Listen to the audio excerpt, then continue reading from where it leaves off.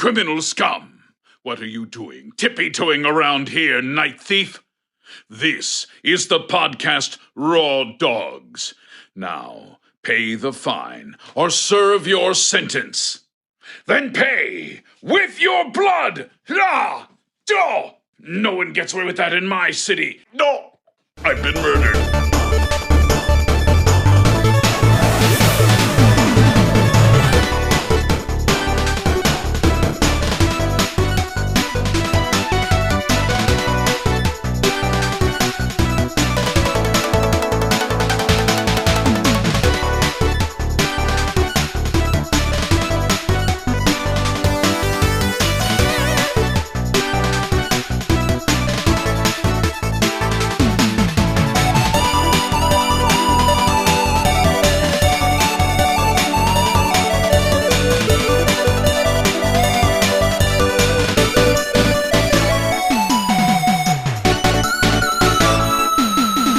Beef and broccoli. Are you kidding me?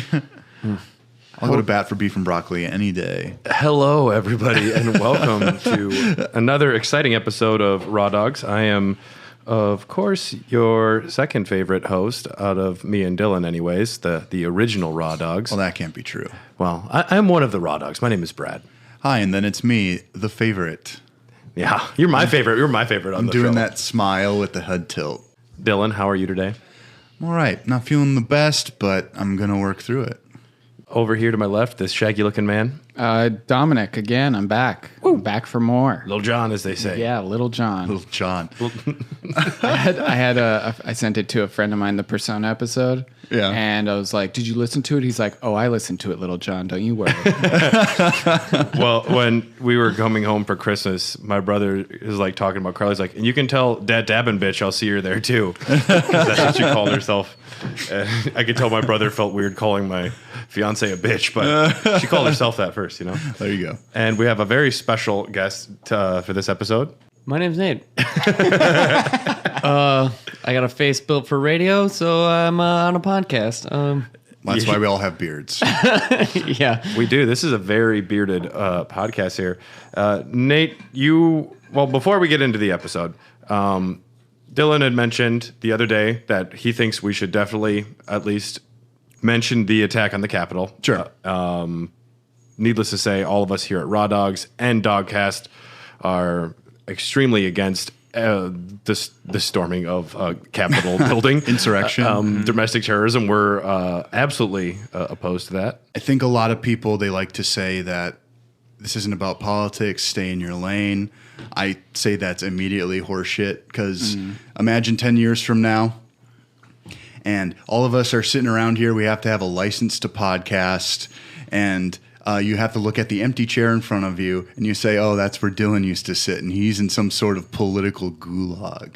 If any one of us would be in a political gulag, it will be you. No, I know, and that's why you would say it. But it's like, and we'll probably be talking about some state-sponsored Ubisoft game about fighting Antifa. But I just needed people to know exactly where I stand because I don't have a lot of social media. So. And enough of Mega Man.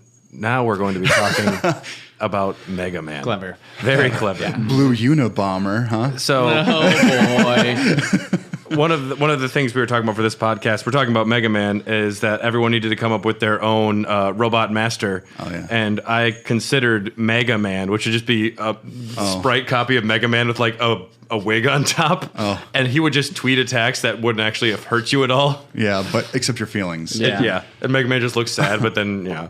That'd be funny. We'll get to our robot masters later, but Nate, you and I work together over at Eagle Park. Mm-hmm. And I know you are a gamer, but you had mentioned that Mega Man is your favorite series of all time. Yeah, very much so. Painfully so, almost. It reminds me of, like, Souls-like games have come into popularity as of late. I think Mega Man might be one of the original Souls-like games. It's unforgiving. It's a side-scroller, but again, like a lot of the indie games now are very much side-scrolling or in that genre and considered Souls-like. Unforgiving, dedicated, very meticulous. You need to know the jumping, the movement, like the speed of the game. I think it's just fantastic. That being said, like with the evolution of Mega Man, it's gone wavy. I think it's hard to evolve a game that's so based in like 8-bit or pixel graphics and moving along. The amount of time that I've spent playing it in before I was 12 is painful to think about. I think the fact that any one of us, when we were around that age, were beating a Mega Man game at all is a testament to how dumb kids are, maybe, or like how hard they can hit their heads against something. Like, I'm just going to sit here and fight Gravity Man 50 times in a row. Sometimes it's all you had. Like, I played a lot of bad games over and over and over. Definitely Mega Man's not one of them, but because I played a lot of two. But and the Wily Wars on the Sega Genesis. Yeah, that's an odd one. I actually owned that for like a year. Surprising. Which is odd. I mean, if you had a copy over here, because it was never released on cartridge in America. Did you have it the European version or the Japanese version? My understanding was that Mega Man: The Wily Wars was only ever released in America on the Sega Channel, which was Sega's like online streaming service for the Genesis, which is bonkers enough. Mm-hmm. Check out the history of DLC episode we did, like Raw Dogs 15. That one was really good. But am I confusing this with like Mega Man Soccer? So Wily Wars is a remake of the first three, and then when you beat all three of them, it unlocks Wily's Tower or something like that. With some new bosses, and it's pretty much a remake, but also Dr. Wily actually got a time machine and went back, so it's kind of a retelling. Well, isn't that? But we'll talk about this that is not next the time. lore episode. Yeah, I was going to say, isn't that the reason why you have to play the first three in order to get it? And then you Wily Tower? unlock more of then it. you find out it's the apologies. time travel I'm having bits that he false did. memories about something. I might be thinking about playing 7. Yeah, something like no, that. there are so many Mega Man games, and you had mentioned, Dylan, like they're not bad games, and they're solid, fun, unforgiving games. And sometimes there's just like things that shoot out of a little hole in the ground and kill you when you jump, and it's like, fuck you, you're dead, is essentially how you feel sometimes. It feels like a trap. Like, honestly, and it is. Like, the first time you do it, you feel like a fool that you might not have seen it, and then you do it again. You do the same thing, and you, like, hit an enemy, and you fall into a pit, and you're like, oh, great. Well, one of the things that always stands out in Mega Man games is just how, like, when you enter a new screen, or as the old timers call them, boards, from what I've learned. Ooh. Yeah. Is that there's always like a little new surprise hanging out there for you. A lot of dead drops are what I call them. There's no travel when falling in between screens. It just means you're dead. I think some of the most unforgiving, like different screen changes are when there are spikes on the left and the right side of you, and you're dropping down and you hit the bottom of the screen, and then it like loads another screen, and you're just like having to like move back and forth. Oh yeah. It's one of those things though, like it sounded so scary to me thinking about, and so daunting to go back and play these games. And I was able to play through all of Mega Man 1 through 11, granted with the rewind feature in Mega Man's 1 through 6, which I don't know, 9 and 10, they're pretty hard. they are hard. The games do get a lot more forgiving later on with the addition of auto selling upgrades and lives, and able to not let you die multiple times, which is very nice. But there has been a pretty solid framework for the Mega Man series since its inception, going way back to the beginning. The first Mega Man was released in Japan and North America in December of 1987. That was before all of us were born, I want to say, right? Oh, yeah. Just barely. Good thing Tom's not here. I couldn't have said that. I would have been 40 by then. Tom was on his third year of college. And I think Did you see Tom's post he did on Facebook? It was a picture of him as a kid. No, I wasn't on Facebook. Oh, he did it on Instagram. A picture as of well. Him as a kid in the newspaper. It says, "I don't want to get into farming. I like computers more. I hate farming. I want to get into computers." I thought that was a blast. Amen. I think we're gonna find pretty quick, even as we get into this list, that I think one of Mega Man's biggest problems is overexposure. Probably. Well, there was some controversial decisions throughout the series. The first one, way back in the day, directed by Akira Kitamura, and he was the one who created the initial sprite work, but there's one person whose name is most associated with the Mega Man series, And how would you say it, Dylan? Keiji Inafune? Keiji Inafune, yeah. Yeah. He developed the animation and the character concept for the original game, and he was heavily involved with them all the way up, like 1 through 10. He was one of the main creative forces behind it. And, 1 and through also 10. Mighty Number 9, everyone's favorite game of 2018. Oh, we'll talk about Mighty Number 9. And this was actually the first game that Capcom was working on that wasn't for the arcade, which I thought was kind of cool. Mega Man 1 has some unique differences to the series that you won't find in other ones. There's a point system, which doesn't mean shit, which I found it confusing going back there because there are little drop power-ups that you see, and they don't do anything. Oh, yeah. And you find out after you beat a boss, you get like plus 10,000 points, which points never give you an extra life. Points never go to a high score screen. I think it's just bragging rights, though, like amongst friends. Yeah, high score. Yeah, I mean, I wonder if that's Pac-Man a speedrun idea. category or Right. something. but if like if your game isn't really saving in that way and there's no like leaderboard, I guess I don't really get it unless you want to take out a photo camera and just click. I mean, Mario has a counter, doesn't it? I know Yeah. you get like 100 coins, you get a 1-up, but Yeah. it still has a counter. It's a reward, yeah, but you They get had a point system, though. They're a reward. Yeah, the points don't do anything in Mario either, and that's just like a hangover from the arcades. I think something that Probably. they didn't know. Like, well, what do we do with the point system? It's like they have to be in there, but It doesn't hurt. So if you have a point system, but it's based on random drops, I'm pretty sure, in the early Mega Man. So, like, if you kill enemies, you might get bonus points. So, so you can sit there and farm. yeah, like, is it worth farming, especially when this doesn't progress your game? And is anyone actually going to ever care about the points being important? Like, I don't know, Pac-Man. man. After Tetris. learning about speedrunners, Yeah, I don't know. A lot of dumb little stuff like that means a lot to a lot of people. we watched Yeah. the speed run the other day. Oh man, I don't get it. That's just me though. When you play a video game and you're a completionist, like I do the tiny side quests before you do that, like skipping portions of levels and not actually doing it how the designers might have designed it kind of irks me, but I get it. If you can exploit it, go for it. So that makes sense in speed runs, but it kind of bothers me. And there is a absolutely unforgiving aspect of the very original Mega Man, and that there's no password system. There's no continues. You have this number of lives to get through the entire game, and if you don't, back to the beginning. Which even Mega Man 2 is like, here's a password system. Like, sorry about that. Well, in this game, you had 6 Robot Masters, Yep. which is a lot more manageable than 8, which became the series regular. There is one part of Mega Man 1 which really pisses me off. And Guts, man. No, I hate that stage. the Guts, yeah, the construction site's not great, but and I think it's in Guts Man stage where if you didn't go through a Like Man stage earlier, you couldn't break part of a barrier to get the magnet beam, I think is what it's called. Yeah, the magnet beam. And that allows you to create platforms. And if you don't have this optional item hidden in a stage that you didn't really know you needed, you can't beat a Wily stage, so you have to go back, which it's...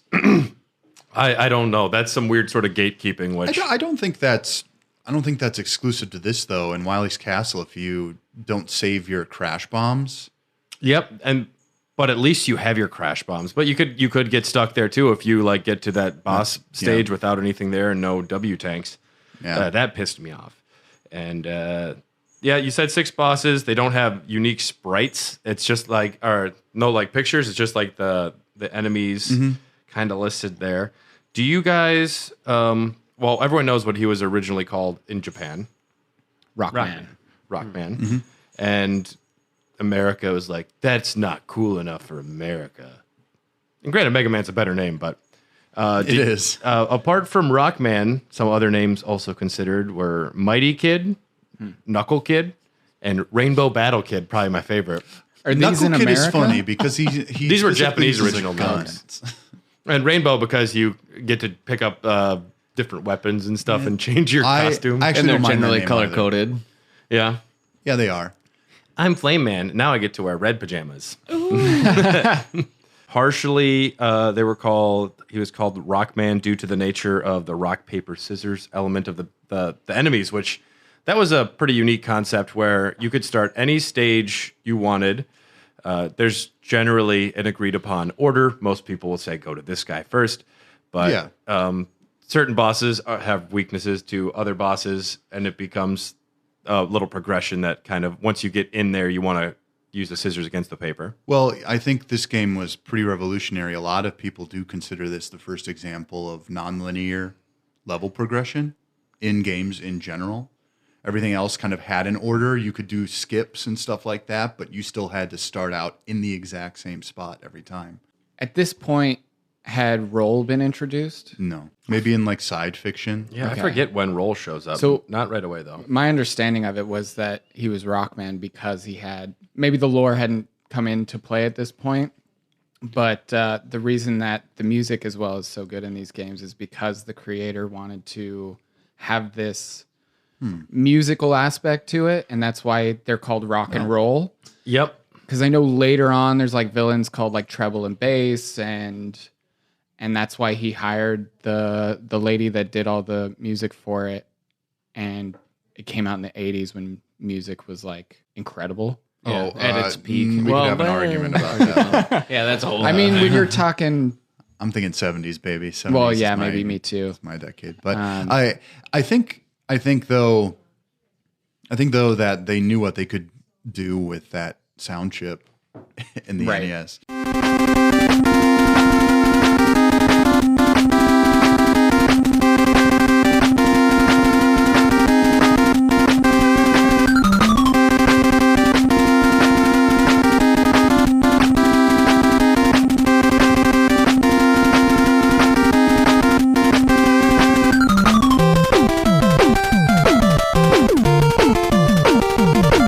I think by far and away, this series has the best music on the NES.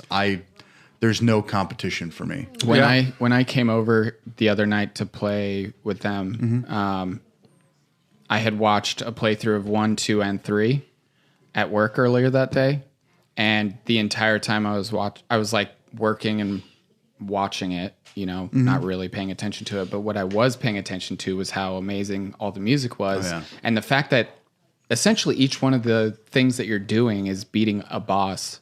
I'm actually really surprised that none of the music in this came up in the boss battle episode.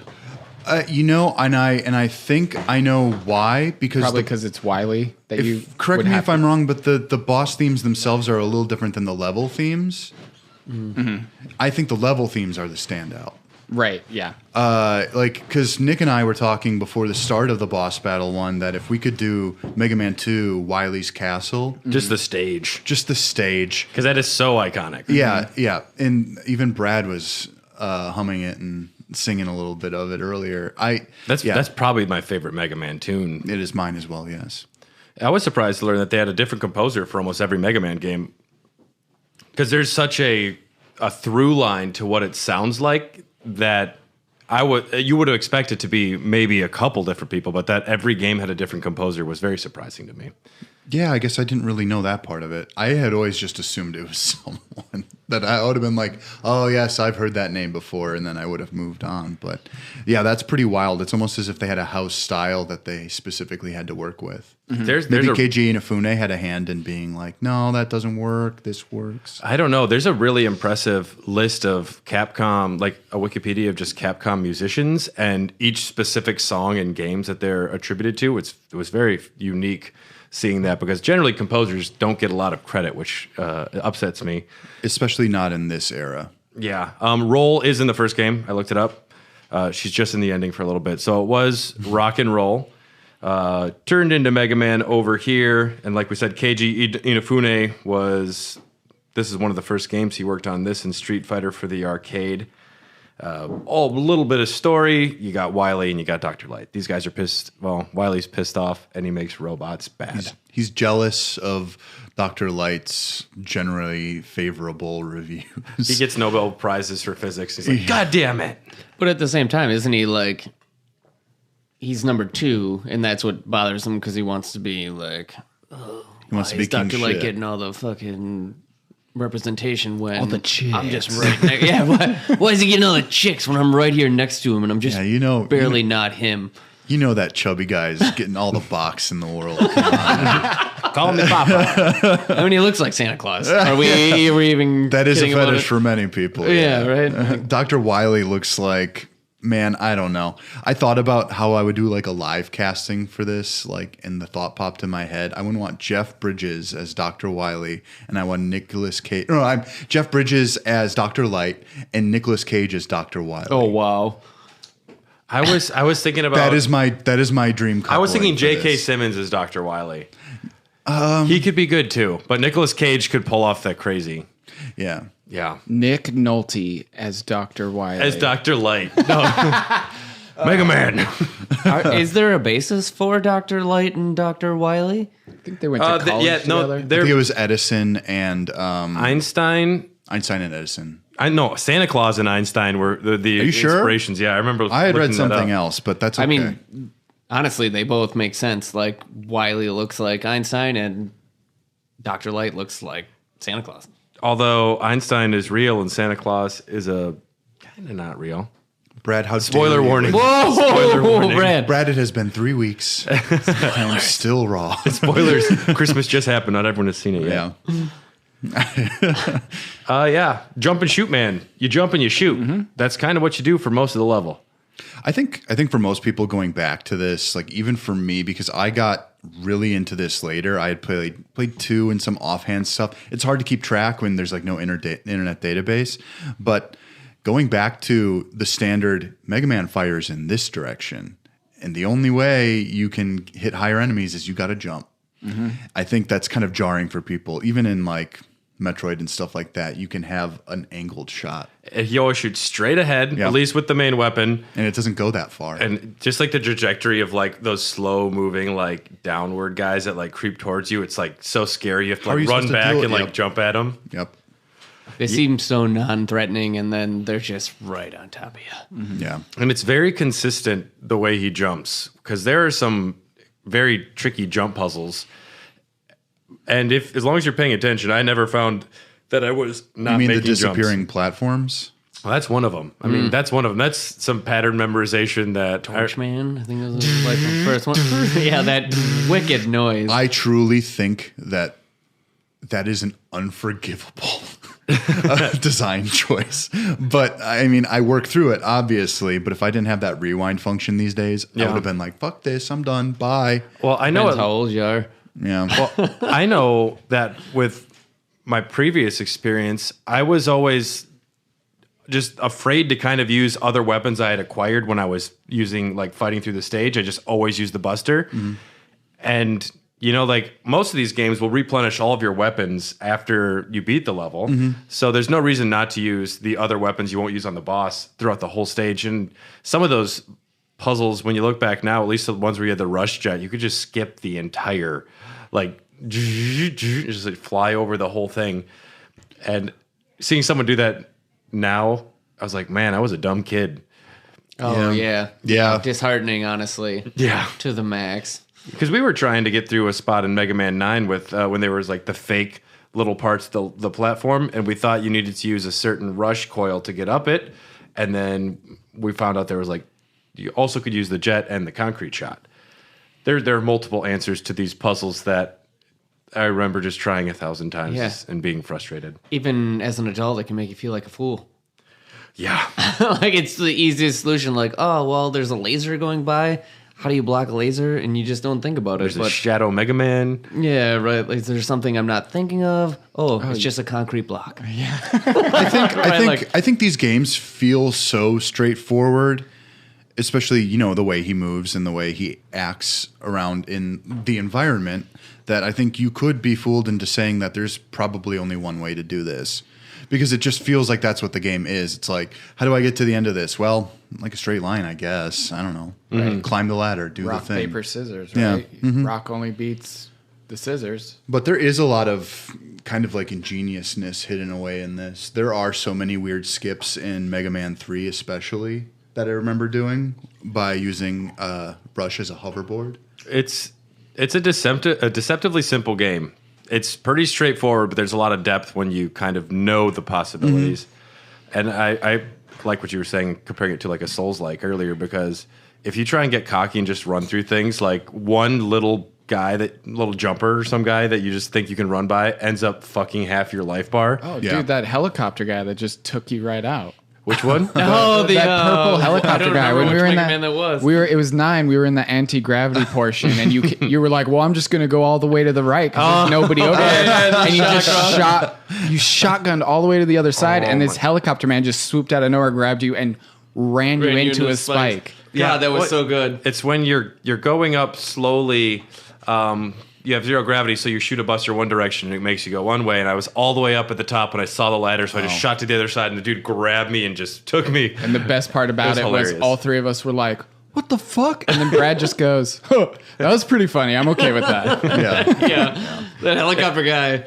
We did especially because we didn't explore the level before that, and there's one on I think the first screen that. Like, if you go to the far side of the map, it'll grab you and just demonstrate that it's there. Mm-hmm. But none of us had done that. And then it just showed up right at the end and just got all. And then the other one got me further down below. I'm like, oh, these fuckers are everywhere. Yeah. Well, Gravity Man is 9, you said, right? This wasn't Gravity Man was in 5, but this is an anti-gravity. It's just like an anti-gravity portion of this level. Where Oh, you with just arrows? Yeah. And so, the arrows are pointing up. You just kind of walk into it, and then you just start floating up. By the way, still something super ingenious. They used that in Super Mario Galaxy. That's a good... I love gravity puzzles. The original Mega Man, you beat through the 6 bosses. Then you have to go through Wily's Castle. And Wily's Castle is always a section where there is no reprieve in between the stages. You beat the 1, you go right into the number 2. You don't get anything refilled. And it is going to be the most punishing section of the game. You get to Wily, he's a super cheap dickhead.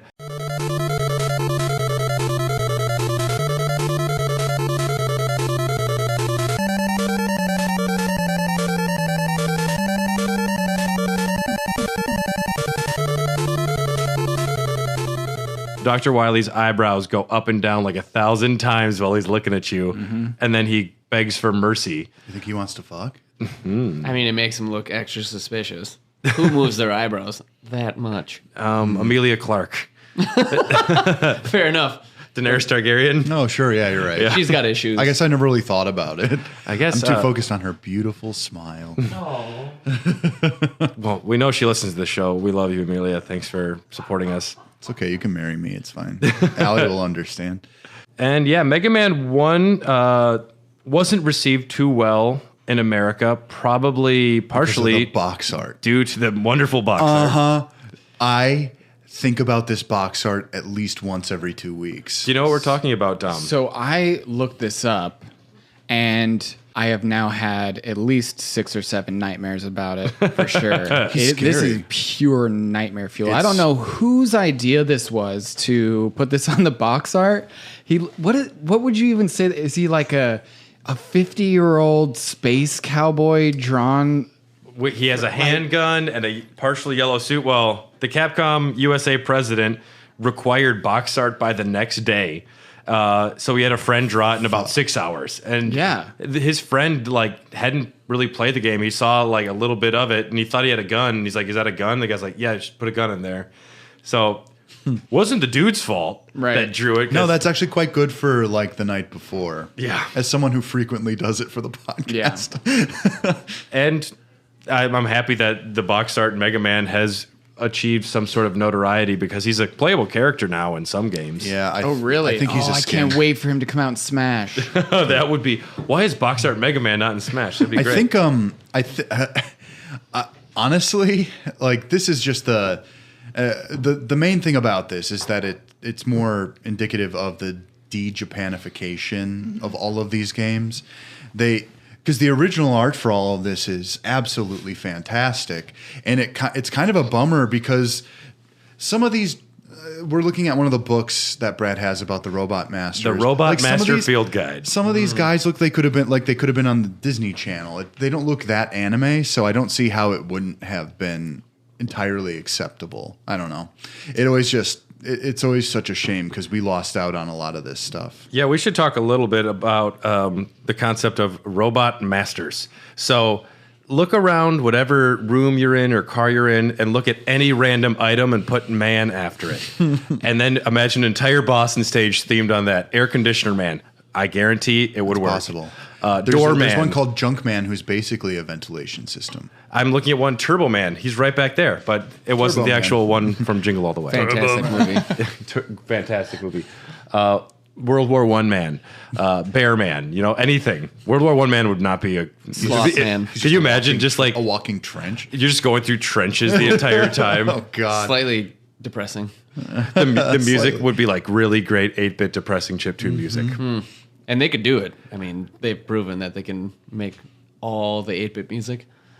And yeah. so every game is going to have some variation of a water guy. Iceman, Bubble Man, Freeze Man, Frost Man, Dive Man, Pump Man. Splash Woman? Ooh, there is only I thought she one was- female. Well, I thought it was Mermaid Woman. It's Splash Woman. Is it Splash Dream?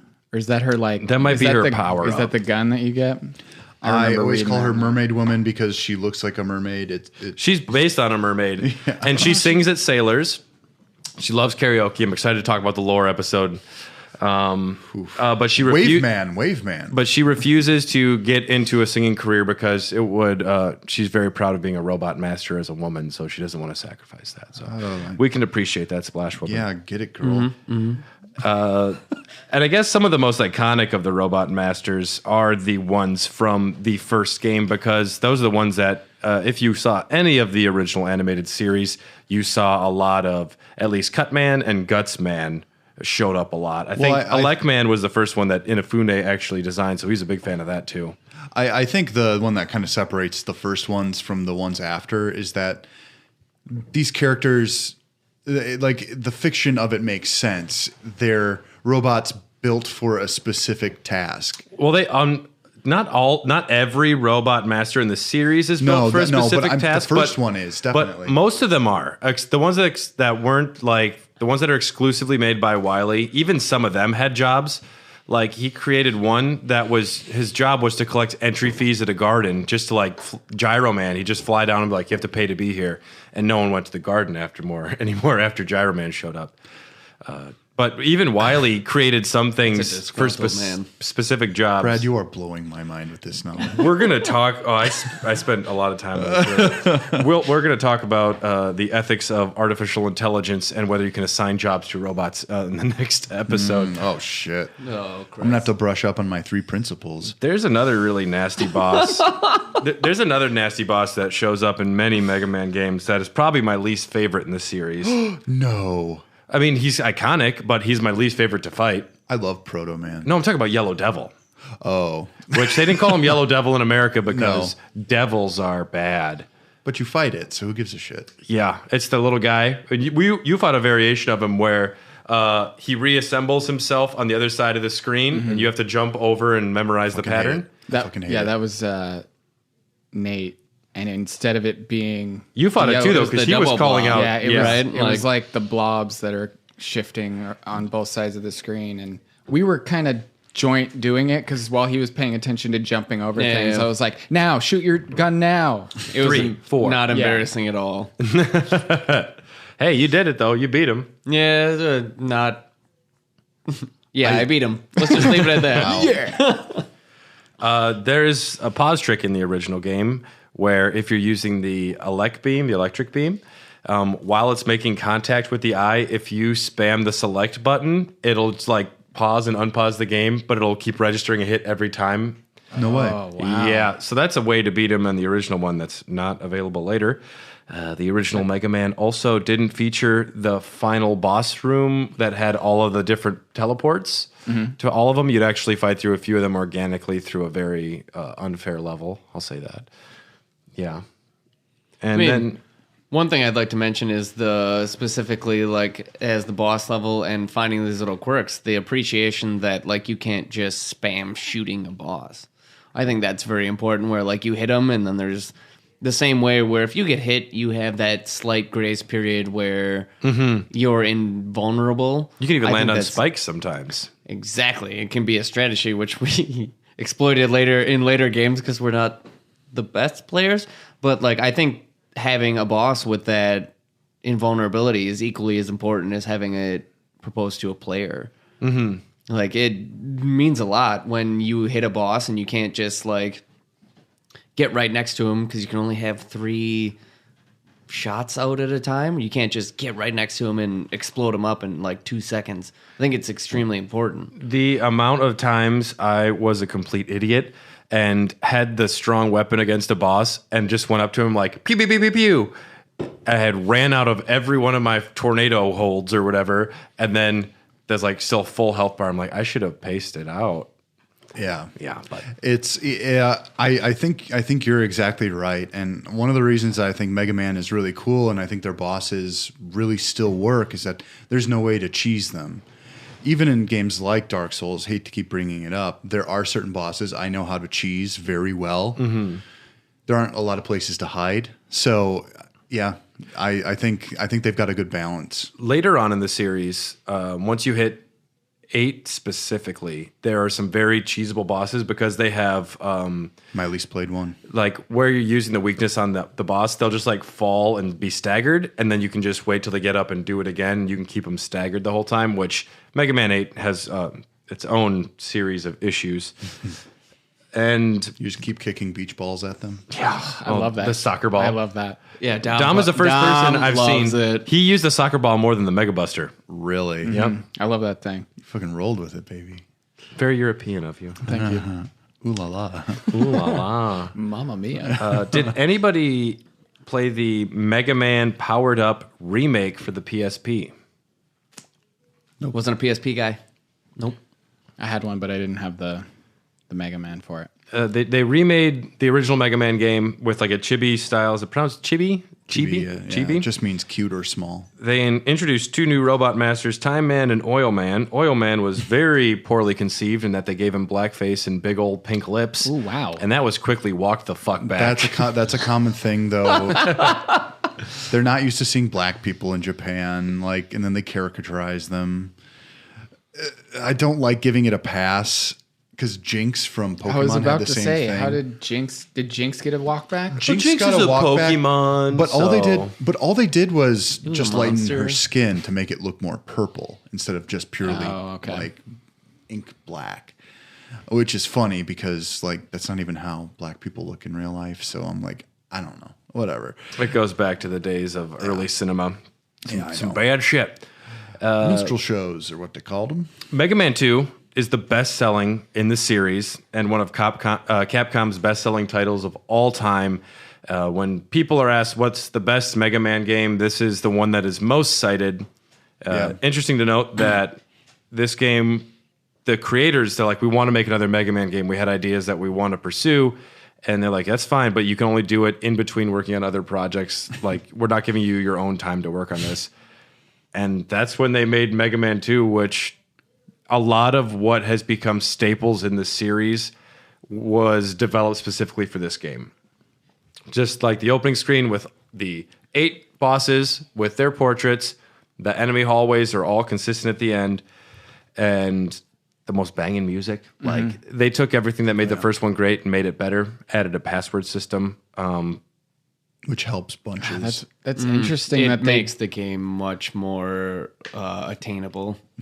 Like, oh god. Actually, you mean actually possible? Yeah. Yeah. I find it interesting how they weren't technically given the green light to make the second one when the ending of the first one is like very open to, we're about to make a fucking franchise out of this. You better watch the fuck out. What happens at the end of the first one? The way it ends is it's just like a field or whatever, and it's like, and Mega Man defeats the boss again, and evil is no more until next time, or something like that. I could look it up if you want. Yeah, it's kind of like a shonen sting. It's like, it's the end of the episode. Yeah. Yeah. I mean, it's not like Wily will be the bad guy in every single game, though. Well, It'll be probably like Mr. X or like a Russian guy or Proto Koshak, Man or something. Koshak, he's got a name. Dr. Cossack and his daughter Kalinka. Are you talking about Mikhail Cossack? Yeah, I'm Sergeyevich? talking about him, yeah. I'm Yes. talking about him. I know. I know too much. He's got a real bad haircut, too. Oh, yeah. The opening cinematic in Mega Man 2, I remember like the pan up That's pretty wicked. Very iconic. Mega Man standing on a building, his hair blowing in the Yeah. wind. That's pretty good. I think it's very much an example of like gaming people who designed a game and they're like, yeah, how do we make our character look badass? And it's like, yeah, we're gonna scroll up this building and then our hero is gonna be standing on top without his helmet on They're in the gonna wind. teleport away once you hit the start button. Yeah, Love that right. shit. Like It's just classic. it's something that almost every video game series has gone through, where it's like there's not a lot of storytelling in the original, and everyone's fine with it. And then eventually, by Mega Man X8, you have to watch 25 minutes of mandatory openings or something like that. And you're like, ooh, they should have walked that back a little bit. I find Mega Man 2, not just for being a really awesome game and the introduction of 8 Robot Masters, I like that Dr. Wily. Dr. Wowie. Dr. Wily. I almost Dr. did Wily. it. I almost did it Dr. on Wawoo. He stages an alien false flag operation. Oh, what a which great is ending. my favorite part of the entire game. I'm like, it's predicting the future, man. You get to the very end, and Dr. Wily turns into an alien, and it's like, oh shit! And turns out he can only be hurt by bubbles. Just Standard like alien. If you've seen Signs, you understand. Yeah. Mm-hmm. And then it's the Wizard of Oz situation at the end, where he was actually controlling the alien projection the whole time. Dom, do you have something pulled up? You wanted to show us? Oh, no, I have the ending of Mega Man 1, and it says, Mega Man has ended the evil domination of Dr. Wily and restored the world to peace. But then it goes on to say, however, the never-ending battle continues until all destructive forces are defeated. So they've basically put a never-ending franchise into the hands of Capcom, and they basically told them, nah, we're good, but if you want to make it, you can do it on your free time. Which like is anything on very Netflix. interesting. Well, I imagine that they were really hesitant. If Capcom was mostly known for arcades at this time, arcade games made so much fucking cash. And video games on systems, especially if it was not like a name brand or anything like that, it just didn't sell nearly as much. So putting your resources into it is a real gamble. And the first one didn't sell well. Yeah. One thing that is extremely cool that the series did for Mega Man 2 through Mega Man 8 is they had contests where fans sent in designs for bosses, and they received hundreds of thousands of submissions for the later ones. I'm not sure how many for each one. It's staggering how many different designs they must have looked through. But I was wondering when I was beating a game, like it'd say Swordman, and then there'd be like a Japanese name next to it. I'm like, is that like a creator? Is that the guy's real name before he was a robot? Is it an android? I was like, I don't get it. And it was just the person that created the concept.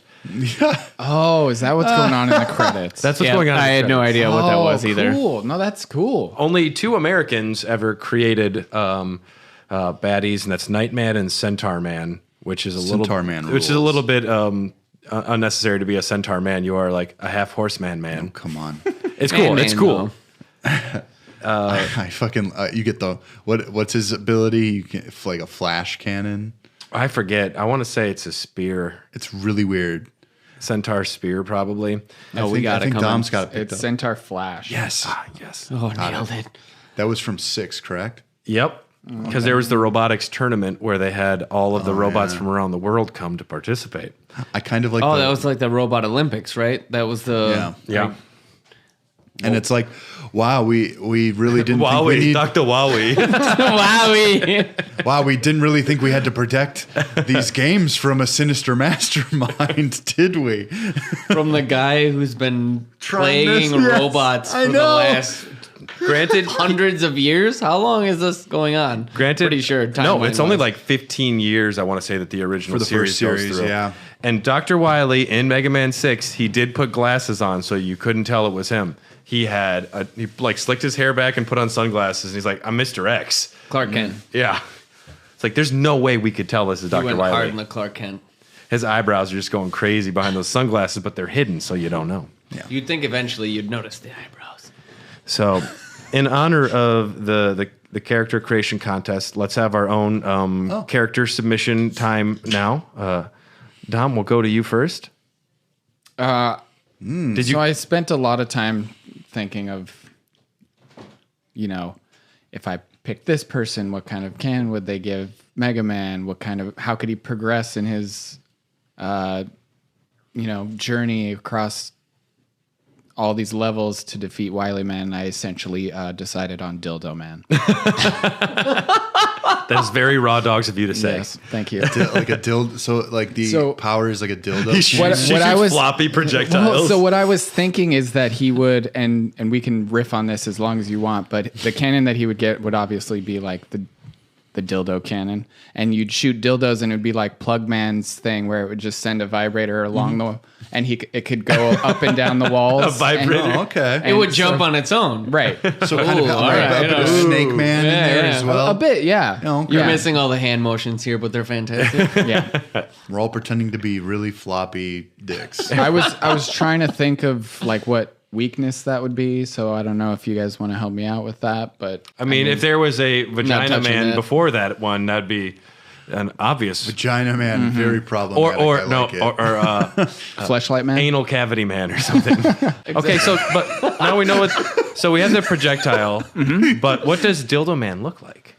Like a big I'm fucking gonna need vibrator. you to draw this by next. Well, and podcast. that's You're the I artist. thought, I was like, are we all submitting these, and might then just- Dylan's going to draw them? I will draw as many of them as I can. If you Honestly, if you- I'm suspecting a lot of Just ideas. a big here. anime dick. the thumbnail could have our 8 little guys for the next episode, and in the could very do it, middle will be yeah. the Raw Dogs logo. Yeah, I'll do that. They hoping- won't be like the highest quality drawings, but I'll get them all done. Well, as long as they're And then- pixelated, that's fine. Allison will come over. What are you drawing? You're like Dildo Man. Dildo Man. She'll think it's funny. I like the idea of like it's not quite like that super hard rubber that we're going for, but it's slightly slopped over, and then like the eyes are on the balls. I don't know. I'm just going real deep No, here. this is And then like he kind of flops up and like runs at you a little bit, and then once he gets erect, shit starts going nuts. I'm just saying. imagining literal, like, it's the same kind of torso as Mega Man and the other Robot Masters tend to have, but his limbs are just literally the dildos, and like, and he walks around kind of like and this. maybe like he starts vibrating, and all like Buster shots bounce off of him. Yeah, I Dick like limbs. that. Yeah, I like it. Nate, what do you have? Cask Man. I drink too much. Cask Man, that's cool. So like, you got him as a barrel, and like I unfortunately put way too much thought into it because I really like the idea. I'd like to do game design in the future. Sure. Multiple platforms, so like a cask is dry, it doesn't hold water. Maybe he's like full of water at first, and then he like explodes, and like there's water on the bottom of the level, so it affects your jump ability when you're on the base level. But you have 2 separate level platforms. Oh, wow, you and really then, did think about yeah, I did. It's all good, dude. Can I make a suggestion for when he releases all of his water? Yes. Call it a bunghole blast. Exactly, because a lot of people might not That's know the what power up you get. Yeah, that's the The- power up you get. the yeah. bunghole, like it's a gas release chamber, that type of thing. So all this happens. You got the water, which affects your jump. You got to hit him. He's jumping around, and like the water or the level changes halfway through. Maybe if you damage him, like a whole bunch of stuff. But Cask Man, because beer. Yeah, I agree totally. Brad, what about you, man? I didn't give as much thought to the projectiles or anything other than the concept of Florida Man. No. I was at work and trying to think this up, and they were like, "What are you doing?" And I'm like, "I'm trying to think of something." My friend's doing Florida Man, and somebody who thinks that video games is the stupidest thing of all time. I heard her like go, "Hee hee, that's funny," in the way back. So Yeah, because I bet her hobbies are great. yeah, She knits. I mean, she likes to knit. Very productive. Like one of the things he could do, like one of his attacks, he would just shit in his hand and like throw it at you, and it would land on the floor. And like if you touched the floor where it landed, or you got hit by the projectile, you'd get hurt. Like if Gutsman, if he, because you know how he picks stuff up and he throws stuff. Yeah. But it's literally you have a Florida poop Man animation just like, and then he just like, Yeah, it only goes like 3 blocks out. It doesn't go yeah. far, but like it damages the floor in front of you. And it gives you damage over time, He could like pull a a poison. squirrel out of like a flying squirrel out of squirrel. his pants or something. Florida Man is like endless what you sugar can do. glider. Who flung poo? And then like when he gets halfway done, he could like pull out like a drug, and it'll just like give him more health. The crack cannon. The crack cannon, yeah. You get the crack-a-lack or something like that. I mean, the power up is just there's too many options here. It's just too good. yeah. Just shooting bath salts at you. Puts a broom up his butt and like bounces on it like a pogo stick. Like Florida Man is endless. Yeah, That's The not too stage, bad. the stage would be fun too. Yeah. You'd just be going through like the Everglades, wind up going through a McDonald's spot at one spot. there's a random snake and some other invasive species. Like it could be anything. You're jumping onto the couch when you're going through a living room. Mickey Mouse shows up. Holy shit! Whoa, it's everywhere. This mescaline's crazy. Not even I could have imagined this. And Dylan, what do you have? My first one is Man, and it's literally just a member of the band Man. I don't know that band. Oh, it's a really great band. I was thinking maybe he throws drumsticks or something. Man is a great band. Some 8-bit chiptune version of their music for the stage. Yeah, I thought that would land. I thought someone here would know, but otherwise, I'm thinking it could just be a human man, and maybe he like farts He has like a or brief, something. like a briefcase or something like that. Yes, he's just a guy in a suit. Man. The stage is maybe more vertically oriented. You're trying to get to the top floor to fight the boss. skyscraper. Yeah. Or it could just be Boss Man. Oh, I that's mean, it good makes too. sense with the mid-level bosses too, as well. As it gets later in the game, you got those mid-level bosses. Just a dude with a suitcase. And then like the bad guys would be like, you'll fight a stapler guy in the level. Yeah. Yeah. Maybe you just got to talk him down. Be like, hey, man, go to hell. You suck. Because I most of the time I was just trying to think of puns, and I did fall on Florida Man for one of them, but then I was just like, Man is funny. Someone's laughing. You could, I mean, Someone listening to this is laughing. I guarantee there's so many more options than we're giving it credit for. and I don't want to delve into I it mean- because I can just give it too much credit. I've only looked through the Mega Man 1 through 11. There is 8X games. There is the Z series, the ZX series. Like there are many men and maybe another woman that we haven't even seen as far as the series go. Because I know that there is entire Mega Man X where the bosses are named after Guns N' Roses like characters. Boo. I never got as far as those ones. That's the one I downloaded. That'd be cool if When like you said we Really? were starting this, I was like, oh, I'm gonna check out Mega Man X because it came out for like the Super NES. No, I mean the Guns N' Roses one. I believe that was X3 X5 or X5, or something like X6. that. I have the collection, so Yeah, got I them have the all. first collection as Yeah. well. That one I think is on the second collection. Did you get them both together? Then you might miss out on that because I believe that there is an actual main character named Axel in Mega Man X7, and I think the people he fights are like Guns N' Roses songs. That sounds cool. It's not good. No, it's not. It's not a good video. Well, game. I'm sitting here playing Mega Man 8 and having a fucking ball. That's fine. I'm not gonna Soccer I'm not- ball, man. Soccer ball. Soccer ball. I mean, yeah, those late X games are not. And we will. Acceptable. I mean, we're definitely going to talk about those next year for the Mega Man X series retrospective, which will be Oh fun. fuck! I don't get to talk about Mega Man X. Not this round. We'll get to it. Special thanks to our Patreon producers: Mark Nenow, Ryan Christianick, Brian Ward, Tyler Keller, Dr. Wawi. He's in there, I think. If you want to support us, go to patreon.com.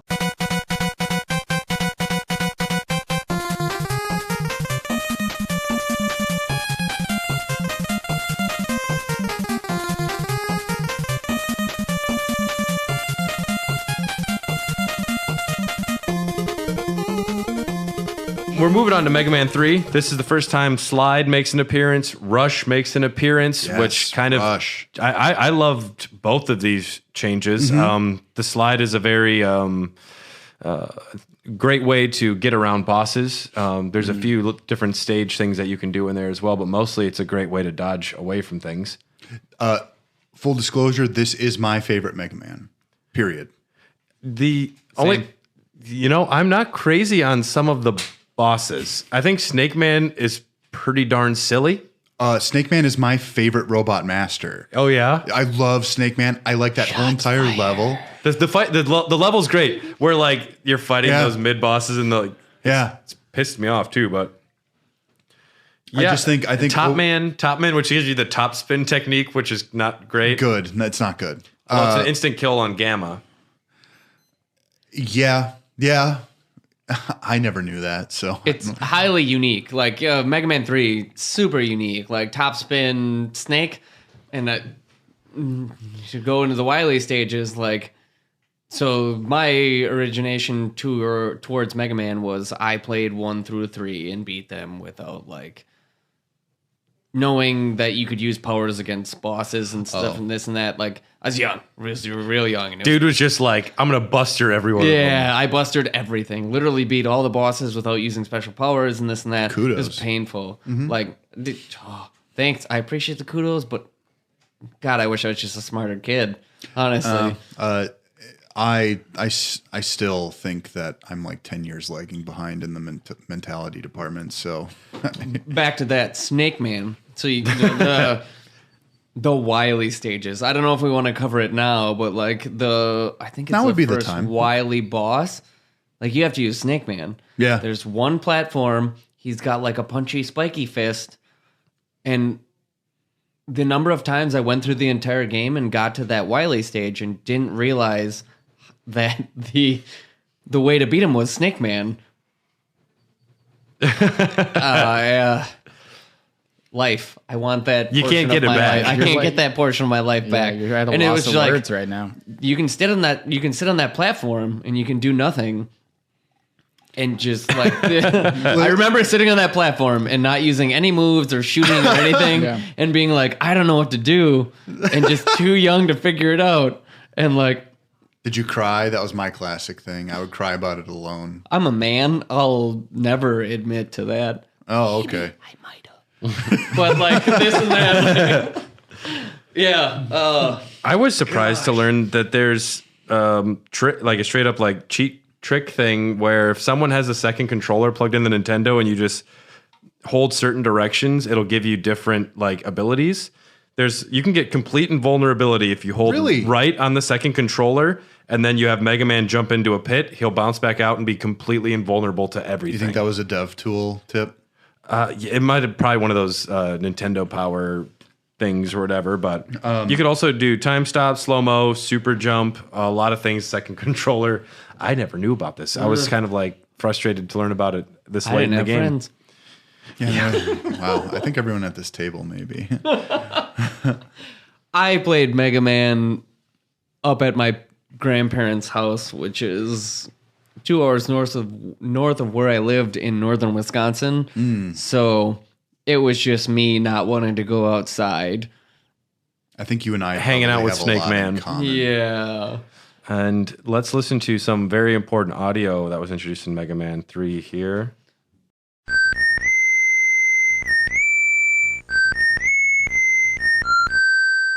Proto Man. That guy's very, like, that whistle kind of sent chills down my spine the first time hearing it again. It's very Western. Yeah, it is. It's got a real Ennio Morricone vibe to it. And I found out today while doing some reading of the Robot Master Field Guide, he actually is the one whistling it. Like he whistles before he comes in. It's like that's kind of tits. It's kind of like the character from the Wire, Omar. Sure, yeah. Like always whispering that, like whistling the farmer in the dale, like to let people know he's around. Oh, the nurse from Kill Bill. Yeah, yep. I love that Proto Man's always the one whistling. He's like, God damn, Proto Man. But I guess he's really good at whistling, is what everyone says. Proto Man is probably my favorite character. I love playing as him in the later ones too. Yeah, hit the Proto Shield's good. I think he's. I don't think he's like unique, but I think like what a little itty tiny bit of fresh. What a tiny bit of fresh air to just pump into the series. It's like, oh, you've got this weird rival now? That's kind of cool. Yeah. I remember back in the day, he reminded me of Racer X from Speed Racer. Mm-hmm. The rival that is he like? And you actually have to fight him as a mid boss for many stages in this, and it's like, is he a bad guy? Is he a good guy? Because he ends up saving you at the end, and you like, he's very much what Knuckles would later be. Just like someone who looks cooler and acts cooler and he whistles his fucking theme song. And It's the Vegeta thing. It's Vegeta. Yeah, there's a level of Dragon Ballness that's going on in these games too. The anime style. In shonen anime, a lot of the things that like the virtues of like a lot of Japanese culture is like even your enemies can be your friends. These are like in like ancient Japanese texts as far as their mythology goes. So I like to call it kicking your friend or kicking your enemy's ass until they like you a lot. Even that, I think Proto Man might actually be cooler than Mega Man. He is cooler than Mega Man. All right. Okay. We have a consensus. Okay, 'cause Potentially think about 50-50, it. maybe. Think about it. Proto Man has a scarf, so you do the math. And he has Yeah, the but he's color a- red. No, that's why he's cooler. I'm saying he's got a scarf. Did you guys notice, by the way, that I wore blue today just for this? Oh, sexy. Wow. I knew. Blue underwear on, if that helps. No. I can verify see he it. does. I wore something. You watched him pee? Dude, so Proto Man's original Japanese name is Blues, and he's red. But he's got a scarf. But I does think have a scarf. But I think they made it more on attitude. Like if Mega Man was rock and roll, Yep, and he's then he would be blues like the Blues. and then there's of course it the new is still character. stupid. There's a new character, Eurotrash or something like that, or Technotronic. I would What- have never what- put that together. Why can't like there be an entire game based on Rammstein members? You know? Du hast. Yeah, I mean, there can be. It's not too late. Mega Man 11, 12 is on its way. We can do it. Is 12 on its way? I don't know if it's been announced, but I'm sure it is. It's got to be. Mega Man: The Wily Wars would come out for the Genesis next, and a controversial decision was made after Mega Man 3. Mega Man X had come out on the Super Nintendo and was very successful, and A much better game, actually. they opted for Mega Man's 4, 5, and 6 to remain on the Nintendo Entertainment System when the SNES was available. And I remember, 5 is my favorite. We don't need to go into too much detail 5 on is 4, your 5, and favorite? 6. 5 is my favorite because it's the one that I had as a kid and I have the most nostalgia for. So you like Hard Man. Who doesn't love Hard Man? Although Hard Man was actually in, Was it 4? I think he's in 3. Hard Man is in 3. Oh, shit. He, of course, gives you the hard knuckle, which you usually have to pay extra for. I mean, it can't even do it. The new introduction in 4 was the Charge Mega Buster, which gives you can charge up and you hold it. So instead of Jump and Shoot Man, it's Jump and Charge Man. Kind of becomes a little bit more. I like that addition. I think it's great. The Charge Shot, Should have been in earlier ones as well, but it gives you one Charge Shot is worth 3 regular Buster Shots. yep. And it Just doesn't in take Mega that Man long. 7, they took it down to 2. Those fucking assholes. Like, what's the point? Hated it. Well, 7 sucks. You don't like it. I don't like the charge.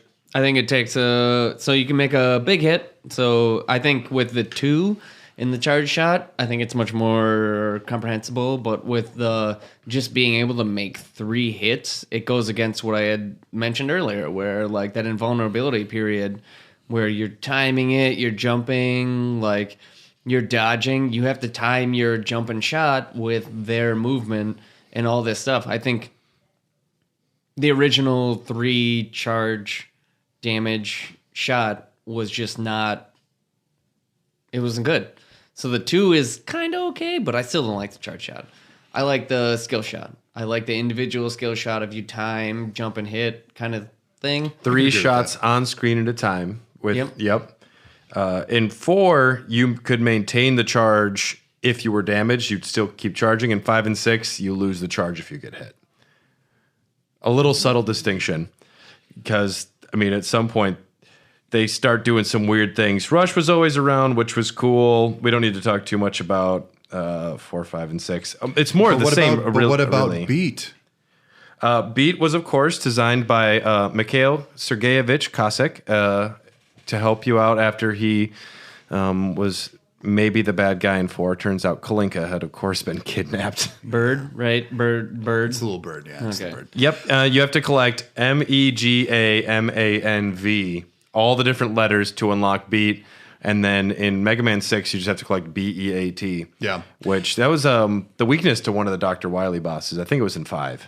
I see, and the fact that 5 is your favorite, I know it has something to do with like availability, but I think 6 is kind of a swan song for the NES ones.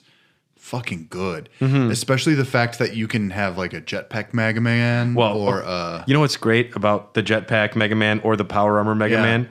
It's Rush. You are literally putting your dog on like a jetpack. Like, dude, how you're weird Megazording. how weird is that though? Like, what is Rush going through? He's a cyborg. He's fine. Right? Like, It's just, Well, I mean, they're not cyborgs. it'd be weird to me to like wear my cat, but it'd be cool if I But could if fly. Martin was a robot that could help you fly. Now we're talking. Instead, he is sleeping on the podcast equipment.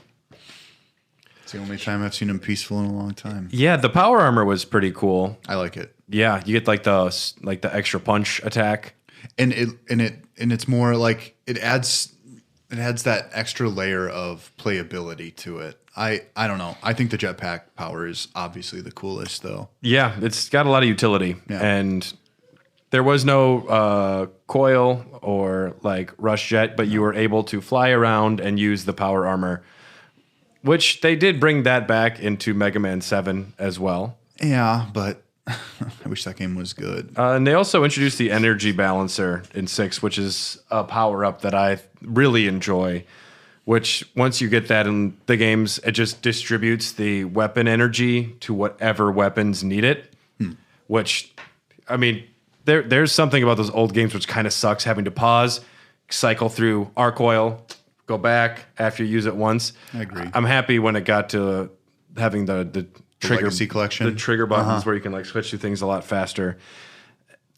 There's the robot tournament in 6, so they have robots from all over the country coming to fight in this tournament. They don't say where everyone's from. Tomahawk Man is based on the Native Americans in America. You have Blizzard Man, which is Canadian. It was co-sponsored by the Red Sox or the Redskins. yeah. That's still appropriate. And this is like in the future. Dr. Wahoo. Dr. Wily. We'll never change our names. Why should we? Oh, gosh. Well, and then there's, of course, Flame Man, who's wearing a turban, which is pretty cool. But you know, they've got a lot of oil in Saudi Arabia. It makes sense. They burn stuff? I put down that Mega Man Soccer happened in 1994. That's all we need to know about that. Have any of you played this? I played it. Think I have. I must have played it at someone's house. I think it's canon. We'll get into it. It's canon. I think it's canon. I just remember that characters could have like specialty shots and stuff like that based on like if it was like Chill Man or something like that. Which is cool. I mean, I if they kind of made a very modern version, kind of like Mario Strikers, Oh, dude, it'd be sick. it'd be so sick. I also so good. I also think though that like this is really the only way you could have gotten me interested in a sports game when I was little. So I remember the baseball game on the Nintendo where you were robots that get into fights between Major running League bases. like 20XX or something like Whatever it yeah. was. It was. I was Kill like, Ball or something. dude, it's baseball, but with robots that fight. Right. So we've had 2 trilogies of Mega Man games on the Nintendo. Next, we're going to move over to the Super Nintendo. There's, of course, the absolutely amazing Mega Man X game that we're not going to talk about. We're going to talk about Mega Man 7. The Japanese subtitle is Showdown of Destiny. This game was created in 3 months. Ooh. That's an insane turnaround. All right. So created and produced in 3 months? The entire game was like created like start to finish in 3 months. Did they have the original coding from the first game? That seems impossible. This Well, was the it- first one for the SNES, but it looked nothing like X. So The biggest complaint for Mega Man 7, which I 100% agree with, is Mega Man's. doggy doo doo. It looks bad. Mega Man's character is so much larger on the screen. Yeah. You see so much less what's coming towards you. You can't avoid things as much. The jumping is bad. I didn't. This is my least favorite game in the series for sure. I did not enjoy Mega Man 7. This did include the introductions for bass and treble, which would become the Shadow the Hedgehog of the series. Barely remember Treble, but Bass definitely is. Treble's like the long-lasting. badass dog. Yeah, it's like his. Okay. Yeah.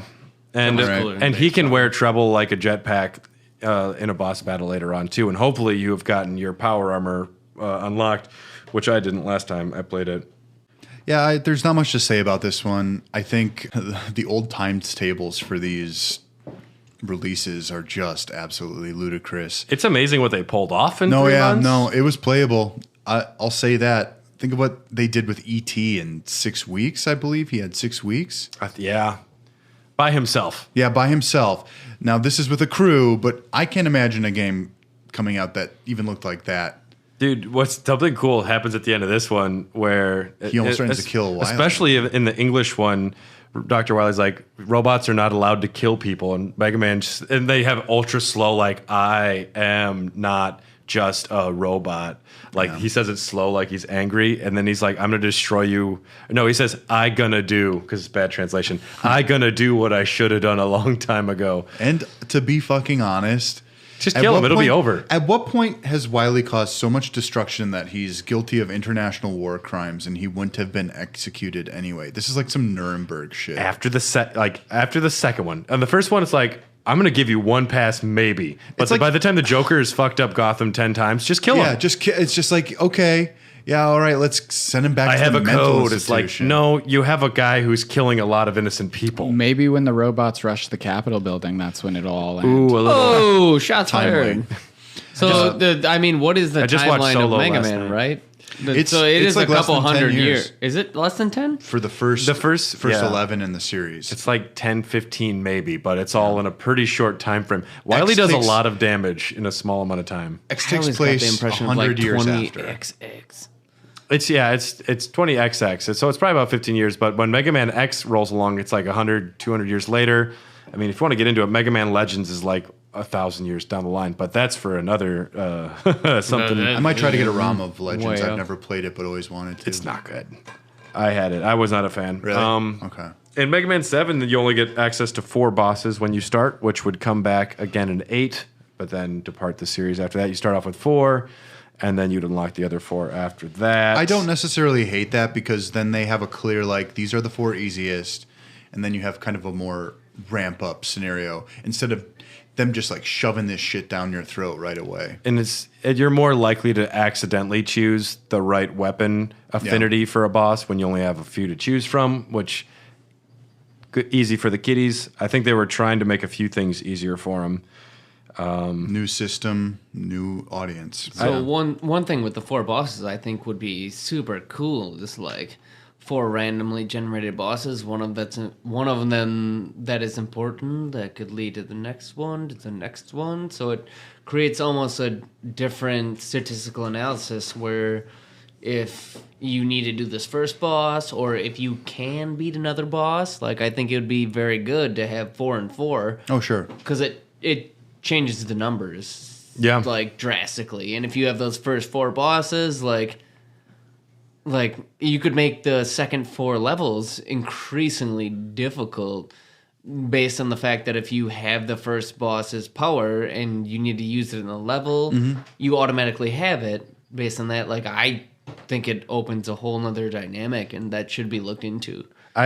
Mega Man 7 was one of the first times where if you had the correct weapon in another stage, not only could you like unlock a certain power up that might be hidden, but it was sort of logic based. Like there was a jungle level, and if you had like the flame weapon, you could burn a tree and unveil a ladder, and that's how you unlock beat ultimately in that game. This also introduced Otto's shop, where you start collecting bolts, and then you can start buying extra lives, E-tanks, W-tanks, and once this happened, it became manageable. You could die a lot, but eventually you could just save up enough stuff to get through Dr. Wily, which Lord knows I did. With some of these later on, Freeze Man gives you Freeze Cracker, which is one of my favorite weapon names. That's what they call me when I get too chilly. Freeze cracker. I remember first hearing that weapon name in a Tarantino film. by Samuel L. Jackson. He yells "freeze cracker." Oh, very good, Brad. I think one of the Pulp things Fiction?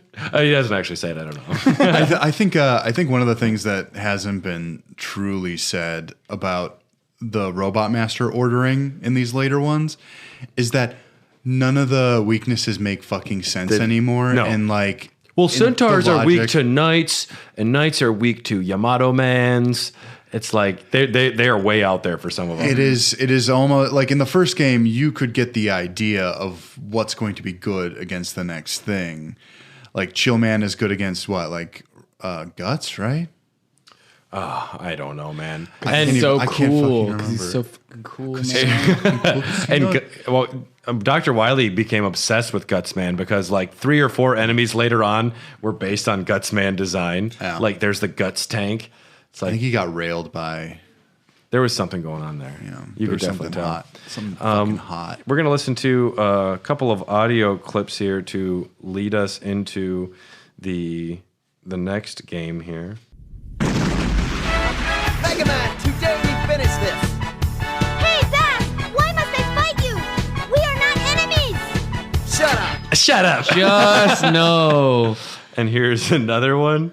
A strange meteor has fallen to Earth just a while ago. This meteor seems to be emitting a powerful energy signature.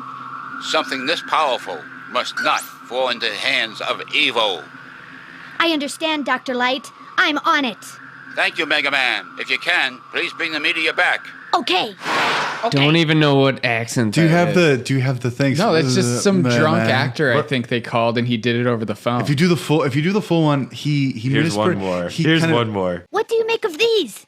These seems to be energy resources. But I've never seen this type on Earth. I don't know where this energy came from, but you cannot let it fall into Dr. Wally's hands. You must recover all the energy immediately, Mega Man. No, Mega But Man. where is Dr. Wily? That's a good question. We may be able to locate another energy emission from the radar room. When we find that meteor, we'll find Dr. Wally. Wowie. Dr. Wowie. Oh, God. Yeah, Mega Is that Man why has. you say it funny? Yeah, That's why we're all saying Dr. Wowie. that's why we're all saying Wally. Dr. Wally. Little John. Did he say bees at the beginning of that one? No, Oh. he says Bass Oh, I thought because he said bees. the voice actors didn't know his name was Bass. So why are we fighting, Bass? And he goes, "Shut up." We could be friends. We're at the wonderful PlayStation 1 game, Mega Man 8. And Sega Saturn a month later. This came out in 1996 in December. First game on the 32-bit consoles, featuring snowboarding sections and bullet hell sections. The bullet hell sections are very good. Dom's favorite. It is. We had a good time playing it, I feel like. I had a damn good time playing it with Dom. Yep. The music That's a specific. the music is great in this game.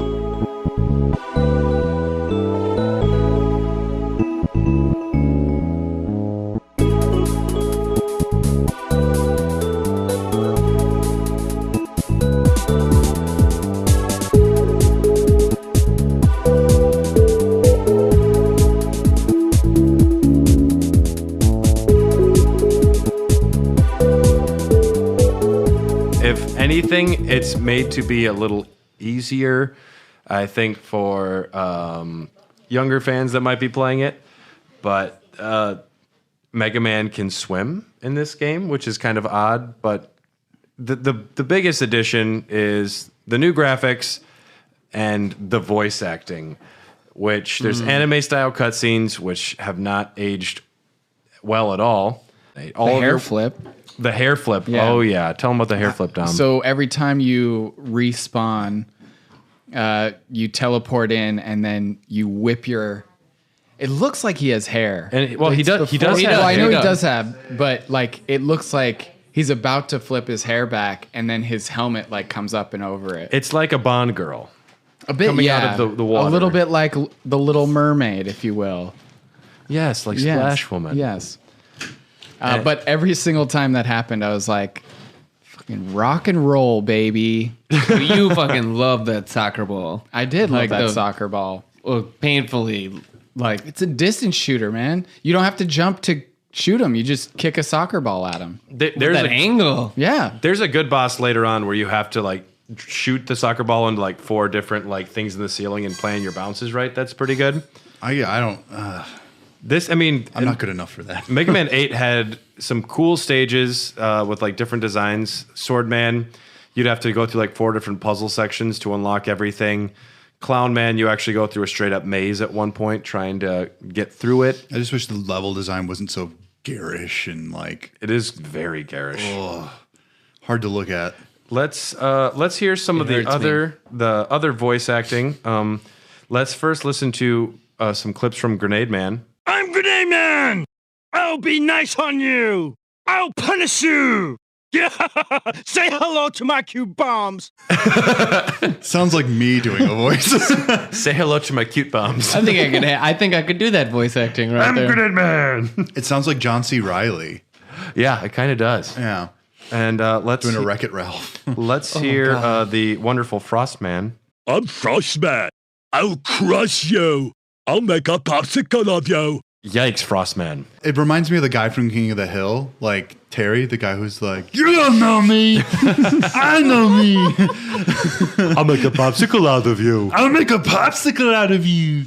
I really wish I think I should be hired as a voice actor. I don't know. It's harder than you think. I got one more. I know, but I would love to do just that voice. Here's Aquaman. I'm Aquaman. I've been waiting for you. I'm Aquaman, but you can call me handsome guy. You can call me handsome guy. Just wow. I think is what is there. This is perfect. Yeah, those are some of the great things you might hear from some of the Mega Man 8 bosses. I don't understand what my problem is where like a game can be Stupid. universally hated. I and love there's Mega Man 8. something that I like about those games, whether it's Skyward Sword or the new Paper Mario that just came Oh out. no, icky. The new Paper Mario is a good Skyward game. Sword. I like both of those, and have for a whatever talk about reason, that they're later. like universally hated. Skyward I Sword's like not Mega Man 8, universally hated. and The new Paper Mario is a really good game. It's just not good for game. everybody. And It's a good game. Mega Man 8's a great game. I have nothing but fond memories of the game. It's got things that aren't traditional Mega Man, like the snowboarding, like the bullet hell sections. The boss designs are all really cool. I'm a big lover of Mega Man 8. I think it's a good game. The voice acting has become a meme that's so big though. yeah, and I feel like that's the sort of shit that I like. Yeah, but that's the charm being added in. I get it. I think that there are games that are actually legitimately trying to reproduce stuff like this. You start thinking of things like Deadly Premonition and stuff like that, and this is just so indicative of a point in time in video game history that people want more silly shit like this, but they don't know how to go about it while making it seem genuine. Because all that voice acting, those weren't that wasn't a joke. That was some intern they made do a voice, Right. Like. So Someone's like, "Can you do a Frostman?" And he's like, "I'll make a popsicle." And you got the job. Yeah. Brad, he's got the silliest voice in the office. You can call me handsome guy. Hey, get that drunk homeless person out here and have him do the how do you pronounce this, Mr. Wowie? But even then, like it $5. could be, Just say it.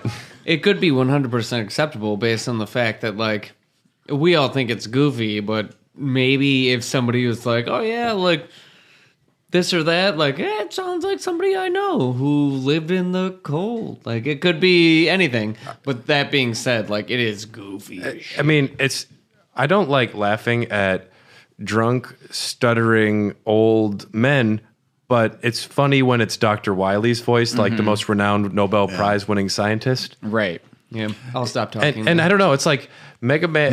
There was like a period of time where everything was like getting voice acting and localization, but they didn't put any money into it. Those early Ghibli's. Ooh, and it's great.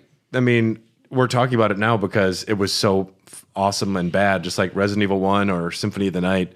But it's also all you had. There was a lot of this stuff wasn't being treated with the reverence that people tend to treat it now. So I remember loving the fact that like Clown Man or Frost Man said something like I could hear their voices beforehand.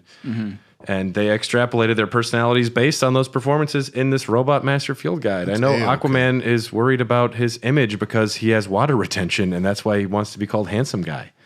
I feel Sure you, does. buddy. Sometimes you don't get enough water, and then you start carrying more water. There was a non-numbered entry in the series that came next, and it's very weird. Mega Man and Bass came out for the Super Famicom in '98, and the GBA in America in '02. Never played it. It's very odd. It's classified as a second version of Mega Man 8. It's got like the graphics from 8 and the sounds from 7. And Bass is playable from the beginning. He can fire in 7 different directions and do a double jump. We'll just gloss over that one since we're getting low on time. 2008, September 22nd, for the WiiWare, PlayStation Network, and Xbox Live Arcade, Mega Man 9 returns.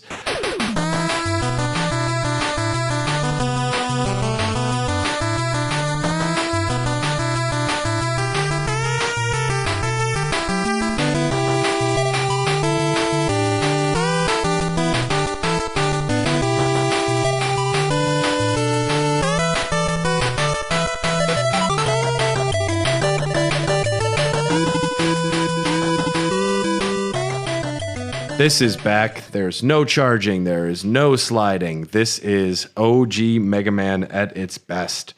And Truly catering. It's glorious. It's good, but it's also, I'm kind of just like, you could have tried something a little different. I don't know. I love that it's just the old style. You do? Playing them again, I was so excited to go into 9 and then 10 because I had really I finally got the stride. I'm ready to go through a stage. I know how to pace myself. I'm never going to jump over anything without checking if a guy shoots up across every little fucking opening. And I don't know. I was really hitting my stride with 9 and 10, which we'll just throw those in together too. Yeah, they're extremely similar. One of them, 10 is cool because they brought the composers back from every one of the original games to do a level or two each. Oh, that's so they sweet. all sound like the original Mega Man games, which is kind of fun. That's why I liked, what was it, Home Run Man? Strike Man. Strike Man, thank you. Oh my gosh, that was one of my favorite stages. That's a good level. It's a baseball stadium. Yeah. There's guys just throwing footballs at you. You have to go up to a basketball hoop with the platform risers. Mm-hmm. That stage was amazing. The soccer goal mid-boss sucks terribly. I hate him. I don't recall that much, but I remember liking that stage. Yeah. I definitely don't remember that one. Yeah. So one thing I think that Mega Man missed throughout the progression of the everything is what they could do with bosses. So there was Blockman. You're talking about from Mega Man 11? I think so. Because Blockman, yeah. So Blockman's Mega Man 11, mix it up a little bit, but I think they could do so much more with the bosses, with more like what you were saying with Castman, having just more verticality to the levels or something. Even since throughout Mega Man, they've reused enemies and concepts and all this other stuff. Weapons. I feel like the bosses You can trade certain laser style projectile characters in the early games. You can. There's always a basically put them shield. together. There's Yeah. always a shield guy. Yeah, I think the bosses could Woodman. have so much differential dynamic to them besides what is just jump and shoot. Like Jump and Shoot Man, which we discussed earlier, platforms are always important, the dynamic of the level, even going from the early ones of Flash Man, where he's considered probably the easiest boss ever. But his level had a lot of variance in elevation to it. You have so much to do with it, to the point where you compare it to Bubble Man, where it's underwater and you have spikes with the jumping and the timing of the jump. There's just That's so brutal. much that hasn't been interpreted. The difference between a tap and a press is the only thing that keeps you from death. Yeah, and it's so much skill. I think it's been missed a lot in the later levels of the game that can just be exploited and made excessively important and things along those lines, which to the simplicity of the game really underlies to the point where you can do so much more with the same things that are relevant. Yeah. I would love to see that. I would play the shit out of it.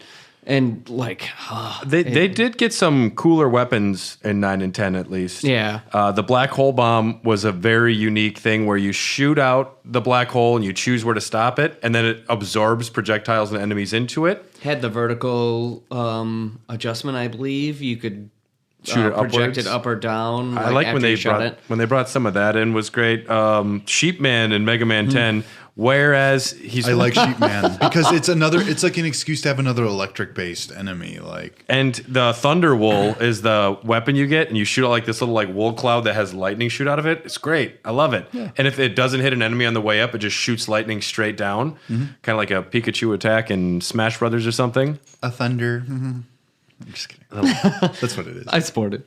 Yeah, should be lightning. I'm a Pokemon boy. It should be, shouldn't it? 150, the original 150. I don't know if it were drawing lines here in the sand, but the original 150. There's a lot of Pokemon. We've had an episode on it. You should listen. That was the very will first be another one. Yeah, there will be another one. There will be Mark another my one. words, because they keep releasing these fucking games, and I'm a sucker for every single goddamn one. Mega Man. I love them, but I just Mega Man 9 and 10 also had DLC for the first time. New stages, new playable characters. We don't really need to mention... Well, we'll talk about it. We got Mighty Number 9. Keiji Inafune had left after 10. He did much of the planning and producing for the series. He said, the reason why I'm quitting is basically because I think the games industry itself must change the way it goes about making games. On August 31st, 2013, he launched a Kickstarter for a spiritual successor to Mega Man called Mighty Number 9. So to me, by going Mighty Number 9, he wants to continue the series after Mega Man 8. Because number 9 makes me think it's a continuation after 8. it's because there are usually 8 robot masters, and this would have been like the ninth? The ninth one. And the other ones got corrupted, but he was the newest model, so he didn't. That's what it is? Yeah, okay. yeah. Did you probably played Mighty Number 9 at least? I played it. They had it for free on like a PlayStation download. Did either of you play it? It's bad. I didn't go Mighty through the Number first 9. level. I got it for free. I know that, but It was not well received. it's really bad. Yeah. And that was a tremendous failure. And then in 2018, on October 2nd, for the PlayStation 4, Nintendo Switch, and Xbox One, the glorious Mega Man 11 Gears Which is of Fate. in my top 3. Mega Man 11's fantastic. Really That great game. Fucking rules. The I gear think it's system, universally loved. Yeah, Having the gear system is so good. having Arc Oil and R-Jet to use. mapped onto buttons rather than having to pull them up at all. The gear system, where you can hit one button that will slow time down, the other one will give you like extra power, and then you can eventually, if you're low in health, activate the double gear system, which is very controversial, and that's why Dr. Wily was laughed out of college. fool. We'll talk about that next time. You'll never be a successful robot man. Robot Man. Double gears that I developed in college that I Surprised didn't nobody use thought of for that. 20 years. This is the first time Mega Man actually has his outfit, like his costume will change with the weapon changes too, which looks great. I think that's a great addition. Yeah. They illustrate it in the early ones, but And this is the first Mega Man game since Mega Man 2 to not feature Proto Man.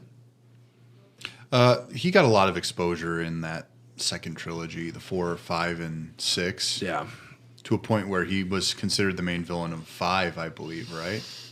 It wasn't him. It was actually Dark Man, I believe is who it was, pretending to be Proto Man. I mean, Proto Man by this stage is probably more of a pal. And I mean, it's a brother, right? He's a brother. Technically, I guess, if your creator makes you, I don't know. depends yeah, on there's how it some Hard to say with ethical robots. discussions to have about robots. Oh, there. we'll talk. But Proto Man's whole thing is like he was given free will, but a faulty heart. And he thought when he was Quotes. going to get the repair that would actually like repair his power supply, that it was going to be taking away his free will, which is why he left. Yeah, which is why. And then he broke down, and then Wily found him, and that's why he's a bad guy. Is that? I think If that's the Wily- generic. I think you're on the money. I'm doing more research for next week. It's true. If Wily hadn't found Proto Man, the world might have been a much better place. But then again, we never. But would it have might had have been a Mega much Man. worse place because Proto Man helps Mega Man in a good amount of spots. We must find Proto Man, Mega Man. We must find Proto Man. He's with Dr. Wily. It's very weird that Wily. these guys create like living, but by all accounts, creatures, And then it's just like, man, we're going to have to kill 8 more of these things. I mean, you guys are going to go into the lore more in the next weeks. And, like, I believe in the later series, it becomes more substantial about, like, free will and robots. Well, even in, I think, Mega Man 9 or 10, he's talking to them about, like, Wily's just, Dr. Light's just using you. You should have free will. And he tricks them, which is actually also... These robots, okay. It's a lot. It's a lot. There's an It's ethical weird that you discussion. program your robots to be stupid at the same time as giving them free will. I'll make you a popsicle. I'll make you into a popsicle, I It's swear. 2020, and we're talking about free will and stupidity. It's 2021. Yeah, I'm really sorry to My break it to you. Oh, if you're still living last year, wait till January 6th. Shit gets crazy. I'm still living in 2020 because I choose to live in 2020. Best year ever. Here's some quick numbers for you. Mega Man 1994 series had 2 seasons and 27 episodes. Mega Man NT Warrior, based on Battle Network, had 56 episodes. Mega Man Star I Force watched every episode of that. Mega Man Star Force had 55 episodes, and Mega Man Fully Charged had 52 episodes. There are 10 billion comics. I rounded up, but there are a lot of them. The comics are not bad. They used to be from Archie Comics as a brand. And there's a team up with Sonic the Hedgehog at some point. They're considered the same universe. We'll get into it. And over 130 titles in the Mega Man video game series. Too much. Sorry, did you say That's 100? incredible. 130 titles in the entire Mega Man series. Fuck. Yeah, dog. Some canceled games. There are 2 that would just want to mention. One is Mega Man Universe, which would have been similar to Little Big Planet with user-created content. That would have been sick. Ultimately, they released like a beta online, and it wasn't happening. And I think this might have been around when Keiji Inafune left, and Mega Man just wasn't cool for a little while. A Mega Man Maker would be a real hit. And yeah, Bosses and everything. That'd be amazing. Levels. Where you can like tweak how the bosses work and their like jumping patterns and yeah, a Mega Man Maker. That's what you just call it, right? Yeah.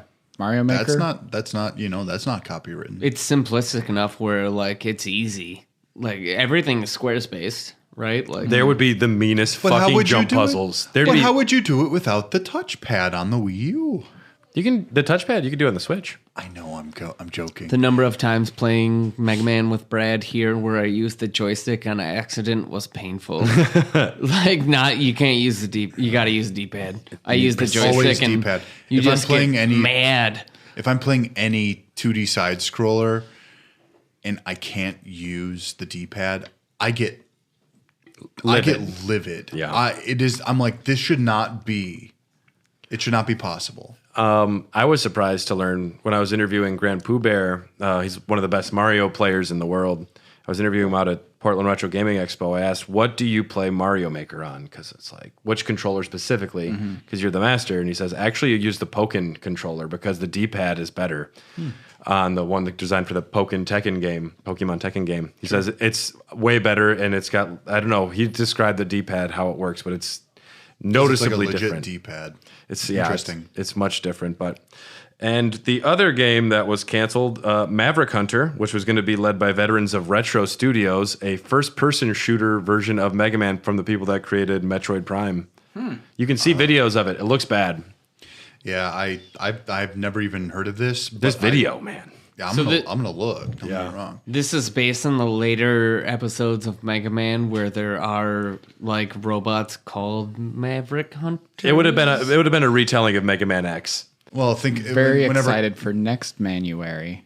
Yes. Or Mega Manuary. When we talk about Dude, X is gonna be so sick. X, because it is some bonkers ass shit from what I've just on my Switch have seen. It's one of those things where you can watch Mega Man's 1 through 11. You can watch a series evolve. It peaks early, but it's still fun and playable most of the time. Mega Man X, you can just see something that's perfect slowly become less and less perfect over time.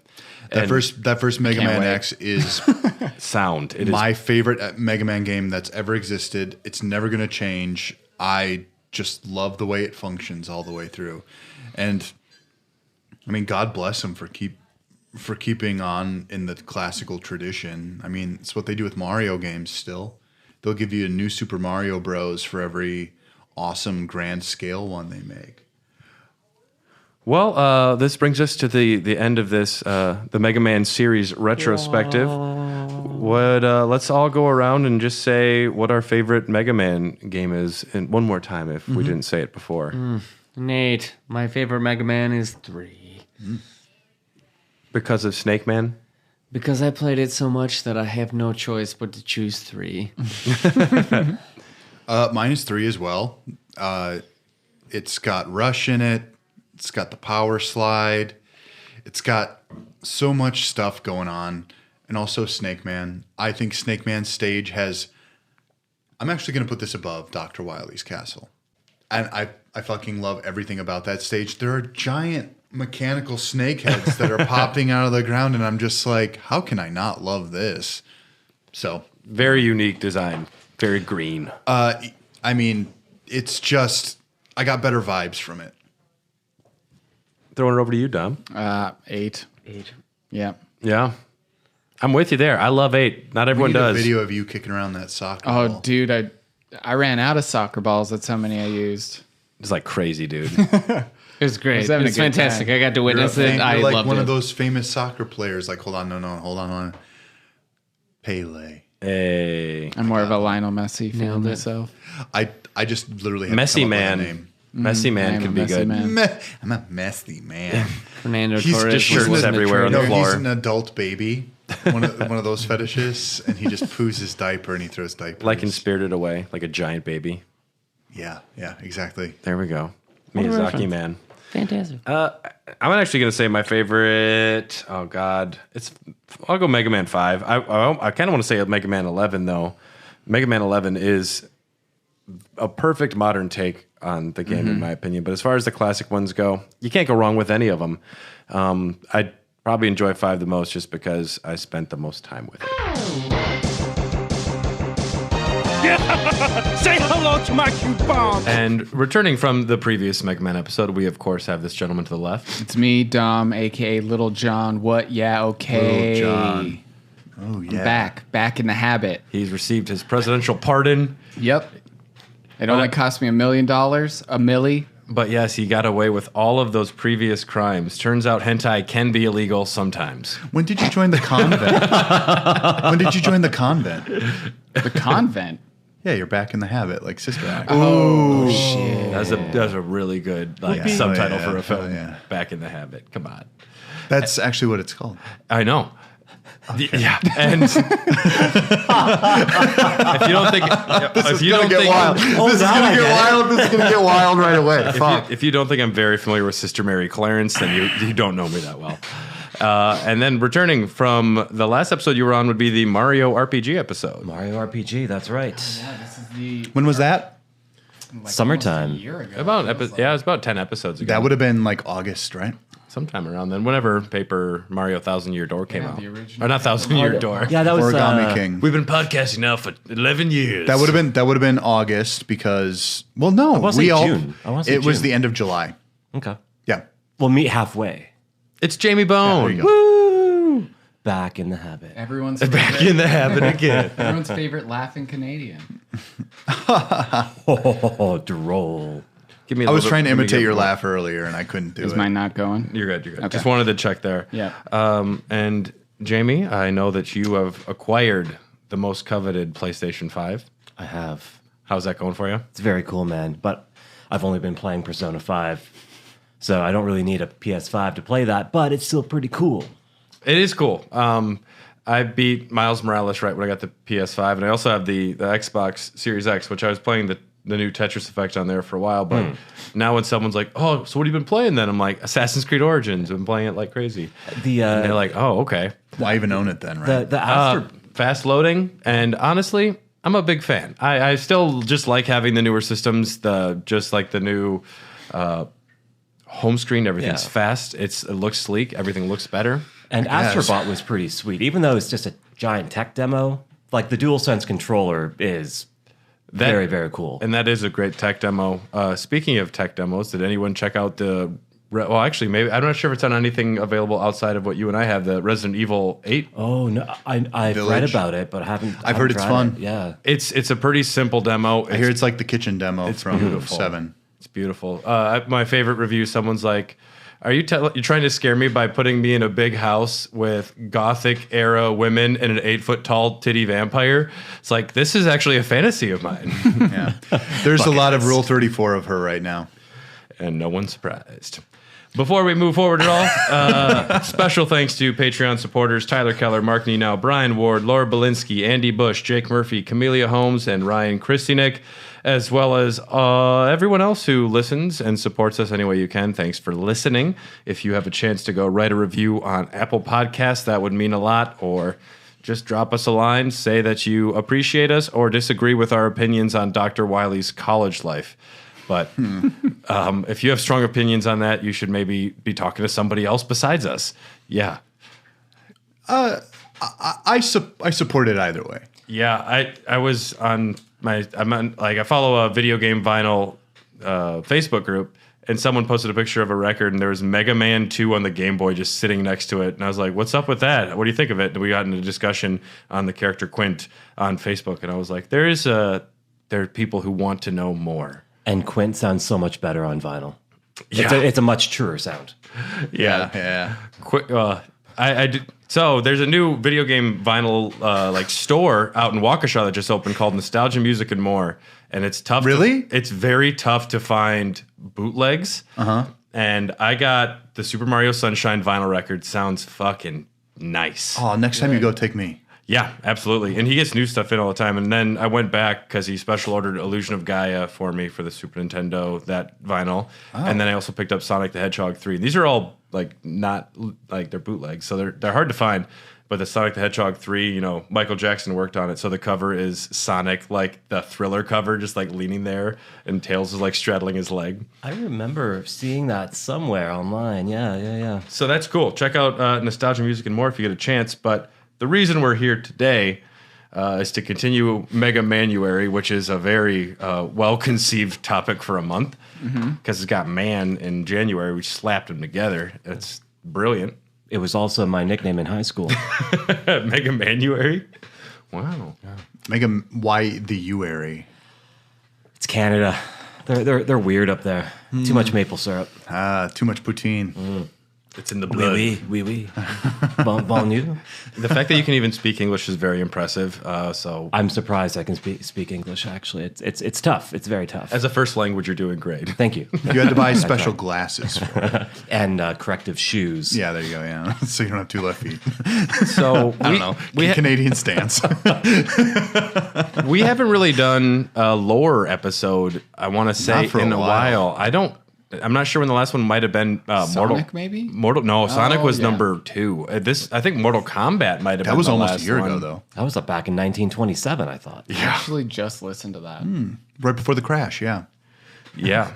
I do recall. No, I think the rough times. I think the last one we did was Mortal Kombat. So until the New Deal. We like to call them lore bukkake, but essentially, it's us going way more in depth than is maybe warranted or necessary, because some video games have a long, drawn-out universe with characters and motivations and side stories and timelines that don't make a lot of sense, and this is where we kind of just try and make sense of it, or at least discuss how stupid it is. So I actually got the term from Chris Antista from Video Game Apocalypse, and it is that feeling like, I don't know, I never played The Witcher 1 and 2, and then when I started playing 3, it just felt super overwhelming. There were so many things to learn. Like, yeah, I get what elves are and shit, but it just felt like it was all forced on you at one time, and you're just like, do I have the patience for this? I say that to myself constantly. Well, we're here to help out. Yeah. We're going to Mega Man all over your face. Luckily, Mega Man is extremely straightforward, and it literally just breaks down to like basically a shonen battle manga in the form of a video game. That's it. Yeah, it's surprisingly straightforward. There are some oddity moments where some strange things happen. So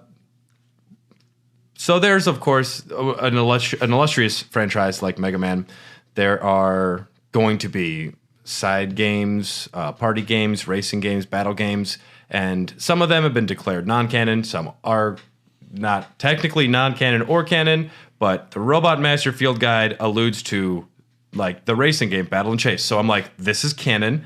And then I went on some websites, and they've never specifically said what year things begin.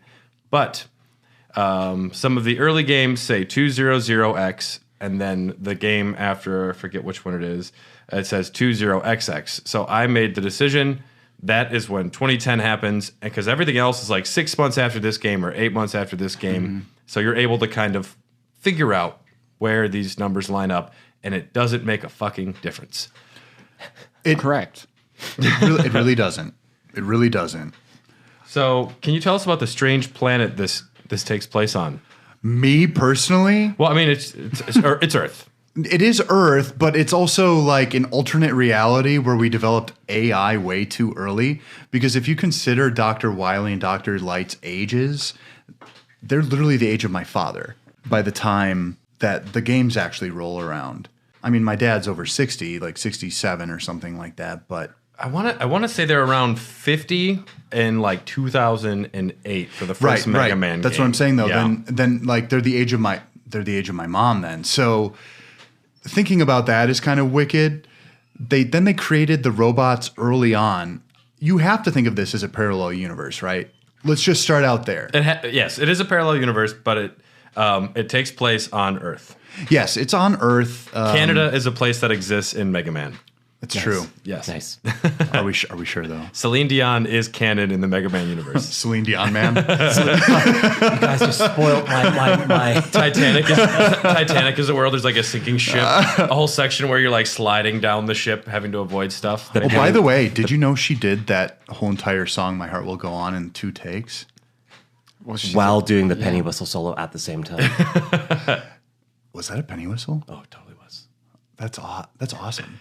Yeah, she played that with her nose while she was singing out of her mouth. It was very impressive how. Yeah, It's like Kenny G type skill there.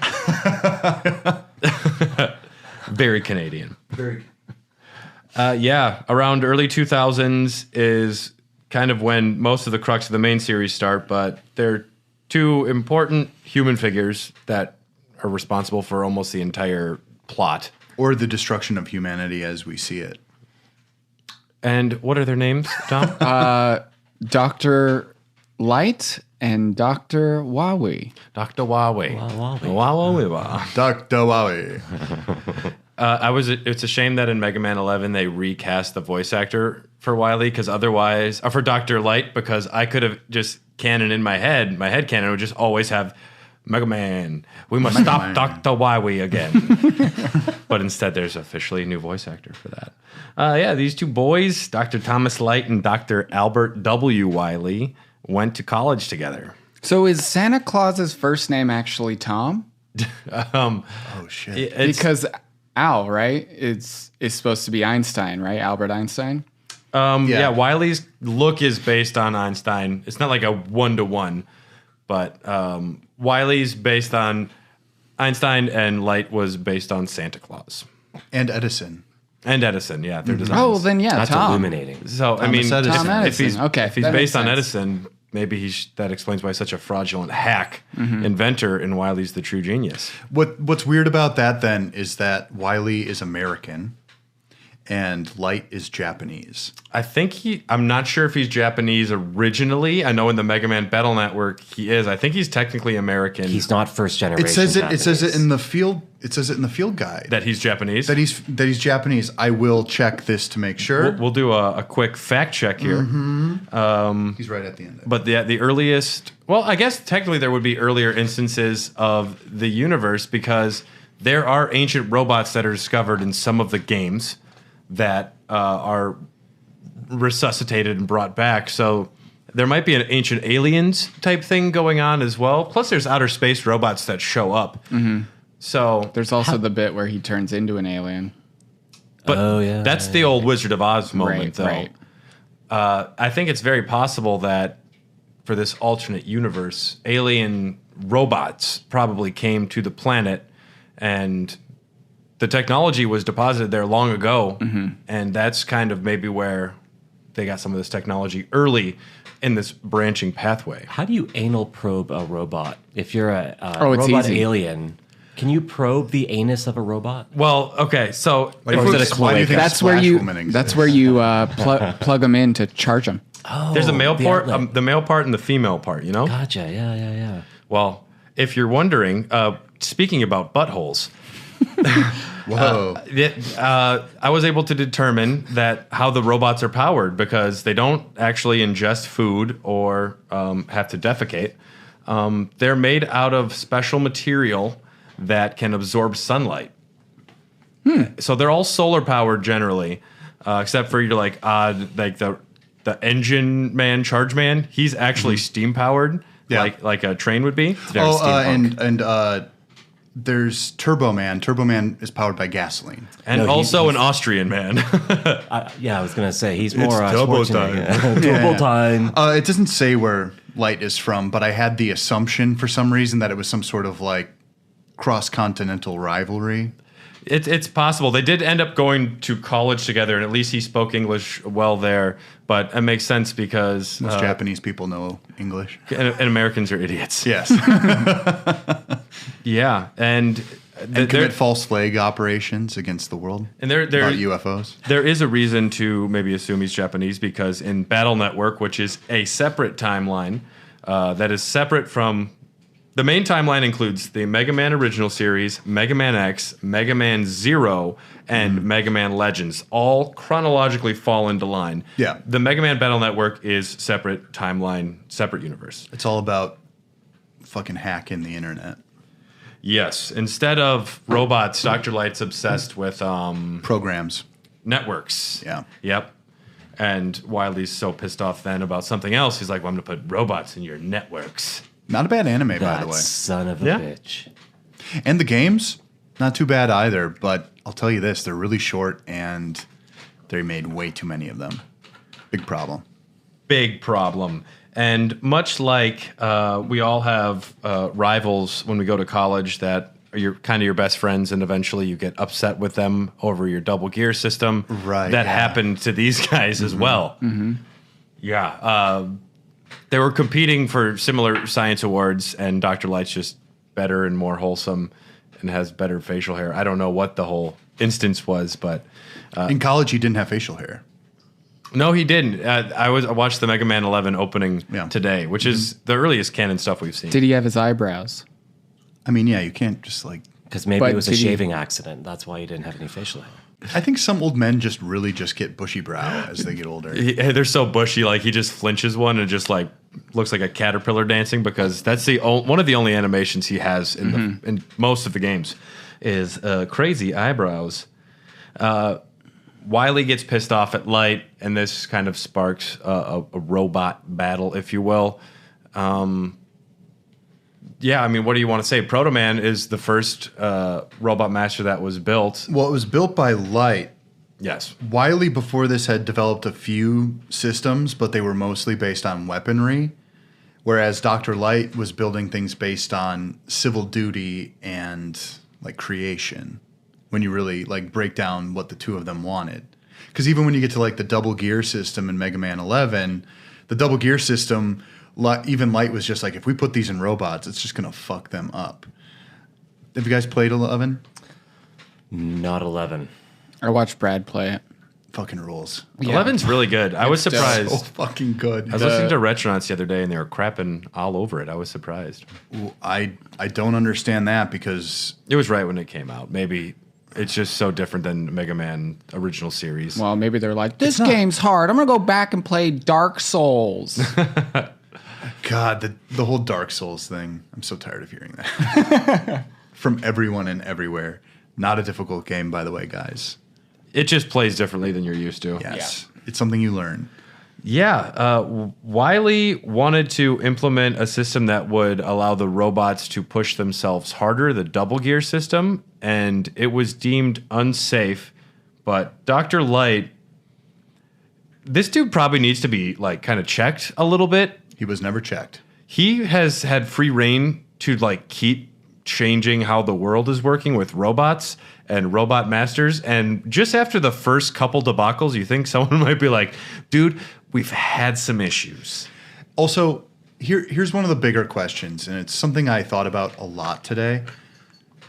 If you're going to build machines to do specific tasks, why do they need AI to do it? And why do they need individual personalities? Yes. Why give it's? I mean, if Frankenstein hadn't created the monster and given him life, he wouldn't have had an existential crisis. What if you could remote control Frankenstein? There would be none of these problems.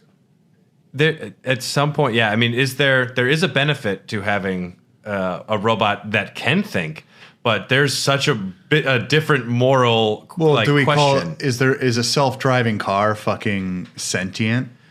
But I could also see the point. So Mega Man, he was created to just be a household assistant robot. Yeah, no, he helped around the. He was a lab assistant, and role was Dr. Light, the housekeeper. Because she's a girl. Dr. Light would suffer from cancel culture today. And I made a girl robot to do chores. Let's face it, Dr. Light built sex robots before those two. You know it. Yeah. Oh yeah, but now he's impotent, so it doesn't matter. I'm sure he can build a prosthetic AI-infused. Snake Man was him misplacing his male frustration. How dare you say that about Snake Man, my favorite robot master? Well, no, that's like how raging hard he wanted to be was Snake Man. Oh, yeah. Yeah. That's Snake like, and penis, Snake Man is yeah. like a giant truck, you know? Okay. Yeah. No, yeah. I think it's interesting. I was able to find Dr. Light's journal online, which is officially released. Oh, get the at some fuck out of point. here. And that's where I got a lot of these individual day things. So he is making these robot I hate masters. this part. This is official from where? One of the like Ultimania books or one of the books they released overseas. There's also Capcom websites where Dr. Light answers questions about other Capcom games, and it's canonically Dr. Light. Capcom games do exist in Mega Man. That's why when the Hadouken is introduced in Mega Man X, it's because he's playing Street Fighter. He plays video games with Roll on August 16th, 2008. By the way, they took out the audio clip of Hadouken in the Mega Man X Legacy Collection. That makes me mad. Yeah. He tells Roll he wants to master the Hadouken and Shoryuken someday. Yeah. So it's video games. This guy created AI. And there's also a spot, I forget where I read it. Dr. Wily prefers to play 8-bit games. He thinks they're he thinks they're better and more difficult. He prefers like the original Famicom. I mean, which, I mean, honestly, if your video games are still just like regular Street Fighter when you already have robot masters running around, like you could probably make some different kind of video games. Listen, I'm not a tough guy. The technology hasn't caught up yet. No. Yeah. I just want to keep playing 8-bit games. They were too busy making a robot that could cut trees with its head to like try and do anything else. That's true. What's the most effective way to make a deforestation robot? Just put a giant scissors on his head. Yeah, give him a humanoid form so he can jump around and use his hands, but who gives a shit? But don't run. You'll fall and stab yourself. Oh my gosh. Safety first robots. Just gets his head stuck in I something. gotta say it. These guys sound like fucking cucks, right?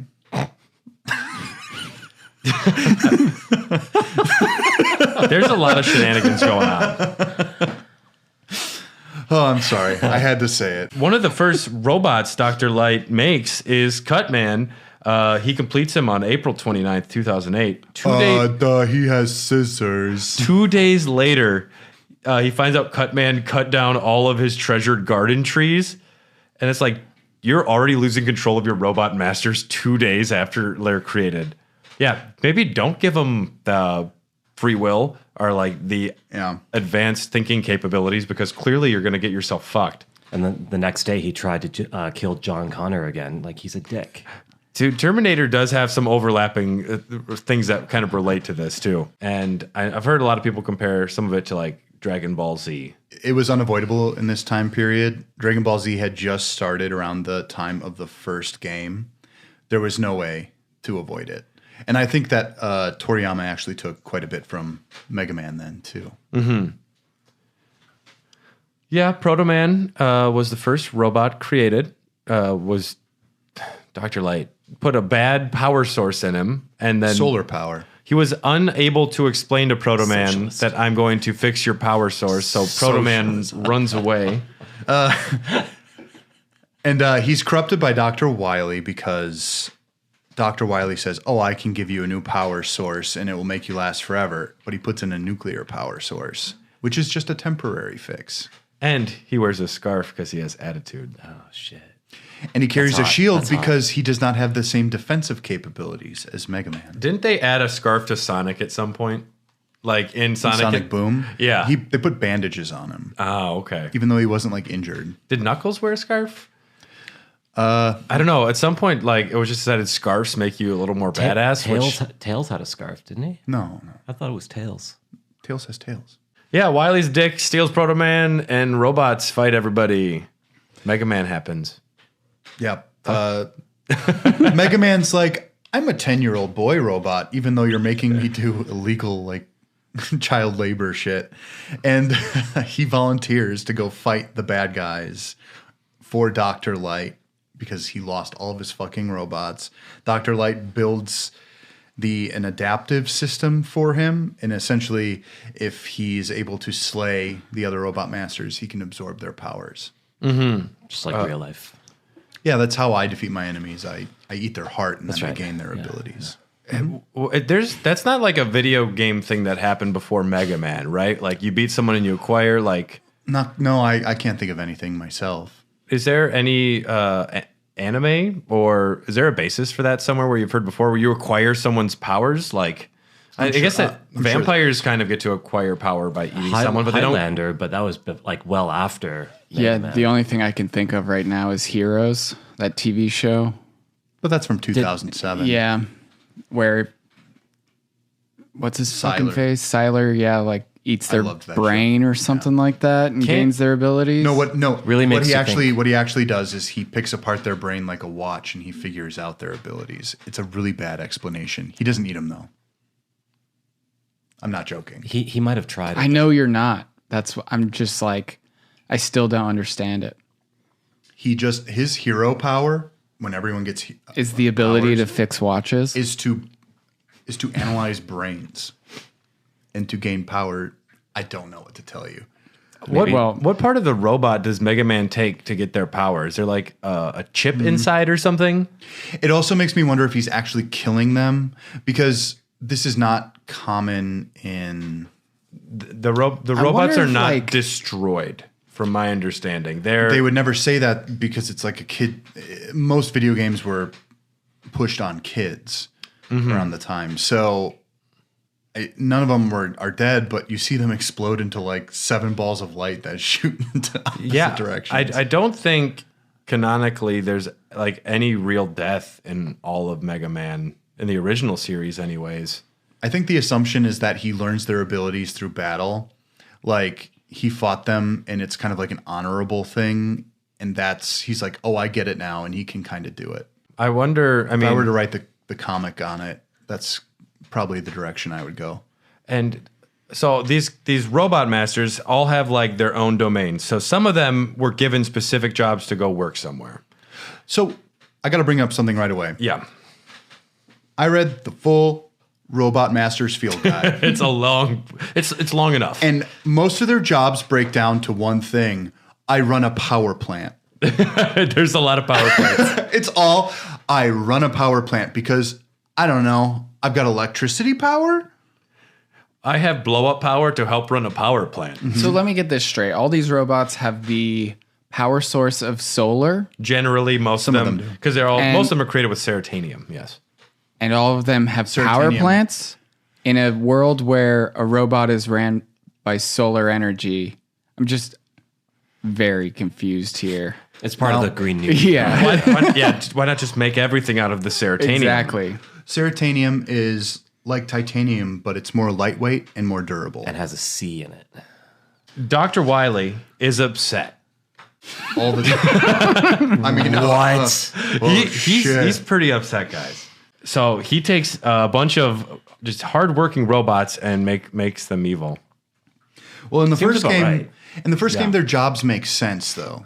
Well, Iceman is a cute little ice climbers looking guy who has a parka, and he just works in Antarctica. Doesn't he shoot out like razor blade icicles? Yeah, he does, yeah. Yeah. What do you need that for? What are you helping out with that? Kill polar bears. And penguins.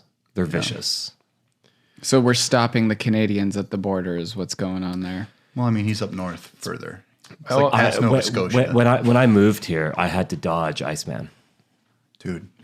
Well, he was built for exploration. And I can understand that as kind of a thing. Like, Yeah. if you don't want humans to die in these type of temperatures, then yeah, send a robot to do it. Then we have what? Cutman. That's for deforestation. Yep. Sounds more like an emo. Yeah. I hate my parents. Too soon. Evanescence, man.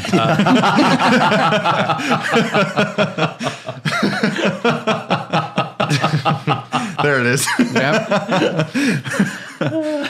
Then we had Gutsman, which was used for construction because you can just lift heavy shit. Yep. We had Elecman, obviously. Managed electrical output of a nuclear power plant. Yeah. Again. Like, we got like a Fukushima thing about to happen because... They must need a lot of power on this planet. Oh, clearly. Because when you see some of the cities in some of the games, like literally everything is made out of robots. Well, technology... There's something that happens in these games where technology happened way too quickly. And if all of your robots work on solar power, why doesn't your entire civilization work on solar power? That's what I'm saying. Well, because have you ever man. seen the Animatrix? That's how they Yes. stop the robots the first time. They block out the sun. Nuke the sun. Well, I mean, nuking the sun. They didn't nuke the Well, sun they in the nuke Matrix. the sky. They nuke the sky. They like essentially make clouds, Yeah. an artificial storm. They make artificial... they make clouds. It's so dumb. Well, they got solar power. Well, let's block it out. Fucking idiots. There are ways to How survive. are we going to make food? Fireman's for waste disposal, but essentially, I think this comes down to like a Wall-E type situation. Like, humans are just so fucking lazy. Like, we're not doing any jobs anymore. Dr. Light, you're responsible for populating the entire fucking workforce. Do you think people get UBI, What's UBI? Universal Basic Income, in this world? Dude, I don't know how the money system works there. There are still amusement parks. There are still magazines. There's soccer games. Sounds like socialism, man. There are soccer fuck that games. shit. Gotta buy tickets to the soccer There's games. TV shows. I know one of the Robot Masters does pyrotechnics for films, so there's still filmmaking. Oh, which one was that again? Blast Man in Mega Man 11, the guy who's got like the cool, crazy-looking hair. Oh, yeah, because it takes place in like a forest. Or no. You're thinking of I'm Flame thinking Man? of Torchman. Torchman? Sorry, yeah. Common mistake. Yeah, the Mega Man. I literally, like, there's always a fire guy. So it's really hard to... It's Blast Man. He is Thank you, a yeah. self-proclaimed explosion artist. He designs pyrotechnics, and he writes a column for his favorite pyrotechnic publication, Boom Monthly. I like Man, this they were able to quote. fill a whole magazine with thoughts about explosions. Every month. Explosion is art. That's a great tagline. That's actually kind of cool. I mean, fireworks in its First own of all, way. they call him Blast Man. Why not call him Firework Man? That's something that hasn't even been used yet. You can have like a chiptune version of Adele. Katy Perry. Whatever. How dare you? Fucking nerd. Dare you? Man, I'm so stupid. Dude, that's my pump up song. I wake up to that every day and I just dance around in my little skivvies, you know. California Girls. Yeah, that too. Well, and there's karaoke in this universe. That's one of the things Yeah, I read. It's true. Yeah. That's Yeah, so everyone must surprise. be getting some form of social security. And very, that's why I assume Light's Japanese and that most of this takes place in Japan. and so it's a lot of the music that we listen to, I think, also is technically canon because there's a whole Mega Man X game where the Robot Masters are named after Guns N' Roses. So Guns N' Roses it's must X7, yeah. they must still exist as well. Can you imagine No, Axl Rose I that think old? that's just being cheeky. And I think No, actually it's cheeky, but there could be an in-universe explanation for those names. But then you really have to wonder what happened to all the music, like the bands. They're still out there, man. I like to imagine they're just like where are the humans? Is a good question. Also, because- couldn't Light just make Music Man? And like Music Man just makes better music than every other human. And also, Dr. Light probably just makes like a really boring job functioning robot, and Wily tries to make him evil, but it's just like, now I'm an evil tax guy, there's tax no man. there are no sing the sound Bee Gees based. now. What's that? Sorry, there are no sound based robot masters. I don't believe so. No.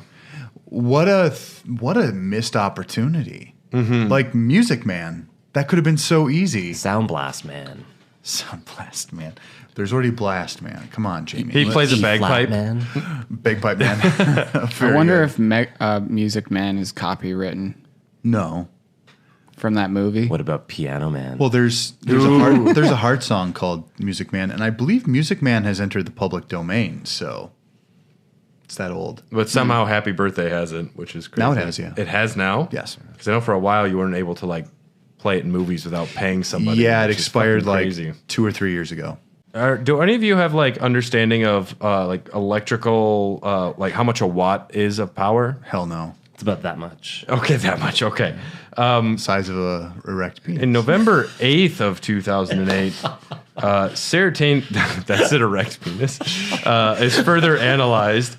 It is wintertime. It has the potential to harness solar energy that would surpass 1,118,550 watts. Okay, yeah, that's a lot. That's a lot. Yeah. Yeah, because I imagine that's quite a bit. What? Like to Hey, and that was the joke of the day brought to you by Monster Energy. So one of the cold Just do it. One of the cold themed robot masters, they actually say that they can produce a blast of ice that is negative 200 degrees Celsius. Yeah. Whereas absolute zero is negative 288 degrees. 273. You've got, okay. It's around there. It's like the fun thing of Pokemon that breaks the laws of physics. It's fun to the extremes that some of these things can allegedly do. Well, I just want to eat a Pidgey. I want to say that this heater right here probably gives out 750 watts max. Makes sense. So Sertanium would be about... if it's giving out millions, that's quite a bit. So it's like 10 of those, if my math is correct. At least. Yes, I'm very smart. And, so I'm the only one here without glasses, by the way. Yeah. So there is an economy that we're not seeing. Somehow these people do have an income.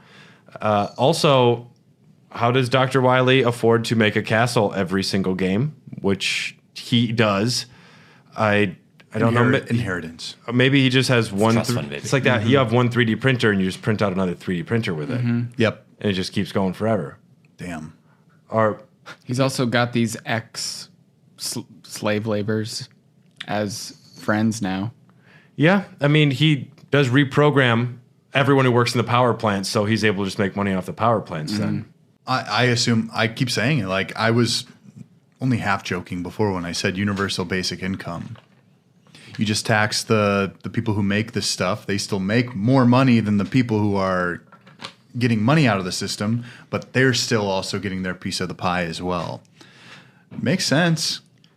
Yeah, so I mean, that's the future of our society. Like when everything's automated, they're going to have to just start paying people to exist. do you think we should have something akin to Robot Masters in our world? Yeah, I'll be the first one. They'll make me into Mega Man. Welcome to the Joe Rogan. I'm the perfect Welcome to the specimen. Joe Rogan experience. Oh, can I be Alex Jones? Sure. I love that interview. Dr. Wily was right. They're making all the Toadmen gay.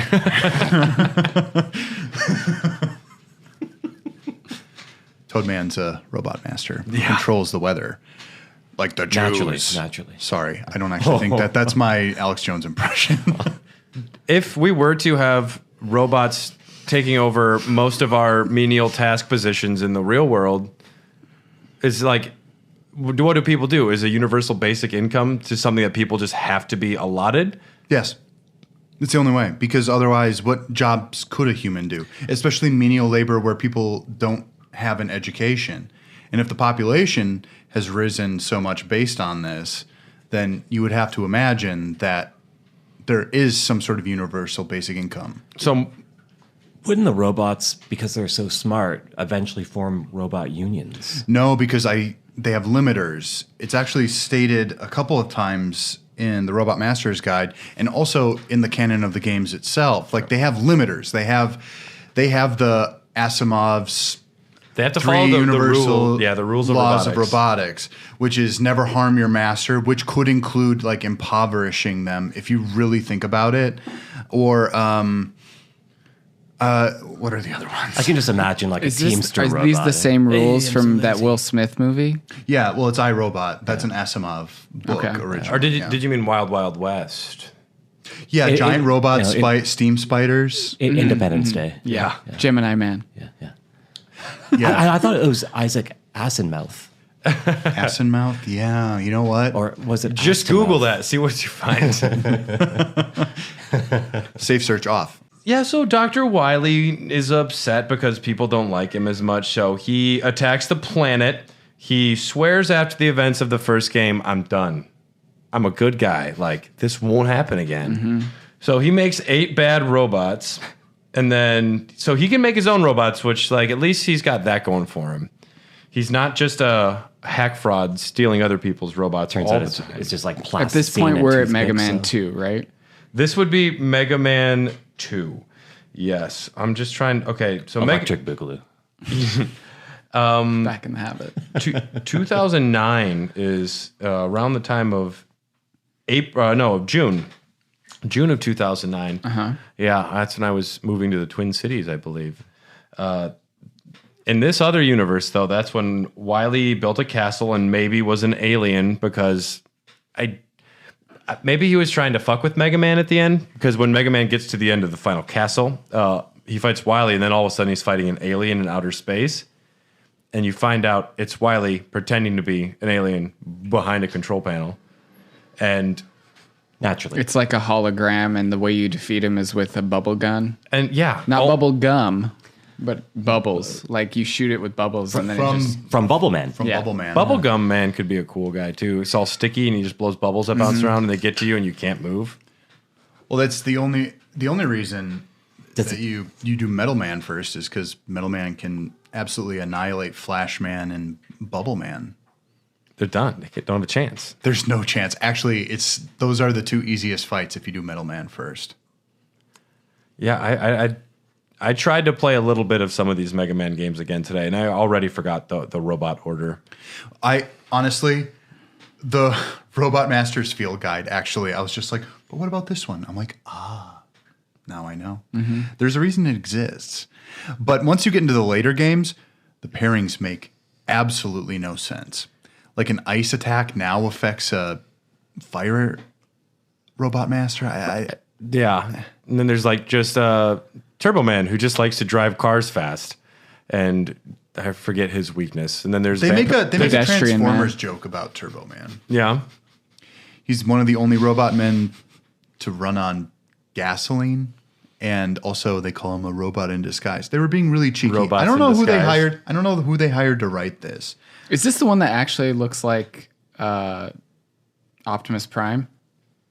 Maybe a little. You can look him up. I think I might have bookmarked Turbo him. Man? Yeah. So, but then Wily does it again, and Dr. Light forgives him. Now, we all have that friend who kind of overdoes things sometimes, and you forgive him. Fool me once, shame on you. Fool me 10 times, I don't know if I'd trust you again. At what point does the Batman decide that the Joker needs to be executed? When does Mega Man decide it's time to kill this motherfucker?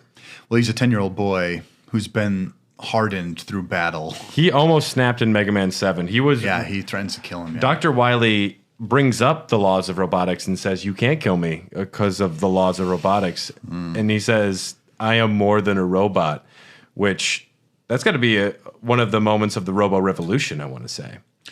Well, like if Neo or Morpheus is there, they'd be like, I don't know about this, guys.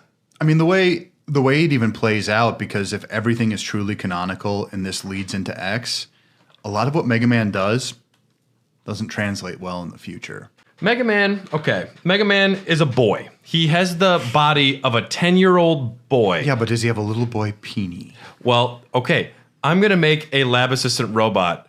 I'm not a pedophile. I'm going to make a 10-year-old boy. It's like, I don't know. It seems a little odd to me. Maybe Dr. Light was infertile. Maybe he couldn't like have babies. That's why he wanted to have his own children. I'm pretty sure. Yeah, but you don't think that guy gets like tail constantly? If you're the one who invented AI, he makes his own tail. Yeah. He can do anything he wants. Talk about Splash Woman, am I right? Hey, she's got a tail, and she's wet. Oh fuck! Mega Man, why are you coming to my room? You gotta knock first. You saw the sock on the door. I don't like vaginas. I like cloacas. Waka waka. Fuck off! No. After Mega Man 2, Dr. Wily he says he's not going to do it again. He's reformed. So yeah. And after everything that's happened so far, Dr. Light and Dr. Wily decide it would be a good idea to create a giant peacekeeping robot named Gamma. Mm-hmm. So this would be Ultron, is kind of my understanding of the MCU. Like that was the cinematic universe. Yeah, that was Stark's idea of what Ultron would be something that could protect us from everything else. Yeah, Stark just didn't have the cloaca in Ultron. Mm-hmm. Waka waka. Though I guess Vision technically does get a dick about that. But they think it's a good idea to create a giant peacekeeping robot, a giant robot that can just destroy everyone. So it's like nuclear annihilation. It is mutually assured destruction, almost like no one can do anything because Gamma will fuck you up. Which seems on the surface a pretty bad idea. If Cutman will cut your trees down in 2 days to try and devise some sort of a bigger thing. But surely enough, Wily has gone bad. Somehow this happened again, and he makes Gamma evil. I wonder how that happened. This is almost like a Death Star scenario where somebody put in the fact that Gamma could be destroyed by one little top spinny move. Mm-hmm. Now this is where I get into this idea that we're not actually living in like a self-governance. We're living in a technocracy. It has to be that. Describe a technocracy. Technocracy is usually a society run by the technology that it created. So the robots technically Dr. Light is the world leader. And I don't think robots really received any rights until the X series. That would explain why he's not having any. There's no checks and balances. Yeah, well, they never talk about government, right? But he's not getting his wrist slapped at all because. Quick, Mega Man, you gotta save the Prime Minister. Right, but like if he's howdy. If he's the world leader, then that would explain why nobody's like, why the fuck do these robots keep going evil, bro? Because if no one's got a choice, then you've got two world superpowers. That would explain Wily having his like ability to run off to the next place to find a castle. Yeah, you think maybe this is a really good theory we have. Mm-hmm.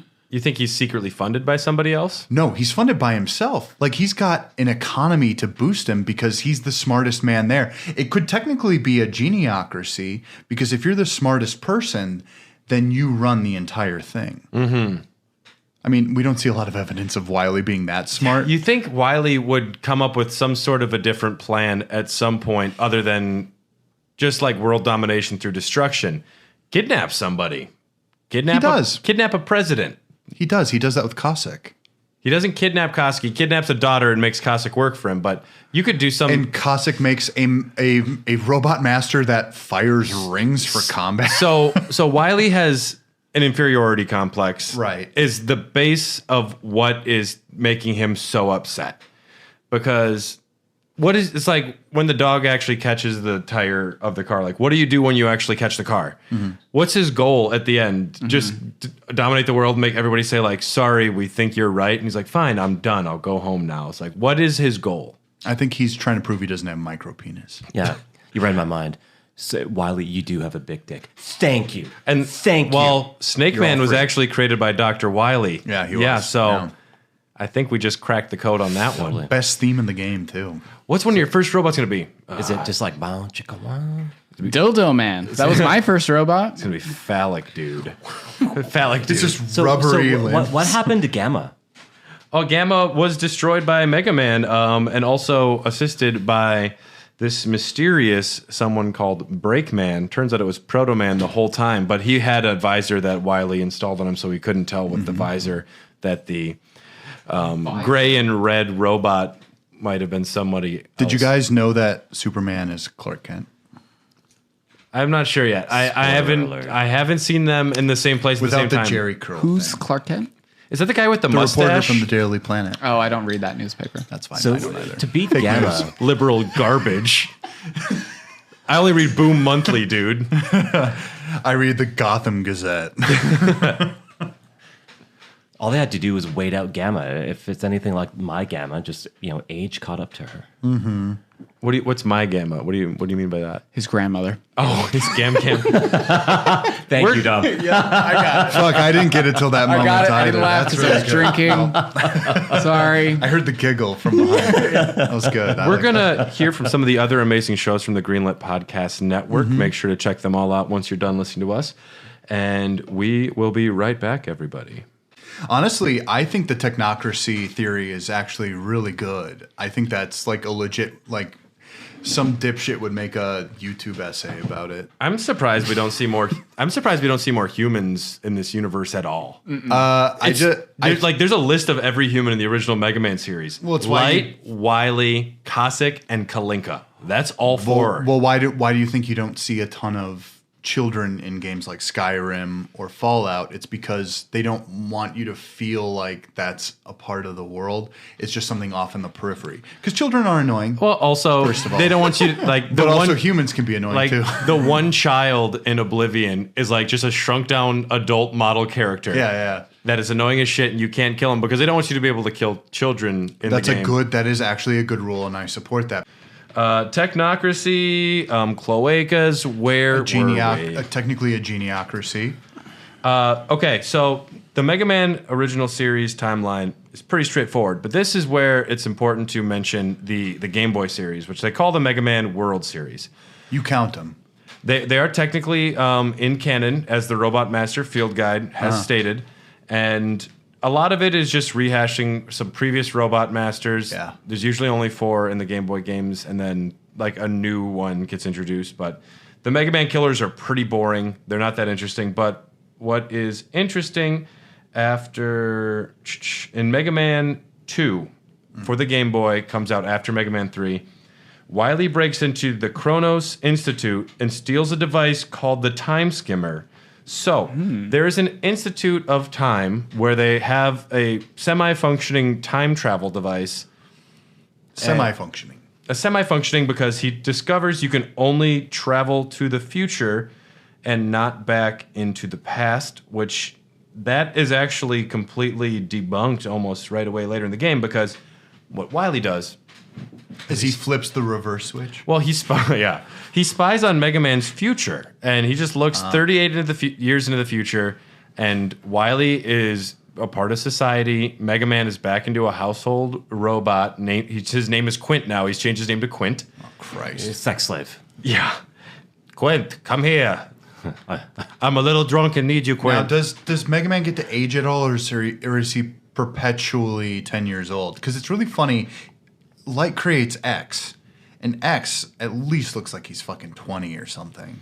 Yeah, and they don't talk about what happens after the original series timeline. There is a fuzzy area from, let me see, 2048 is when Wily kidnaps Quint. He takes Quint, and Quint is able to come back in time to fight in the Game Boy game. So he takes future Mega Man, gives him like a pile driver or something. He gives him like a little rock breaking jackhammer. A jackhammer. Yeah. And then he also creates Rockman Shadow, which becomes a bad guy in the Mega Man base games. But Quint doesn't really he kind of just disappears then. So there's this other Mega Man from the future running around with a jackhammer that might be just kind of turned bad. Yep. Not a great design. Mm-hmm. I like how the jackhammer has eyes. It has a name, too. Is it sentient as well? It is your destiny. Dun, dun, dun. Wait, no. He used, 37.426 years into the future. It's very precise. This weapon's weakness is a hard knuckle? I've heard of the moose knuckle. That's from Mega Man 3. The hard knuckle is from Hard Man. Right, but was that like a camel toe? Shouldn't that be the other way around? What do you mean? A jackhammer is designed to destroy things that are hard. Well, I call my arm the jackhammer, and that's also a hard knuckle. Ooh. Logic. So they cancel each other out then at that point. Ben Shapiro, you can't debate my facts, bro. So the Kronos Institute, they must have created a time travel device and deemed it was too dangerous, and they put it in an institute or something. In the future. Well, it's also in the past. So Or it's like in the current time. They invented time travel. Yeah.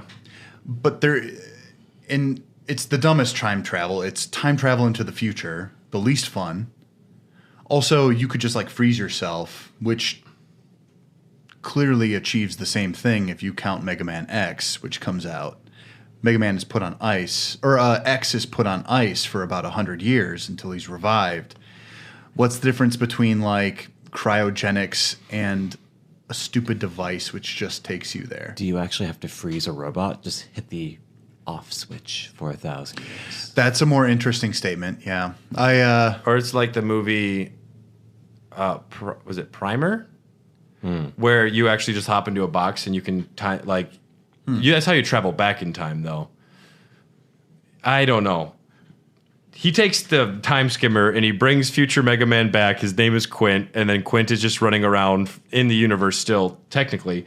And then Mega Man The Wily Wars happens after that, in which Wily builds himself a time machine. So this dude's able to create a time machine and still can't find a way to defeat Mega Man. Which he could literally go back before Mega Man was created. Yeah. It's like He could go back and it's just like making murder sure Light. Hitler's accepted Yeah. into art school. Like you can just fucking you can just make sure things go a different direction. That would be the nicest way to not let the Nazis happen. It's like, just accept Hitler into art school. He gets a resignation letter. He gets a 9 out of 10. Honestly, not a bad artist. Most controversial thing I've ever said. At some point, Dr. Light starts creating animal buddies for them, what level of intelligence? Because I'd looked into Rush. There's nothing interesting to say about him other than he is a dog that is also a jetpack, that is also a trampoline, spring, and he can also like be armor and punch through things, but he's still just a dog. Yeah, why not actually just like make a real dog that? Well, yeah, because he doesn't have any other functions. Like he was designed to just be a dog companion. Then like he was also able to help you through some stages, but he has the intelligence of a pup. I like Rush a lot. Rush has a lot of utility to him. I think he's really cool. In terms of even like the gameplay of the game, he's just fucking interesting. Like visually interesting, like an automatic like, oh, I know what a dog is. It's a companion. Like it's easy shit. Yeah, I think it'd be funnier if they just had that bullshit Sony Robo-Dog as your sidekick. The that does nothing. Oh no, there were a couple of those dogs that do the backflips, and that's it. I read an article about maybe 5 or 6 years ago where these old Japanese people owned those really nice like Sony dogs, and they no longer produced the batteries for them, and the batteries were finally dying out. Yeah. And they had to say goodbye to their robot friends. Little funerals for him. Yep. And they held like funerals for them and shit. And I'm just like, oof. Luckily, Wily never got his hands on him before. Man, when my real doll dies, I'm going to be like crying, yo. Now, in Rush, in these Robo companions, did they install a cloaca or No, just a regular butthole. just regular metallic? That's Rule 35. I don't even know what that rule is. Really depends on your preference. It's like swappable parts. Nice. Did you guys know that there was a robot cat? Treble. No, it's no. Tango. Tango. Yes, I got it. Yes. Tango was only ever in the Mega Man 5 Game Boy game. Oh. Yep, and he would come on, like, you could summon him to the stage and just, like, roll around and hurt enemies. That was Tango. It literally There he is. Oh, he's cute. It literally says he does nothing in the blurb. His tagline. Look at his quote. Meow meow. I like that it says he's not fond of Rush. Okay, meow. Oh, while we're on this page, Swordman. I really got to talk about Swordman right away. I'm going to jump to Mega Man 8 here. We're jumping to Mega Man 8 right away. Dr. Wily finds an ancient sword. Yeah. And a sword which can produce flame as if from nowhere. Not even like through chemical reactions. and he decides, I'm going to strap this to a robot, and that robot's going to fight for me. I'm not going to figure out how you can just generate flames from out of nowhere. I'm going to make sure that it can kill my enemies. Yep. Just create a robot to wield it rather than understand it. It can't be put out by water balloons. So I'm Aquaman. They didn't- but you can call me handsome guy. they obviously didn't have water balloons in ancient times. So take Unless they made that. them out of cow stomachs. Fatal Or flaw. lambskin. Dude. Foreskin? That too. Well, I think Ding, ding. Now entering the bone zone. okay. Mind the gap. So Wiley then blackmails a Russian scientist who does make robot masters. He's the only other person making robot masters, but it was for kidnapping reasons. Can we assume Vladimir Putin exists in this universe? Yes, his name is Vladimir Because that would have been Putin. Yeah, Vladimir Putin. He's secretly he's Canadian. Delicious. Yum yum. I love cheese curds. And then we have Mega him Man. up. We have Mega Man 5 where Proto Man is being blackmailed. Yep. Mega Man 6 though is when Dr. Wily decides to have Decides to adopt a persona. okay, just a sec. Let me pull this up because I want to make sure to get this right. The Have you ever played 6? The events of Mega Man 6. The first annual robot tournament is held where robot masters from all over the world compete to see who's the greatest. The head of the tournament definitely isn't Dr. Wily. It's Dr. X. Mr. X. Dr. X. Dr. X. Mr. X? Yeah, he got a Mr. X. He got Professor. A postgrad It's degree. Professor X. Yeah, it's Dr. Joe Patrick Biden. Stewart. I'm pretty sure. Yeah, Mr. X was actually... It is Mr. X, you're right. Thank you. Mr. X was actually Wily, caught and sentenced to prison. This is the first time Wily is locked up after a crime has been committed. It was just for a unpaid parking ticket. Yeah, it was unrelated. It was crazy that they got him for that of all things. It's just like over an ounce of weed. broken taillight. And dude, that's decriminalized now. Shit. Cop man found him. Wiley has the forethought to hide robots in that only activate while he's in jail that break him out. Sorry, we all have to appreciate. We're going to take a picture of this for the I'm podcast. closer than you think. Fake Man is a cute robot with a gun arm, and he has a cute little hat with a police star on it, and the shoulder even says police. I like how his gun is like a 6-shooter barrel. And his tagline, "I'm closer than you think." I mean, And the fireman clearly has been watching a lot of The Apprentice. Yeah, right. He's got the orange wig and everything. I'll fire you. Is Mega Man 7 is when Bass gets introduced, and he's kind of... It's like, if you thought Proto Man was edgy, wait till you see this guy. He's got so many blades on his head. he's got head phalanges. Yeah. And He's if you... aerodynamic. He's really deep.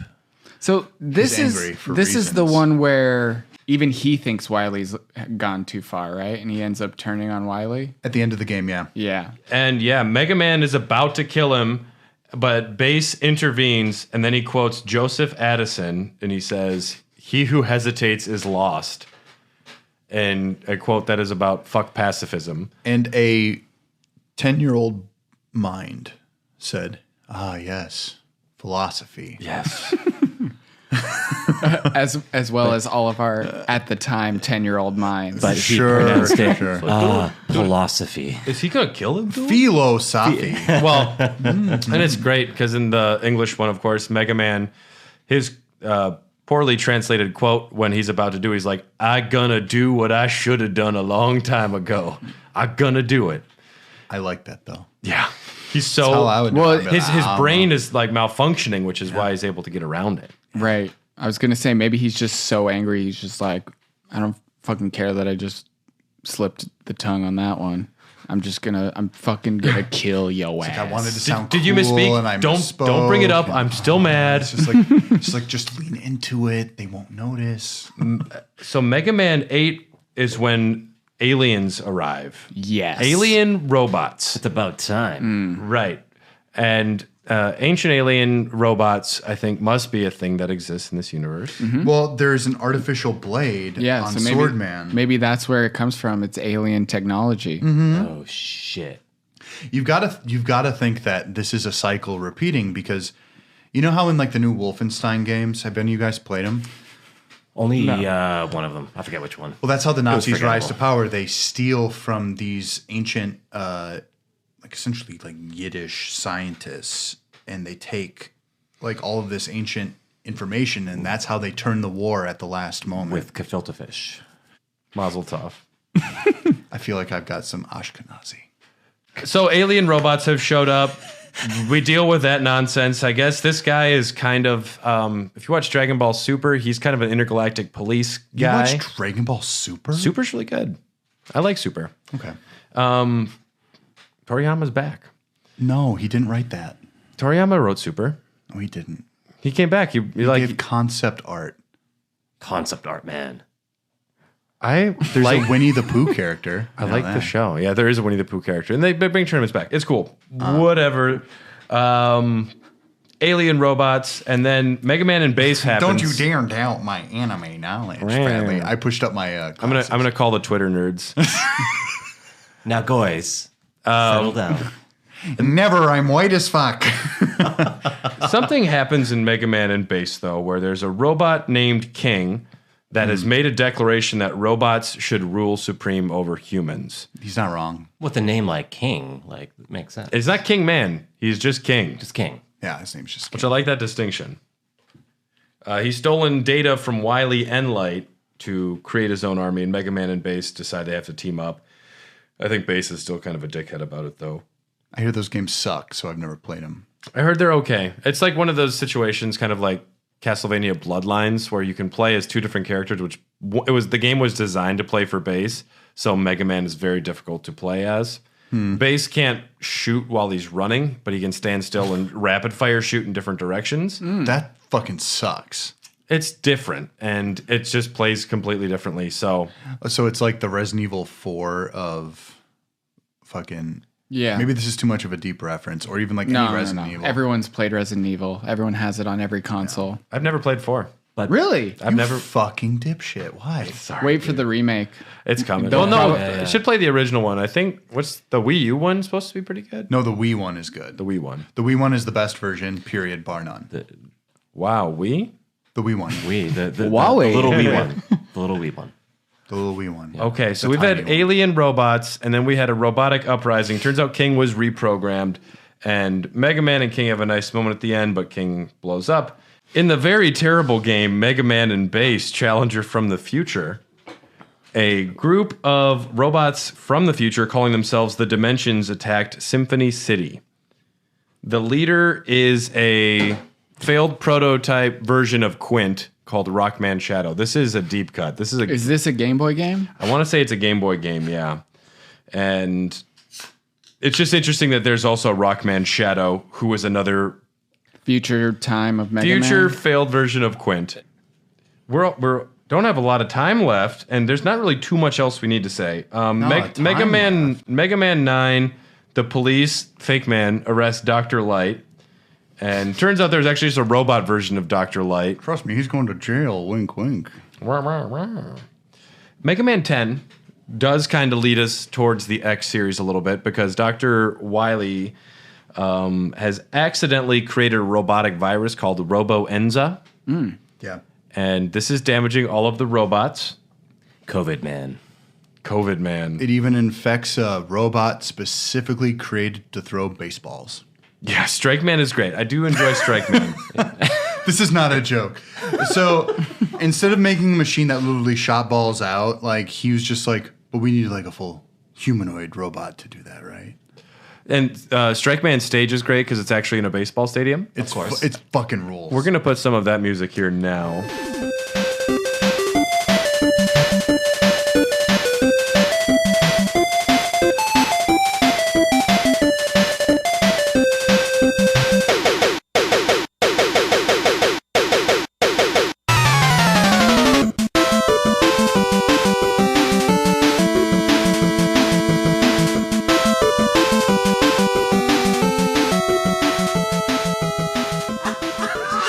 I think something pretty interesting happens in Mega Man 10.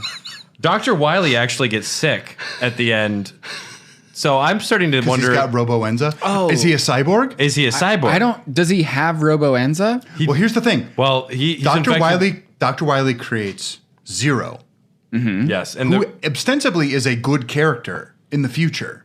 it wasn't designed to be a good character, but Wasn't designed to be, I think however, was Zero gets still designed by I think Zero. Well, Zero is accidentally sealed in with a version of the Robo-Enza that and ultimately becomes the virus that affects the X universe. So that's the reason, like The Maverick virus. The Maverick virus is derivative. I can't believe I know this It's, horseshit. it comes from the Robo-Enza virus, which was sealed in with Zero.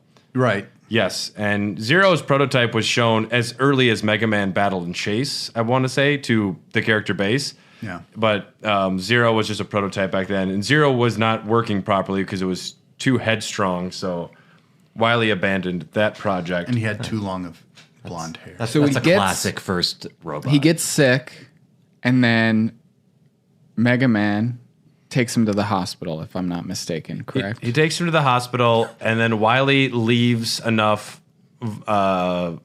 cures, vaccines for everybody to survive the Robo-Enza. And then Mega Man 11, double gear system, yada, yada, yada. Wily's bad again. Whatever. There'll be a Mega Man 12 now. How does 11 end? I mean, obviously he gets defeated, but is it like... I beat it like 2 years ago, so I don't know. Right, but is it like and that's it? And No, it's the very end. Wily's like, I don't even feel like I lost because it was the double gear system that beat me. Because Mega Man's 'Cause using he the double gear right, 'cause system, he and Dr. created Light, it. Dr. Light beseeches him. He's like, "Can't you see this is our ideas working together? Like, why don't you just come to the good side, you idiot?" And it doesn't work. That's more or less interesting as a concept. The other ones are not interesting as concepts. No, and At least I can say, like, he had kind of like a Joker mentality. It's like he forced the enemy to use the thing that he was using to combat them. So he got like this kind of half moral victory. I think Wily is just Well, I mean, isn't that like, was that not his, like, even if he got defeated, he kind of got that double-edged sword kind of maneuver. Like, it's just like, well, I already proved that my invention was fucking tits. Let's roll with it, baby. yeah, and man. Tits, man. at this point, after you've almost destroyed the world Move 11 times, you should probably just acknowledge, like, I think people recognize me enough now. Yeah. Is there no going back for Dr. Wily?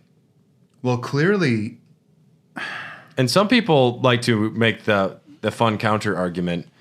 If Josh was here, he'd make it that Dr. Wily was the good guy all along because he was trying to like liberate these robots that were forced into these like labor they didn't want to do. yeah, but he also enlisted them into a military force. Yeah. But it's just like some people like to make that argument. Also, Dr. Light shouldn't have the power he has.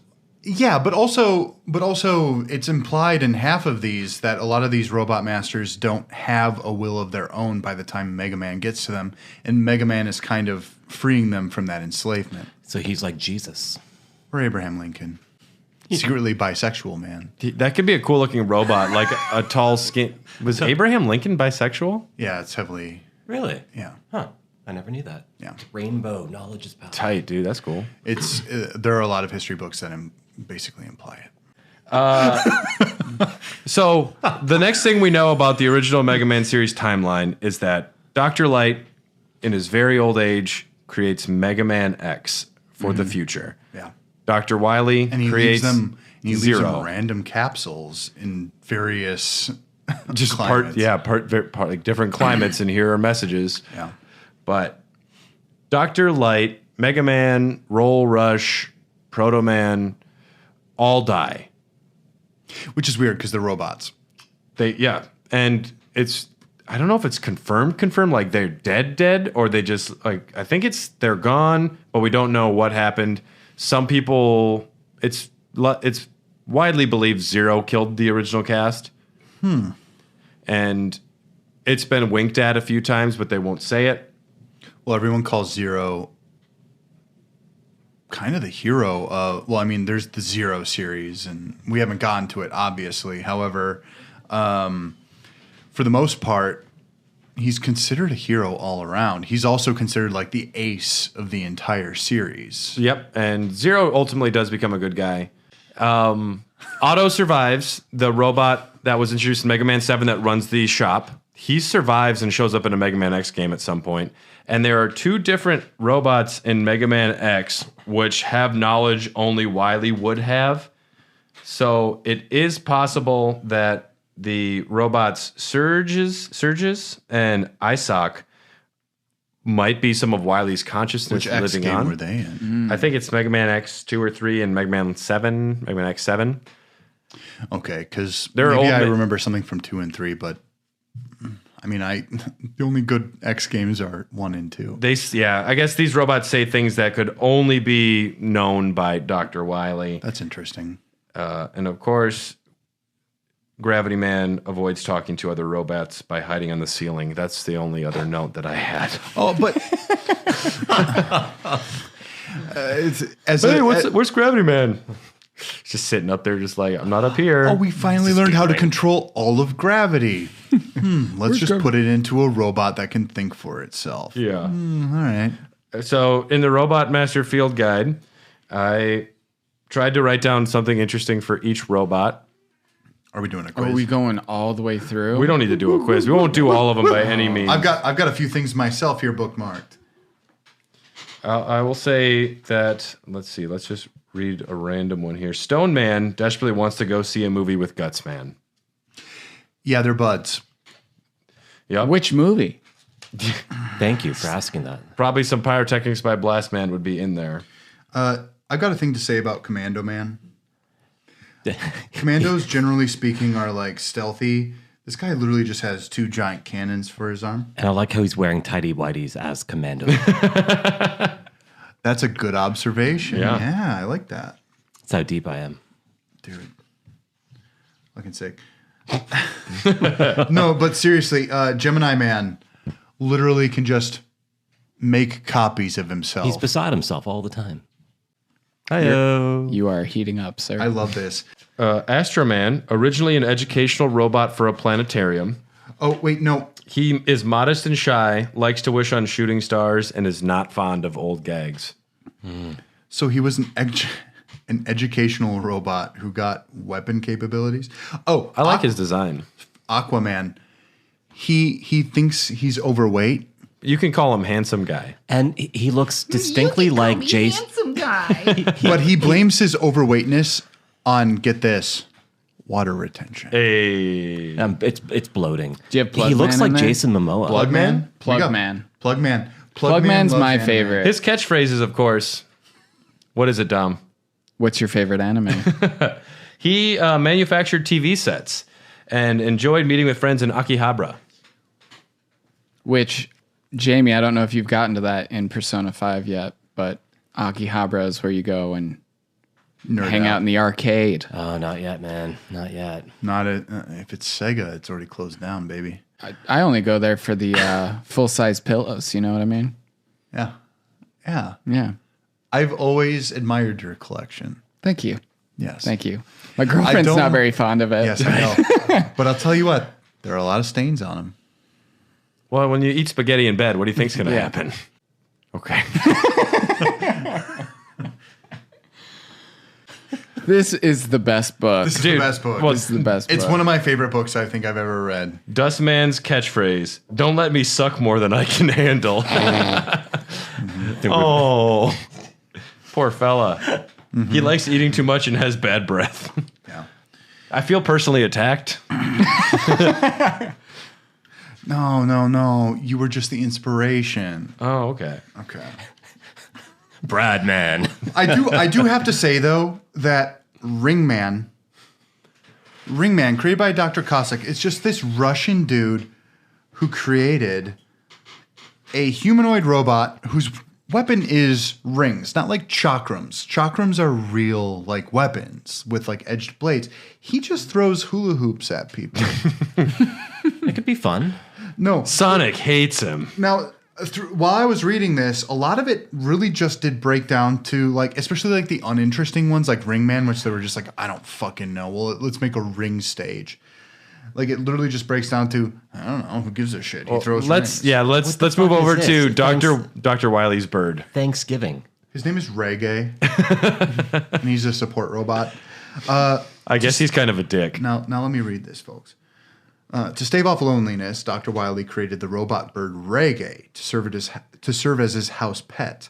Unfortunately, he turned out to be more of an annoyance than anything, as he is noisy, fault-finding, and condescending, laughing incessantly whenever something goes wrong. Perhaps this is why Reggae has been so rarely seen. But now he seems to have found a place running a shop in which Base can trade the bolts he finds for useful items such as energy tanks and even adapters for travel. And he likes the good kush, man.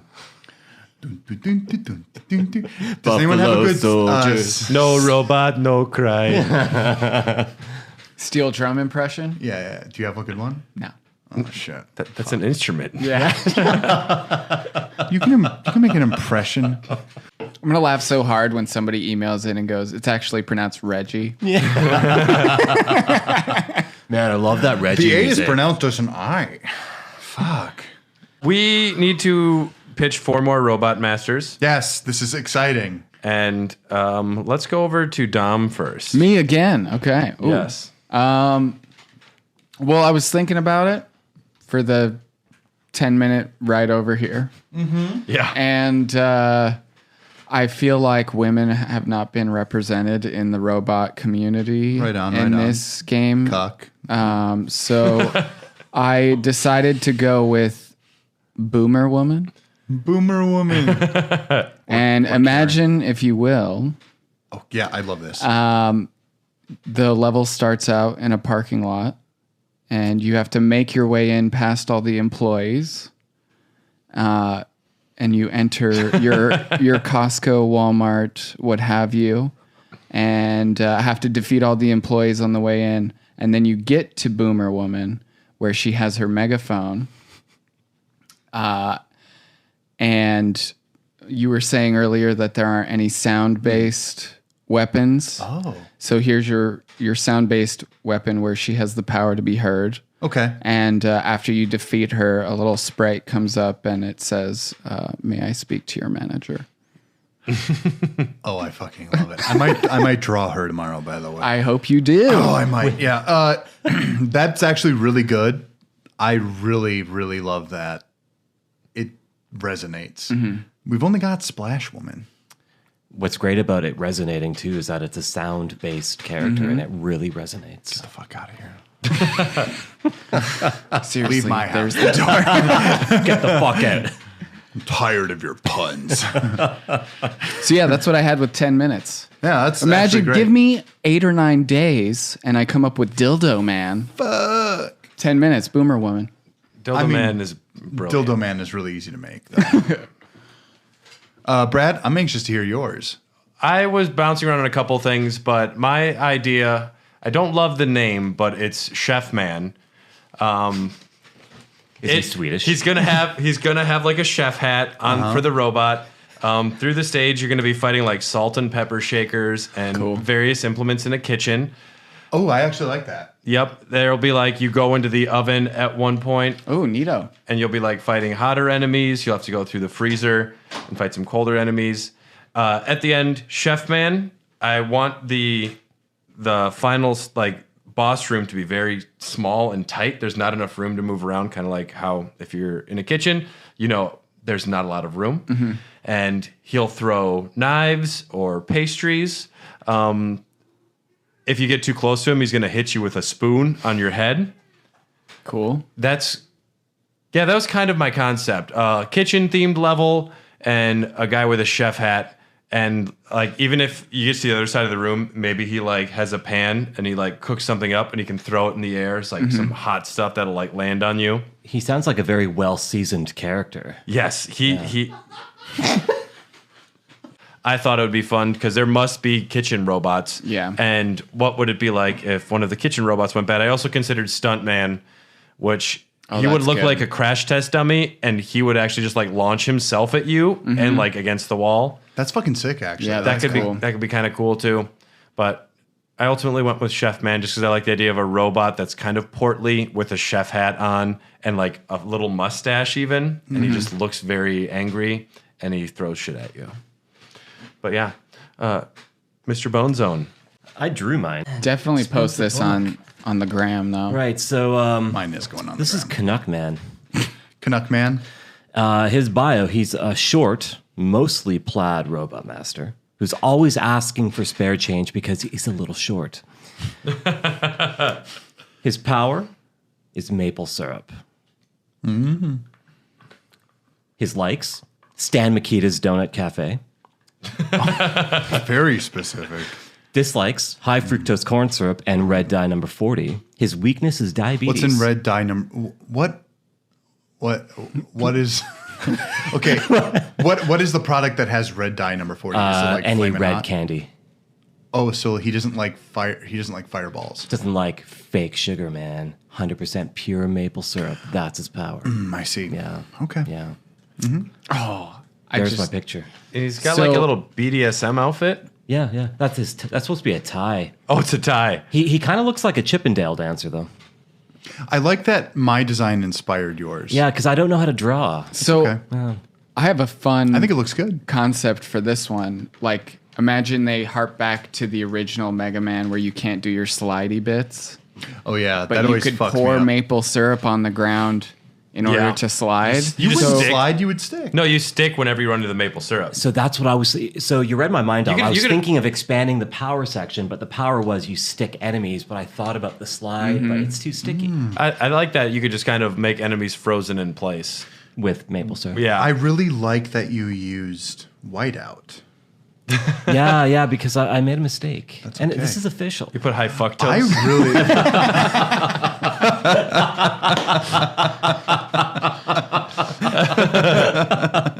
Whoops. Oh man, yeah. Dylan, what do you have? I have, and if you guys want to take a look at your phones, I sent it to everyone on our little call list. I had Tallboy. Oh boy. Tallboy. I love that he's not a man. Tallboy is just very tall. It's kind of punny based on his likes and dislikes, right? Exactly, right. So Tallboy is, he basically looks like Mega Man. You'll be able to see it on our Instagram if you follow us. And Tallboy, he looks exactly like Mega Man, except he looks like a hick version of Mega Man. Oh, yeah. His cheeks are full of shit, and and he's got a Chevrolet symbol on one of his arms, an American flag on the other. I like the stain on the stomach. Yeah, that's his dip. So Tallboy, he's really tall, and Dr. Light created him to reach tall things because I couldn't get on that shelf. Somebody help me. because one of the themes I found in the Robot Master's Guide was like Dr. Light would just create an AI to do one specific dumbass thing. Like Yeah. it's even considering like Strike Man. Like Fuck it's just man. like baseball. Oh, he throws baseballs. Great. But I was like, oh, Tallboy. And I was like, that's funny because he looks kind of let's just put it this way, right wing. And I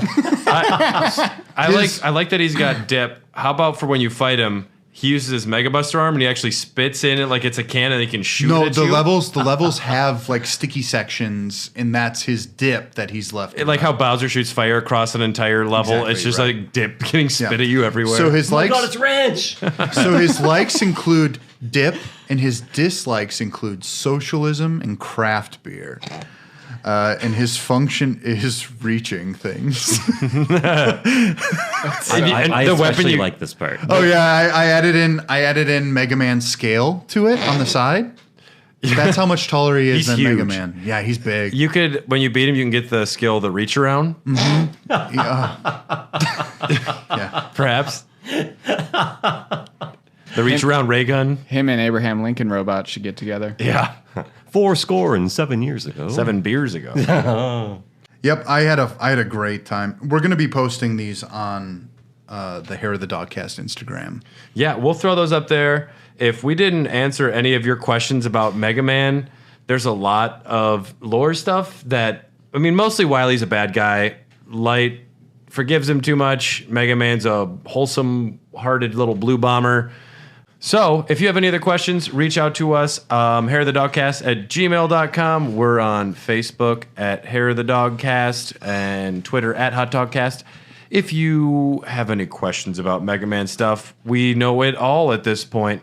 And it's mostly fine. I would say the Mega Man lore is fine. I didn't love it. It became tedious and more information. It is fun how desperate they get with Robot Masters. It is. There are a few standouts, but they could have even just thought a little bit harder and still had come up with something a little bit different. Mm-hmm. They just were literally like, I don't know. One fire themed, one water themed. Yep. Yeah. That's all it takes. I like in Mega Man 7, they went to like, I think it's Shade Man or whatever, where it's actually just like a vampire, and it even feels like a Castlevania stage a little bit. It was cool, yeah. Yeah. So, I mean, they could get a little weirder with it, like Frankenstein. Tengu Man, which is based off of Japanese mythology. It's so weird. Yeah. Yeah. Inappropriate workplace, man. Yeah, that one was out of left field. Guy who always makes the same joke every day when you walk by him, man. Guy whose entire sense of humor is quoting movies, man. Sexual harassment panda man. My wife. He works at H&R Block. Yeah, he's the brother of Existing Man.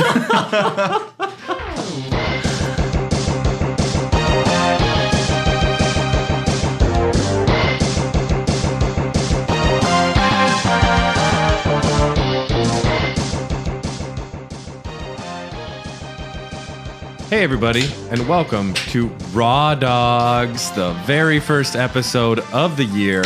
New Year, baby. And you know what that means? New Year, same jerks, and it's Mega Manuary X time. It is. And, you know, I guess Mega Manuary was just something stupid I thought in my head. I'm like, that'd be funny. And now I've cursed us to spend another 2 episodes this month discussing Mega Man X this time, but yeah. My name is Brad, and I'm the guy that actually went and beat every single Mega Man X game for this podcast. Okay, my name is Dylan, and as always, I'm the lazy one. I didn't do too much. I played a little bit of the first Legacy Collection. 1 through 3 are obviously, spoiler alert, very good video games. So I'm happy to talk about them. And then it just kind of gets a little ridiculous. Yeah. Yep. I'm Jamie. I played Legacy Collection all of yesterday. Whoa. There's some good ones in there. There's some terrible ones Get in a there. job, you bum. Oh, yeah. It's January, man. You only have to work 1 day a week according to the January rules. Yeah. I work 1 day a week next week. It's going to be tough, boys. I don't know how I'm going to do it. Is that really it? That's all you do? Right now. Oh, okay. I see. I understand. And returning to the show is the resident Mega Man expert of Milwaukee. Yeah, my name's Nate. Way more into the original Mega Mans than Mega Man X, but I gave him a shot until my controller took a crap because you can't play it on PC without a controller. Facts. Really? Well, you can, but it's just not good.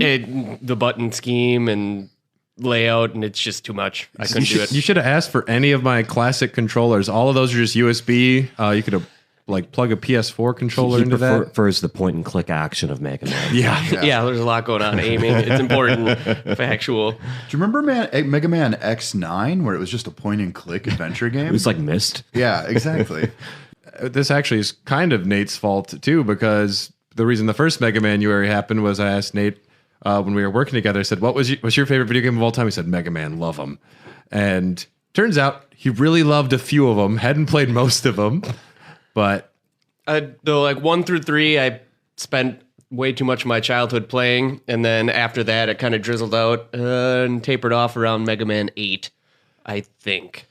And the Raw Dogs are part of the HyperX Podcast Network. We'll tell you a little bit more about that later, but awesome podcast network. Check that out. And so, yes, we are talking about the Mega Man X series of games. We briefly discussed some of our history with them. I'll just say some of the most epic gaming I remember as a child was seeing my friend at David Bose's house. He had the original Mega Man X and the Super Nintendo. I think it was one of my first times seeing a Super Nintendo, and I knew this was the most hardcore, edgy video game I've ever seen. When it's you actually just the cutest thing on the face of the planet. It's adorable, but the music was just up a notch. It was kind of a little more electric guitar-y. And it's definitely still Mega Man, but Mega Man X was my initiation into this part of the franchise. And then I had completely forgotten we owned a Mega Man X4 on the PlayStation 1. And I actually have a lot of good feelings about that game as well. But getting ready for this specific series this January, I finally grabbed my Mega Man X Legacy Collection 1 and 2 for the Switch, and I played through 1 through 8. I played through the 2 Game Boy Color games, Extreme 1 and Extreme 2. Is that on the second Legacy Collection? No, I did that on my computer. I see. And I tried to do Mega Man X Command Mission a little bit. I didn't want to jump into it. There is a turn-based RPG for the GameCube in the Mega Man X franchise. Some interesting things, but I didn't have the nerve to start that up. No. But you would have been too into it. Yeah. So when you guys hear Mega Man X, what's the first thing that you think of? I think about the character designs, literally. So you're just how silly some of them are. I mean, they're all animals. Well, I mean, okay. That's the craziest part about it. Like, there's just like, I'm going to fight a penguin guy. He's very chill, though. He's very chill, but you wouldn't Almost know too that chill. from the fight. He's too chill. Yeah. That's why everyone chooses to take him down first. But I don't remember, they took off the naming convention of man after everything, so switched to animals. That's true. Yes. And they're really scraping the bottom of the barrel. Well, let's jump into this. Mega Man X, this is published and developed by Capcom, and that'll be for all of these games unless stated otherwise today. The first Mega Man game for the 16-bit generation, and it is a spin-off of the main series, not Mega Man 10, which I'm sure maybe confused a few people back in the day. Oh, yeah. And release date, December 17th, 1993 in Japan. Came out a month later here in North America. Development was Keiji Inafune of the Mega Man legend, someone who was a co-creator and was given control of this series. He was in charge of design, art, and writing. And since RPGs were very popular at the time, they decided to include some of those elements initially and more as the franchise went on, I think possibly to the detriment. And it fueled the idea of armor attachments, but new characters. Mega Man X. Now, this character is very different than what you're used to from the Mega Man series. Totally. I was blown away. Knuckles? Yeah, it's the fact that they're just like, no, it's a new character. Did anyone actually think it was? Well, and why does it need to be a new character? He's a robot boy. He could just have been upgraded. His name is X, but why then use Mega Man as the word? Well, famously, Inafune created Zero to be the star of the new series, and everyone's like, well, he's the guy that literally brought a knife to the gunfight. Like, and actually, no knife in the first game. Surprisingly, it's not until Sergius created it for him in the second game. You guys knew that, Yeah, of course. Yeah, of course. Yeah, I knew that. but yeah, Zero was originally intended to be the protagonist, and Inafune said when he was going with his design philosophy of hardcore for Zero. So I remember Put him next to Mega Man. Yeah, he looks pretty hardcore. it took me too long to realize Zero was not a female character. Well, anything with long hair, that was the whole idea. Long blonde hair, and Zero also has those green boobs. Like on the chest plate. It's one way of describing them. That's what I saw as a kid. Yeah. I'm like, okay, he's wearing a bra and he's a long blonde haired robot, but he's cool. you can just picture the development meeting for that. He's not edgy enough. Give him boobs. Give him headlights. Give him a ponytail. We'll call him headlights. Yeah. Yeah, Headlights, man. that's pretty extreme. We have X, who is just Mega Man again, but there is a few, if you want to get technical, some differences about him. He has the capacity to make his own moral decisions. Wow, Mega Man didn't? And no, he was designed to be a certain way, whereas X is designed to be able to make his own choices. And of course, the X stands for infinite potential. Of course. And Gee. yes, and then the new villain, we have Sigma. Well, isn't the new, if I'm correct or whatever, they were robots or cyborgs in the first one, and then the new one is their Reploids. Yep, that's the one. That's edgy. They're just robots in the first one. And we're going to talk about the lore of this series in the next episode. But suffice it to say, the Reploids are derivative of X himself. X was found in a capsule after 100 years by Dr. Kane, who tried to replicate him, didn't understand it. That's why the replication is a Reploid. Zero was created by Dr. Wily, who was bad, brought the Maverick virus forward. It's a whole thing. But was he really bad? Dr. Wily? Come on, let's... Dr. Wily was comically evil, and there was, I don't think, any, like, it's hard to make that argument unless you're doing it tongue-in-cheek, whereas I think Sigma and the Mavericks, you could just say, they're just standing up for Reploid rights. They're trying to do their own thing. I don't know. They did try to have the story be a little bit more mature. They wanted this to be edgy, and they didn't want it to be like a silly little blue boy in pajamas doing awkward side jumps. They wanted this to feel more intense and a little more exciting, I believe. And it is. It's a lot more exciting. Those Mega Man games, for as much as I love them, they are very rudimentary, and it's this whole Japanese philosophy of just kind of giving people the same shit over and over again. It's a philosophy for a lot of game developers nowadays too. Yeah, Assassin's Creed much? Good fucking God. Call of Duty. Yep. The list goes on. New to the X series, we have the dash. The dash. Wall climb. And only if you get it. If you pick up the absolutely mandatory boots that you can't skip in Chill Penguin stage. Well, they are in the hallway, unable to go around them. At least those. But the dash is new.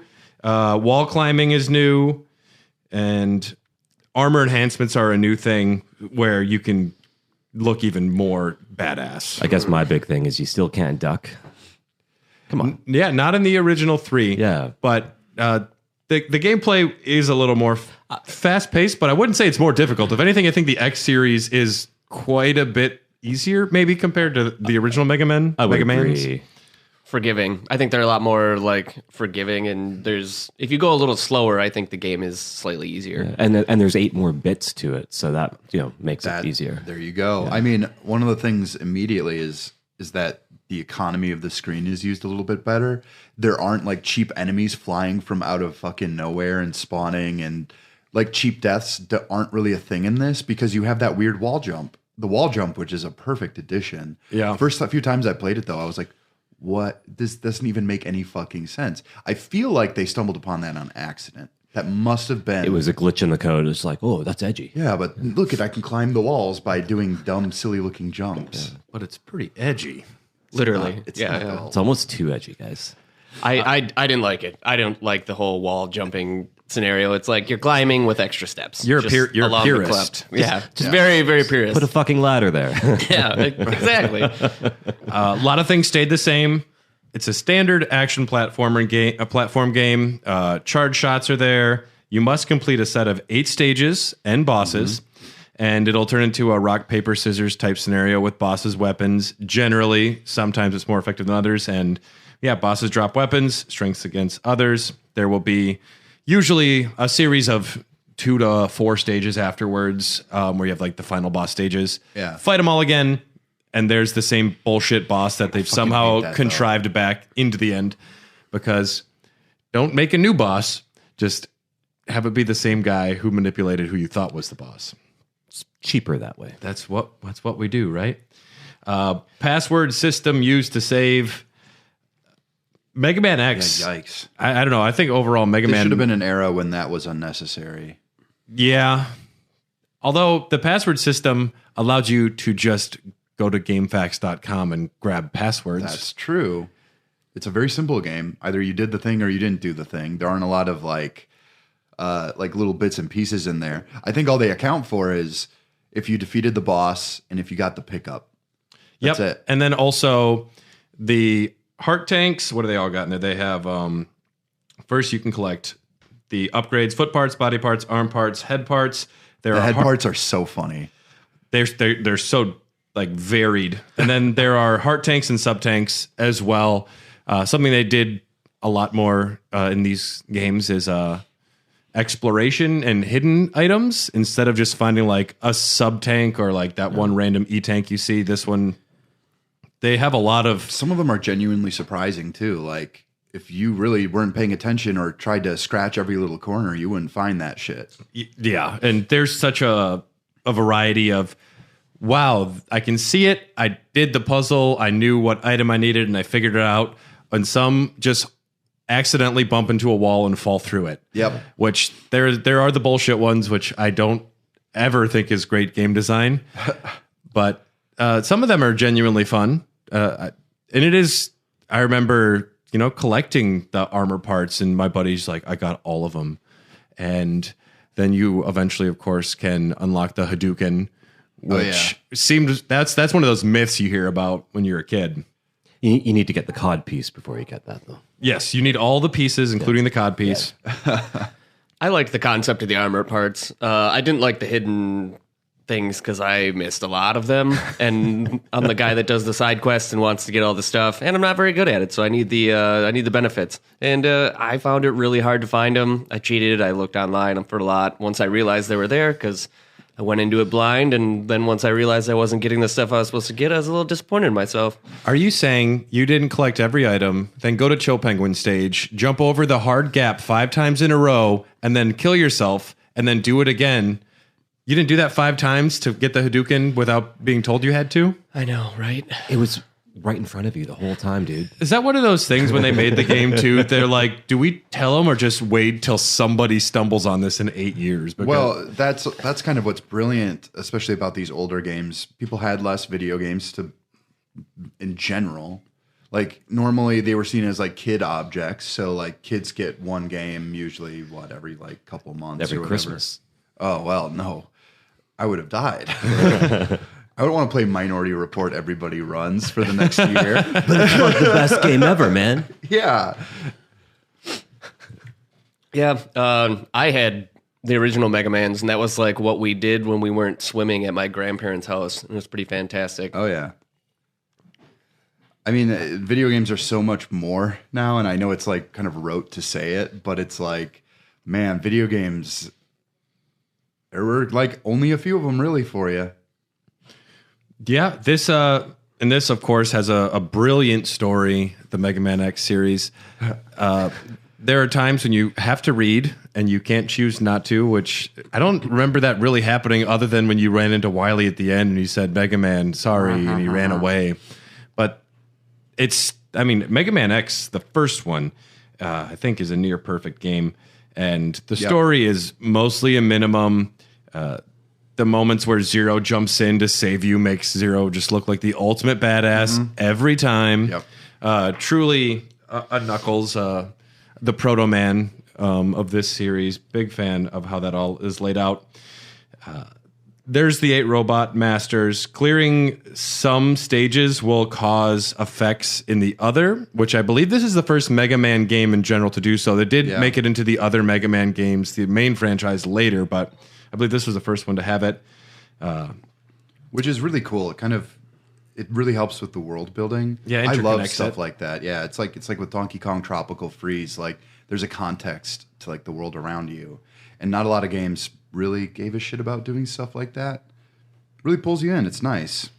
Very immersive. I forgot I was Brad for a while. And you thought you were X? I thought it was just X. Oh yeah, you would be X for sure. Yeah. You were like when the teacher at school is like, now does anyone have a nickname? And Brad just goes, oh, I'm no longer Brad. I'm X. Call me X. Call me X. Or Mega Man X. And then someone I don't want anyone to think I'm not a Mega Man, so I need to put that in front too sometimes. And then someone kicked dirt in your eye. It was vile. It was Got him. Got him. Yeah, Mega Man X is pretty great. Difficulty wasn't terrible. No. But these games more and more as you move on, there is the initial barrier where you have to choose the first boss, figure out how to break through to get your first item. Usually people go to Chill Penguin because you get the mandatory dash boots. You can't collect any other armor parts without those, which is unfortunate, but eventually you do start getting heart tanks and everything, but like the body parts reduce damage by 50%, which is an obscenely powerful part that you almost definitely need to get. Wildly necessary. Yeah, the head part is super stupid in this. You can break blocks with your head, which is only used in 3 spots. And you just look like a jackass doing it. You're just like, ah, rah, rah, rah, rah. And then but in order to get another part, you have to continuously, you're propelling yourself by hitting the rocks.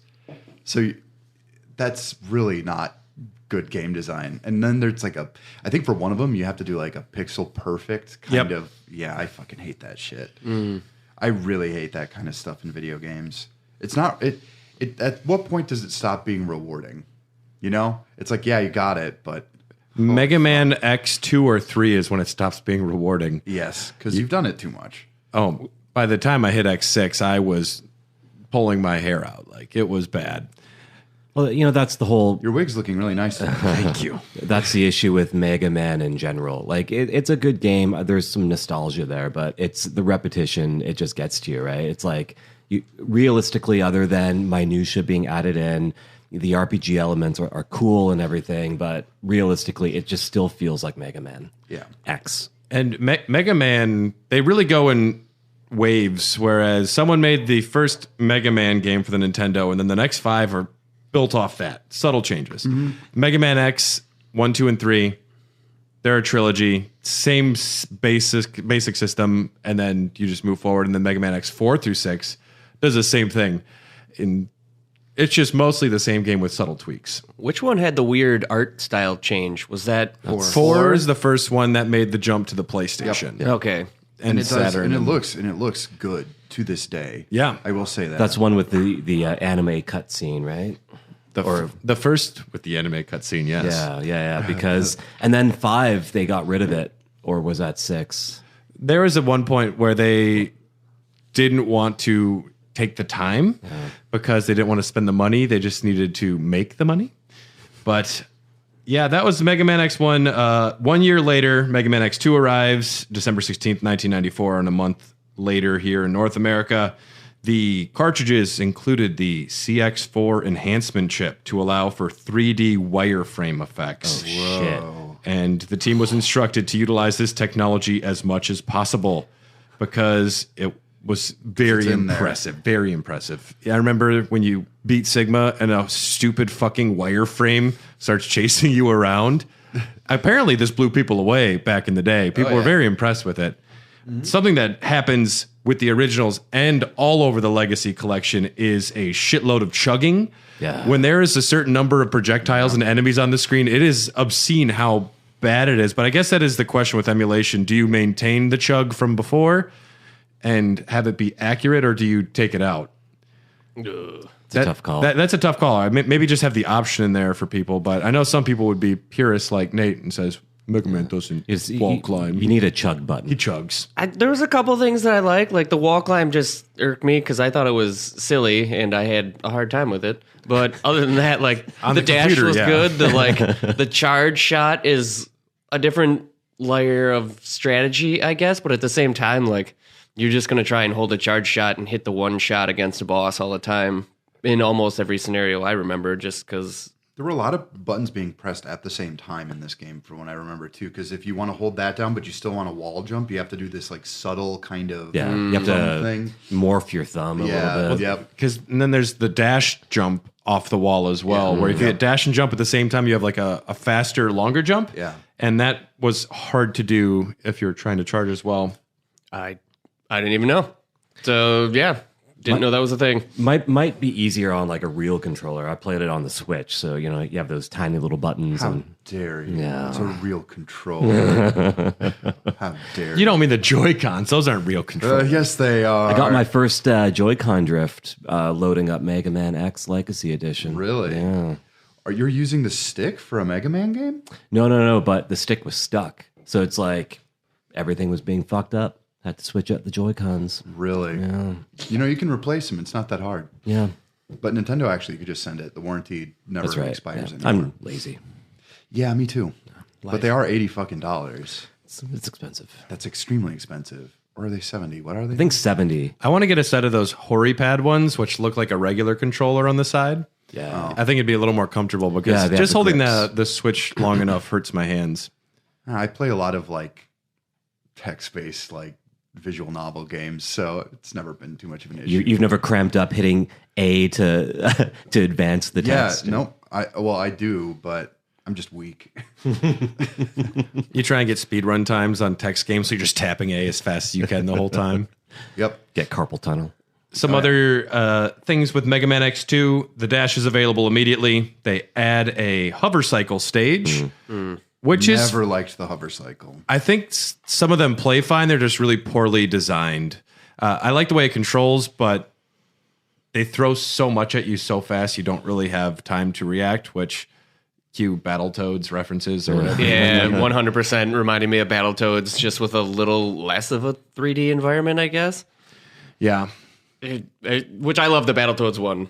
I loved playing that, but this one seemed a little more generic and a little less effort. You like playing the Battletoads one? Oh man, Battletoads again. I love nostalgic Battletoads. value. Really? Yeah. It's just wild. Is this like a generational thing? I don't know, but try Battletoads X.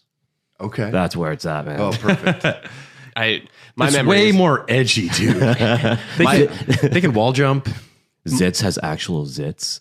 right? I mean, I like Battletoads. I played a lot of these old video games with friends in a basement. We'd just be drinking beer because we weren't going to go out or weren't going to do anything special. And I mean, even into my early adulthood, which was still really fun because I'm just into that stuff. It was really fun. You can also collect pieces of your friend Zero, who was killed in the previous game, by fighting optional bosses that are available in some of the stages. I guess they're not optional, but they kind of come in randomly. But yes, you can collect, like, I'd be like, oh, I beat up Nate and now I got Dylan's torso. It's not morbid at all. No. It is edgy, though. I'd carry it with me. I'd wear it around my neck. Yeah. A necklace with just my full, like, chubby ass body, just fucking gross ass hanging off. I would make a skin mask out of your face and just wear it. Yeah, be perfect. It'd probably power you up a lot. Oh yeah, people would definitely be afraid of you. hey, Dylan, Jamie, your face is melting off. Oh, sorry, man. Rearrange. Plenty edgy. Mm-hmm. Yeah. I pretended to like. It's like no. I guess the mouth isn't really quite matched up here, huh? The mouth is up at your nose for no reason. Some of the armor parts had different functions here. The head part had an item tracer that helped you identify hidden passages and items, but incredibly wonky to use. Unless you were in the very specific spot where you needed it, it wouldn't do anything. So you'd have to kind of just do it constantly through a stage if you didn't want to just Google where the fuck things were actually at. That stuff drives me nuts. Like, again, with the completionist and side quests and all this other garbage, you got that thing. Yeah. It's like, I'm not, like, after a while, you just can't keep doing it. And you're not going to because it's not rewarding. You're not getting anything out of it. But you still really desperately want to find the stuff. And good game design should have, you see that there's something above you, like a narrow passageway, or you can see the thing off in the distance. And you're like, I have no way to get over those spikes. Right. And then you remember it and you know to come back there. And that's fun design. That is a reason I have to come back to the stage because I clearly don't have whatever I need to get there. Not super dumb shit that there's no way you would know, which is sprinkled throughout this entire series. But that was game design all the way back from the original NES, right? Like look at the Mario games. You know, there's tons of really weird secrets. But those are kind of different though, where in like Mario 3, you just hold down on that random thing. It's just a way to help skip through to like other worlds after you've already played through some of the game. It doesn't it's not like I won't get this reduce damage by half unless I do some really outrageous shit. It's just a easier way to skip through the game. I don't know. Like in the original Mega Man games, you see the tanks, you see what is out there. I think it's a little more rewarding than when you figure it out rather than, wow, that was archaic and stupid. Well, that's a big thing with video games, especially with me. I don't want to have a reference guide for the thing that should just be giving me the fucking thing. Typical millennial. Just give me the fucking power up. No, not just give me, not like give me the power up. Not like give me the power up and don't make me earn it. The biggest problem is that if you're the way of engaging your player is to force them or make them feel like gross about not having completed something and have to go to other things to figure out how your game works, That's not fun. The game is designed around body shaming. Yeah. In the original Mega Mans, I liked that it was almost like a temptation. You wanted that energy box, or you were on Flying Jet, and it's like, do I go up and out of the way to get it? Like, it's kind of like a trade-off. You had to spend whatever power you had of whatever boss to get there, and it was risky. You could die, things along those lines. Whereas in this, it felt substantially kind of different. There was one of the original NES games where you actually have to use Rush, and the Rush, you could have Rush armor or limited amount of like Rush jets 6. to get across certain spots. Yep. And if you fuck that up, you can't beat the stage. Yeah. And I liked that. And I think the Rush armor is definitely showing where they wanted to take some of this stuff, because the armor is a cool addition. You feel badass fully powered up. Oh, yeah. And it makes the game from what would be as hard as an original NES game for like the original series to I'm an overpowered monster now. And Yeah. my moral compass says I hate war, but I will fucking kill you. I did like the... It's like America or something. Yeah, weird. USA. We hate USA. We hate war. We hate war. Back-to-back World War champs. I could see you wearing that shirt both non-ironically and ironically. I would never wear that. Just a picture of an atomic bomb going off in the background. Which is one of Dr. Kane's only weaknesses, actually. An atom bomb? Yeah, mine too. That's my only weakness. Okay, hold on. He's going to look it up for me. Okay. Dr. Kane, known weaknesses: old age, nuclear weapons. Oh, boy. Man, we got him pegged. Let's take him down, boys. Yeah. Pretty good against nuclear weapons. We're out of actually. nuclear weapons. Is that Let's like it? wait. Are those his only weaknesses? Because that's impressive. Yeah. Is it Wait weak- for him to die or nuclear weapons? Oh. Is it his weakness in a way that he's really fond of them? Yeah, so Chocolate's my weakness. we have the Mega Man X Maverick Hunter's Field Guide here, which I will say the original Mega Man one was funnier. It's way funnier. Yeah. Because they try and give all of the Robot Masters jobs and likes and the TV shows and music. This one is these characters are supposed to be a little more serious. So I ultimately didn't yield too many interesting things from this, but I read the whole thing and I felt like an asshole the whole time doing it. I think it'd be better if someone's weakness was peanut butter and they just have an allergy. Black Careful, Noir. careful, Mega Man. There's peanut butter in that guy. Wait a minute, who's Mega Man? Oh, you mean X? Yeah, X. Okay. I think with this as well, it's kind of backwards, because if I'm right, the first one, the Mega Man, or all the man things or whatever, they have jobs and their own Forget about personalities. Splash Woman. The robot. Sorry, I apologize. There's the Splash Woman. The Robot Masters, you mean? Yeah, the Robot Masters, that one. So they're all supposed to be just robots with tasks, but they all have these personalities. And then I'm from not what so I can sure tell, about that. Some of them do. well, I mean, the book said they had personalities, whereas now it's the Reploids, and they're supposed to be like more free will robots. They're supposed to have way more personalities because Yeah. they have free will, but they don't. Yeah, they're just like bland. Now they're animal themed, so it's like they don't have personalities. They They're just, just kind of animals. they just groom themselves all day. I guess one of the core concepts of this I'm is Lick Lion. There we go. Yeah. How many licks does it take? Whoa. I wasn't gonna ask us to come up with like Reploid Oh my Masters for God. this. Like but last time? Lick Lion can just be the mascot Lick for the Lion. Raw Dogs. I'll draw Lick Lion. Okay. What's his Lick weakness? Lion. We need a weakness. Overstimulation.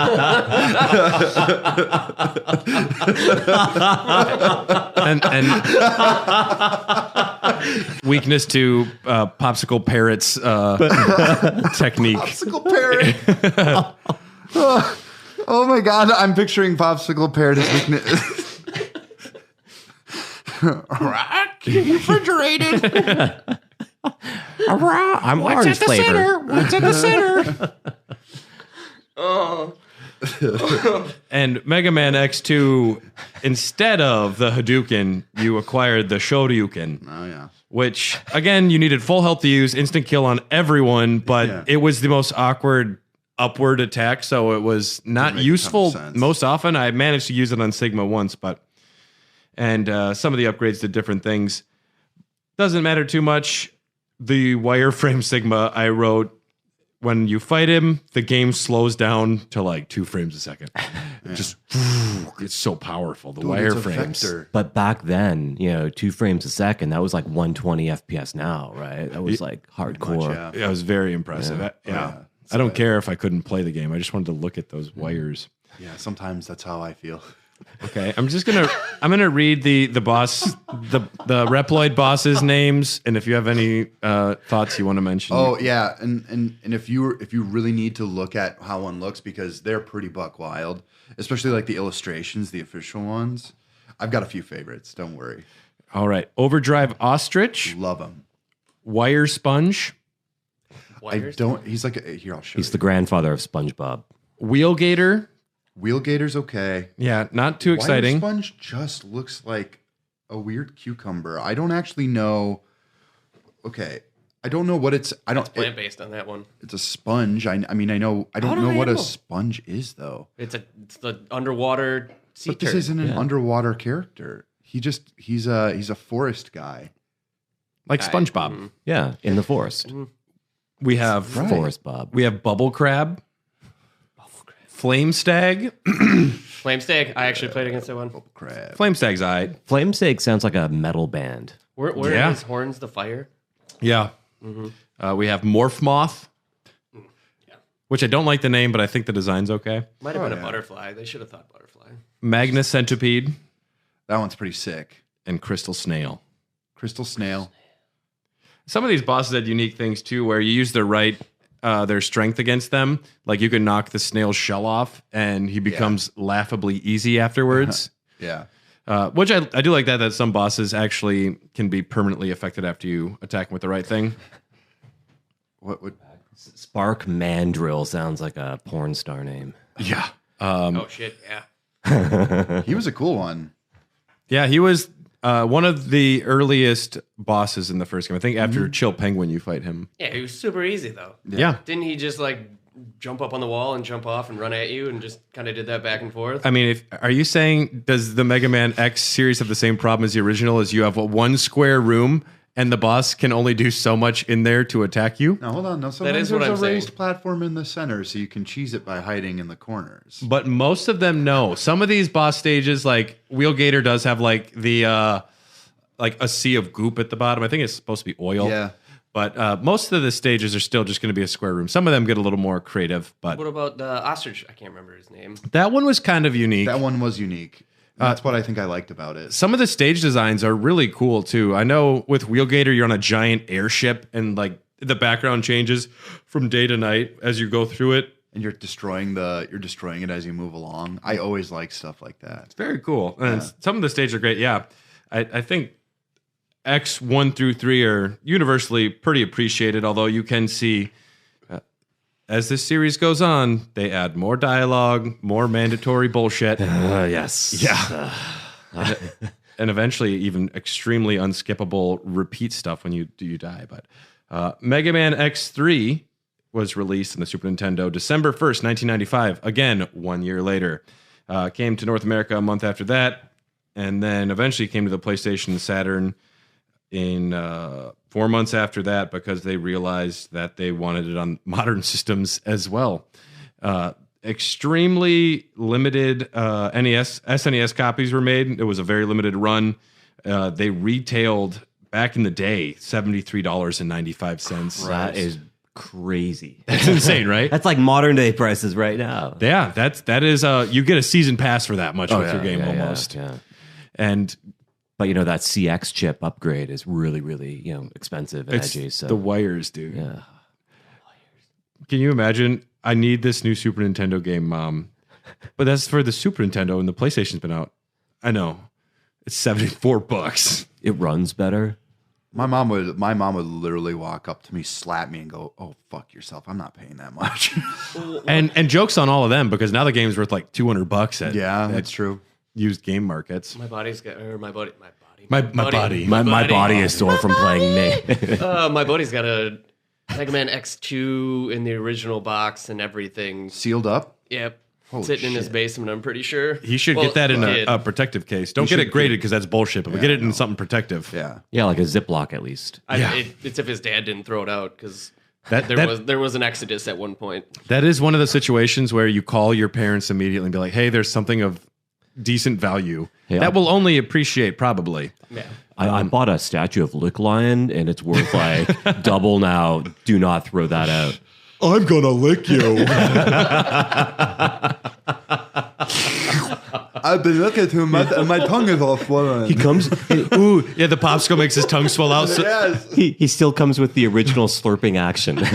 he charges you and his tongue gets stuck on the wall. Oh, that's cold. Oh, man. Not again. Oh. I'm gonna lick you. That sounds like one of the. It's just like a tickle me Elmo with a lion head. We're almost. Oh God, extra creepy. We're almost to X4.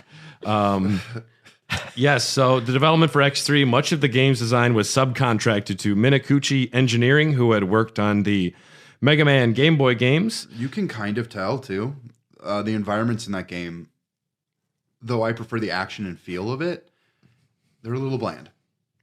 Yeah, a little less inspired and less creative. It's like, all right, we have what we need. Just can you get a stage that functions, get us to a boss? That's what the people want. We're going to give it to them. That's kind of not typical, but it's not unheard of when a main game company will, subcontract someone else to do a game because their resources are tied up, and then it just doesn't become How do you that think much. Breath of the Wild exists? It wouldn't exist without like Monolith or whatever. The people who did Xenoblade Chronicles, like open world.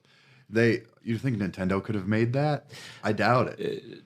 But my point is, I actually don't that's think so. that's kind of what I'm saying, but not really. Where Breath of the Wild was an amazing game, Of course. versus you have an established series, they offshoot it just because the resources are tied up, and it's just a bullshit game. And usually, though, like if you have a series like this is X3, you subcontract, give the Game Boy spin-offs to somebody else. It's right. not like going to be Keiji Inafune was probably working on some Street Fighter thing or something at the time. I don't know what he was working on, but He had a lot of pots on the old burner. he was a very big person in Capcom at the time. Do you mean weight wise? Yeah, he wasn't getting any time to work out. Tubbo. Yeah, Tubbo man. I'm gonna eat you.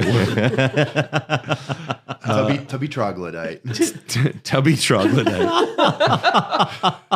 We're gonna accidentally create all of them. What's his Is he weakness? actually a big guy, or are we just? No. He was just an important dude. He was a big Capcom shot. at the time. Okay, I wasn't sure if this was a legit tangent or not, but Because now I'm in. he co-created Mega Man, but then just became the sole creator through word of mouth by him.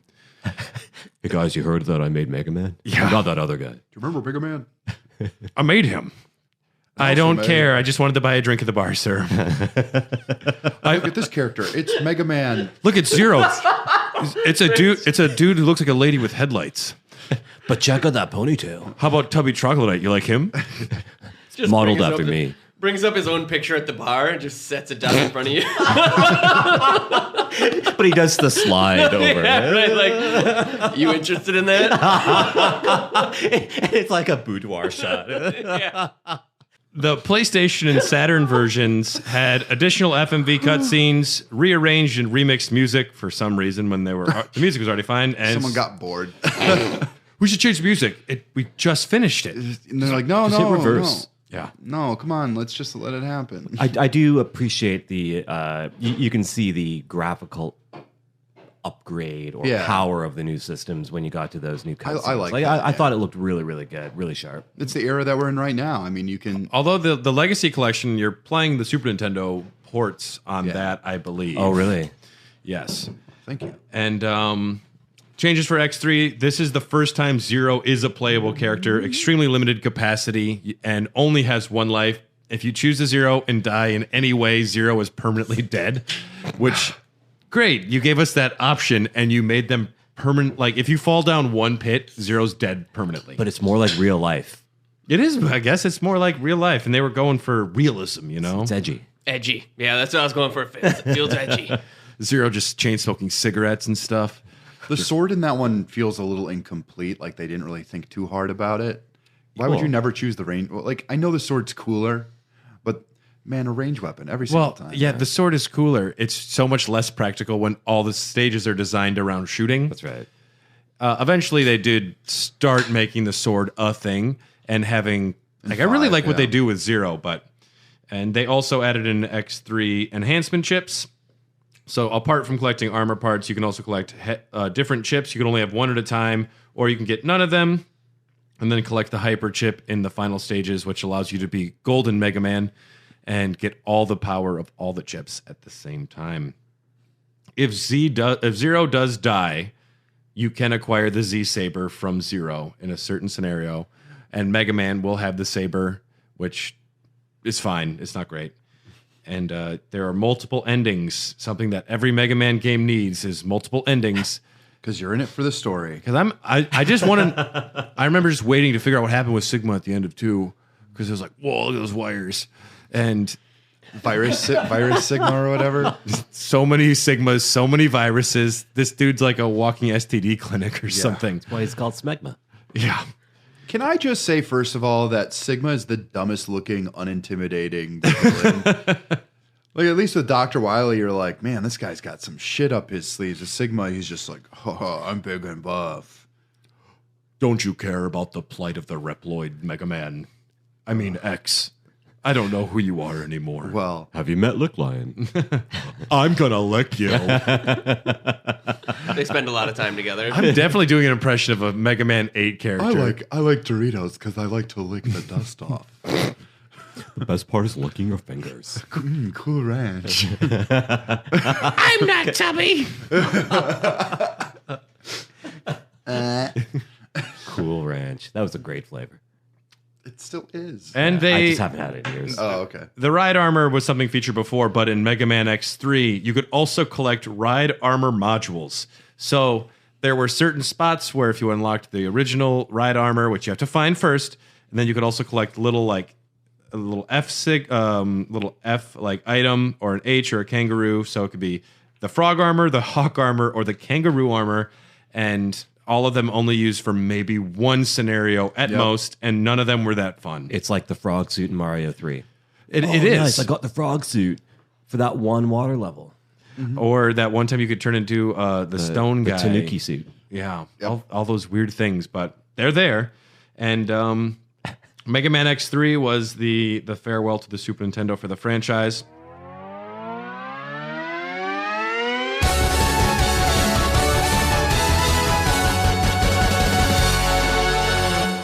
He's like a Funyun. I didn't even look at his name. I was like, he does look like an onion. Yeah, he is Tornado Tunyon. He just makes you cry. It's funny. There's a hyena one, but he's called Flame Hyenard. I'm like, why couldn't you just say Flame Hyena? You haven't used. What's with the Tunyon? What's a Tunyon? Also, it's not an animal. They're really breaking theme. They are. Well, but he's a very layered character, though. Wait till you hear about X5. Who's Vile? Vile is You encounter him right in the beginning. he's kind of like a sub mini boss, like side boss in X1, X4. I think it's X4, X5, and then X8.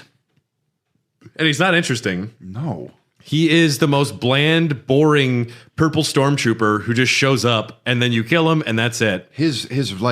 His machine gun mounted on his shoulder is pretty rad, though. I think we can all agree about that. That's pretty sweet. Yeah. And it's a power move. We'll actually talk a little bit more about him in a bit, but Mega Man X4, this is us coming, and we're back, everyone, hello. This came to the Sega Saturn and the PlayStation August 1st, 1997. So this is 20 months later, year and 8 months after the X3, and then it came 1 month later to the North America. For the development, they wanted to give the Repliforce some moral leeway. Instead of being so blatantly evil, they wanted them to maybe be, I don't know, fucking morally ambiguous, I guess. Initially going to be Saturn exclusive, but since the Saturn was not doing well, it was delayed and made multi-platform. Sony, this is interesting. Exclusive. That's interesting, though, too. Oh, this is interesting. Sony originally denied Capcom permission. They're like, nope, we do not want this 2D game, which is very offensive to our Sony PlayStation, which is a 3D monster powerhouse. We don't want your 2D garbage ruining our system. I spit in your general direction, Capcom. Yeah. How dare you? Meanwhile, Symphony of the Night is one of the best playing games ever created. And reviews are saying, you should skip this. It's 2D. Yeah. At the time, it's like, oh, you don't need cartoons. Those are for babies. Wind Waker? No. It's one of the best playing Zelda games. Just don't play it because of the way it looks. Don't do it. And I didn't. You fool. Yeah. And Mega Man X4, big change. You're playable as 0 or X for the entirety of the game, but you have to choose at the beginning. Fully voiced cutscenes. I'm going to just pull it up for you real quick. Zero's voice doesn't What are fit. we fighting for? It doesn't fit his character design at all. Zero, Hang in there, Iris. please, stay away from Replophos. Let's live together in a world where only Reploids exist. Iris, there's no world just for Reploid. It's only a fantasy. Yes, I'm not reading I this. know, but I wanted to believe it. I wanted to live in a world where only Reploids exist with you. Iris!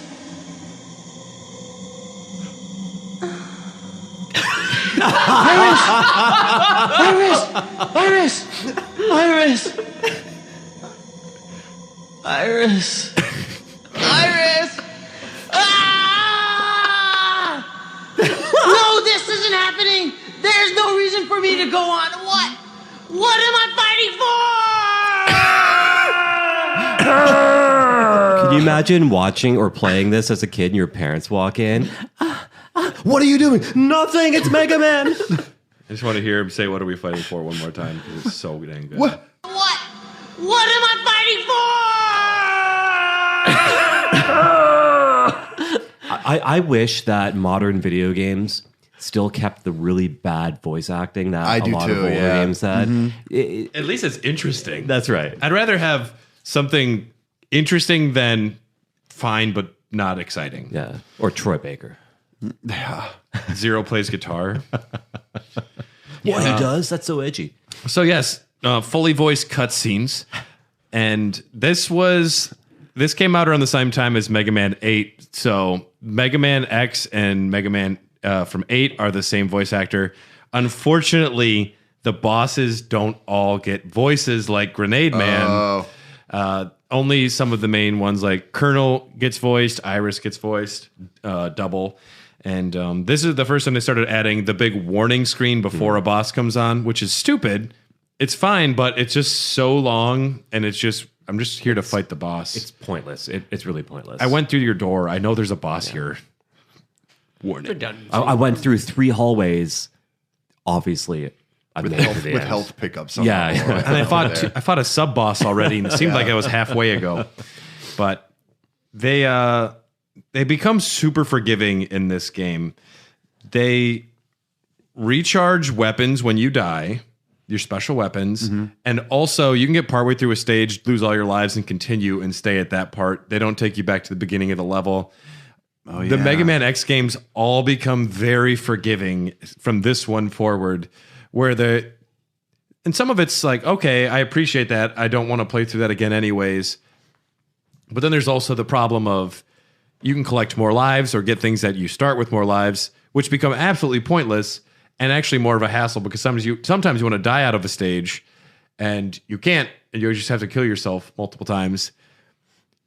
Do you just let people keep going and lose the live system if you can just keep replaying from a certain spot and just choose to opt out? I don't know. But there were multiple points, mostly more so in 5 and 6, but where if you just let me continue anyways, what's the point of having a life system? Yeah. Well, and to the point now where video games don't really have a life system anymore, that's starting to get phased out. I think this is just, there's like an obligation at this point for people to put that kind of reward system or like demerit system in. Like the new Mario games, like the non-side scrolly ones, they don't really have a life system. Mario Odyssey doesn't have a life system. Yeah. Just keep playing. Keep having fun. Yeah. We don't want there to be any sort of punishment for your fun right now. And they don't want to kill Mario. That's just morbid. I mean, he dies. Yeah. But he comes back to life. And it makes you feel good. Yeah. Zombie Mario? Oh, boy. This game featured cheat codes for the very first time, where you can enter things to unlock certain armors or infinite lives or some bullshit. I don't even know all of them. I love that type of shit. So in X4, the arm parts, you could get 2 different ones. You could do the stock charge, which would charge 4 like mini full shots, or the plasma charge, which is the most OP badass thing, where it leaves like the sticky thing that continually damages after it hits somebody. I love that. Unlockable through codes, you can get the ultimate armor, which is a plasma shot upgrade, Nova Strike, Giga Attack, as well as advanced defense and hovering in the air. These are all words. Black Zero armor as well. Overall, though, X4 I think is a really great game. It is good. It's a graphical overhaul. Everything is kind of rebuilt from the ground up, and it looks great. And most of the level design I'm a big fan of. And I didn't remember until I started playing this again, and I was blown away. I'm like, oh, I know all of these bad guys, and I can't believe I forgot what am I fighting for, because I actually played that as a kid. What? Iris! What am I fighting for? I wanted to live in the world with the Reploids and you, Zero. It's a very anime of its time, like style of bullshit. And I mean, there are anime cutscenes, and they definitely have an anime story here. Mm-hmm. Yes, absolutely. I think that was the trend of the time. They're even trying to do some things that seemed like would be cutting edge or like new era video game stuff, but they just executed poorly, I think. I liked how it looked, but overall the game tried for a lot of stuff and missed in my eyes. Yeah. And the next one that comes out, Mega Man Extreme for the Game Boy Color. This came out September 20th, 2000 in Japan. It came out in January in America that next year in 2001. This is developed and published by Capcom. Featured bosses and stages from X1 and 2. Not too much exciting to talk about here, but I have played it, and it's surprisingly competent. They do reuse most of the level design and the bosses, and it essentially takes place in Kingdom Hearts Chain of Memories, where you're inside of a computer replaying data versions of things, but not too much to talk about there.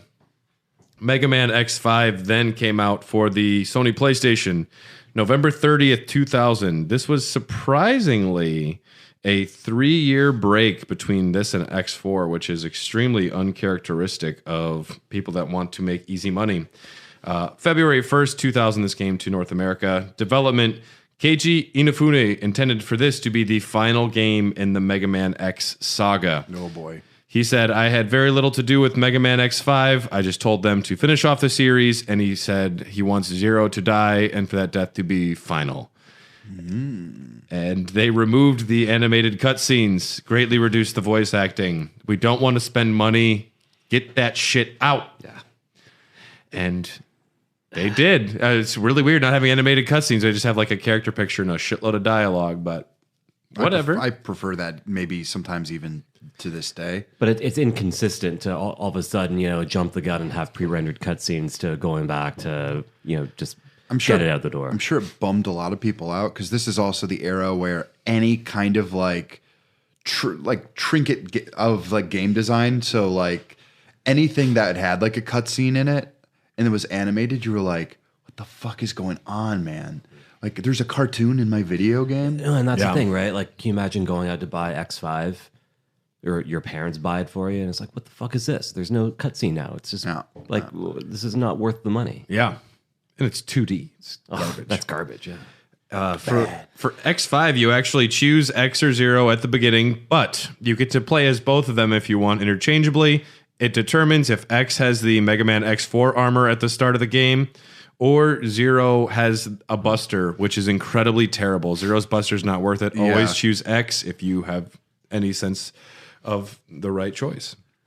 They also add a great character named Alia. I think it's probably Alia. Every 5 seconds, she'll tell you how to play the game. Yep.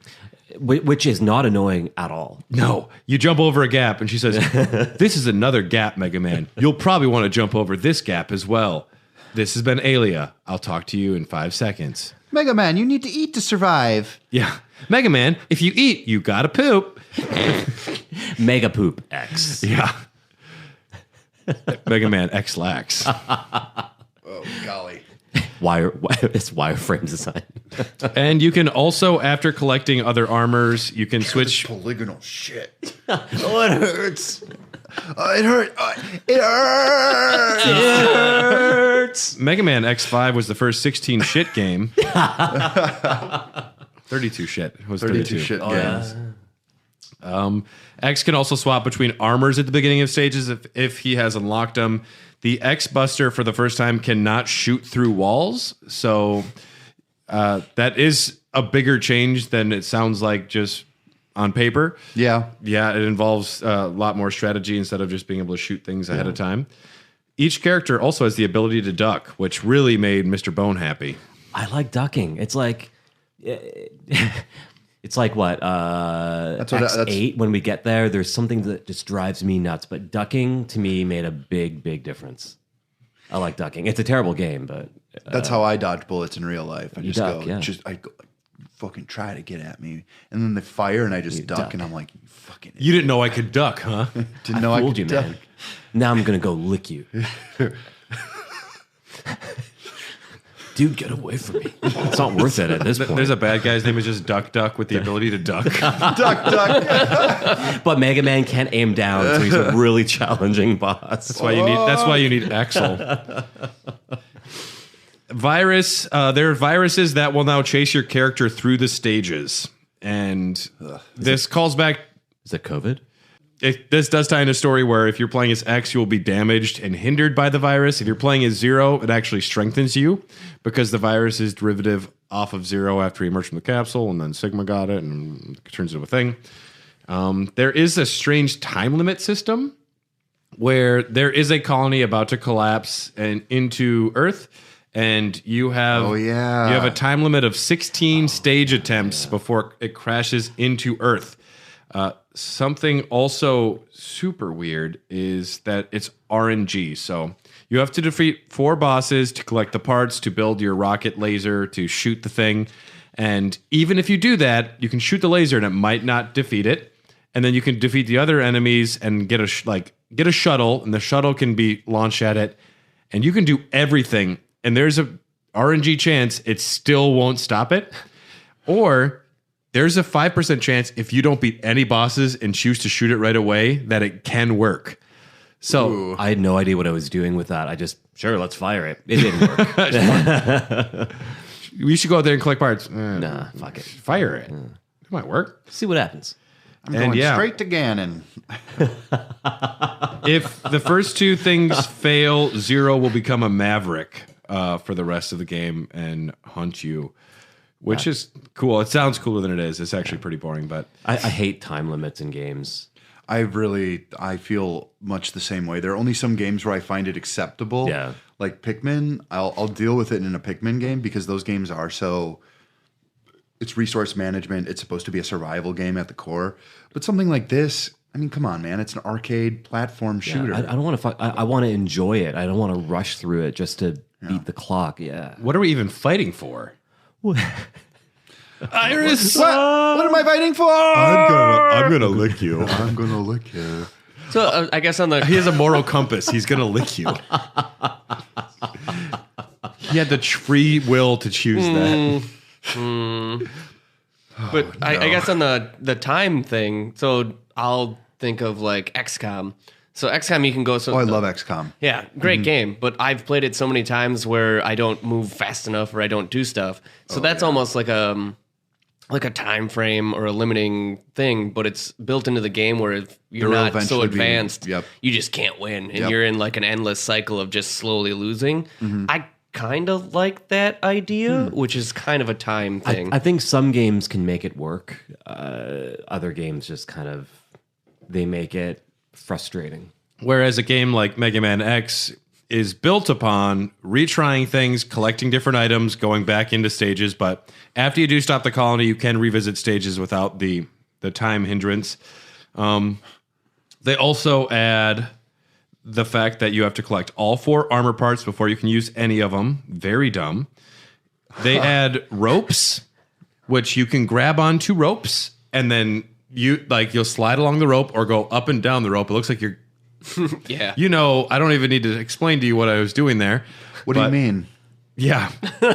Explain it to me. So you hold on the rope with one hand. You can either go up or down with your hand, and it takes you higher, you know? Can you explain it in the voice of Lick Lion? I'm gonna grab you and go up and down, and then I'm gonna lick you. I'm gonna beat you. And then, choosing continue and losing all lives takes you right back to your checkpoint. Made me very frustrated. This is the first time they also My added, weapon is sensuality.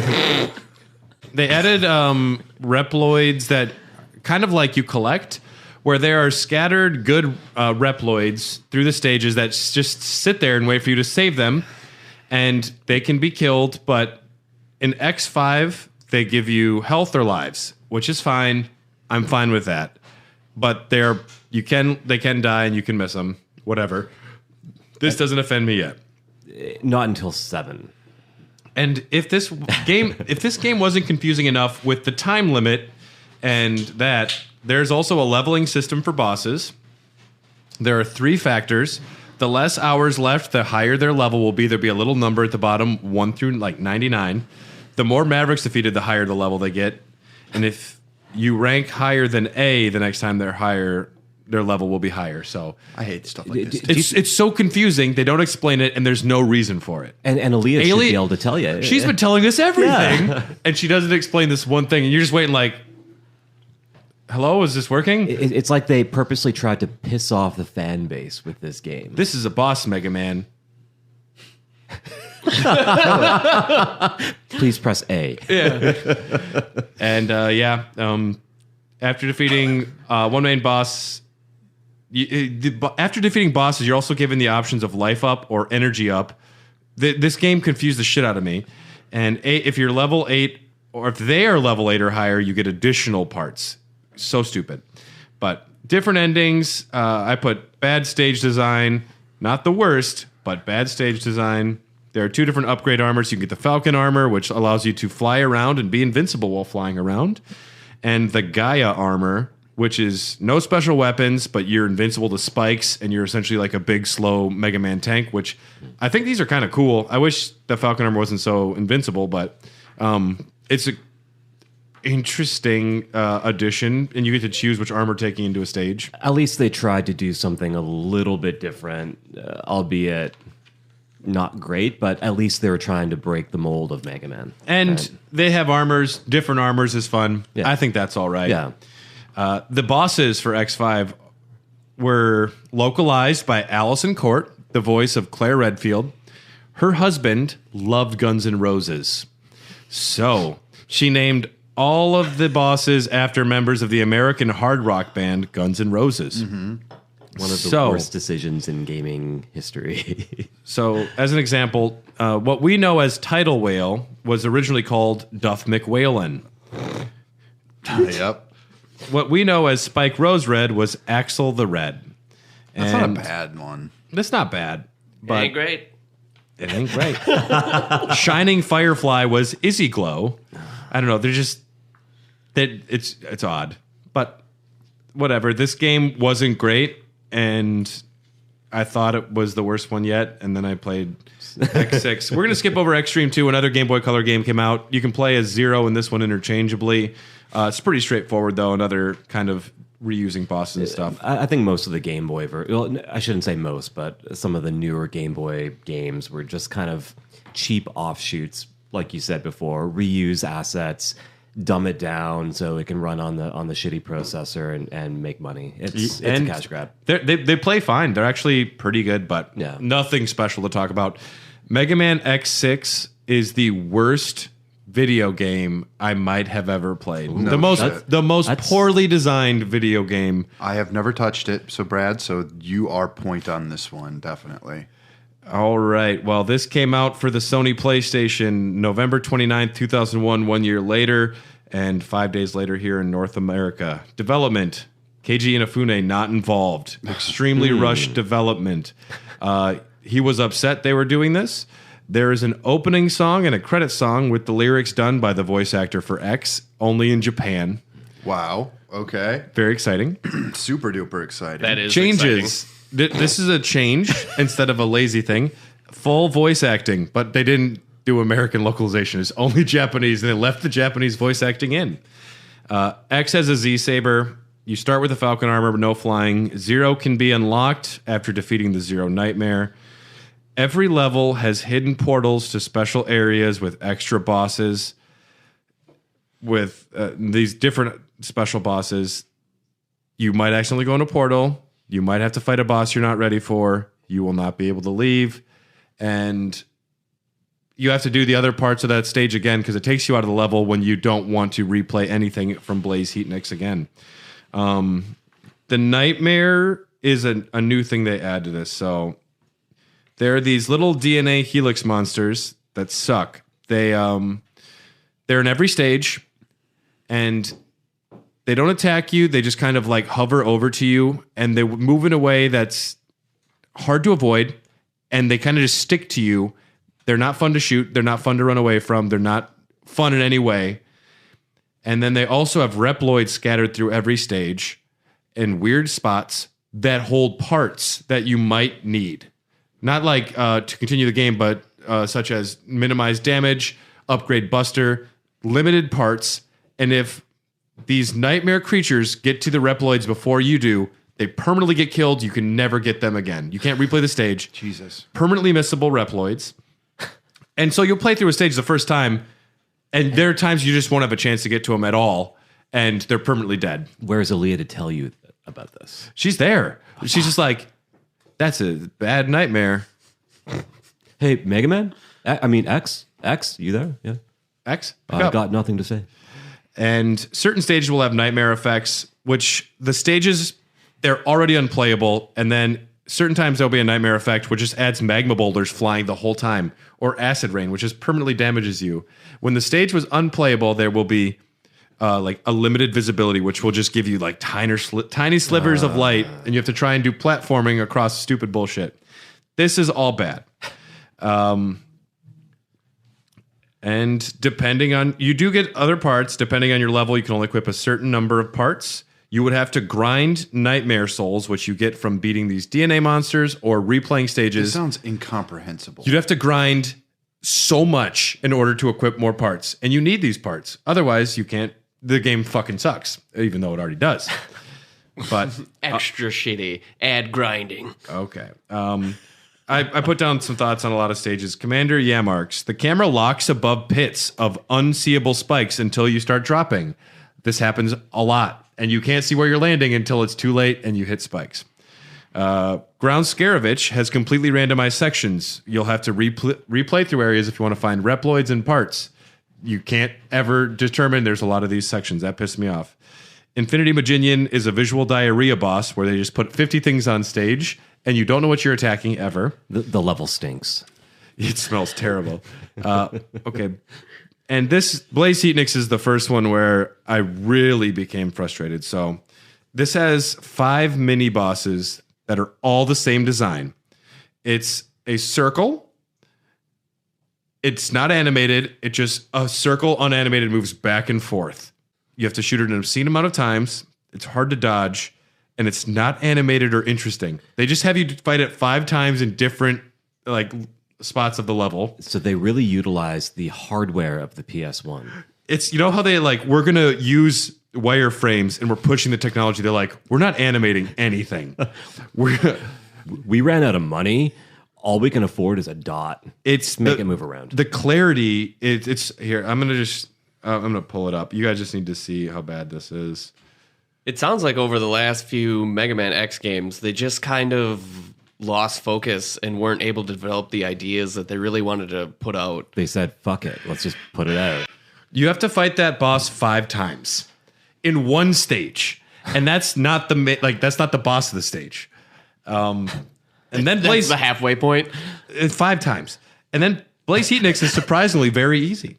Do you get a warning before you get to him? Yeah, it says warning. He's like, careful for this guy, and then you just beat him. Mega Man, this is a boss. Blizzard Wolfang, random ice falling with tons of instant kills. Rainy Turtleoid, not bad. Not bad, Rainy Turtleoid. Good job. What? Rainy Turtleoid? Yeah, he's a cool looking boss too. Actually, He's actually cool. I liked Rainy He's got his like Turtleoid. back turned to you. That's cool. Oh, that's edgy. You have no idea how edgy he is. We'll talk about that in the lore episode. Metal Shark Player, besides having the coolest name of Metal Shark Player, is the worst stage. Instant crushing compactor, extreme bullshit, and it's just essentially instant kills a billion times. And then the castle stages. It's impossible to beat the first stage without having collected items. If you don't go out of your way to collect optional items, you will not be able to beat this stage. There is a horrendous spike room with totems. So you think spikes. There are two different armors you can have in this game. The blade armor, which enhances your blade attack, and essentially it's just the more practical armor you can use. Or the shadow armor. You look like a ninja. It's kind of like the Gaia armor where you can walk on spikes. So when you go to this castle stage and it's all spikes, you think, naturally, I'll bring the spike dude. He can wall climb spikes. He can run on spikes. And you're going to run into one of the worst bosses in the game, High Max. A lot of people have a problem with him. I don't personally. High Max can't be hurt by the Buster. You have to use a special weapon, any special weapon to hurt him. But you beat that boss, which will piss you off. You get to the second part of the stage, the same level, and then there's an impossible jump with the shadow armor. You can't do it. And with the regular X armor, you can't. It's impossible unless you use some speed running, pixel perfect weapon change bullshit.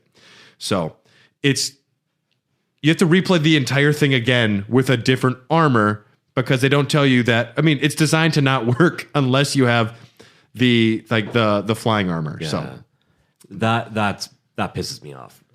And then you can only get the ultimate armor through a cheat code. This game is bad. Yeah.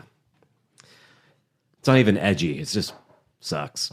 And this was so bad that the next game that came out, Mega Man X7, I'm like, it's okay.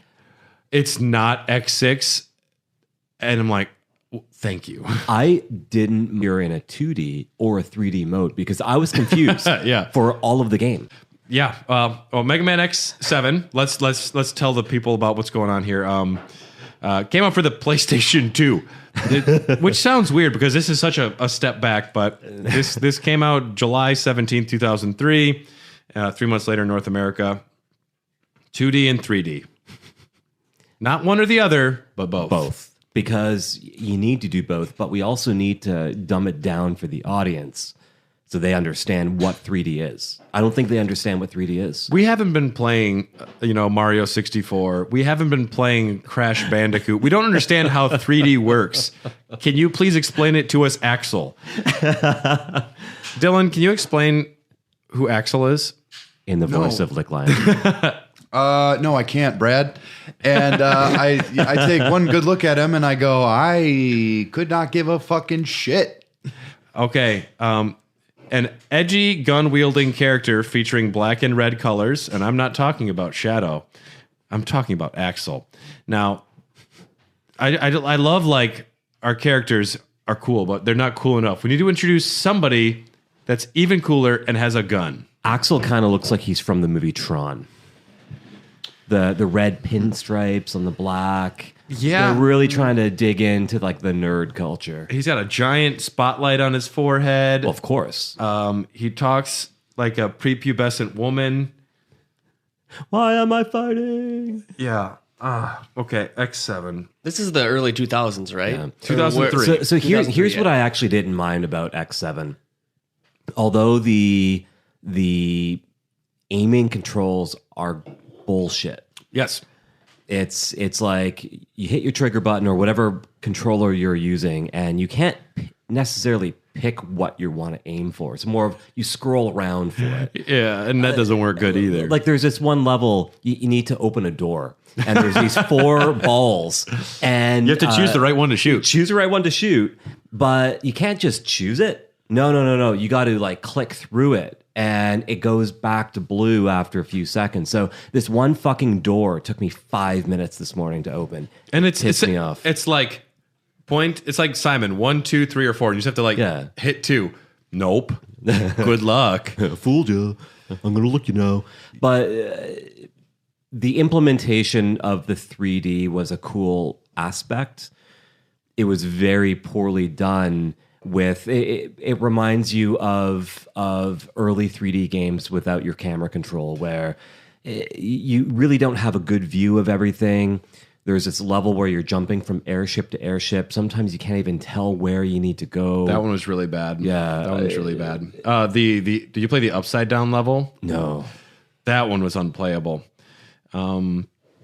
Yes, you can play as Axler Zero at the start of the game. And Mega Man is retired. X is retired because he doesn't like fighting. And that's why you have to play as Axel. Axel locks onto enemies kind of automatically. Yeah. It takes an obscene number of shots to take anything down when you start. He also has the copy shot where certain enemies you can copy them and become them because he's the new generation Reploid. Zero is still Zero, old reliable. And they do a pretty cheap thing where they start you off on that same highway from X1 to try and do you remember the B enemy? It's pretty cool. Again, this is another game of its time. Just, game studios trying to figure out, okay, how do we make more money on this game? We need a new character. But he needs to be edgy as fuck. X is boring.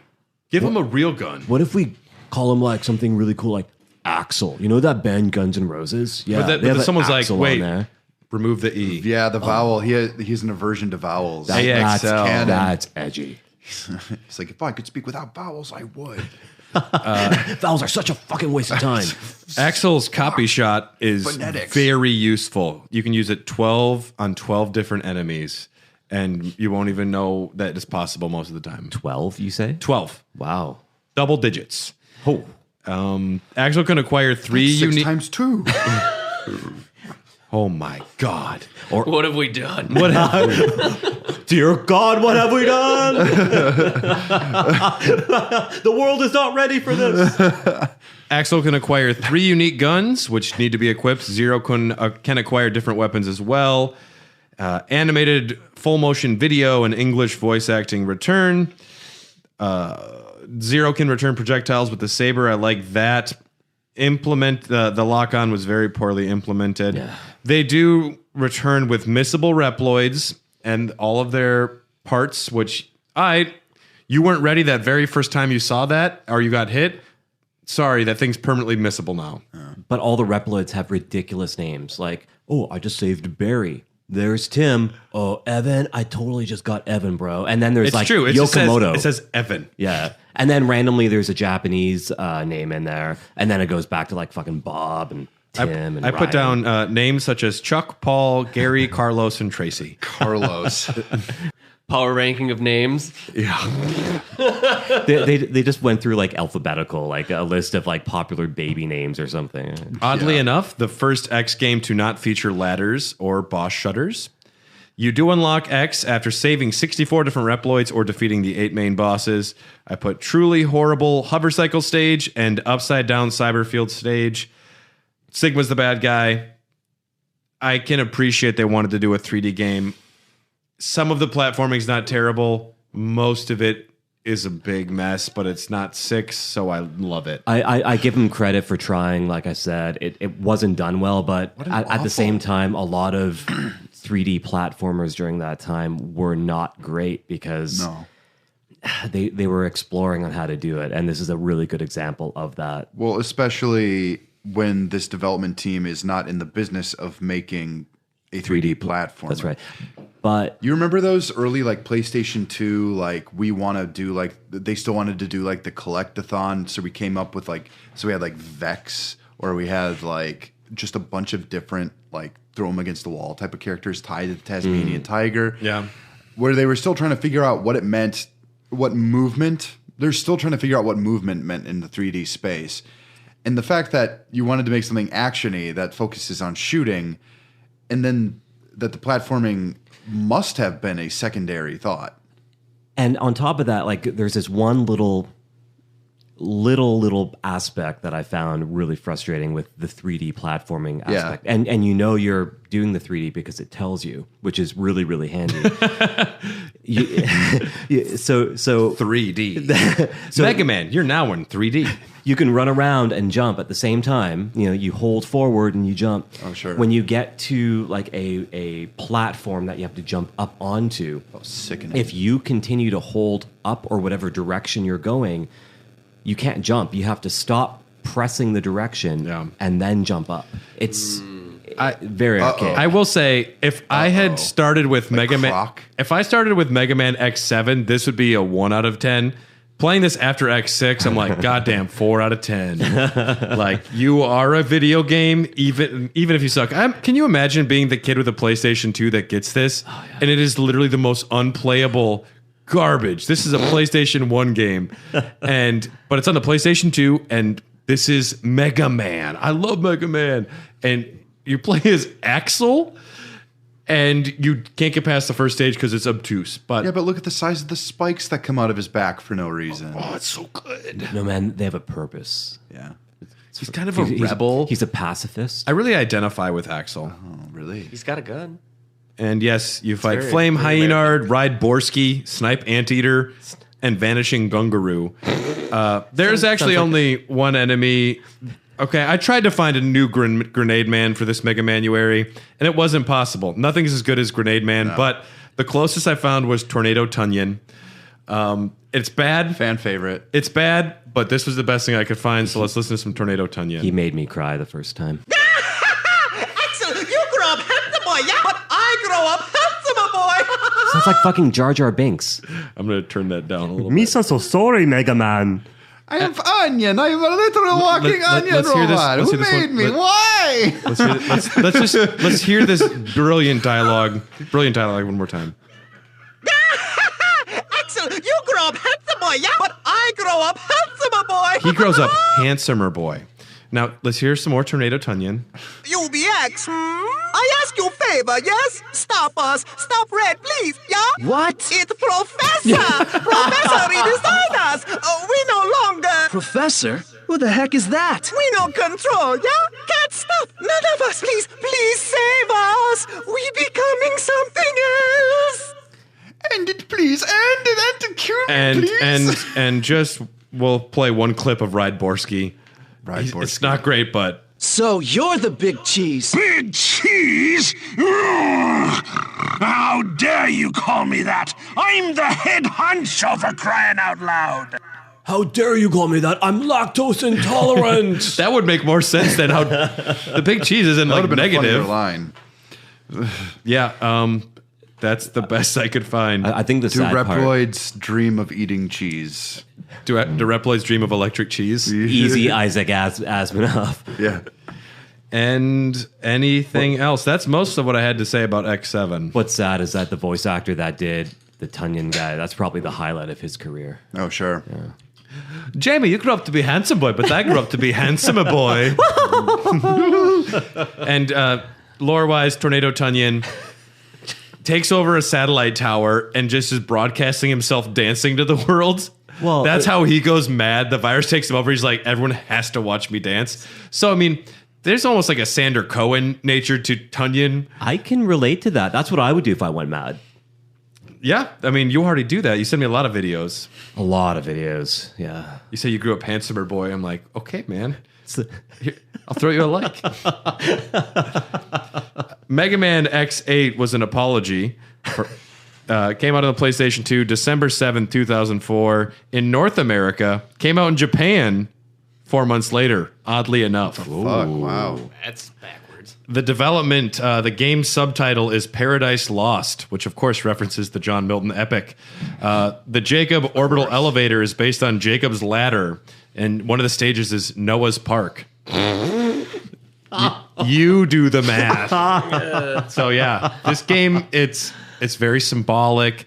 There's a lot of heavy themes. The story, this is when it pinnacles. It's very deep, like the deep soil that is the earth. There is no 3D sections. It's like 2.5. There is 2.5D, but you're playing on a 2D plane most of the time. 2 stages are fully 3D vehicle levels. One of them is terrible. One of them is good. They introduce guard break, where certain enemies have shields that can only be broken by certain character abilities. That was frustrating to try to figure out. And saying certain character abilities is so they're being so nice to themselves. Zero's character ability, just hit X a lot in front of him. Axel's character ability, just combo them a bunch. Axel's is just shoot him a bunch.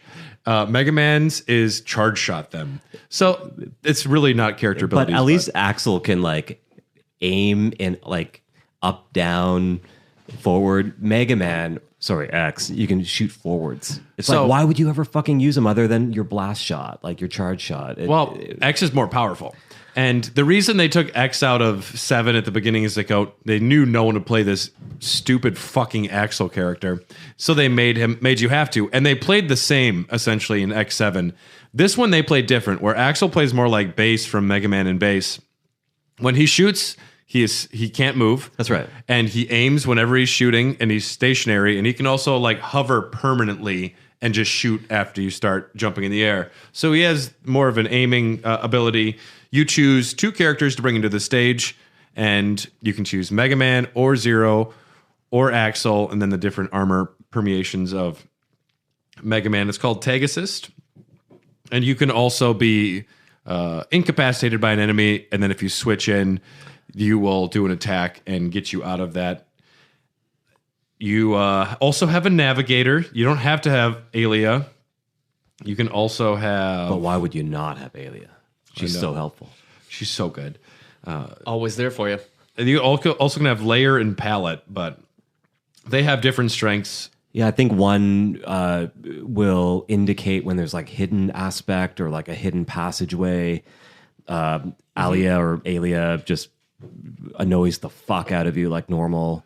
There was one more, wasn't there?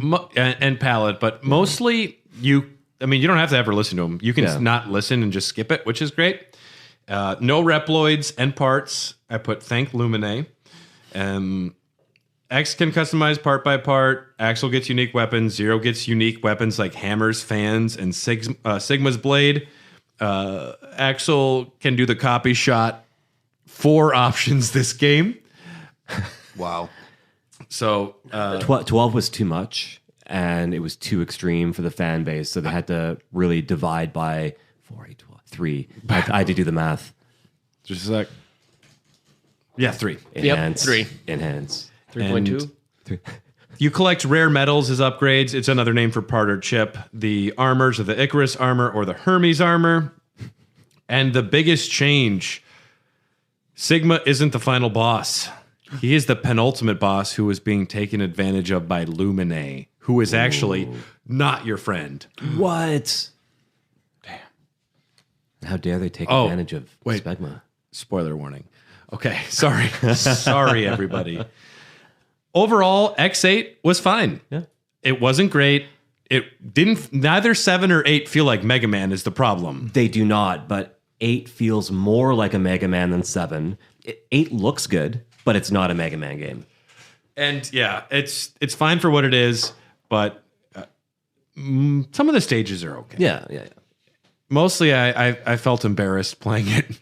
My niece is over Christmas like, what are you playing? I'm like, go do something. Get out of my face. I'm trying to fight Gravity Antunyon and Avalanche Yeti. I just made it to Lick Lion, and he's looking me like you wouldn't believe. You taste weird. Maybe you should really leave the room. This is Uncle Brad's personal time right now. There were a number of re-releases. Maverick Hunter X came to the PSP, where they decided to do a remake instead of X9. Vile is a playable character with his own campaign. It included a 25-minute anime called The Day of Sigma. The Mega Man X collection came to GameCube and PS2, included X 1 through 6. Maverick Hunter is something we should talk about. First-person shooter was being developed based on the X series and developed by Armature Studio. It was canceled in 2010, and it wasn't announced for a while afterwards. It was planned as a trilogy, and I watched the 3-4 minute demo. It looks pretty good, actually. It looks really. I only saw screenshots. Let's watch a little bit of it real quick. Was it as good as Chex Man? Better Than Chex Man? I don't know, man. I bought that cereal for that game.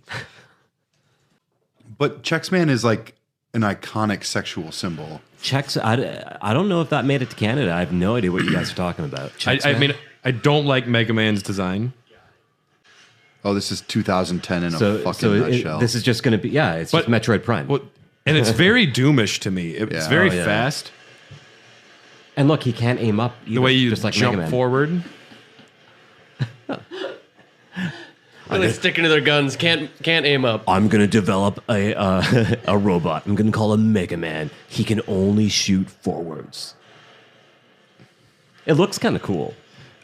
I mean, if it played just like this, it'd be dope. But like, not for a minute do I believe. Demo, yeah. It's not even a gameplay demo. This might as well be a cinematic. Oh yeah. It looks like bad Halo.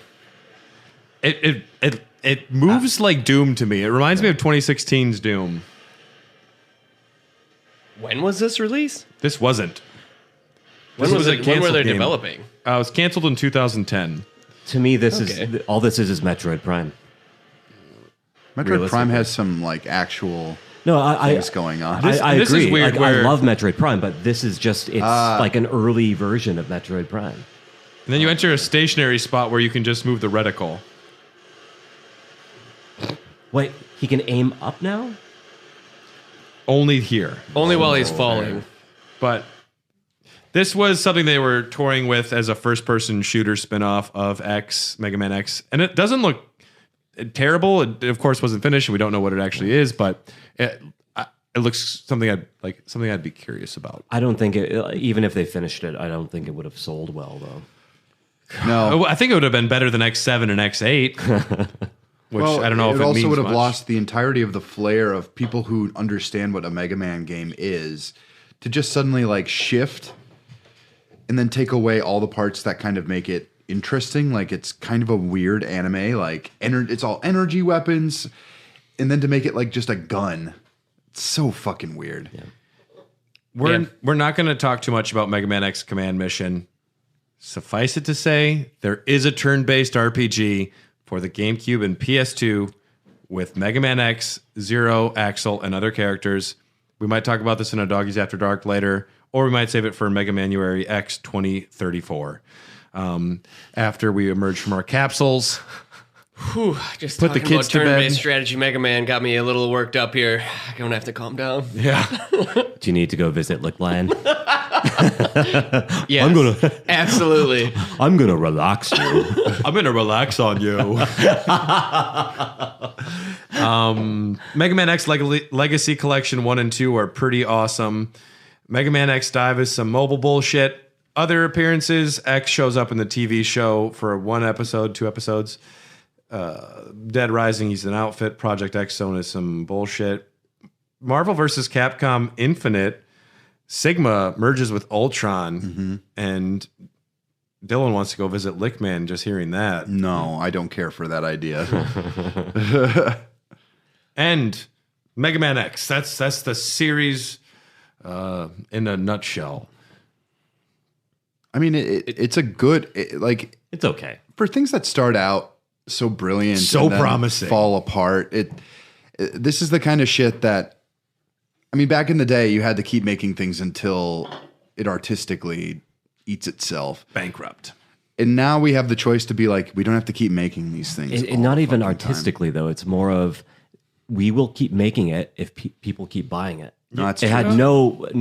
had no artistic integrity, realistically. That part's true. It's weird. You think there is a market. If you make something that plays and looks like Mega Man X1, you call it Mega Man X9, people will buy it. Yeah.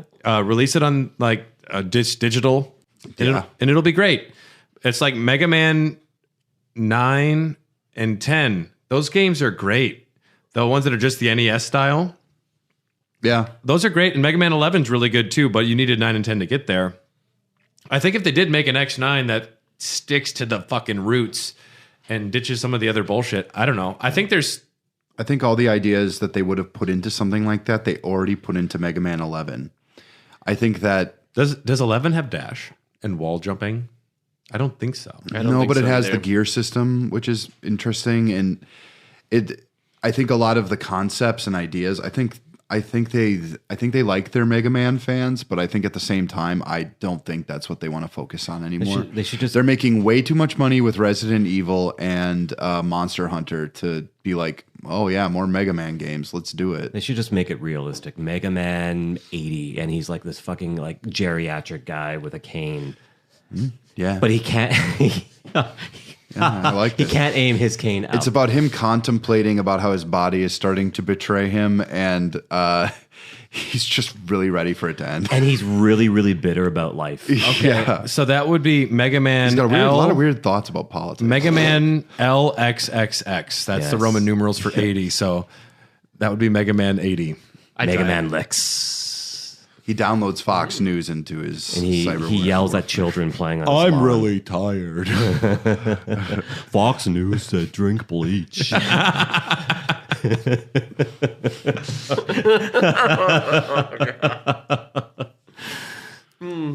Oh, Mega Man.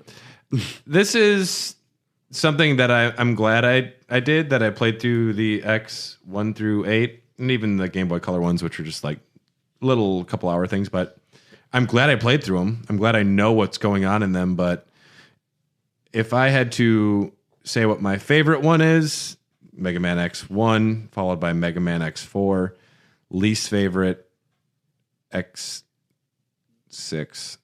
through 8. X7 is worse than 8, but I don't know. This is a dead series. They're not doing anything with it anymore other than Mega Man X Dive, which is some mobile bullshit. But I still have a lot of fondness for the games. Yeah. Despite the bad ones, which I'm glad. I don't know. I like playing bad games though too. It makes me appreciate game design when it's better. Yeah. The series has been beaten like a dead horse. It's just like, again, the money aspects and things along those lines. It seemed right after they got done with the first like 3, they just pressed really hard to continue the release dates and add more features that they just didn't work through. Like every sports game now, I say this liberally, but Assassin's Creed, what we talked about, it's the year after year after year of games where you buy the same fucking game over and over again with, now you can jump, or now you can do this, and it's a cash grab. And there are people who like these certain games, these big popular games. They love playing them over and over again, and they don't mind like it. I'm not gonna like game shame people either, but it's like I'm like, yeah, all right. Give me something new. Yeah. Like some of those games are actually quite good games, but when you play it for the 5th time with a different title, then it gets a little bit stagnant. I call it the Ubisoft effect. Yeah. Those all might as well be the same game. Oh yeah. I want to talk a little bit about some of the design for the characters. We'll save that for the lore. Sigma as a villain is something that I'm curious on some of your thoughts. Silly boy. But does anyone else have any, like, what is your personal, like, you guys haven't played through all of them, but do you have X1? I mean, what's your favorite besides X1? How about X2? Okay. And then 3 is going to keep going. And then it'd be X3. It tends to have a slope. Yeah. To me, X4 was probably my favorite. It might be my favorite too. X1 is so classy, but X4 is beautiful, and what they did with the series is great. It was a good progression of the game, of the story, of the world, without going too extreme with 3D and all that bullshit. Right. Yeah. Being I guess more of a classical fan of the games, I did, and I only played the first half. I didn't get into what the dumpster fire of the later games was, which I'm kind of thankful at this point. You should. I didn't think they were bad. I was against them starting them, honestly. And even when I was younger, I remember just loving the early Mega Man games and just kind of like mostly being a hater. Just kind of Mega Man X, like why? Who is Zero? Do I actually care? Do I want to do this again? And I was like, no, because the dedication I had to put in the first ones and beating them as a child was just piss poor. and I was just bad. I'm still bad at games. Let's be real. I play them because I like them. Me too, dude. Yeah, I'm just It's no sweat. never going to be a professional gamer because that's a thing nowadays. Yeah, wild. Yeah, I thought they were better than I gave them credit. I guess just leave it at that, I suppose. And I just like designs.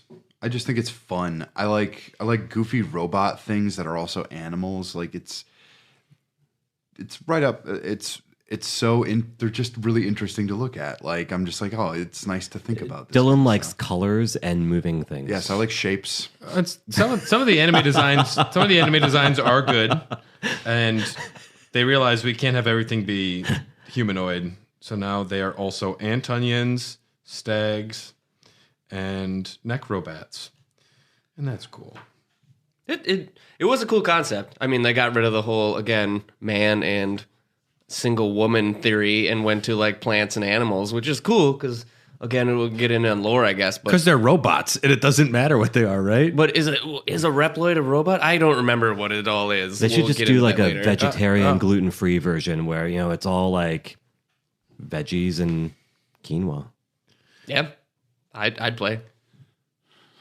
Dylan's face. We created 4 Reploids in this episode. We have Lick Lion, Popsicle Parrot, Duck Duck, and Tubby Troglodyte. And also, I'm adding one, Casual Kale. Yeah, I'm here to fight you. Well, whatever. I kind of taste like dirt sometimes. Don't forget to wash me I before hope you brought eat me. ranch. You could put me in a power smoothie. He surfs. Very vegan. Yeah, dog. Opinions. I got opinions on the kale.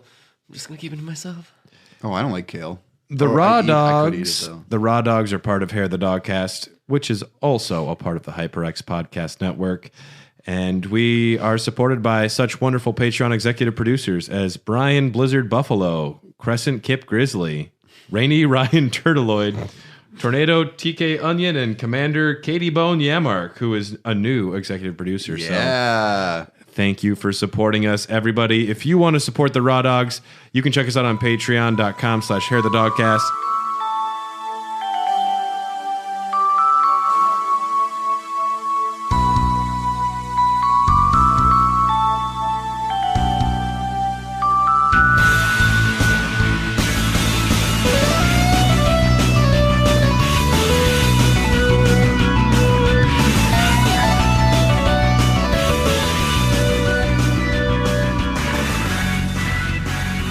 My name is Brad. Who the heck is here? I'm here. My name's Dylan, and I guess I'm here. I'm Casual Kale. Hey, man. What are you doing after work today? That's cool. If you're into that, I'm not, but it's fine. I'm not going to judge you. Hey, you know what? I'm not really looking for a relationship right now. But we can chill out. But It's in my name. I'm down to Casual. bone. Casual with a K. Speaking of boning, it's Jamie Bone. Right here, this guy.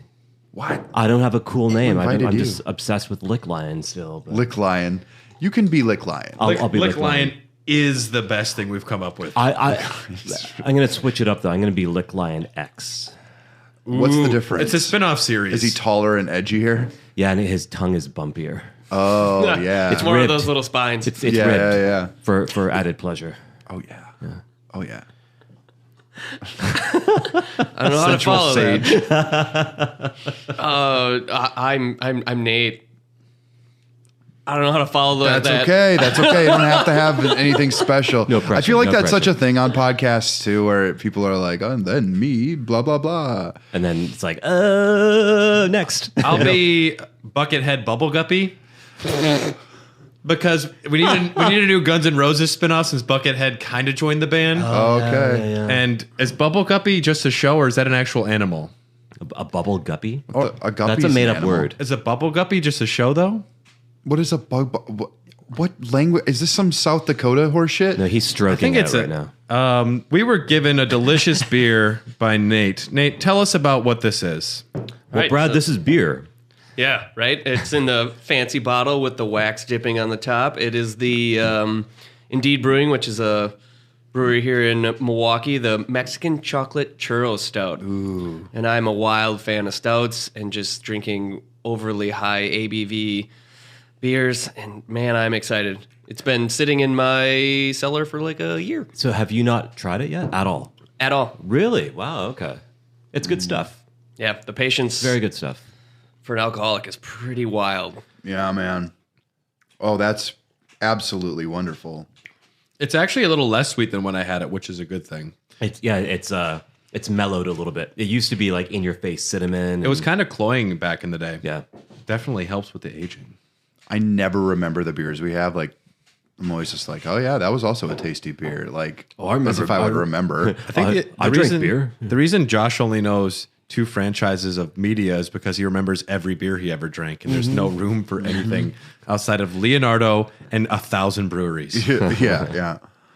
Well, what's the app for tracking what beer you've Untapped? It's called Jerk Myself Off, the app.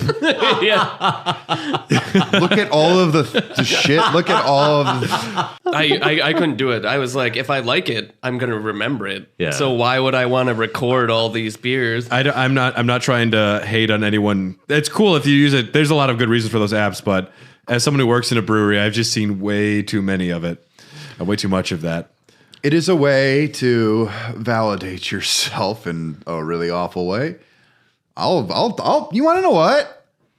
I'm riding that hate pony. I do kind of judge you. Casual Kale is now the Killer Kale. I do think it's a little weird. I mean, have fun. I don't give a shit. Also, have fun and do what you want, but I'm like, if I pulled my phone out every time I tried a beer, I would be on my phone all day. Yeah, that too. I'd be like, well, No. They somehow made alcoholism have achievements. I think that's what it is. Oh, man. It's amazing how everything is achievements now. I donate blood with Red Cross, and I get unlocked medals sometimes when I donate blood. They're like, you got 20 bonus points. I was like, fuck yeah. That's great. It's the beginning of predatory gaming. Yeah. It's invading the blood donation apps. You can really taste the onion in this beer. Tunyon? Tornado Tunyon is in this beer. I don't eat good, onions. yeah. I only eat Tunions. Yeah. What is an onion? Dr. Light, Dr. Wiley, and Dr. Kane are going to be 3 of the main instigators for our story today. These guys are fucking terrorists. Yes. Whoa. Strong statement. 3 these Casual they all Kale. suck. never They all suck. There are not 3 individuals who have caused more destruction in the entire history of the planet Yes. than these 3. Late in the 21st century, Dr. Thomas Lights begins working on X, which stands for unknown potential.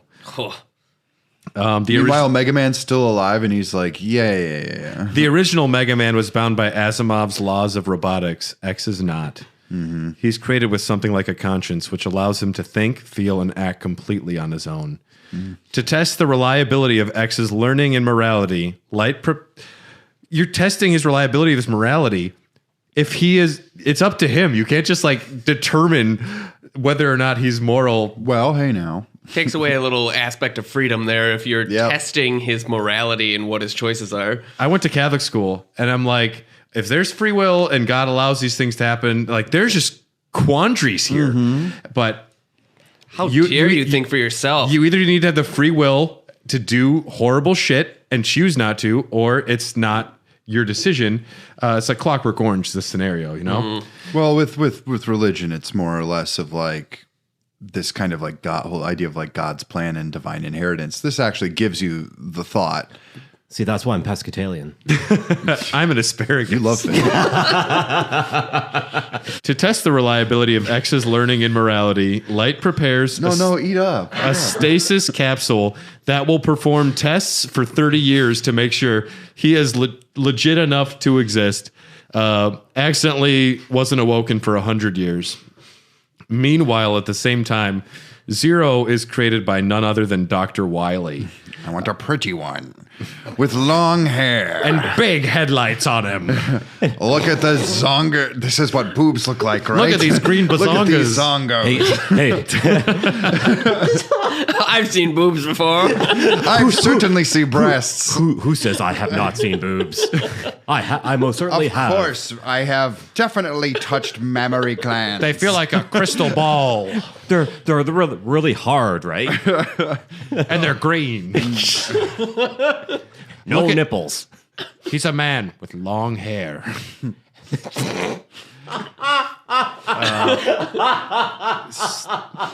So Dr. Wiley was also creating the Maverick virus. What a dick. And he dubbed Zero his greatest masterpiece. There was, however, a flaw in his cognitive program that made him completely violent and unwilling to follow instructions. Sounds like he might just have free will and doesn't want to be subjected to experiments. I don't know. Isn't that the concept of? Isn't that Dr. Wiley's concept though? His whole thing is he wanted to give robots like their own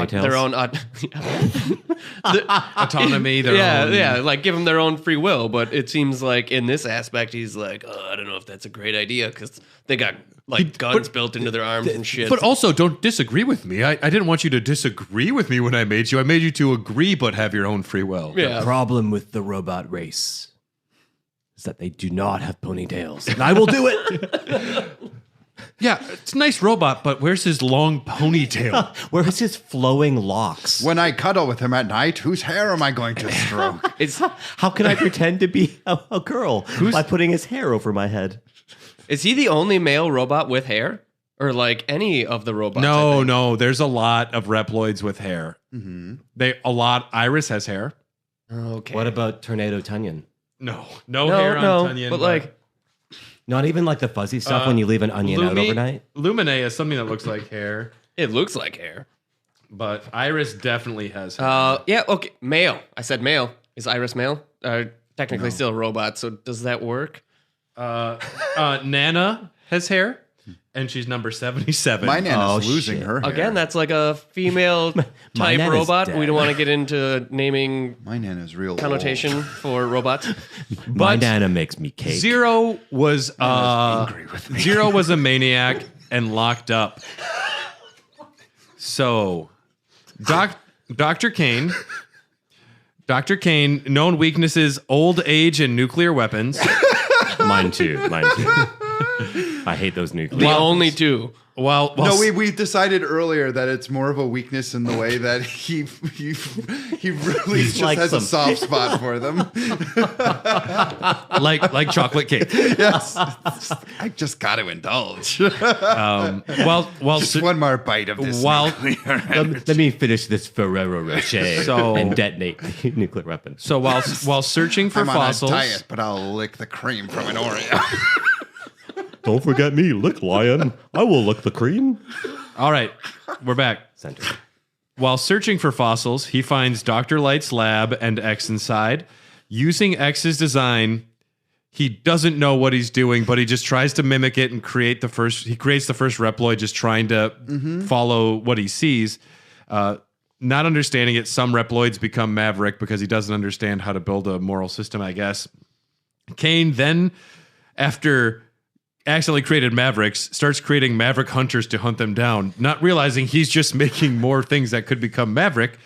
And he also then decides to create Sigma to lead this organization of Maverick hunters when he doesn't know what he's doing. He's like, make more of them. It's like a cat in the wall. Just put more cats on the wall to get it out. You fake it till you make it, right? Eventually something will stick. They have to throw rocks at it until one goes through. So he creates Sigma. Kane considered him to be the most advanced Reploid of his time. A red Maverick is reported, and Sigma goes hunting. This leads to the day of Sigma. Zero is discovered by the Reploids. He is awakened and destroys all of them. Sigma confronts Zero alone, and he suffers heavy damage, but Zero suffers a malfunction. Sigma punches him in the head, which transfers the Maverick virus, which was sealed in the capsule with Zero, to Sigma. And now Sigma has the virus. And he didn't even wear a mask.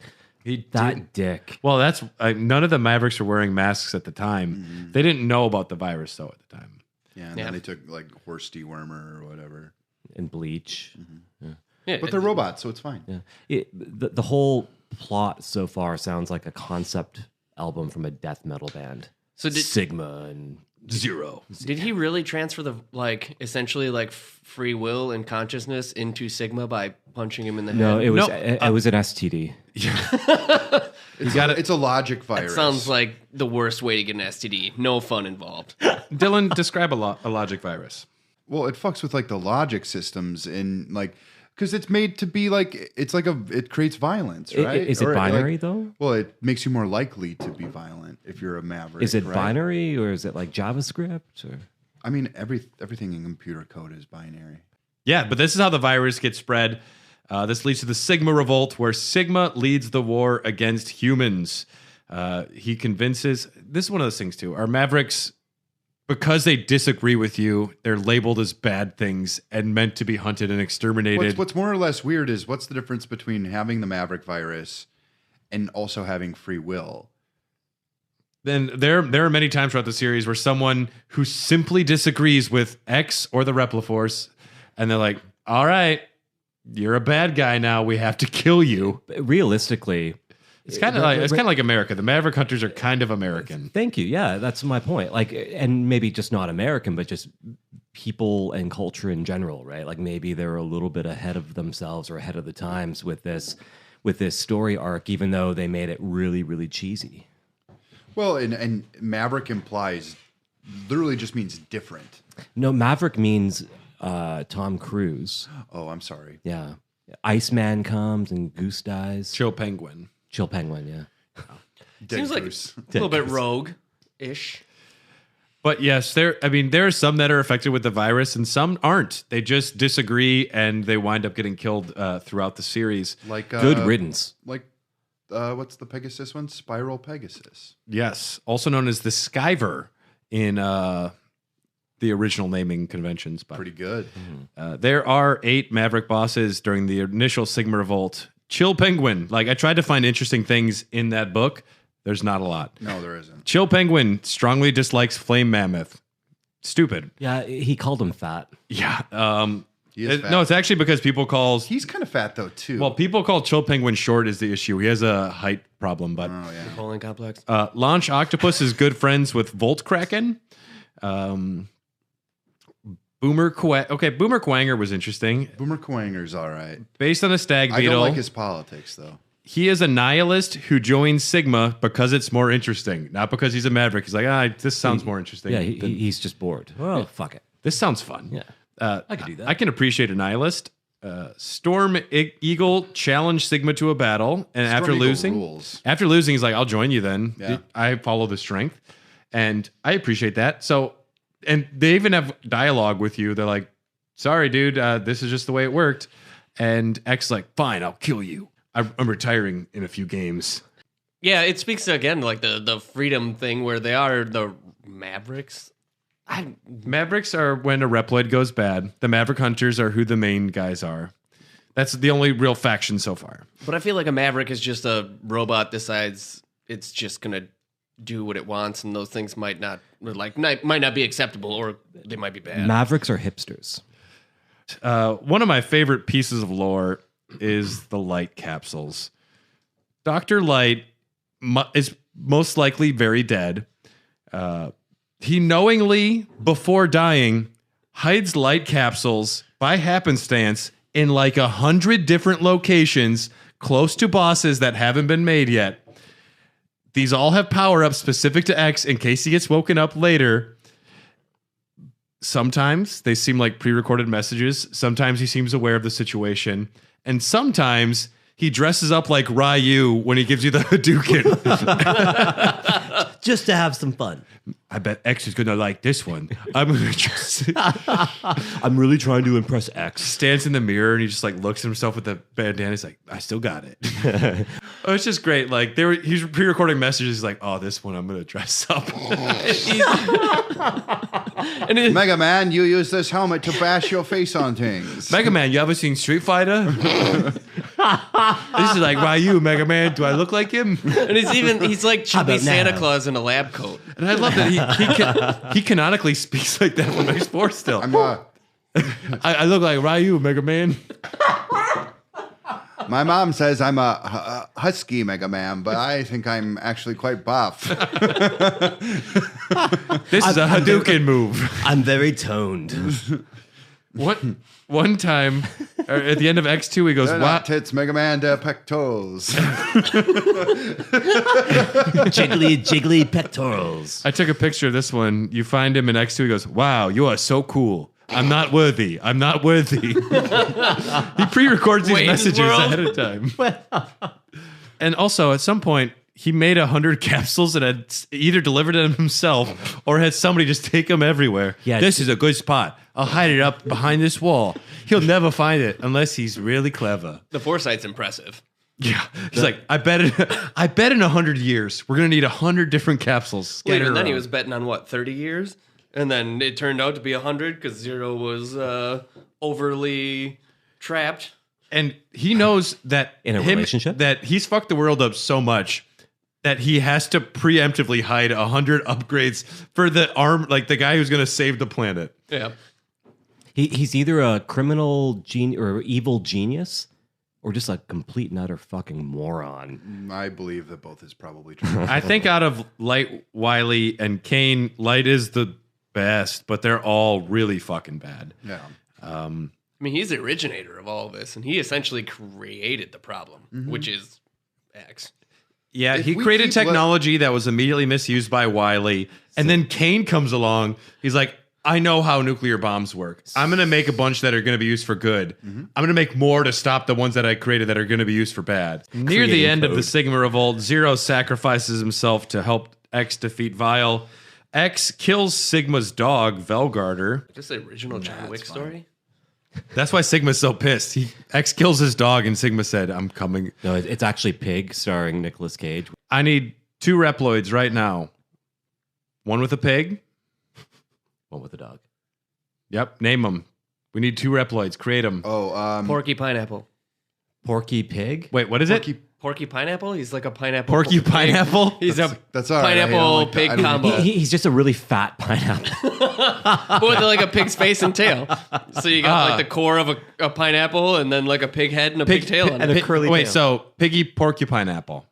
Yes. Or just, oh wait, no. Piggy pork apple. Pork. Pork apple. No, pork dash U dash pineapple. Oh yeah, Porky- hell yeah. Okay. Okay. And And then he's half pig, half porcupine though. Pineapple. Porcupine apple. He's pineapple. He's Okay, a there's pineapple and a pig. You created 4 puns in one name, and that's a lot. This is edgy, man. This is super edgy. Okay. Yes, it belongs in the game. All right. And we need a dog. purposeless poodle. Purposeless poodle? He's just indifferent to everything. He's just really depressed. Okay. We'll need one more Reploid before the end of the episode. Oh, I'm on it. X kills Sigma's dog, defeats Sigma, and then X goes to a hillside and contemplates war and peace. Not the book, but the, he goes to the hillside He's a and he huge Tolstoy reads fan. but the War and concepts. Peace. I mean, he's just drawn into war. X is just like, yeah, he's the pacifist that Dr. Light created, and it's pushing him over the edge. But war, what is it good for? Unfortunately, though, 6 months later, the X Hunter incident happens. Sigma's rebellion is over, but little has changed. Dr. Kane locates an old factory where Mavericks are building more soldiers, and the X Hunters are there. The X Hunters are agile, boring bullshit, violin, boring bullshit number 2, and Sergis, very interesting. He is the leader of the X Hunters. He comes up with the plan for the unification of Zero's different parts to resurrect him, and he also created the Z Saber. Why does he know so much about how to assemble Zero? Well, the U.S. localization removes many references to how he is Wily, or an aspect of Wily, a consciousness transferred to robots through things to Wily. It doesn't say much in there, but Really? being defeated, he says after you beat him, being defeated by the robotic memento of light yet again, such regret. He even looks like Dr. Wily. So, an aspect of Wily exists there. Zero, his body is being rebuilt by Sergis in 3 parts. X defeats the 3 X Hunters one at a time and collects his friend's body. X defeats 8 Mavericks, and they have to go to the X Hunters base in the Arctic Circle. The only interesting Maverick was Bubble Crab, who was extremely greedy, only helping to pad his bank account. I don't know what Bubble Crab was buying. He needed money for something. Maybe he had a lot of gambling debt. You find out later, though, the X-Hunters have resurrected Sigma. This was a surprise. Neo Sigma, instead of a lightsaber, has Wolverine claws. Well, that's pretty dope. He declares he knows Zero's secret. The secret is that the ponytail is hair extensions. It's not real hair. After being defeated, Sigma takes a digital form called the Sigma virus. Sigma wanders aloud. Why Zero did not become Maverick before he disappears from the wireframe into nothingness. Fucking wireframes. It's state of the art. I put down for the next segment called Shadow Hunters. Jiminy Cricket finds a digital journal with altered data and needs to send in Sora to fix the journal. This is the actual plot for this Mega Man game. Mother computer has been hacked. There is a mother computer. It's been hacked by an unknown source, and all of its data was overwritten. You have a Reploid friend who maintains the computer named Middy, who sends you in to figure out what went wrong. There are 3 Shadow Hunters, Gamil, Zane, both bullshit nothings, and then Techno, who is being manipulated by Sigma. He is the twin brother to Middy. What?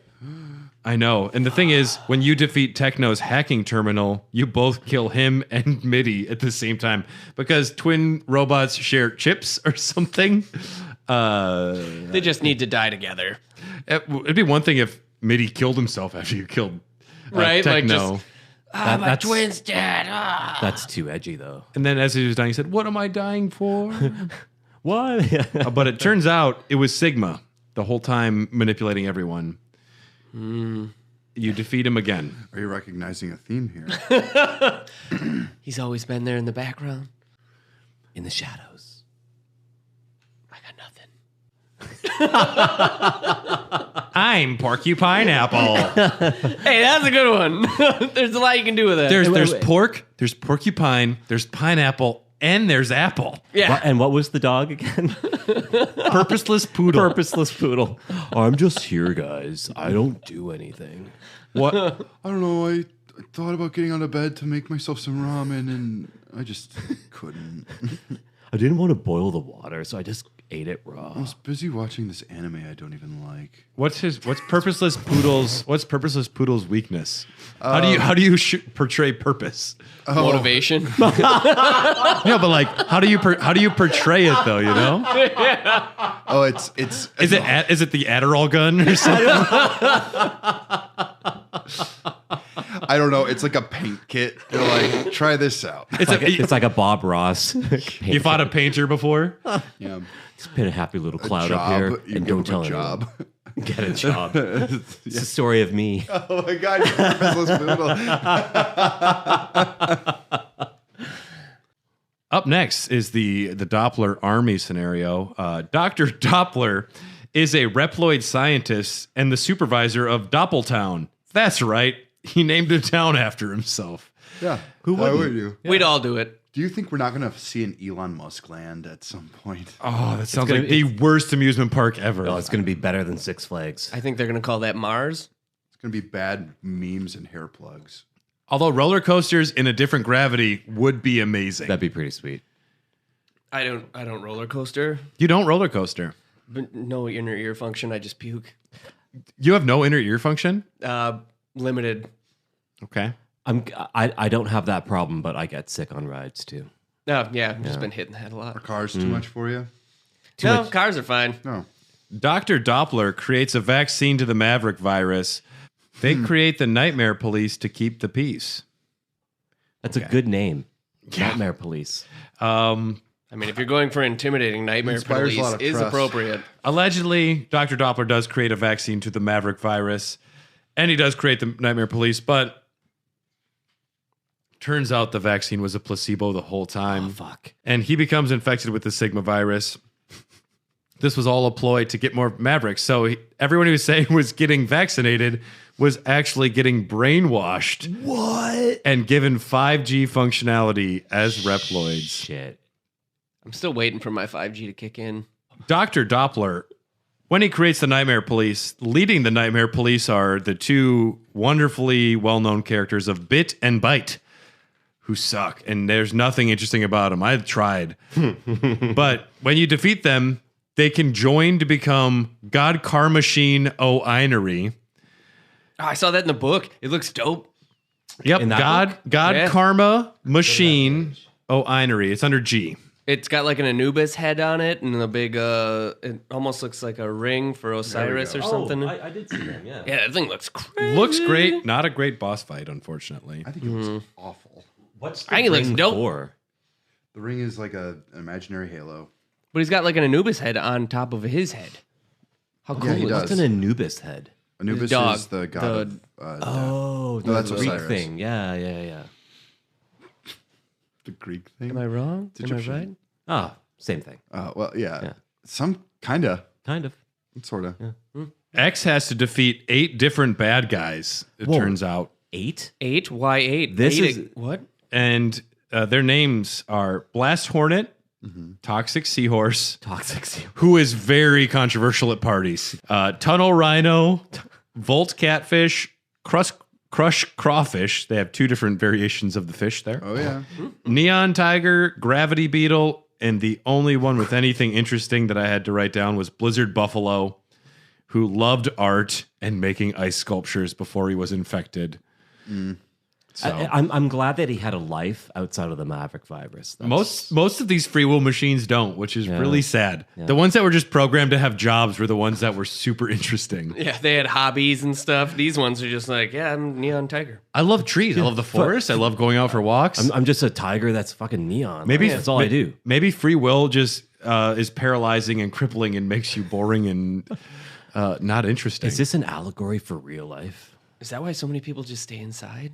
Are they all purposeless poodles? I'm not doing shit today. And that's what I want.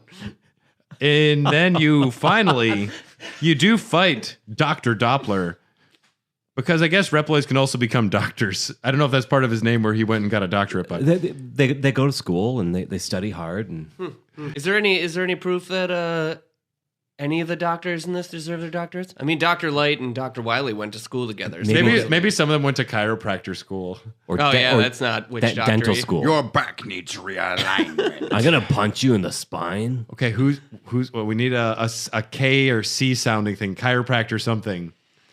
It's got to be a K if we're going chiropractor. Cause Kangaroo chiropractor. We already got the Gunguru. But he's a gunguru. Oh, Yeah, Gungurus are different chiropractor than Chimera, That's not bad. mythical creature, Komodo. Komodo. Komodo chiropractor. Chiropractory Komodo. I'd say Komodo chiropractor. Okay. Yeah, that works. Komodo practor. Komodo. Oh, Komodo practor. We just put it all together. Oh man, That one's okay. We synergize that shit, man. Okay, I actually have to write these down. I'm going to be editing this. I'll remember this.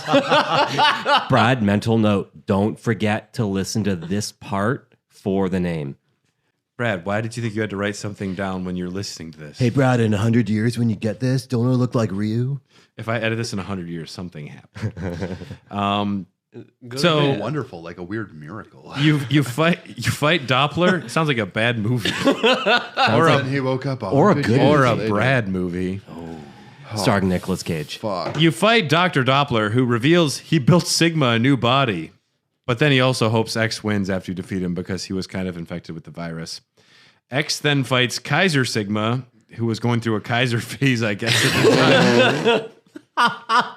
When did the Cold War end?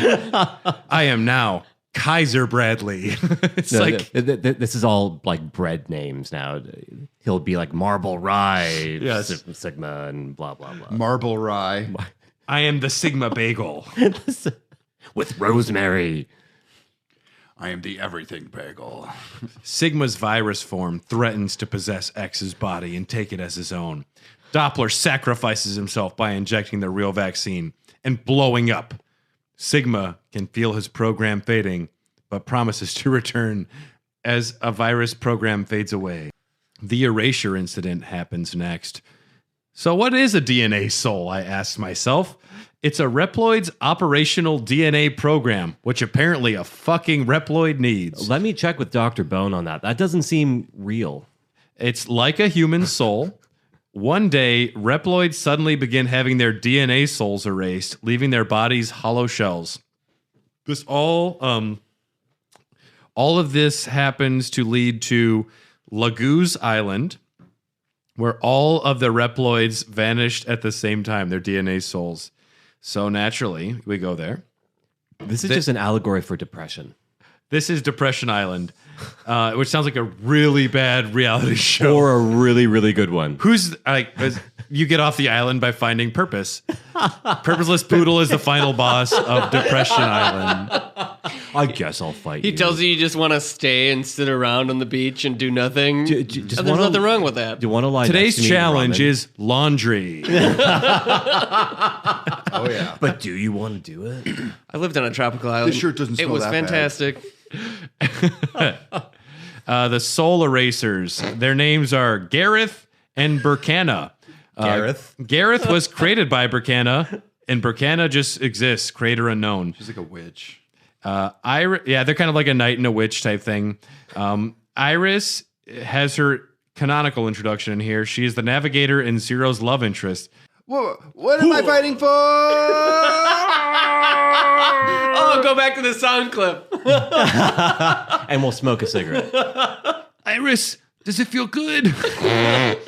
Are the sparks big enough for you? So it turns out, though, guys, Sigma planted the seeds for Burkana's involvement. Even he, though, at the end admits she went way too far, but he is defeated again. And afterwards, the souls magically fly back to their bodies or something. Or something, and other stuff happens.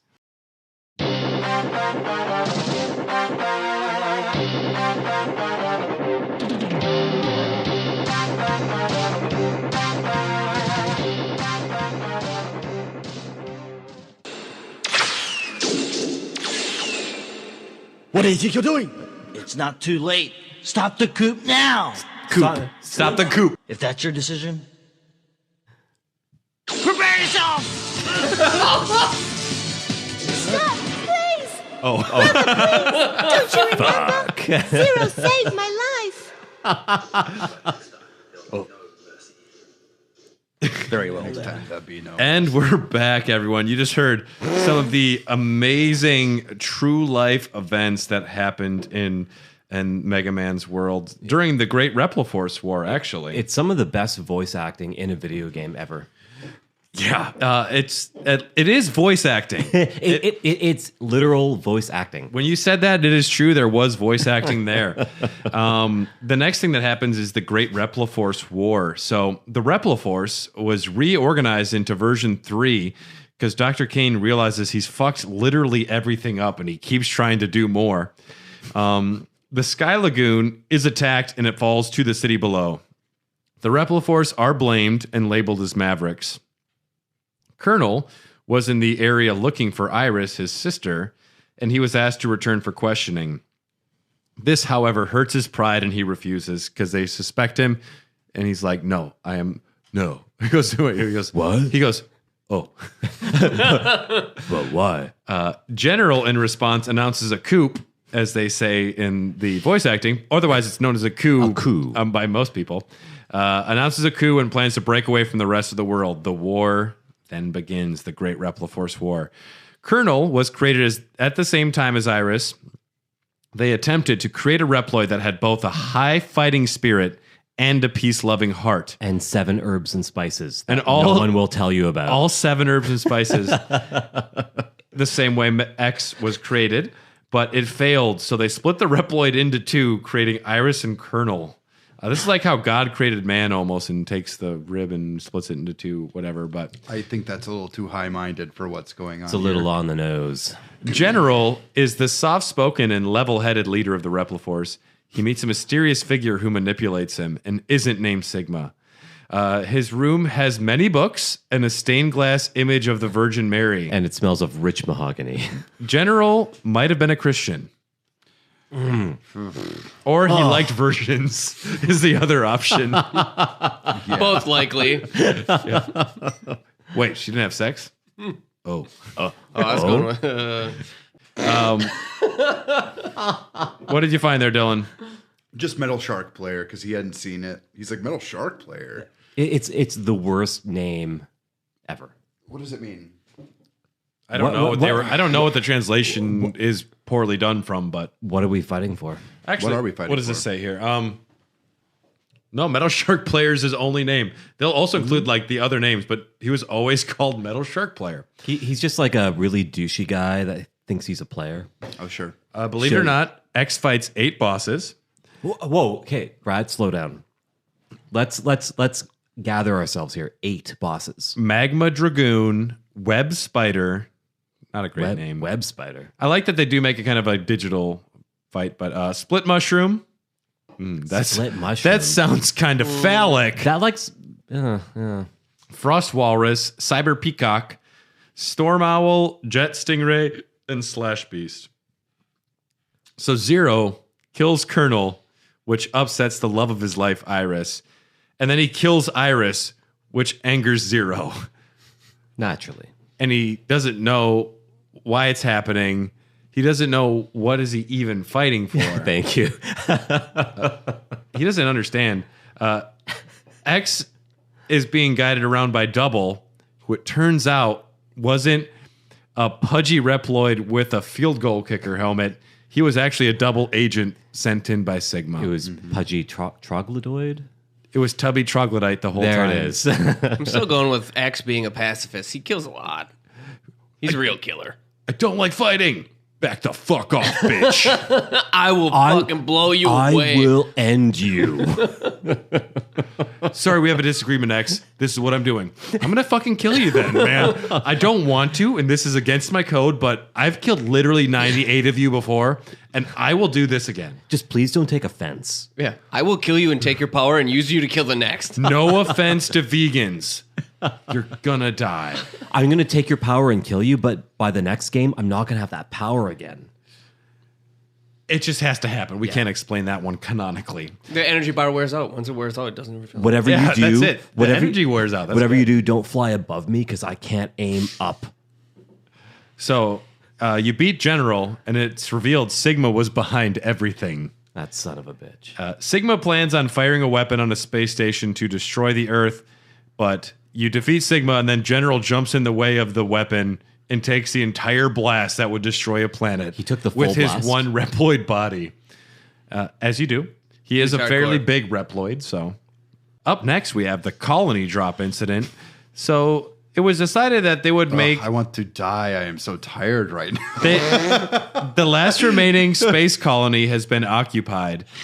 It's called Eurasia. It's the last space colony. A virus, the colony virus, which is a variant of the Maverick virus, has been spread, and the colony is set to crash onto Earth in 16 hours. Maverick hunters want to use a large particle cannon named Enigma to blow that shit up, but it needs upgrades. So you have to fight 4 bosses to get it.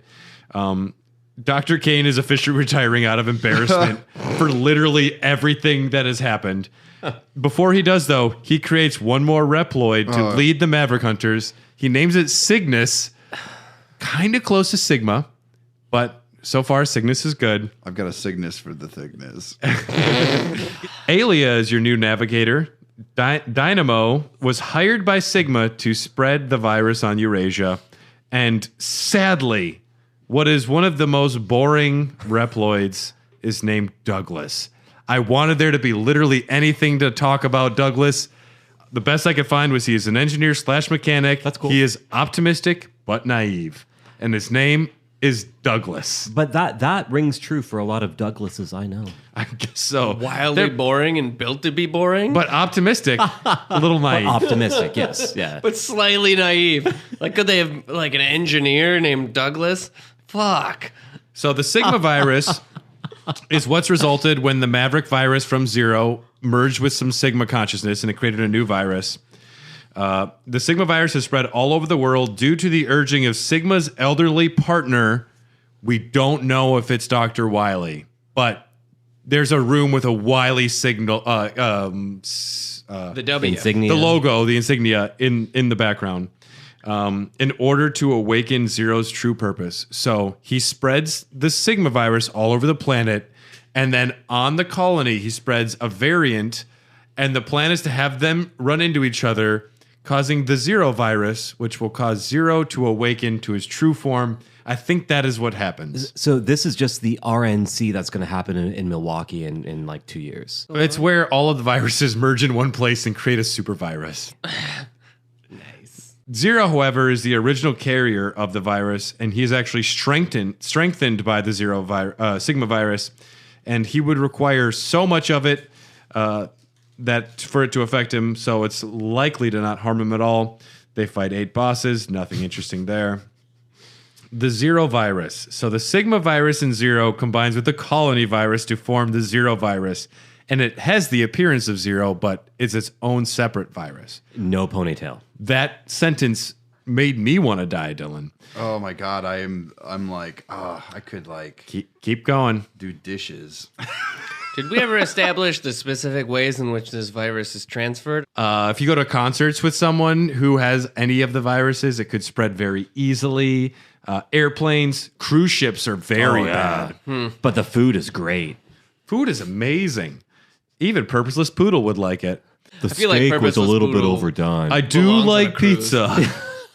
Purposeless Poodle would actually find a lot more purposelessness on the cruise ship because, I mean, what the fuck do you do on a cruise ship? Nothing. You eat. Limbo. You're catered to. You got a pool. You sit on the deck. Yeah, Purposeless Poodle found his calling. Zero Space is a cyberspace area, possibly in Vietnam, where the final battle takes place. I found that on Wikipedia. So this is based on X's narrative still, right? Like so. No, this is Apocalypse Now. This is canonical. This is them merged together. It makes perfect sense. Yeah, he's a pacifist because of Viet. Yeah, he's a hippie. But Sigma is ultimately defeated and self-destructs to try and defeat the lame-ass Maverick Hunters. Zero's body is once again destroyed. Sigma's head then attempts to attack again, but Zero defeats it before dying himself. X is repaired by a holographic Dr. Light somehow. They don't ever explain this, so he must have some sort of consciousness. And X takes the Z-Saber. Up next is the Nightmare Incident. A nice Nightmare Incident, and Dylan's eyes are rolling back in his head. We got to keep going. We're going to get through this. What are we podcasting for? What am I even here? So essentially, Zero is Dr. Wily's consciousness, and X is Dr. Light's consciousness. But there is also a separate consciousness that repairs Mega Man X. Fuck. The Nightmare Incident happens 2 weeks later. Humans have moved underground, and Gate is a new guy, alias Bill. former colleague. Gate finds something unusual at the crash site of Eurasia, which makes him go mad, and Maverick outbreaks begin occurring. Gate creates the Zero Nightmare in order to create a Reploid utopia under his rule. Nice. The Zero Nightmare is a virus and a phenomenon. It rewrites DNA and AI programs. It's designed to infect Reploids and immobilize them before controlling them. The phenomenon, the Zero phenomenon, is strange events that destroy the playability of stages in video games. The Zero Nightmare is a clone of Zero created to spread the belief Zero was behind it all. This justifies Hymax and the Nightmare investigators who are created to investigate the incident. And this was all done by having a fake Zero Nightmare running around. And the virus, I put our DNA dickheads. Okay, Isaac is a Reploid scientist who warns of the Zero Nightmare and encourages bad shit to happen. He sends 8 Nightmare investigators to be bosses in the game. Hymax is created by Gate, a false leader in the investigation of the Zero Nightmare. Okay, the word diarrhea is done. I've gotten that out. X fights 8 bosses, believe it or not. What? Get 8? the fuck out. So this is cool 8. because 8 of them. This game addresses depression and suicide head on in 2 bosses. Okay. Shield Sheldon, a security officer charged with protecting Dr. Jim. We don't know who Dr. Jim is, but it is in there as he was charged with protecting Dr. Jim. Dr. Jim went Maverick, and Shield Sheldon felt responsible, and he kills himself. He was brought back to life by Gate. So, Dr. Jim, rest in peace. Shield Sheldon killed himself because you went rogue. And then Rainy Turtleoid as well. What a change. I know. What are you going to do? Rainy Turtleoid. I need a drink. This is getting depressing as Rainy shit. Turtleoid.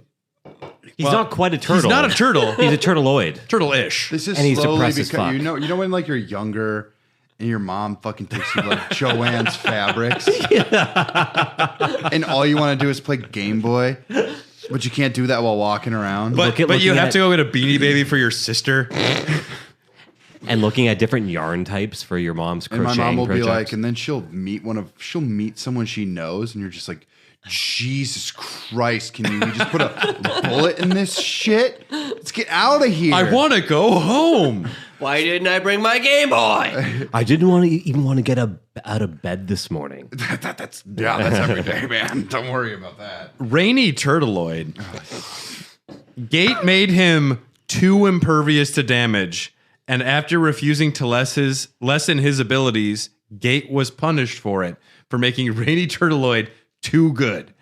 So Gate was punished for it, and because Gate was punished, Turtleoid killed himself, feeling responsible for it. Fuck. Sounds about right. Killing themselves. I don't know. Gate brought him back to life, though. It turns out... Yeah. Where is it? It's northeast. Yeah. It turns out Sigma was being rebuilt by Gate.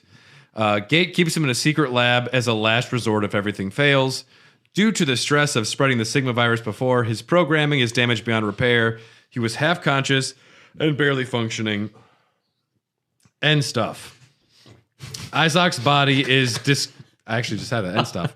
That's a great ad. Isaac's body is discovered to be an empty husk. It seems like his soul left before you got there. And Zero hears a mysterious voice calling from the robot. It's Dr. Wily's consciousness has left the robot. Is he trying to tell him to kill himself? Dr. Wily's telling Dylan to right now, hearing all this turtle talk. Whee! I like Rainy Turtleoid. He looks cool. Gate releases Sigma as a last-ditch effort. Sigma kills Gate, fights X and Zero. He's destroyed. X saves Gate's remains for Alia to hopefully repair. Dylan, on the bright side, we only have 3 more of these. What? With 8 bosses. The Red Alert, 10 years later-ish. X is retired. He's a fucking pacifist. I'm not killing anymore. To take care of the rising crime, the Red Alert was created by Red. Yes. Red Alert initially fought only against Mavericks, but one day things started changing and they started getting a little too aggressive, causing their new young hire, Axel, to leave the group. This is the Dylan alert. Red sends a mechanaloid to retrieve him, but Zero refuses to return Axel. And Red issues a challenge to the Maverick Hunters to see who can defeat more Mavericks. If we do, we get Axel. If you do, you keep Axel. Axel gets no say, and they all agree this is fine. And he can shoot anywhere he wants. It's one of his abilities. Any direction. Any direction at all. The new generation Reploids are a new model type equipped with the copy chip, allowing them to absorb DNA. They can absorb DNA. Oh, he can bend his arms. Pretty sure that's how this whole problem started. Yeah. Axel is the prototype of the new generation Reploids. Red is allying himself with the Professor, and he becomes an evil dickhead. Sigma reveals he has taken over Red Alert and forces Red to cooperate. Axel, now here's Axel, okay. He's cocky and sassy, but also kind-hearted and cares about his friends. He may be immature, but his heart is in the right place, and he enjoys battle. We don't know who Axel is. We don't know who created Axel. He's Axl Rose, man. His earliest memory is being found by Red after he discovers his DNA collection ability was used for nefarious purposes, blah, blah, blah. It turns out you have to fight 8 bosses. Whoa. Brad, I'm 8? sorry. 8 of them. Yeah. 8. That's 12 minus. That's 12 minus 4. 7 plus 1.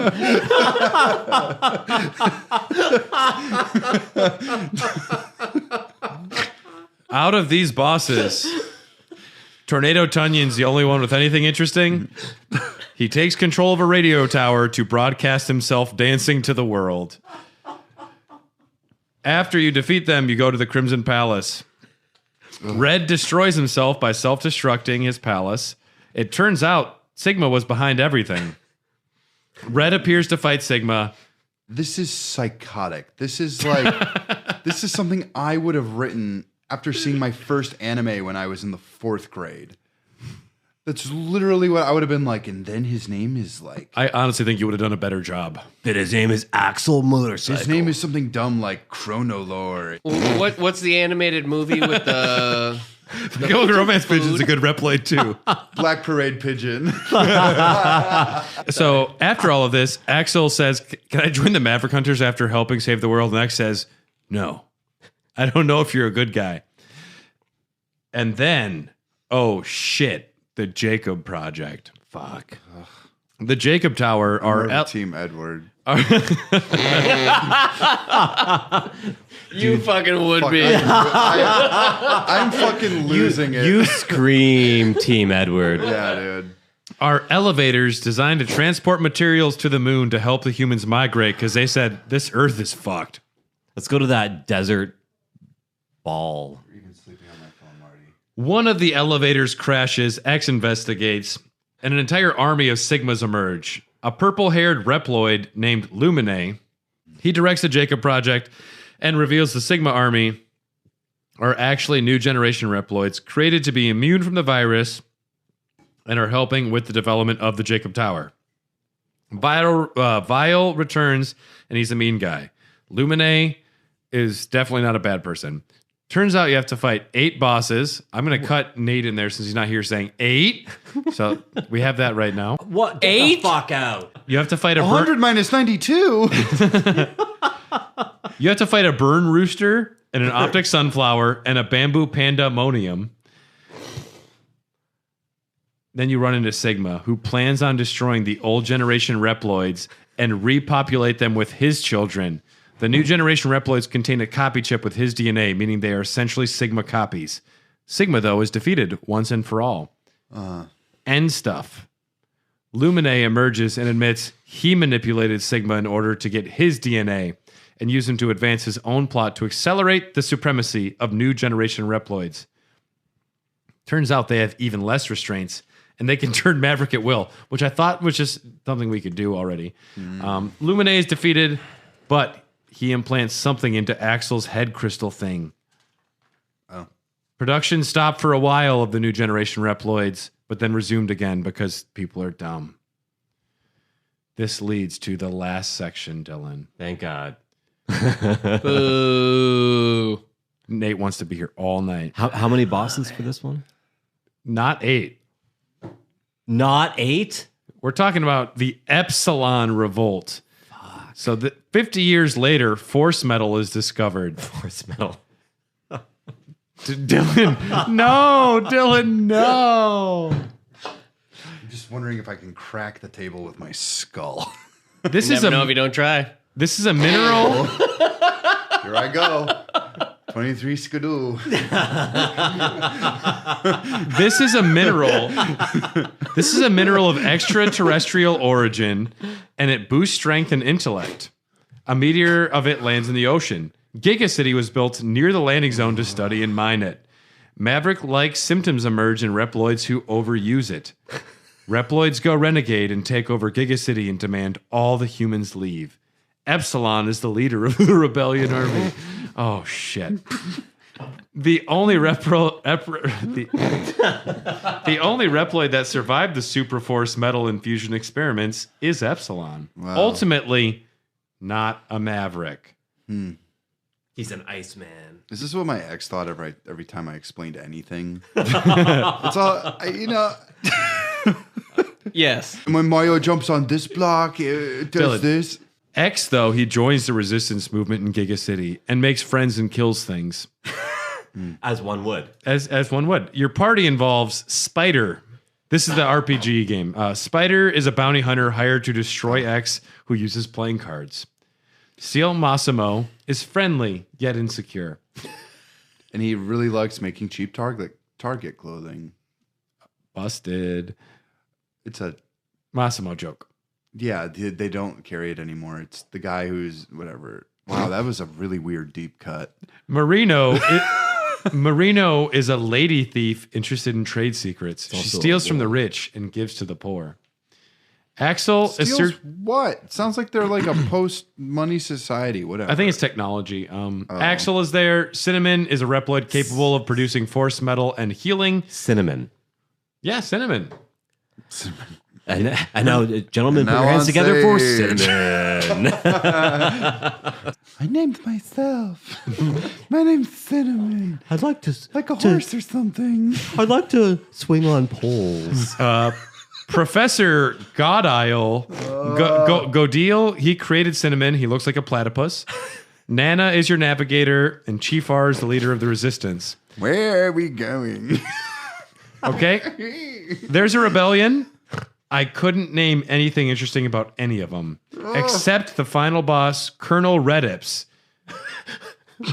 who it turns out is a copy robot who is pretending to be your ally Spider, because Redips is Spider backwards. Spoiler. Fuck off. Spoiler. Alucard. or in the the Aria of Sorrow, it's literally it's Mr. Arikawa. Mr. Arikawa. Yeah. Very different, very different. Arucardo. Colonel Redips is a no-nonsense commanding officer of the Maverick Hunters, but he declares X traitors, criminals, possesses a copy chip. His lady betrays him. You kill him. This isn't the end of Mega Man X. The Sigma virus lives on. Zero is sealed away of his own volition and is studied as the source of the Sigma virus. I've played these games. On the next Mega Manuary. Oh my god. Oh no. Hell yeah. These ones are really difficult. On the next Mega Manuary. Very difficult. On the next Mega Manuary, the Elf Wars. I've heard that Zero games are good, actually. They're really hard. But they're good. I enjoy them. They're good, but they're insanely difficult. Yeah. Especially that first one. Yeah. The first one's really rough. I've only played the first one. I don't know if it has a reverse functionality in that one. Guys, we did it. All right. What's your favorite aspect of the Mega Man X lore? Jamie, we'll start with you. The suicide. Oh, yeah. Thanks, Dylan. Jamie, we'll start with you.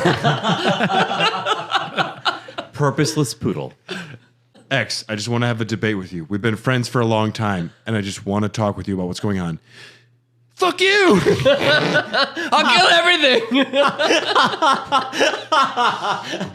I will blow up this fucking world. Literally, truth. Like, yes.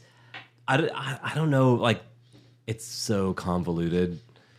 Yeah, pass. Dylan, what's your favorite aspect of the Mega Man X lore? The fact that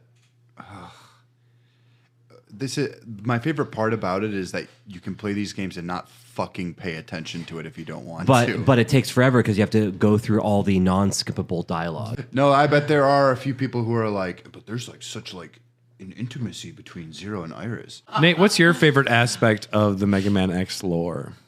I honestly like the initiation of like the Reploids and how Dr. Wily wanted these robots with autonomy, and then they just straight fucked it. Like, they lost track of everything they were doing, and they're just like, all right, so these robots are supposed to have their own autonomy and all these other things. And then they just messed it up royally, and it seems like a kid with a crayon was writing the story as they went. Yeah. Which made it a disaster, but also kind of interesting. As my favorite part of the Mega Man X lore, most of it's a hot load of garbage. The way the virus is integral across all the games is something I appreciate. Poorly developed, poorly explained, but I see it having a through line, which whatever. That's it. I don't really think there's much going on here. I think they diluted their own brand like a lot. The virus. So the virus was a over arc, and then they just were like, we're going to introduce more arcs and more characters and more viruses and more of this and more of that. My least favorite aspect is Axel. Axel is a bad character. He's poorly designed. He looks like shit. and it's very much Shadow the Hedgehog to me. It's introducing someone edgier than Knuckles, someone cooler than Zero. You already went from Sonic Blue to Knuckles Zero, and now you're introducing Shadow Axel. It's almost seems a little on the nose. Just following color scheme and something cooler than the one before. Axel's garbage. And they don't even explain where he's from because they don't want to actually explain things. They just want to do things. It's like the trope of TV shows or streaming shows where it's like, we need to stretch this out as long as we can because of character development. Dude, do you even know what that means? What do we think about Sigma? David Hasselhoff in robot form. That's evil and wears a cape. Does he have a good design, Dylan? No. If we're talking like design philosophy, you could say that you would recognize Sigma from his silhouette. He has a big butt chin and a unique shaped head. So he's Jay Leno. Okay, I'm trying to describe him right now without looking at him. Broad shoulders and a cape, some spikes coming off of the cape. Right. If you mention bald while you're looking at me, I'm gonna be pissed. He looks like Nate but buff. Bold. A proper sized chin, spikes coming off of his shoulders. He's very generic. Somewhat attractive. Go on, Brad. Just keep it going. Less attractive than Nate. He's not intimidating. And he's forgettable. Especially if you keep having this thing where you face the same shit over and over again, you're just eventually going to be just burnt out on it. What they really need to do, explaining the plots, like it's just like if you're burned off and if you're burnt out by explanations of things, then too, you've done fucked. I've got to work like 10 hours tomorrow. And you can think about Mega Man X. I am not. I am. You know what's great is we don't have to think about Mega Man X again for a year. I'm going to purge. Guys, what was our 3 favorite new things we created? Porcupine Apple. Purposeless Poodle. Purposeless Poodle. Lick Lion. Lick Lion is number we one. already got that one. Porcupine Apple. Okay, I can add the 8th one when I edit this. It's in there somewhere. You mentioned them at the end of the first episode. I have all of them written down, but we added more this episode. So here are 7 of our 8 Robot Masters. I'm going to add the other one in after editing. So we have Lick Lion, Popsicle Parrot, Duck Duck, Tubby Troglodyte, Casual Kale, Porcupine Apple, Purposeless Poodle, and one more. Oh man, I am just imagining Duck Duck every time Mega Man shoots. He just fucking ducks under it, like every time. Mega Man X. Okay, just overall the series, I give you 6.5 out of 10. Altogether, I can do the adult thing and say I will disregard most of them. He's doing thumbs down. They made 3 really good games.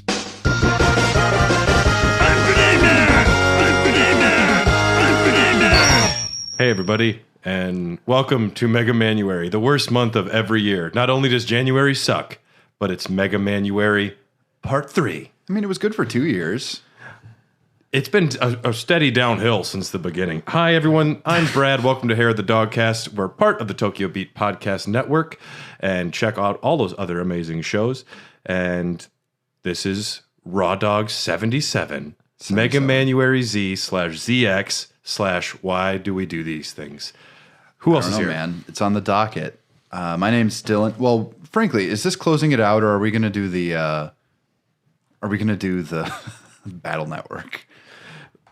Battle Network is in a separate timeline. It's an alternate timeline, so Sure, we could. Excuses. Legends is actually next. Oh, okay. Well, how are we going to play that? There's a thing called emulators that exist on computers that we don't condone or use. No, in fact, I beat up some nerds that were using emulators the other day. Good for you, Brad. Yeah. My name's Dylan. I'm here to talk about these very confusing Game Boy Advance DS games. And who else is here? And I'm Tyler. And I have not played any of these games, which sometimes is my favorite thing to do when being on these episodes, because I feel like I'm taking a community college class about an obscure game that I've never played. I think you're going to be like pretty confused. Well, I think this is going to go, it's either going to go one or two ways. It's going to be like Castlevania, where that was a long month, but I enjoyed it all the way through. And Truly. I played a lot of those games after, and I enjoyed them. I actually 4 days of Castlevania. I'm like, that's good. That was a good amount. I'm still okay, and I still love Castlevania. Sometimes you don't come out the other end the same way. It's interesting to see how I'm going to come out the other end of this one. So speaking of coming out of the other end, Nice. Yeah, Farts. Tyler, what is your knowledge on Mega Man Z and ZX? All right, this is going to be, I can sum this up pretty quick. I had one game on the Game Boy Advance. Don't know what it was. But it was a Mega Man game. It was a Mega Man game. So I think it had to be Mega Man Z. Did they have Could have been Battle Network. Okay, could have been Battle Network. Was it an RPG or was it like classic Mega Man? Classic Mega Man. Okay, so it was probably Z. It was on the Z3. Game Boy Advance, and I had the little spiral lighter, like light that would you plugged in on the top. yeah. The worm light. You gotta love the worm light. Yeah, so I could see in the car. And I was playing it on the way back from Michigan late one night when my dad was driving. Everybody was asleep, and all he could hear were the sound effects. Why he didn't have the radio up louder, probably didn't want to wake everybody else up. But I remember him distinctively turning around and saying, "Hey, can you shut that thing up?" And then I was like, "Yeah, Dad." And I turned the volume down. That's my only memory of Mega Man. Okay. It's like that person who's like in public transportation and they're playing music loudly from their phone. No one wants to hear your Mega Man Z sound effects. Yeah. Also, I think it's kind of a power move, though, to be like FaceTiming in public. Have you ever noticed that? Yeah. A girl came into the bar yesterday and was FaceTiming the whole time she was ordering. I thought she was recording me for her daily vlog, or maybe she was some YouTuber. And I was like, I don't know why you're recording me. Like, ain't nothing special going on over here. I'm just pouring beer. But she was FaceTiming the whole time. Well, I mean, if you're in a long distance relationship, that can be a way that you actually can spend time with somebody a little bit, as long as you're not talking louder than you would normally talk. If you're just like yelling at your phone, then I don't have as much of an issue with that. It's better than a Bluetooth just talking loudly, just staring off into the void. I'm guilty of that at my job, but I have to be hands-free, and I got lots of business to take care of. And if I'm not available, I'm not making those calls back. And none of that business is getting done then. No, exactly. So we have some delicious beers from our good friend Ryan. This is from Blue Owl Brewing. He sent us so much of these delicious sours. This is the Jubalberry. It's a sour cranberry ale with ginger and oats. Ooh, that sounds nice. Yes.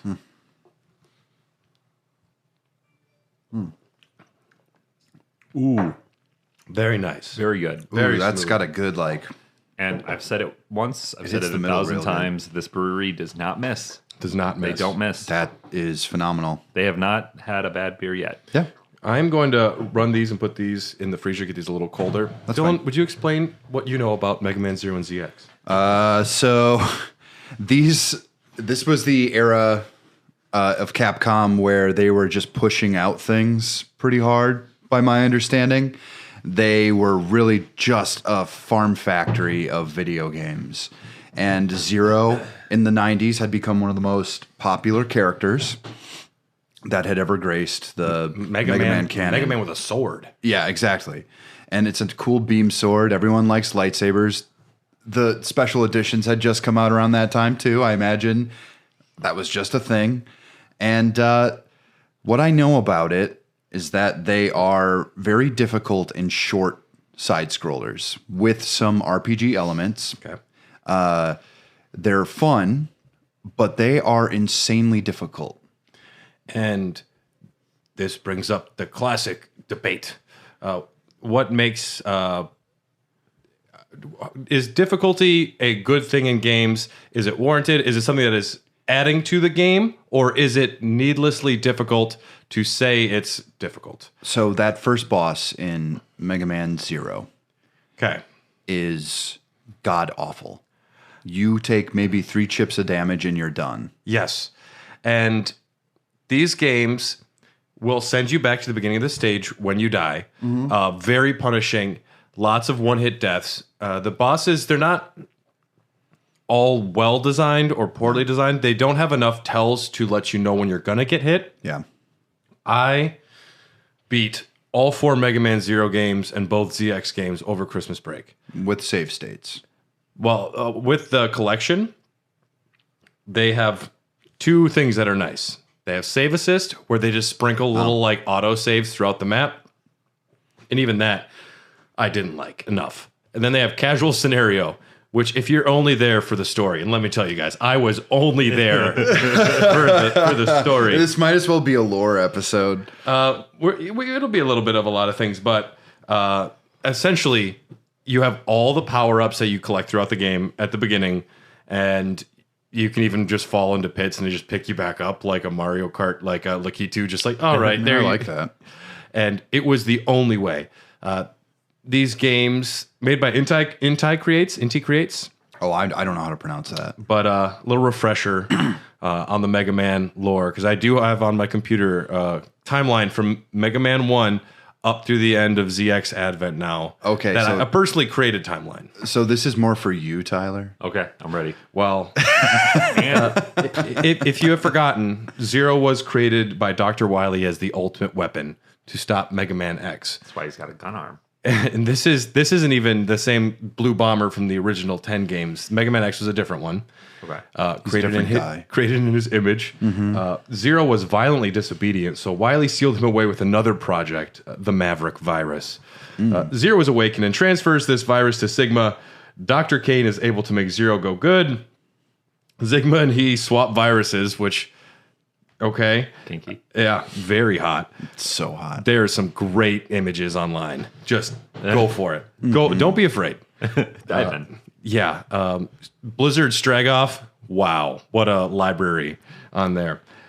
They swap viruses, and Zero deals with a lot of evil inside of himself over the last 4 games of the Mega Man X series. A lot of them. Oh, yeah, he's edgy. But to protect himself in the world, he seals himself away to try and rid himself of evil and to protect the people, or to retire. It doesn't really say, but then the Elf Wars happened. Now, the Elf Wars we never see. Yeah, that's what I said. I said Elf Wars, Tyler. Yeah, okay. I was not expecting elves. Yeah. That was the last thing I was expecting. Well, I mean, and why are they called elves? No good reason. These are not elves. They're not like a fantasy pointy-eared thing. These are computer programs, sentient computer programs that throughout the course of the game, they have purposes where you can use them. Like it'll save you from one instant death or like give you extra health. Every time you use them, you kill them. So you're essentially killing mass amounts of sentient computer programs. Yeah. All with funny names like Terry.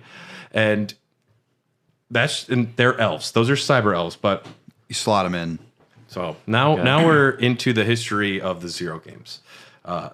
In the early 2120s, so 100 years from now. Coming up on that. Dr. Weil was born around this time, before the events of Mega Man X3, of course, if you have been following the timeline. Yeah, of course.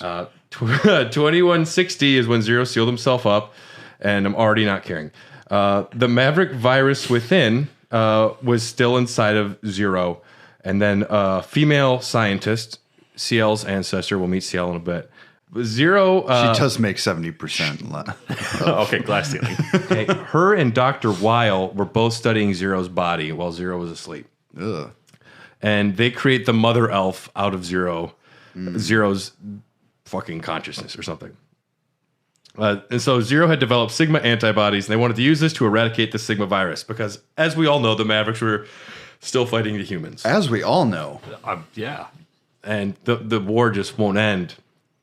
Sigma's this guy. He's the guy in the shadows. Yeah. Sigma was an acceptable villain for a while. I mean, whatever. He was there long enough. And yeah, that's him. It's the guy. Yes. So the kind of looks like the Crow, but bald. Yeah. Yeah, and with a better jawline.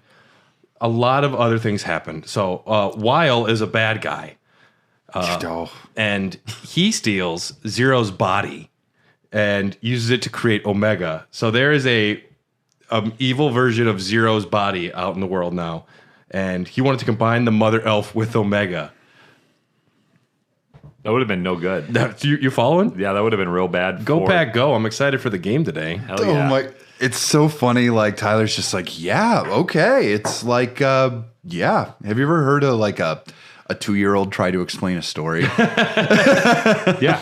Okay. And then he gets the virus back, and they try to make a bigger, cooler version. And yeah, Just some kid just Yeah. trying to keep one-upping a story and Yeah. just making it up. Yeah. I don't hate it. I mean, what's there to hate? You mostly don't have to deal with it. Well, Vile or Wile. It was Vile in Japan, but they didn't want to confuse it with the famous Vile character from the X series. That's true. Wile stole the mother elf, corrupted her with a curse that turned her into the dark elf. He created 2 clones of her, which are known as the baby elves. The most violent and bloody war of all time happened that killed 90% of Reploids and 60% of humans. Zero's body is destroyed, not completely. His soul, which is his Reploid DNA and AI, are transferred into a copy, while Dr. Wile uses his body to construct Omega. They fight the Elf Wars. Zero goes back to sleep, the Zero copy, and that, yeah. So Mega Man Zero is a game. So are Reploids lizard people? Sometimes they're lizard robot people. Okay. Reploids are they're usually fun animal-themed anthropomorphic robots that like Animorphs. Kinda, yeah. I wish. Like imagine the most chill penguin possible. Hold on, give me a second. You mean Chill Penguin? Robot. Yep. Yeah. So the Reploids. I'm gonna look up Chill Penguin. Yeah. We've also got Grenade Man. No, wait, that's the first game series. That's Mega Man X. That's Mega Man X. So like that's what a Chill Penguin looks like. That's Chill Penguin. He kind of slides at you. He Also known as the Lord of the Snowy Plains. he doesn't look very chill though. He looks slightly annoyed. He looks like a annoyed penguin. His powers. He makes you chill by literally stopping you in your tracks. You see these 4 paragraphs describing Chill Penguin's biography? Yeah. I read this at some point in my life. I read all of these things. Infinity Maginian, great. You gotta love these characters. Yeah, we've Ride got some Borsky, good ones. actually kind of fun. Ride Borsky's cool. Well, he's basically a transformer. Essentially, a Reploid is a creature, or like a cultural design. It could be like a sphinx. It could be that plus like sort of a gimmick on top of it. Usually their element. This is something like related to like. So it's like it could be like an improv. Like what's an occupation? Doctor. And then it's like Dr. Pig. And this doctor is a pig. Dr. Pig. Got it. Exactly. And we'll call him Ham HMO or something, or Ham HMO. That's the best you have. That's what I got, dude. Just spitfire in here, you know. Truffle stethoscope. I don't know. Dr. Baconator. Dr. Baconator. That's a good one. Okay, that's perfect. We're in. Or it's a boar who is part motorcycle, so he's Ride Borsky. What if he was Dr. Christopher Perry Bacon and he went by Chris P. Bacon? Ooh. Dr. Chris P. Bacon. Now that is some early good Mega Man stuff. They kind of lose their way a little bit as we go on. It turns out that you can only make so many ice-themed villains and enemies before you kind of drain the well. Or freeze it. Yeah, or freeze it. So our beloved hero, Mega Man X, he fought the Elf Wars. He's the one helping create Neo Arcadia, the new civilization. Yeah. And at some point, he dies mysteriously. And CL, the female scientist, she says, this will destroy society. It's like if the president dies, we just need, it's like in the Santa Claus 2, when they replaced Tim Allen's Santa Claus with the robot Santa Claus. They just need to have someone in charge that looks and acts like them. And it turns out Copy X does not have the experience or the soul that the original X does. It didn't work out for Tim Allen either. No, famously and hilariously, it didn't work out. I've heard Tim Allen only wanted to do that role because he had free reign to just yell at kids for like the whole movie. Really? Yeah, that's awesome. He hates kids, I'm pretty sure. Yeah, I mean, I don't really like him either. Yeah. Maybe I could be Santa Claus. You're looking more like him every day. Oh, yeah, You're losing the weight a little bit, but you're getting the beard. Yeah, I'm getting the beard. I mean, I can get the belly back. It's not hard. I just have to eat White Castle pizza pockets, which exist. Which are a thing. White Castle pizza pockets? Yes. He didn't stutter. I didn't stutter. They make them. I wasn't ready for that information. And now he's leaving. He's packing up all of his things. Goodbye, Tyler. Mega Man X, Copy X, I should say. Copy X, though, he's corrupt. And he starts there's an energy shortage, so he starts killing innocent Reploids to we don't have the energy to provide for it. So he's just killing innocent people, and CL says, "Oh no." Is that in Mega Man 01? This is leading up to Mega Man 01. Okay.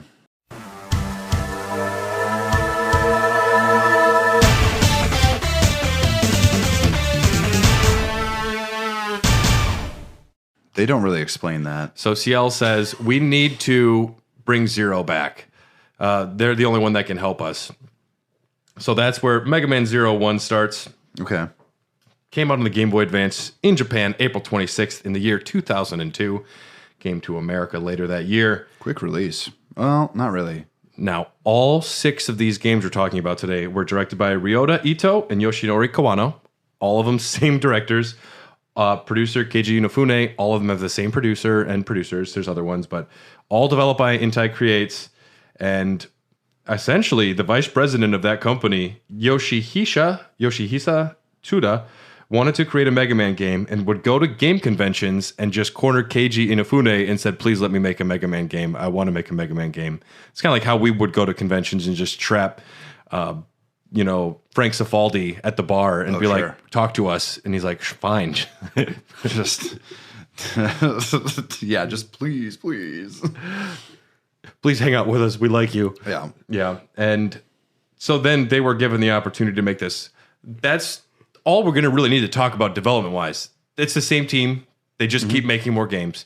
Keiji Inafune did say, I want Zero to be the star of these games. So that's why we have Zero. And their idea was, we're just going to make a tough as shit Mega Man game. Oh, well, that explains everything. No, it doesn't. We haven't even talked about the 8 gentle judges yet. Yeah, I'm gonna need more liquor. Then there's not enough in the world. So these games, they try and introduce like an open world aspect to it, where there's a central hub, and you can just go towards any stage you want, and then you revisit the stages later on. Yeah, and then there'll be newer areas or things added to it. I think that these games are difficult.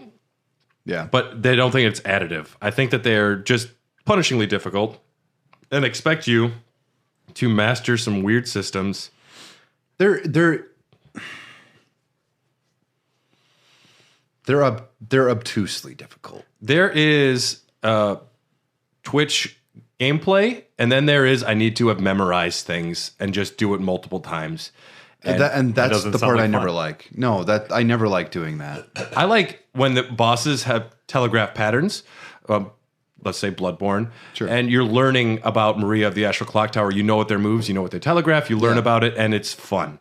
I didn't enjoy that. No. Luckily, I didn't really have to fuck around with it that much either, because I did casual scenario mode everything. But baby.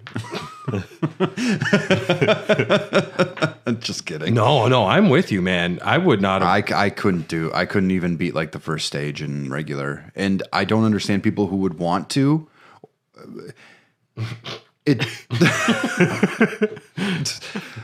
Who would choose to actually punish themselves in this way? Because it's not. What are you trying to prove to anyone? Now, okay. We have at the bar, and you're just like, hey. I beat Mega Man 0. I played it raw. Ladies, check out my Game Boy Advance. Hey, this is my friend. He's single. He beat 0-4 without the casual scenario mode. Great. There are some chicks who would probably really like that, but I think they're few and far between, and you might not be attracted to them. And you might be. And there might be some strapping young lads that are like, holy shit, this guy fucks. And it might be a match made in heaven. Sparks Flew, Emotions Ran High. You beat Blizzard Stragoff without your EX skill? Get on it, Tyler. We need that second ex-wife lined up. Tyler got an S rating. Damn. All right. Well, this is what I've been missing. New year, new me. I'm going to beat Mega Man. Mega Man. I like, the original NES games, like Mega Man, 2, 3, 4. Right, 5, those are great. And I really like what 9 and 10 did, and 11's great as well. 11 rules, yeah. But those were a product of their era.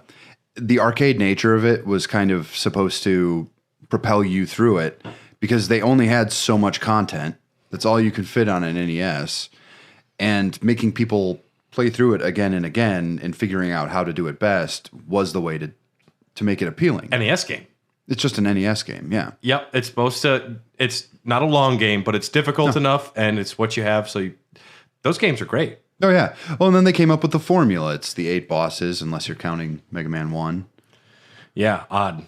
Well, 6. But those games are just such a good, solid statement, and they don't need to be anything. Most of the lore is a paragraph on the back of the box. Yeah. And it's Mega Man standing after Wily falls out of his robot. Yeah, pretty much. Mega Man X comes out. That first game fucked hard. That game was great. A lot of people, they say Mega Man X is their favorite game. Like the soundtrack, the design, and it was that age when I was into, like robot people and electric guitars. It was the right time for me. And the X series was fun to play through last year because it was watching one perfect like piece of art just slowly degrade and then try and enter 3D and just failing spectacularly. Bungling. And it's just amazing to see them try new things, and it just only is making it worse and worse every time. So I actually enjoyed going through that because it was interesting. Enlightening, at least. The Zero games, they're just the same thing most of the time. You're not learning. I mean, they're difficult enough. The story is this. I mean, and I don't think anyone's playing these for story. Someone probably. Someone was. Someone somewhere. Oh, Zero's got such a good story. Imagine like you were carrying this virus and you wanted to save mankind so hard you just voluntarily put yourself in cryostasis. I cry. There are people who've said things like that about movies and like pop culture that have really just made me question my reality. I'm just saying if Dixie Kong was a woman, I think she'd be hot. I'm saying if she were real, she probably wouldn't really look like that. She'd probably look a little more human. That makes it scarier. No, I don't know. Like, I think what changes with Mega Man Zero is that it's inherently portable. It's portable. That's the separation between it and the rest of the franchise. Yeah, and they're meant to be played in like these bite-sized chunks. No, they're not. They're meant to punish you in these stages. Well, I wish you could just get through part of it and save, but well, it's putting it on the Game Boy Advance is such a. I mean, it was the only way this could probably get made. That there was no room for 2D games at this point. I know, unless you put it on that. So I don't even think it was like a necessity. I think it was a necessity. I don't think it was an actual choice they were actively making. Because the Game Boy Advance, the graphics look very good if you know what you're doing, but sometimes they get kind of cloudy and they use too many colors and then the characters kind of blend in. It's never been my favorite. No, games that were like well made that just shine in the Game Boy Advance do happen, but I'm with you there. This one's kind of a cloudy game. The first two are kind of. I don't like the look of any of the Zero games.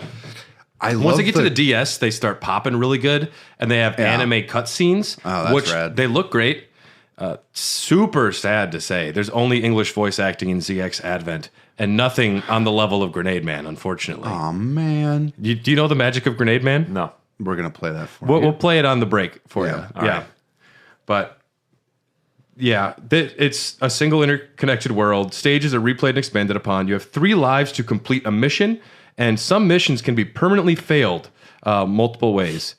Because that's what you want. So they just say, I was reading a guide, and they're like, just quit out and reload. I'm like, I don't want to fucking quit out and reload just so my Mega Man Zero cannot have a failed mission. There are weapons. You have your Buster Shot, your Z-Saber, and then a triple rod and a shield boomerang, which I had never used. And you get elemental chips, blah, blah, blah. 3 kinds of cyber elves. You have your nurse, your animal, and your hacker. Yeah. But now, Tyler, what do you think? What do you think those ones do for you? All right, the nurse. That's an easy one. I got that healing. Whoa, dude! Did you read the outline? There, see, boom. I'm a gamer. Animal. All right, animal probably gives you some sort of strength boost. Improves abilities. All right. Yeah, and what was the last one? counts. Hacker. Hacker Makes your well, I wouldn't say makes your weapon stronger. See, with no knowledge of the game, I would say like probably helps you like decode and like if it was Fallout, you get like more tries on the computer thing when you try to guess the. Oh, Sweet Summer Child. This password. game is not that But complicated. it's not that complicated. So The hacker the hacker gives you more life. alters data. It can Fuck. give you more time if there's a time limit, can get rid of enemies, can weaken bosses, eliminate instant kills. But there is one. I got a there is one cyber elf who was created in secret that would rule all other cyber elves. The one from Rudolph the Red-Nosed Reindeer. What's his name? I don't know, Dewey. The one super rare Durfiter. The super rare special cyber elf named Jackson. This is every time you say one of these elves' names, I just imagine Lord of the Rings, and instead of Legolas, it's just like, yeah, it's Steve. But another cyber elf was created, Jackson. Jackson? In the fires of Mount Doom. In the fires of Mount Doom. Jackson makes you invincible, but first you must collect all other cyber elves, feed them to completion, level them up, and then get through the game without using any. So I don't know. What's the point of that? What is the point of that? You've already become invincible. Because you at want that Jackson. point. Well, no, but Yeah, because you don't need him at that point. Yeah, it's kind of like It's like Final Fantasy 9, second playthrough, beat it in 9 hours, get Excalibur 2. It's like, now what? I have a weapon that I'm not going to use. I'm already at the end of the fucking game. There's like no end game content. So wait, you have to collect all the elves. You actually did that? No, fuck no. Oh, okay. I would never. I was like, holy shit. Let me get this straight. In order to get Jackson and become invincible, you have to get all the other elves and then would you Not say use them. Feed them to completion. she'll level them up essentially, which it would be beneficial if you're going to use them. But they're single use though as well. Oh, okay, so that makes a little more sense. But then you don't use any of them. No. And That's- then Jackson just descends from the heavens. He's like, I'm Jackson. That's the most like disappointing part about this game was realizing that the elves get used up. Yeah. Well, I mean, you're just sitting there killing these sentient AI programs named Theo. And sorry. Theo! Sorry, Theo, you're dead now. You get ranking in the game. If you beat a boss all the way in rank A or S, you unlock a special attack and EX skill. Yeah. Okay. There are 8. I'll just read the bosses' names. We don't have to talk anything about them. There is no good lore. I looked. We just love the names. At most, it would be like, this one didn't like that one because one of them was like a bird and the other one was like a snake or something. My name is Gregory and I'm a rabbit. Fuck you, Gregory. Oh. I'm a dog. Bark, bark. We have Aztec Falcon, Mana Gana Sheriff, Hittite Hot-Aid, Anubis Necromancis III. That's absurd. That's awesome. That's absurd. That is my new name. Anubis Necromancis III? Yes. What's crazy is It's that like it's there got a was- history, man. Yeah, because there was 2 motherfuckers before him. Think of the lore implications. Think about what my father was up to. We And could make a whole spin-off off of that. And my father's father. Well, Because I'm the third. guys, and what's going on here is they actually think they're good guys. They think they're working for Mega Man X, and we're this resistance trying to take down the legendary hero. Oh. So these guys all think they're good. Blizzag Stagroth. Did you have a seizure or what was that? That was the pronunciation. Can we get that one more time? Wait, I did say it wrong. Blizzag Stagroth. How many fucking letters are in there? A lot of Z's. Enough. Damn. Hanu Machine. Yeah. Ashura Bazura. Sure. And Herculeus Ankertus. Oh, he's a proper gentleman. That guy wears a monocle. Right? Oh, hello. Welcome to my library. Let's fight. I've never had a relationship in my life. I pay for everything in railroad bonds. I am made out of an anchor. Oh my god. Yeah, I only took pictures for the Discord for a few bosses. Oh my god. Yep. I am Blizzak Stagroth, the best warrior of Leviathan. And I'm like, wow, that one's one of the dumbest names I've seen. And then there was Glacier Lecac Tank. Not a bad design. I mean, yeah, I mean he looks like a portly king. I prefer Glacier Lecoq Tank. And then, yes, at the very end of 04, you actually fight you go into an Ouroboros. And I was like, I like that. I mean, Yeah, railroads are cool. but yeah, if you You unlock hard mode when you beat the game. You unlock hard mode with Jackson, we talked about. Originally, X was going to be the real villain. They realized that probably wouldn't be good the last month of development before it came out, and they changed it to Copy X instead of the real X. That's more interesting to make the hero the villain. They backed out. They didn't have the balls to do it. Coward. Yeah. Yeah. That one coward. So maybe this is a bad idea.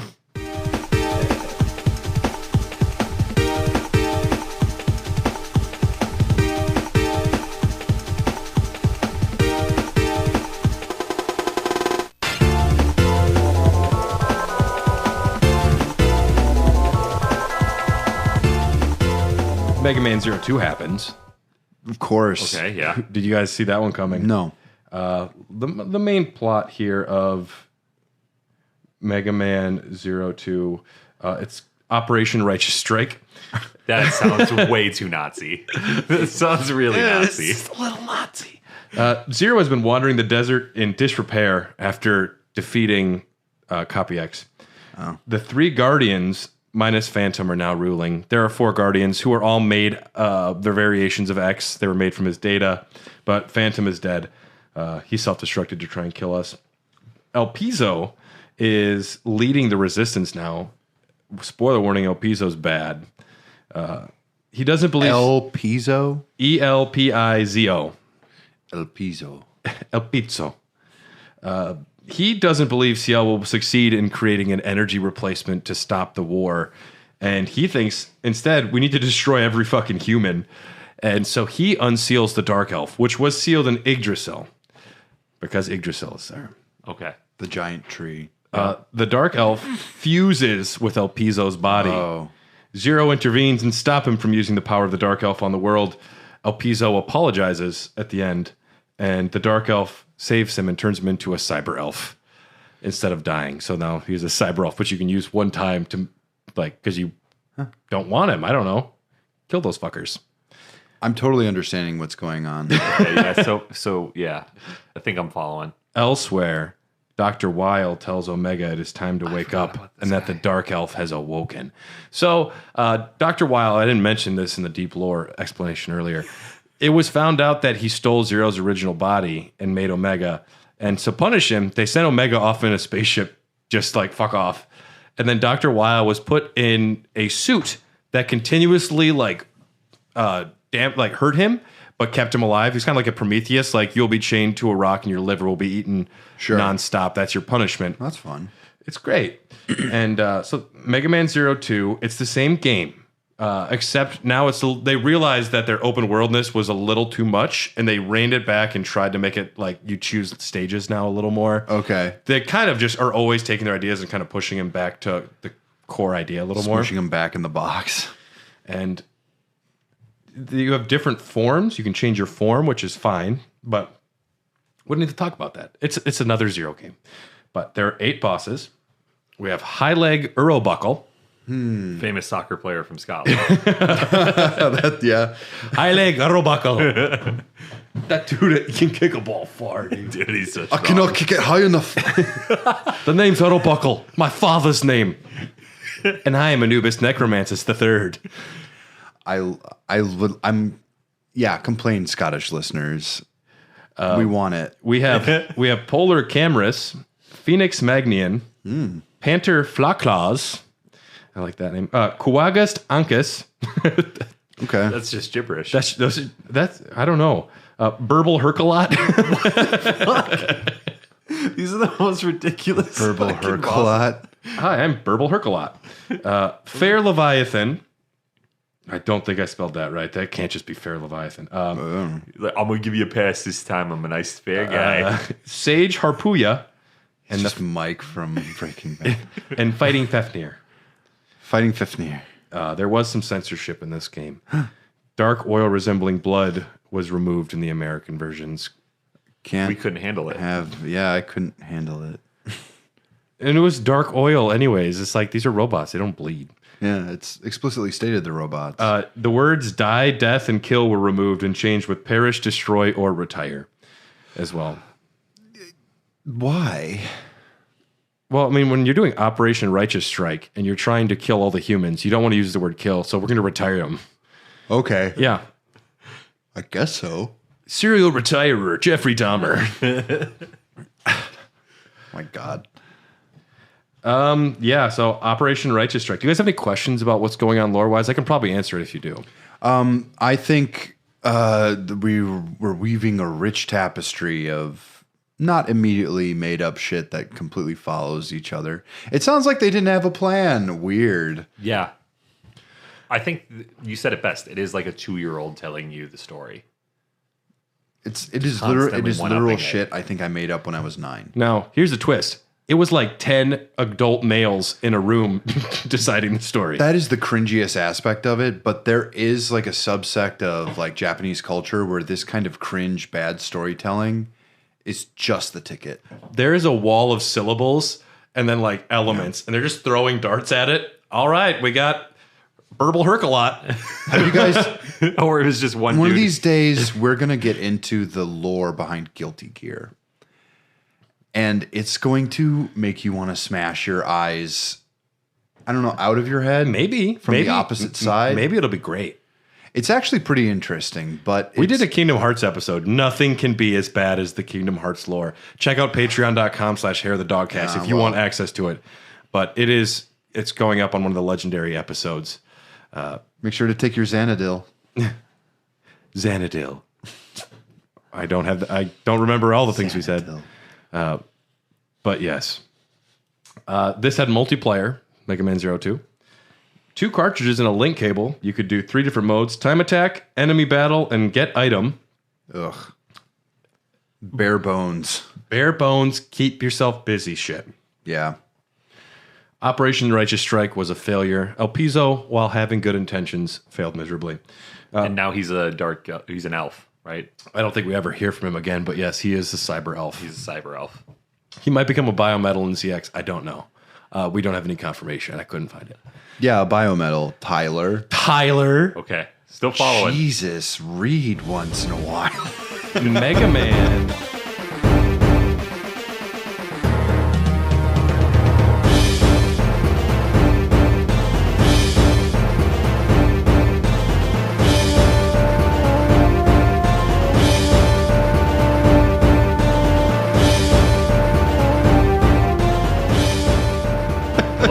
Mega Man 03 was released April 23rd, 2004 for the Game Boy Advance in Japan. Later that year in America. Development, it's the same guys. They just made the same game and they put a 3 put at the in end a of it. new game. This is worse than Madden. What's happening here? Oh my God, yeah. Wait, they're like year in between each other, right? Madden? Yep, these are, yeah. Well, Madden 2, right? No, Madden's every September or August. No, I don't play those games. I haven't in a minute. It's the gameplay's the same. I don't need CTE simulators. The gameplay's the same. They do introduce satellite cyber elves, which you can equip for constant benefit, and they will not affect mission score. Oh. Secret discs are now scattered throughout the game that you can contain information and lore when you find them. Because it's like 1,000 years in the future, and we're still using discs. Yep, I know. I mean, they were hot shit at the time. There's just like little record players sitting around everywhere. When you go back to like Star Trek, like the first series, like they had a pad that they would like do stuff on, but it's like 5 times larger than an iPad we have now, and that's supposed to be in the future. Yeah. It always makes me laugh. I'm like, you guessed wrong. But also, maybe in the future, that's what they want. Like, maybe pads just get bigger. You think they're just trying to do like strength training because space doesn't have any gravity? Wouldn't you want just like a giant iPad to do your art on? No, that's really terrifying. It's called a Cintiq tablet. They exist. We had one when I lived in Denver, and it had the giant springs on the back that you had to like press in. You could break your fucking fingers. Oh yeah, God. Yeah, I mean, it's basically the screen is the computer. Dude, it's the most... I moved across the country with that thing multiple times, and not only is it super expensive, very finicky, very fragile, super fragile. Well, the kids in art school used to make fun of the people with Cintiqs because they were secretly jealous, but I mean, like, they are like $3,000. So They're iPads cool, basically do all the things Cintiqs do now, so yeah, they don't really exist anymore. Or like a Wacom tablet. How do you feel about Wacom tablets? I used one for a long time. I think those are pretty cool. Yeah, they're all right. Your iPad seems better though. You can enter cyberspace in this game. Can you tell how intrigued we are? We had a full side conversation. Resistance member Hirondell can open a portal to cyberspace. Resistance of what? We're still resisting Neo Arcadia. Even though Mega Man's dead? Well, isn't it a Muse album? Copy X whatever. was killed. And who was put in charge in 02? I forget. 03 though, I think Copy X is alive again. Copy X returned because Dr. Weil found him and put him in charge. There's a lot of mini games unlockable in this. They're all garbage. There's 7 mini games. Don't play them. They're garbage. What are they, like match 3s? It's like shoot the enemies that fly on you and don't miss them. Oh. Or run, or like just jump at specific things that are flying and just don't get hit. It's the most bare bones mini games that are fine, but if you're good enough to get an S ranking on this game to unlock one of them, you're not going to have any joy out of playing a mini game designed for 5-year-olds. Sure. Yeah, I don't know. It's just the wrong thing, in my opinion. So at this point, the pizza guy is angel or elf, and the Nazis lost, right? We're going into 3. There's a pizza cyber elf. We don't hear about him again. Okay. Dr. Weil will be the main bad guy for the 0 series. Dr. Weil? Weil. W-E-I-L. Not Wild. No, Weil. Weil. All right. Yep, Dr. Weil uses DNA resurrection to create Copy X Mark II. CL solves the energy crisis with the SEAL system. A spaceship crashes and emits energy similar to a Dark Elf. Zero investigates. Omega is there. This is the point of the story when Zero, it is revealed that Zero is not actually the Zero from the Mega Man X series, but a copy that downloaded the original X's or Zero's soul. And Zero's original body is Omega. And it's like identity, you lost who you are. And I really related to this story. It made me think about things. Yeah. What part about it? The SEAL system and energy crisis. I think it has a lot to say about America. Brad thinks of himself as kind of an Elon Musk type, a real trailblazer. Yeah. I'm a big steaming pile of human shit. Come at us, Elon. We'll have you on the podcast. We'd love to have you on the podcast. Honestly, that'd be awesome. We'd What do you get want a to lot talk of about? hits. I would. Oh my god, I would just. We could just talk dog about his on him Elden the Ring whole build time. and how stupid it is. He has a bad one. Yeah, we'll look at that. I need you to actually see it. It had like no healing items. It was pretty bad. I don't remember all of it that was on there. But I mean, the man's just, as a fellow autistic person, I can say he's a really bad autist. I think he's an asshole. It's my word. Well, that's my little 2 cents. Weil takes control of Neo Arcadia by fusing the Dark Elf with Omega. You defeat Omega. Weil survives, and he remains the ruler of Neo Arcadia. At the end of this, are 8 bosses. Is Neo Arcadia a country? It's a country. It's a city. It's civilization as we know it. It's just everything. It's the humans and the good Reploids. Okay. They don't realize that they're the bad guys in this situation. And the Reploids are the Animorphs. They're like America, and then that's how I got to keep straight in my brain. Yeah, like the little Neo Resistance. Rachel's the only cute books you ever read. Rachel's the cute one. I still have all the Animorphs books up in that closet. Just like it's. Tyler is constantly like, it's just like him. So Elpizo's kind of like the Yerks. There you go. Yeah, Omega's like the Hork-Bajir. Wow, good pulls. I've read those books. And I think Copy X is kind of like David, who gets the power to be an Animorph, but he's a bad guy. Yeah, it's true. Yep, he gets turned into a mouse and left on an island. Really shitty thing for those kids to do to someone. Yeah. My favorite Animorph is Joe. I liked Aximally. From Little Women. What are we talking about? It's a bit I have where I keep confusing everything with Little Women now. We're going to take a quick break, and we'll be right back.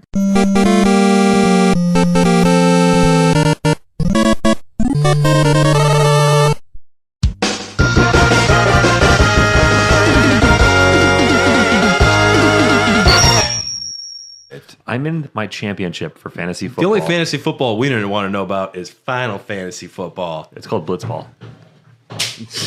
Yeah. Blitzball, right?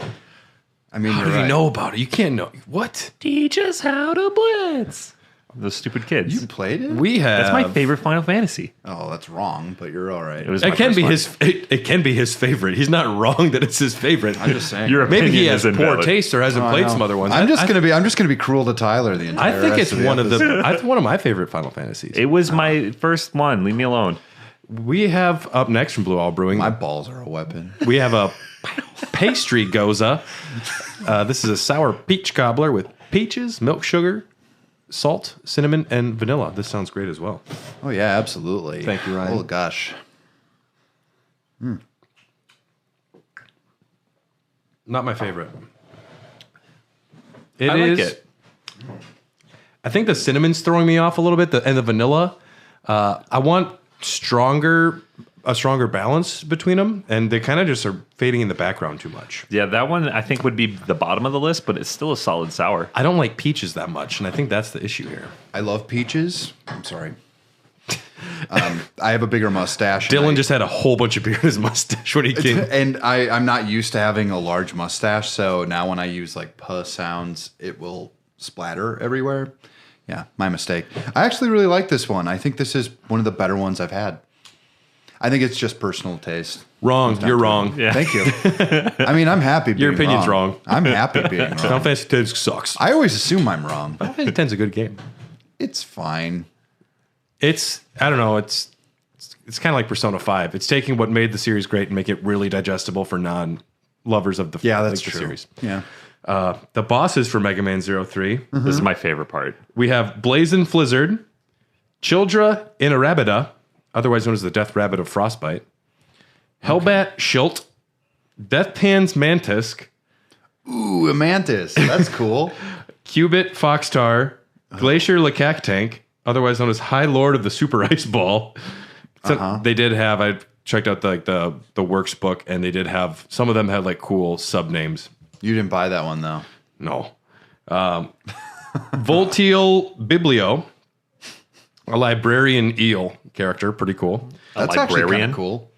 And That's evocative. Tratista Calvirian, but there are some returning bosses for a certain Is that a segment. horse? Oh, give me an I don't know, but Anubis there's Necromancer the third.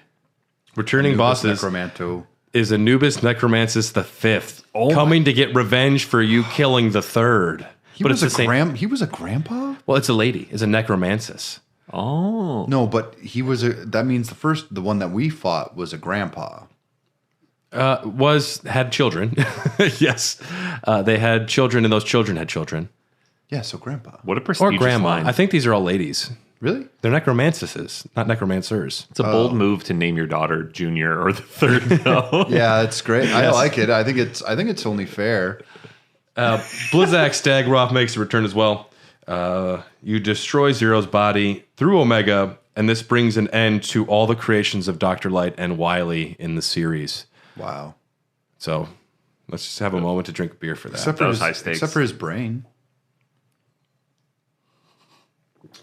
Oh, I forgot to mention, Mega Man X is actually in these games too as a spirit.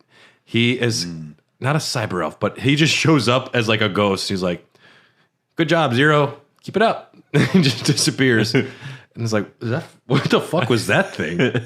Yeah. He's just force ghosting the entire time.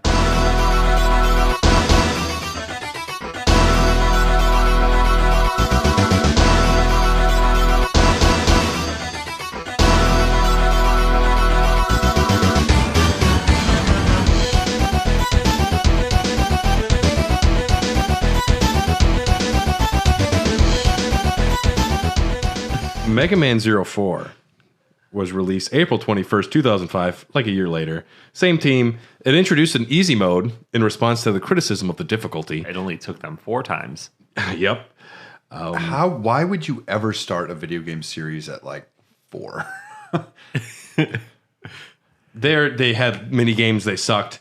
They introduced a weather system, so they have like a hard version of a stage or an easy version of a stage or the regular one, depending on what the weather What do you select slide is. around if it's too slick? Yeah, for some levels, or there's like more spike pits. Sure. We'll get to the fun stuff. The bosses. Oh shit, it's spiky season out there. For our bosses, we have Pegasolta Eclair, Oh, whoa. Soul Titanian, Fenry Luna Edge. I actually like that one. That one's all right. Popla Kokapetri. I like that Petrie. one. There we go. Popla Kokapetri. I'm going to name my daughter that. Mino Magnus, which I think had the only interesting bit of lore I found, because I wrote, being interrupted while talking is one of his pet peeves. Sure. It's something. I mean, it's relatable. I can latch onto this. I know something about you, Mino. It feels more human instantly. Heat Genblum, Tech Kraken. That one just seems like they didn't really try too hard with Tech Kraken. Yeah. Yeah. And Noble Mandrago. I put down it's roughly the 85th best-selling Game Boy Advance game. So that's good. Hey, yeah. The point of this game is Ragnarok. Dr. Wile's dictatorship, things happen. You defeat the warriors. There's another bad guy named Kraft.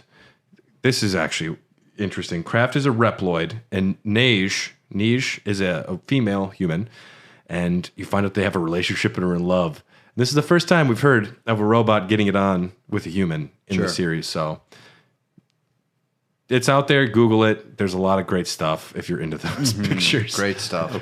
Great stuff. Real good artists out there. Talented. I want, you know how they have like Beyond Monet or like Beyond like the artist? Yeah, Beyond Da Vinci. I want Beyond Rule 34. Oh, God. Yeah, I'd love that. You don't want no part of this. You're standing in a giant room and it's just like everywhere. It's just Ahegao faces everywhere. Look, it's Anubis Necromancis the Fifth. You just walk in, it's Shia LaBeouf sitting Indian style in the middle of the room. You're like, you're responsible for all of it? I am Rule 34. Dr. Wile's raw hatred allows his soul to merge with the fragments of Ragnarok. What's Ragnarok? Where do they get off taking? What's Ragnarok? Where do they get off taking? Yeah, like Nordic lore. Okay, Operation Ragnarok. Where do they get off? Literally, your favorite video game of last year borrowed everything from it. I know, but that was established. This is coming out of left field. Okay. Operation Ragnarok seeks to destroy all nature outside of Neo Arcadia. Oh, it's an operation. That's fine. It's just essentially destroy everything outside of Neo Arcadia. Even the trees? Even the trees. Oh, man. It's going to be bad for the environment. But this was actually just a diversion for him to create his new super weapon, the Ragnarok space station. No. You defeat Wile, but his soul's raw hatred allows him to fuse with the fragments of Ragnarok, and he creates a biometal, which are going to be the main plot point for the ZX games.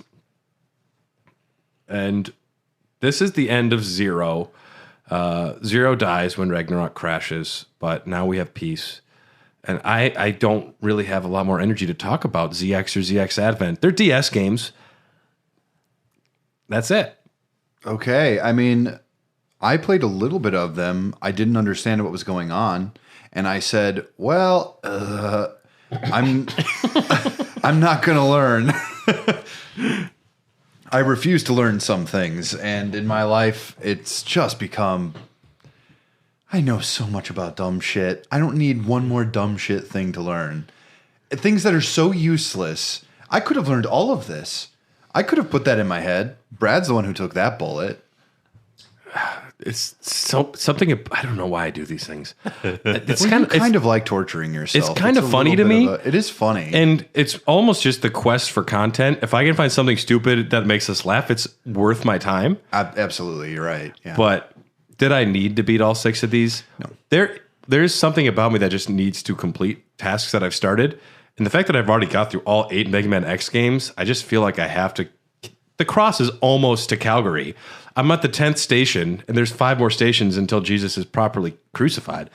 Do I stop? Yeah, I'm comparing myself to Jesus playing Mega Man games. Yeah. Do I not beat Mega Man Legends? I'm gonna go there. And I'm the guy with the Spear of Destiny. And then, the Book of Mormon is Mega Man Battle Network. I guess I don't know. I put my head in this bag. And yeah. And what if Dr. Wily was a computer program? I mean, that's essentially what the Book of Mormon is. Sorry, Mormon listeners. I'm not. No. Yeah, whatever. It's fine. As long as you got, you guys own like an entire state. You're fine. You're doing good. The Mormon religion, you're doing good. Officially welcomed homosexual people into the church, which is great. So what? They had to. They literally just had to, otherwise they would die. But yeah, So good on you. Fuck you for a lot of other things, though. Good true crime last year, though. Wow. Most of their founders are complete unrepentant child molesters. So the Sage Trinity is the supreme authority of the new civilization. Yeah. Albert, Thomas, and Mikhail. A new law is created where Reploids must have lifespans. So you have mandatory lifespans for these robots. And all humans must have mechanical parts integrated into them, thus blurring the difference between humans and Reploids. Everyone's just kind of like... So you have to be like either cyborgs or lifespan robots. This sounds... I'm just going to throw it out there. If this was the solution, this sounds like a horrible idea. I mean... It's not a good solution. I don't think it's going to work. If you... hate someone for being something, then you have to become part of that. I can see the logic, but also, they're also fucking around with the W core because this was found, which is Wiles Can you biometal. imagine being born and someone going like, "Hey, little Timmy, we're gonna chop off that arm and give you a big Hulking one so you can play baseball better." And I'd be like, "Okay, no, you wouldn't. Well, I could play baseball better." You ever seen Rookie of the Year? He pitches for the Cubs. Yeah, I totally. What if instead of a big arm, they just gave you a bat arm, though, and then it's all around real fast? Yeah, and all you could do was play baseball, but bats. Like, now, Timmy, that's what you do. You go out there, you hit the ball, real far, and I would be the pinch something or other pinch hitter. Well, no, it has to be a cool robot name. You'd be Pitch Cracker Jack or something like that. Pinchy McCracker Jack. Yeah, exactly. Schlagenhammer Schlager. And I can spin the bat really fast. Yeah. You can spin it really fast and you can use it as a helicopter. There we go. There you go. Yeah. Never touch the ground. Yeah. And you can hit balls far. Wiles' soul is in this metal. They find it, and then Albert sees it and like, this is powerful. This is some weird Albert. This is some bad logic. He plans on using the core to unlock the door to a new evolution. So he needs to seek a special individual to properly utilize the Model W. So he creates like a shitload of copies of Model W, hides them around the world, and then there's like 26 other biometals, and they can fuse with like specific people or Reploids. So like you're the chosen one that gets this item, and that's your character. You play as either Vent or Ale, I believe is what it is.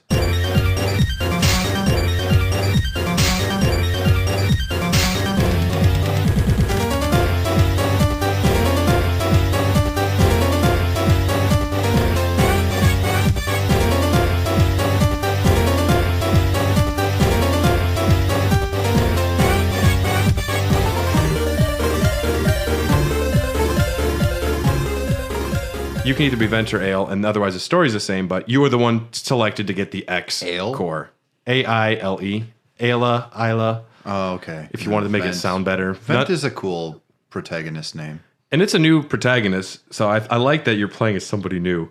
But essentially what Albert's up to is he wants to have all of the 26 other biometals find their selected person, and then have all of them fight each other to find out who is the best. They call them Mega Men, that if you can use them, they're like the new Mega Men. And he wants the best Mega Man to come to beat the other ones and then, I guess, fight him. And then he gets to use that Mega Man's body and fuse it with the Model W, which becomes an Ouroboros. Okay. You got it? I mean, I actually kind of got that. It sounds like a more interesting plot than the Zero games. I mean, it's very convoluted, but I think I'm following. Yeah. And the two main bad Mega Men are Prometheus and Pandora. And the bad guy for ZX is the founder of Slither Incorporated, who solved the energy crisis. His name is Serpent. Surprisingly a bad guy. Is he a serpent? Yeah. Did you look? No. Damn. I'm actually just really good at picking up on subtle cues. That's a subtle cue. You're right. Developed by the same fucking people. There is animated cutscenes. I put down good. That's good. Okay. Another high difficulty level. You can switch between your human form or your X form or other forms using either the other screen, because it's a DS game, or you can go in the menu. But The GBA functionality, you can use the cartridges from 0, 3, or 4, put them into your DS, and this unlocks a hidden area with bosses from those games. Oh shit, that's cool. So that's okay. That's actually rad. It I like it when rewards you for owning the other ones. I like it when the DS did things like that. No, I miss it. Yeah. You can't just put a Wii U disc in the back of the Switch, though. I had so many Pokemon. So many. Is it possible to get your Pokemon from the original Pokemon Red all the way to... No, not Red. Where does it break apart? Now actually you can. Because with the digital download, you can transfer your Pokemon from Pokemon Red and Blue to Pokemon Home. Okay. So you can literally just cross the entire span of generations. Because you could trade like from Red to Gold and like maybe Gold to the next one. You'd have to do like... You couldn't... At the time, you could not trade from Gold to Alpha and Ruby. Or I mean Ruby and Sapphire. You could not trade between those. Okay. Then with the DS games, you could transfer everything up, and the rest is history. You're not fighting Reploids or Mavericks. You're fighting Pseudoroids. What? Sure. I don't care. The 8 bosses, these names are just not as good. Highvolt the Raptoroid, Luvera the Abyssroid, Fistlio the Predatoroid. Fistlio the Fisteroid. I'm gonna fist you. I'm gonna make a fist out of you. I'm gonna fist you. That's the Frost Walrus. Or no, it's one of the ice I thought guys. you were doing the Cowardly Lion. No, well that's what the ice guy from Mega Man X. Dorothy, I'm gonna make a popsicle out of you. That's the way he talks. He was the best besides Grenade Man, I think. Oh my god. Purpril the Mandroid, Huracan the Wolveroid, Leganker the Gelroid, Flamole the Moleroid, and Protectos the Goroid. Whoever came up with these names needs to be fired. They Yeah. lost the magic of the games that came before it. Who invented Burble Herculot, and you let him go? Urkel Burble. I need to know how It's many. Burble Herculot. Get it right. Show some respect, Dylan. I need to know how many I'm gonna try. Anubises there are now. Why aren't they back? I think it ended at 5. That's sad. Yep. Mega Man ZX happened. Between ZX and ZX Advent, a power vacuum is created and the tech rush begins. The Hunters Guild is a government-sanctioned syndicate that works for the good of mankind. Wow. The Raiders are a legal group that operates out of greed. Uh-oh. Prometheus and Pandora steal models H, L, F, and P and create 4 new Mega Man. Aeolus, Thetis, Atlas, and Surinok.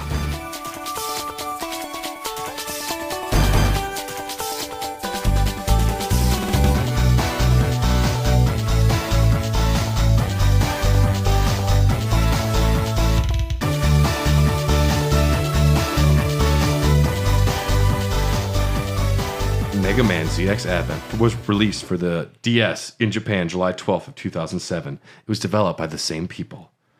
Gameplay. You play as either Gray or Ash. And this time they are separate protagonists. You will actually interact with the other one, depending on who you choose. Twice as many playable forms. This one is okay because you defeat a boss and instead of getting their weapon, you just turn into the boss. You can just like turn into like that's super rad. giant crocodile thing. That's and cool. And they all have different gameplay things, like with stages to solve them. It's a little too obvious. It's like those kids' toys where the circle fits in the circle and the X fits into X. There's no thinking. It's just clearly the only thing you can use here is this one. Oh, that's okay to game design in a lot of ways. We're going to have one more beer here. This one is called Delilah Into the Darkness. This is a Another beautiful lady. A dark cran raspberry sour, 12% ABV, made in Texas by Texans. Holy shit. Must have not, like, they don't even have power down there from what I hear. Somehow they made this, though.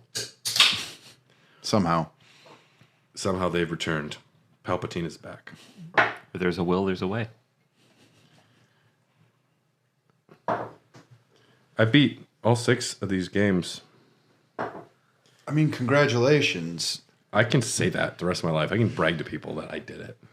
Well, Are you guys jealous? No. Please, I need validation. I'm very proud that you did it. Thank you. Thank you. I would never. I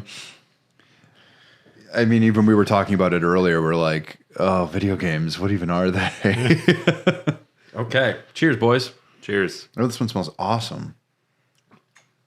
Oh. That is a dark sour. That has like a more robust like stoutiness to it. Ooh, That's solid. It's very nice. like the nice chocolatey after finish. Ooh, and a beautiful. It's like almost design. syrupy.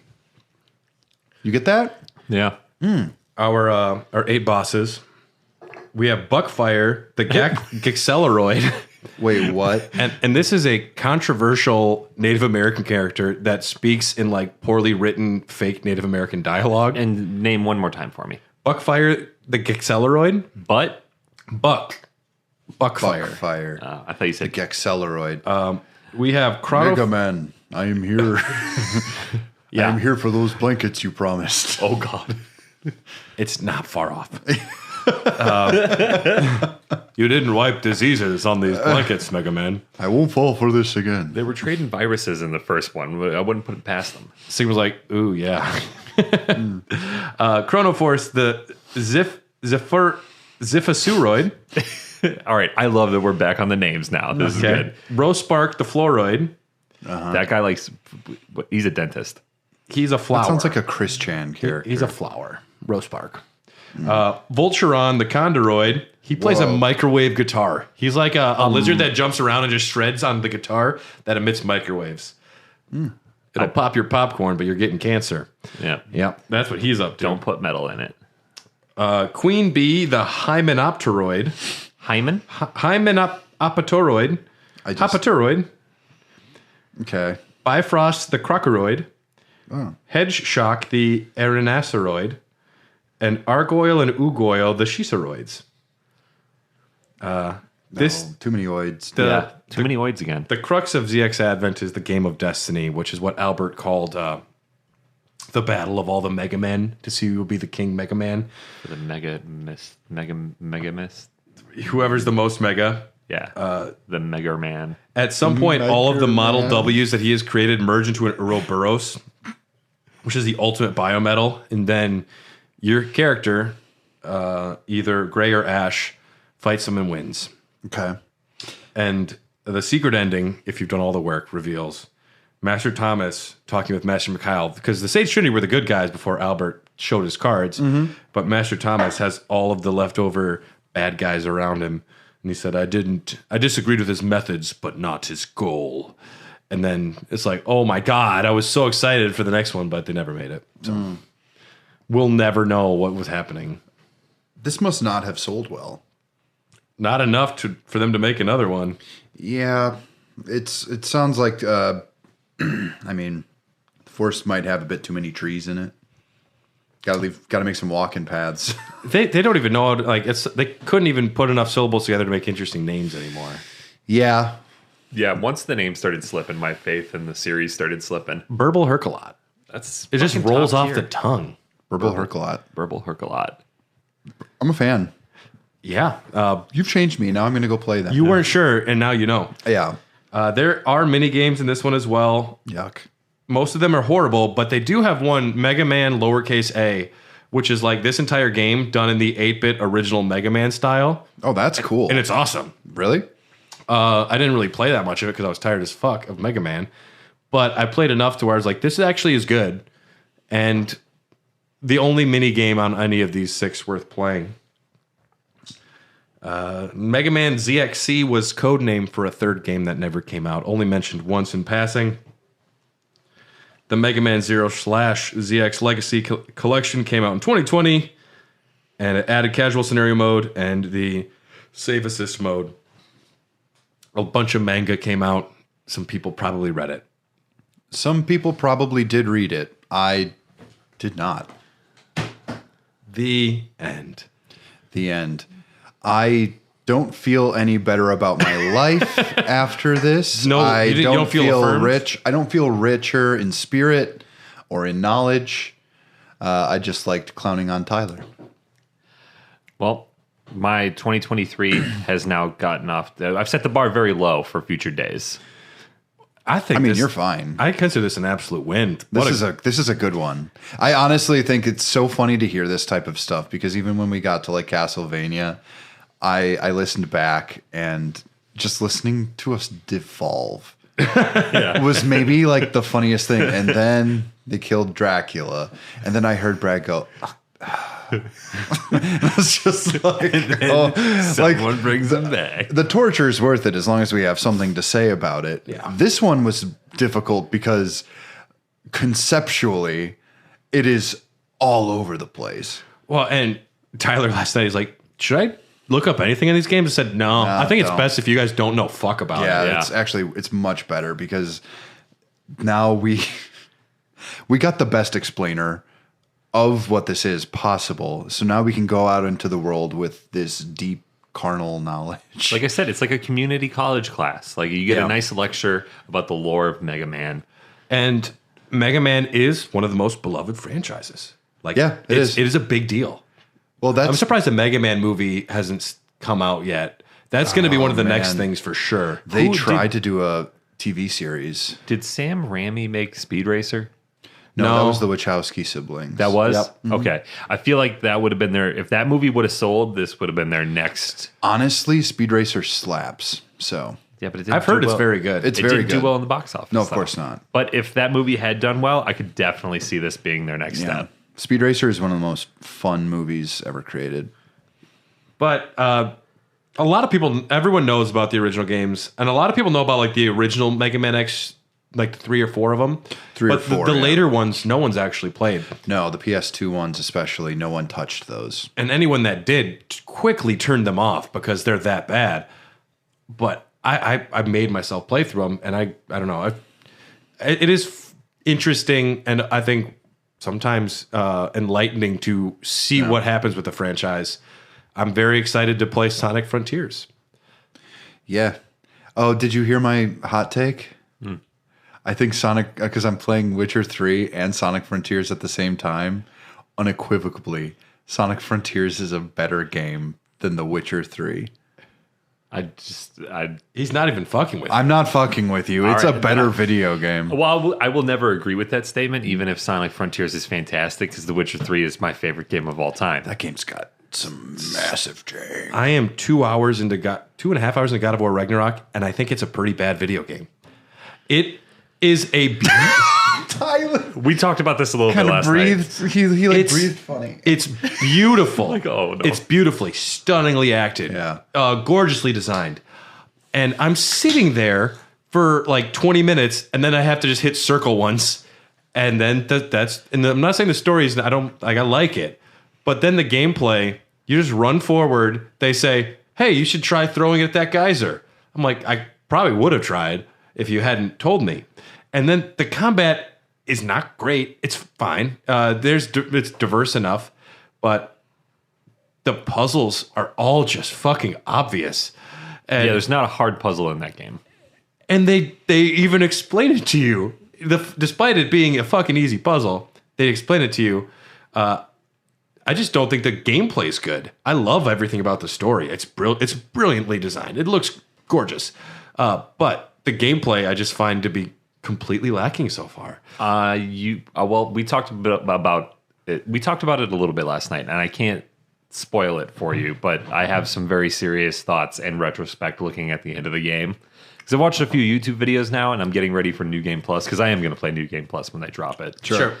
But it's definitely got some faults. To me, I find it cheapening, lessening God of War 2018. Because now I'm looking back on that, I'm like, was that game even that good? It really hurts your feelings. That's what happened with The Witcher 3. I was playing it and I'm like, oh, I remember doing so many things in this game and look how nice it looks. And I'm like, Geralt, he's janky as fuck. Can you move? If you're in a battle with a drowner and he's a little step up high above you, you're still not going to slash him. Yeah. You're not going to even touch him. And then he completely downs you and because I'm playing on Blood and Broken Bone. Same. And I'm just like, well, Geralt could actually slash his legs. What the hell's up with this? The combat is so bad in that game. It's a janky game, but you also have to remember that game came out in 2013, 2014, 15? Which you can forgive some That is- things. But that is still not that long ago enough for it to...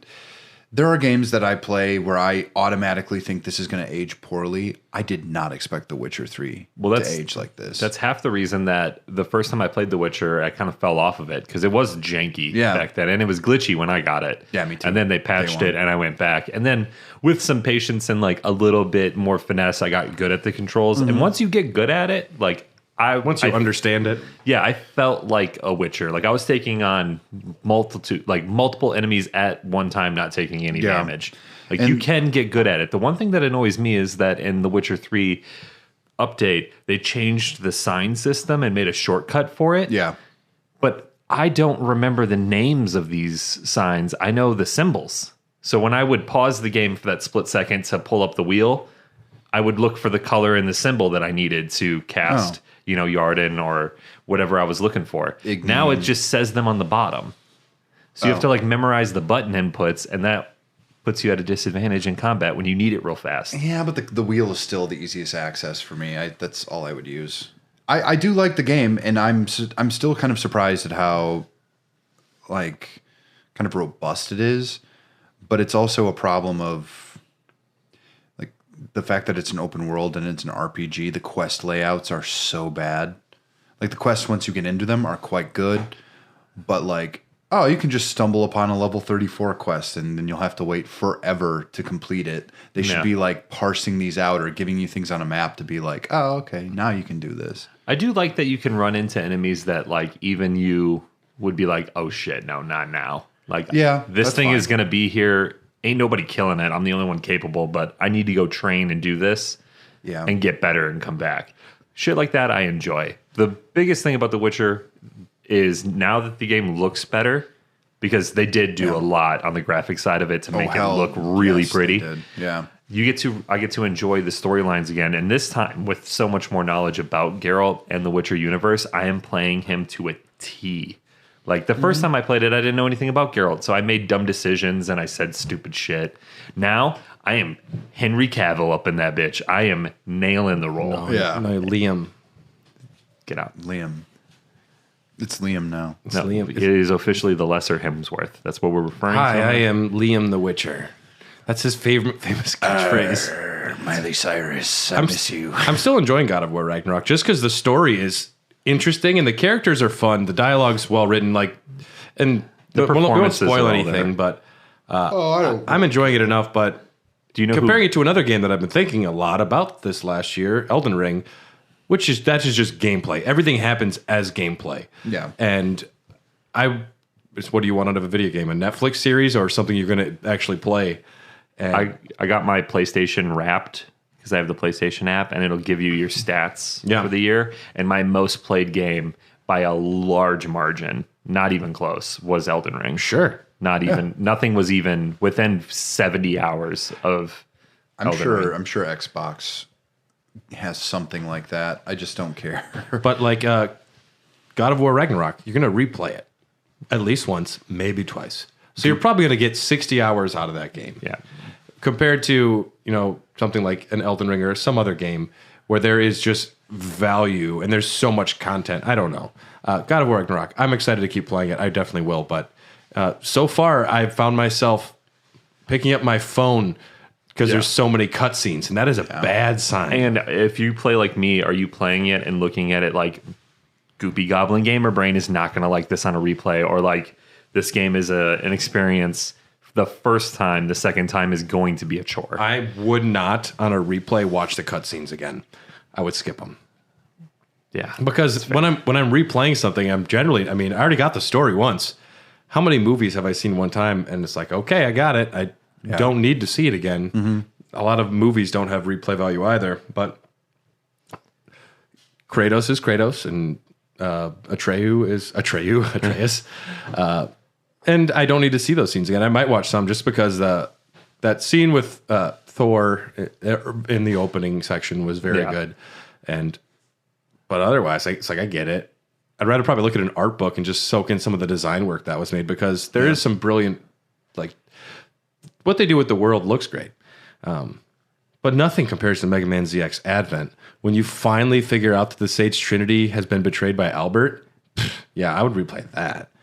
I'm watching that cutscene every time. Every time. Dr. Wowie. Dr. Wowie.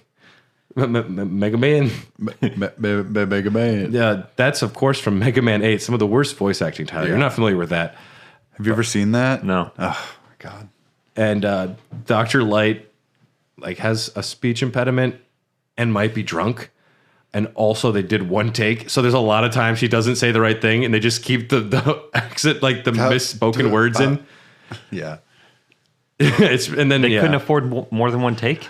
Video game voice acting didn't do more than one take often. And back in the day, it wasn't, who's the best voice actors? It's like, we have 5 people in the studio today. You are Grenade Man.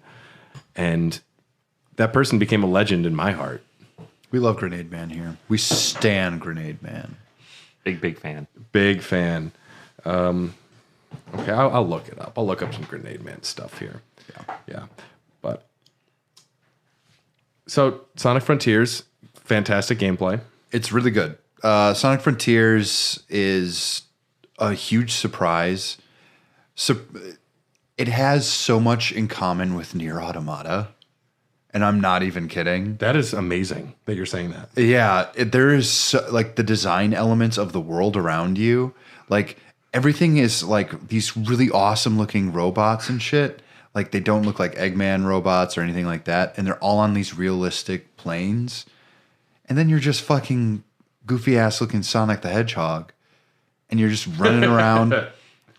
You're skating on shit. You're flying around. The speed feels really good. The controls, especially after you upgrade them, because there's like a whole like skill tree and upgrade system. Everything just feels really cool. It's bombastic. I don't know. I haven't played a game. It's a bit of a collectathon too, which I love when it's done right. When you're getting something for collecting, which is everything is currency.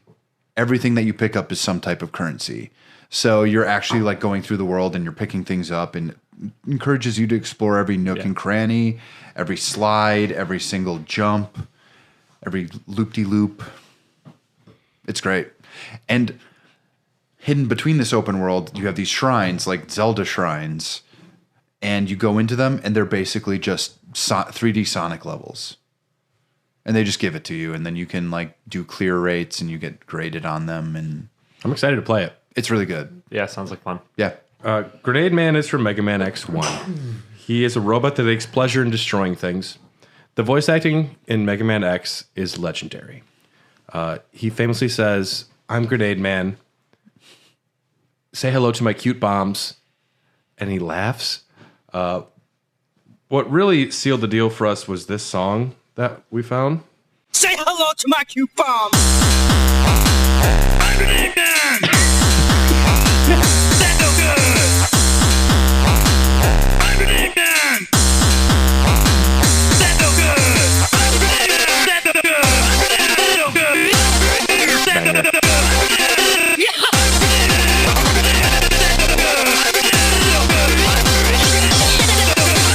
I'm Grenade Man. I'll punish you. I'm Grenade Man. And that's why I will play the other Mega Man games, looking for another Grenade Man, sadly finding Burble Herc a lot. This has been Hair of the Dogcast. We are Raw Dogs. And if you want to play these games, you can check them out. They're online. Honestly, I don't know. I don't know what to recommend. My brain is so shot right now. I don't know what to think. If you're like me, you don't have to play them. You just learned. You have all the knowledge that you need. You actually don't need to play them because I already played them for you. Yeah. And well, I mean, you can't brag about it then. That is true. If you want to pick up the honeys at the bar, you need to beat this on not casual mode. Mm-hmm. Yep. And take your Game Boy Advance out into the wild with you and show random women at bars. And just point at it. Yeah. Just like, check this. They'd be like, "Is that an S ranking on Blizzak Stagroth?" And you're like, "Yeah, baby, it is." And then right off into the sunset. Where's my fainting chair? If you want to support us, you can go to patreon.com/hairofthedogcast. There's tons of exclusive episodes, including our Kingdom Hearts lore dive, where we go off the deep end as well. Honestly, that is the That is one of the best things we've ever done. It is a doozy. Yeah, lots of great content on there, exclusive bonus podcasts and after shows. Check it out. Special thanks to executive producers Ryan Christianick, Tyler Keller, Kip, the Killer Burble Herkalot, Brian Ward, and our newest executive producer, Jordan. Jordan Hoff. We'll call her Jordan Hoff. That's actually what it is on there. Yep. Yeah. And we are part of the Tokyo Beat Podcast Network. For more information, check out all their other shows. We don't have an official website quite yet. It's coming soon. There's a lot more information on that coming soon. So we're excited. If you have thoughts or opinions on the Mega Man series, we'd love to hear them. You can email us at hairthedogcast@gmail.com. Reach out on Twitter @HotDogcast. Or we're on Facebook as well and Instagram. And yeah, thanks for joining us for Mega Manuary. We'll be back next year for Mega Man Legends. Oh my God. And that's it though. We'll throw Battle Network in as well, but I'm not fucking with those games, I don't think. They're fun. They seem like they would be a lot more gameplay. They're a lot. If they're it's RPGs. If they're a 20-hour experience per game, I'm like, I do not have the time for that. That's what they are. If I could beat these games in casual scenario in about 2 hours, and that was fine. Yeah, there we go. Yeah. I guess we don't have what it takes, guys. I apologize. I'm excited to play Mega Man Legends. Those games, I remember playing them as a younger man and thinking they were very stupid. Yeah. So I'm excited to. Wow. Okay. Yeah. I'm excited for that. And any last thoughts on Mega Man from you, Tyler? Give us a real hot take. A real hot take? All right. Shit.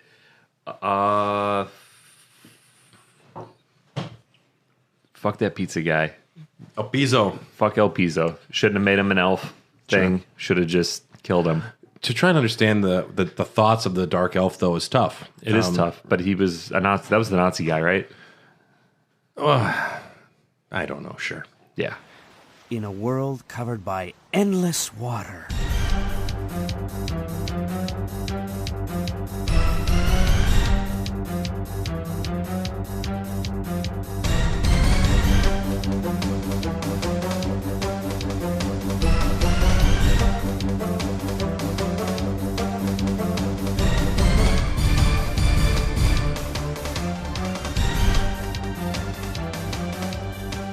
Hey, everybody, and welcome to Raw Dogs number 97. This is the most wonderful time of the year, once again, Mega Manuary, and good Lord, we're back. My name is Brad, and I'm excited to give the Blue Bomber a little rest after this one. I'm excited to put it in its damn grave. My name is Dylan. Why did we do this in the first place? Was it just that we were a video game podcast and we were looking for a theme? It's because I thought the pun was funny, and that made me play Mega Man X 7 and 8, and I can't take that back. Okay. You can't. My name's Tyler, and I've played about 27 minutes of Mega Man in my entire life. Wow. We are sadly not qualified to talk about this, but that's why we have two very special guests. Frank, you are returning to the Dogcast. Yeah, it's been quite some time, but it's good to be back. It's good to see you guys again.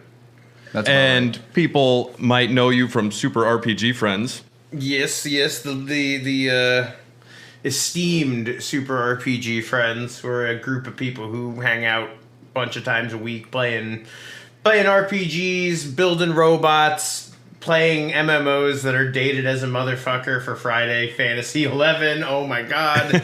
Hoo boy, it's been a while since Final Fantasy 11 and I feel it. We're playing like a super old version of it too, so that's not bad. But hey, it's one of my good buddies, he does a lot of video essays, Andrew Blewett on YouTube. He does Final Fantasy, really in-depth Final Fantasy video essays. His Final Fantasy 6 video was 5 hours long. He popped up on my recommendations. I've watched his work. He does a very good job.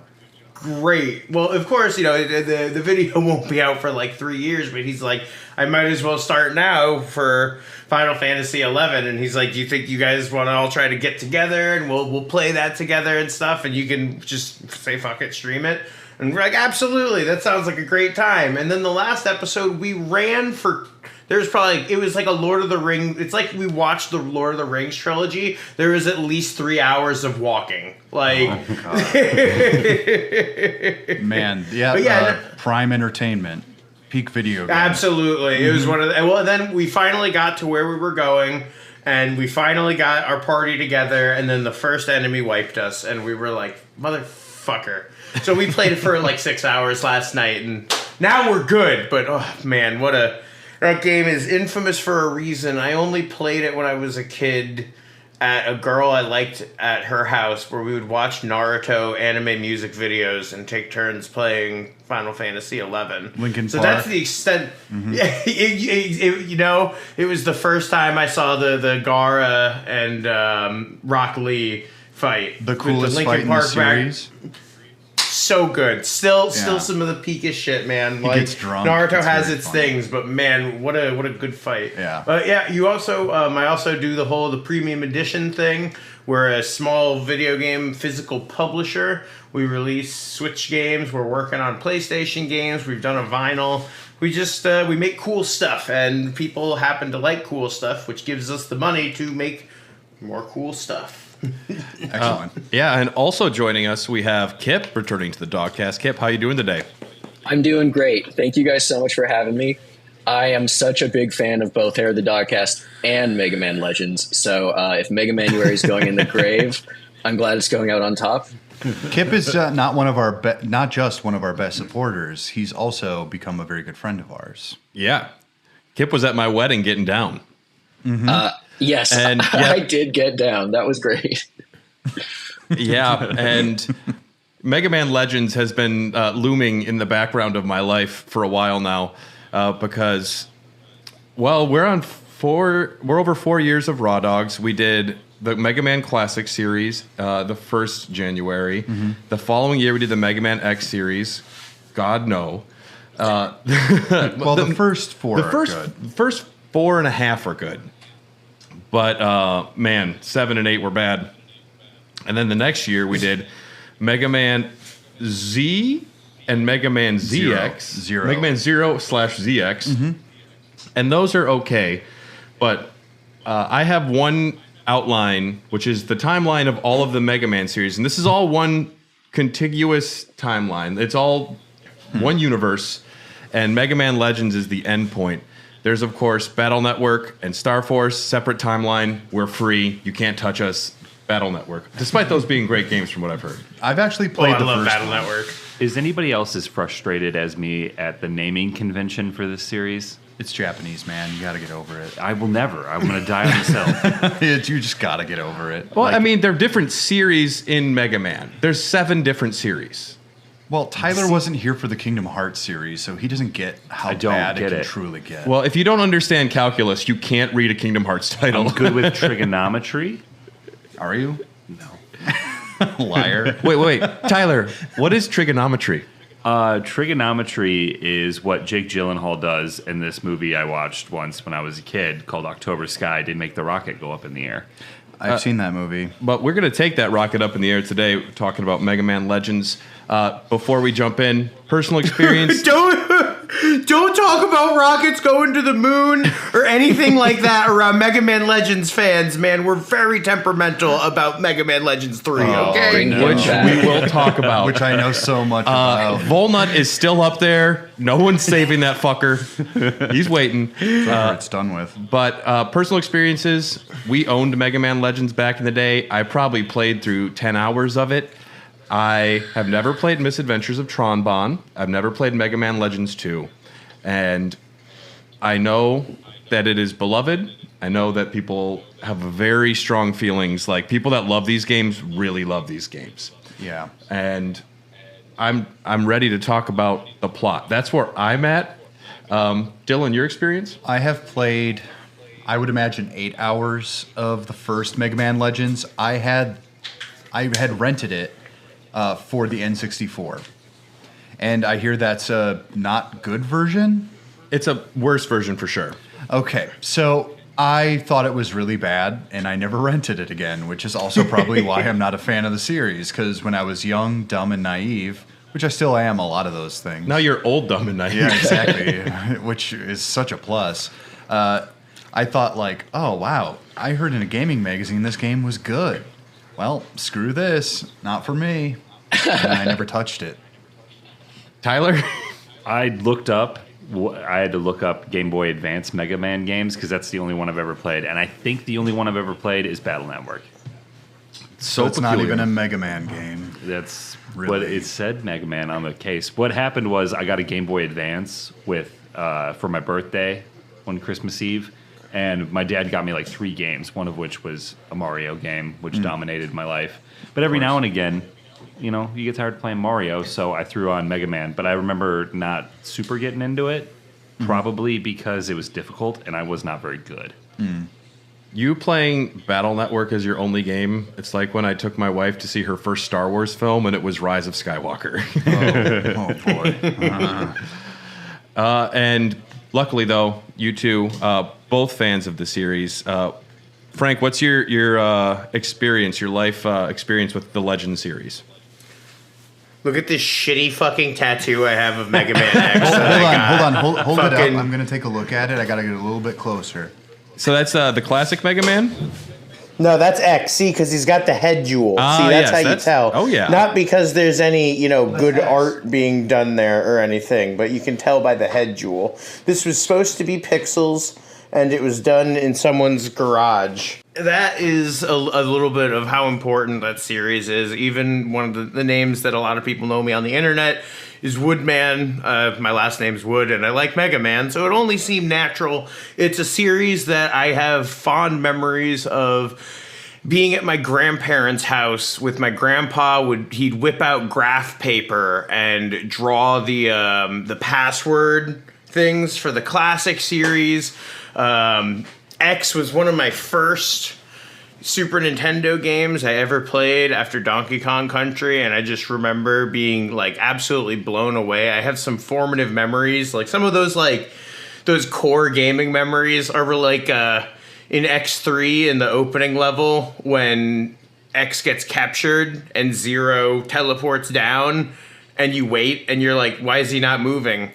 And then I touched the controller and I was like, oh, I could play as Zero. Holy fuck. Like, it's a very important series to me. I love pretty much everything outside of, like Mega Man Soccer or like some of the later X's. I'm an X6. There's some good in X6. You know when you said there's 4.5 good games? That's because there's like half a good game hidden in 6. Yeah.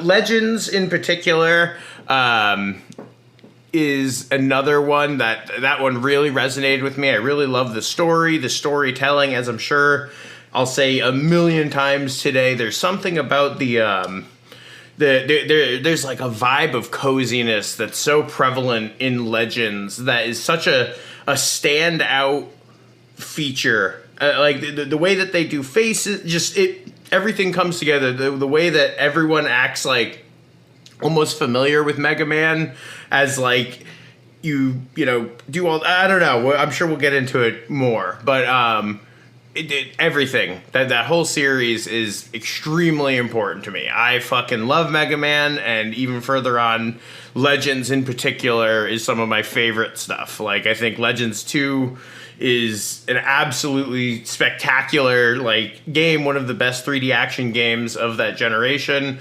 Legends 1 did Z targeting before Ocarina of Time did. Suck my dick.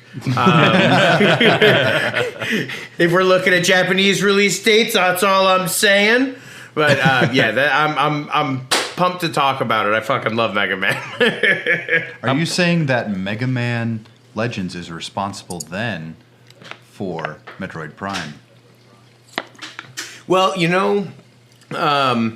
want to know another game that, speaking of weird parallels with other series, there's only one other game I know of that has a similar base management, unit management, multiple mission types that I know of, and that's Metal Gear Solid 5, the spiritual sequel to The Misadventure of Tron Bonne. Wow. You heard it here first, folks. I'm liking the fire that's being dropped. Metal Gear Solid 5 comes out, and Frank, you're sitting there like, Misadventures of Tron Bonne did it better. That's just what I'll say when I have to pretend I know what I'm talking about. And Kip, you've played all 3 of the games we're talking about today? To my great shame, I own all 3, but I've only played Mega Man Legends.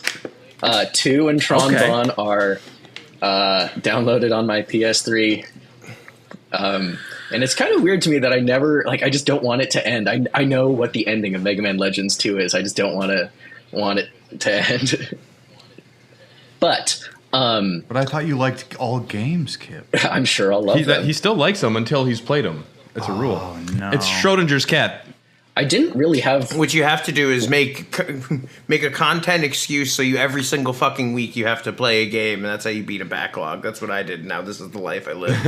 Well, Kip is on OnlyFans, so you're gonna. Oh, okay. Oh, no, only Mega Mans. Only Mega Mans. Yeah.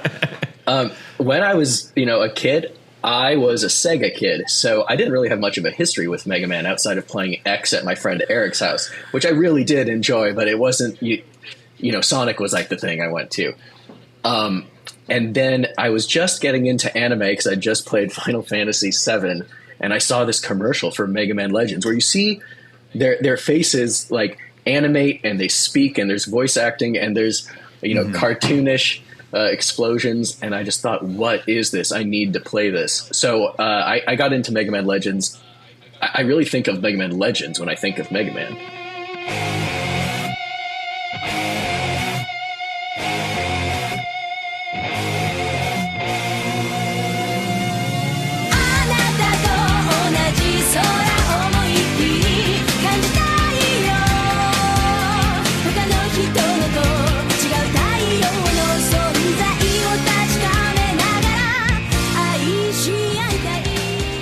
But let's jump into the series here. Mega Man Legends was developed and published by Capcom, produced by Keiji Inafune, we all know him, designed by Kazunori Kodoi, written by Shin Kurosawa, composed by Makoto Tomozawa, who started on Aladdin for the Super Nintendo, did lots of music for Mega Man, Resident Evil, and Dino Crisis.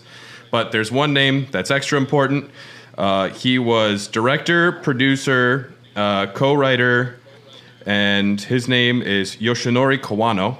He was the planner for Breath of Fire 1, series director for Breath of Fire 3, heavily involved in Legends 1, 2, and Misadventures, director of Mega Man 0, 1 through 4, Dead Rising, and he directed the Separate Ways DLC for the Resident Evil 4 remake, which was really weird to me. What the fuck? Okay. Yeah. I didn't know that. That one definitely That's an stands out. interesting fact. Like Dead Rising for the 360? The original one, yeah. I love that game. Now, something in so common Capcom that he had royalty. with Breath of Fire 3 and Mega Man Legends is that both of them, in Breath of Fire 3 there's a fairy village, and in Mega Man Legends there's a safe house that both of them you can check in and see what the progress has been in between the story. And then they just build up this cute tree house or fairy village, and they're very similar and very adorable. Give that cozy vibe that Frank mentioned.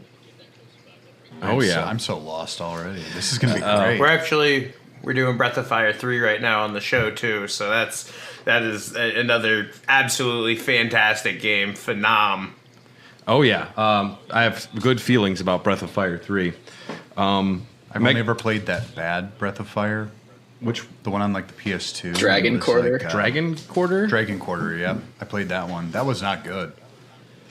Legends, KJ Unifune, the Mega Man Papa, as he likes to call himself, stated his purpose was to create a new Mega Man which would be completely different from all the others. He wanted to mix the action, RPG, and adventure games. That's pretty much all I could find on development.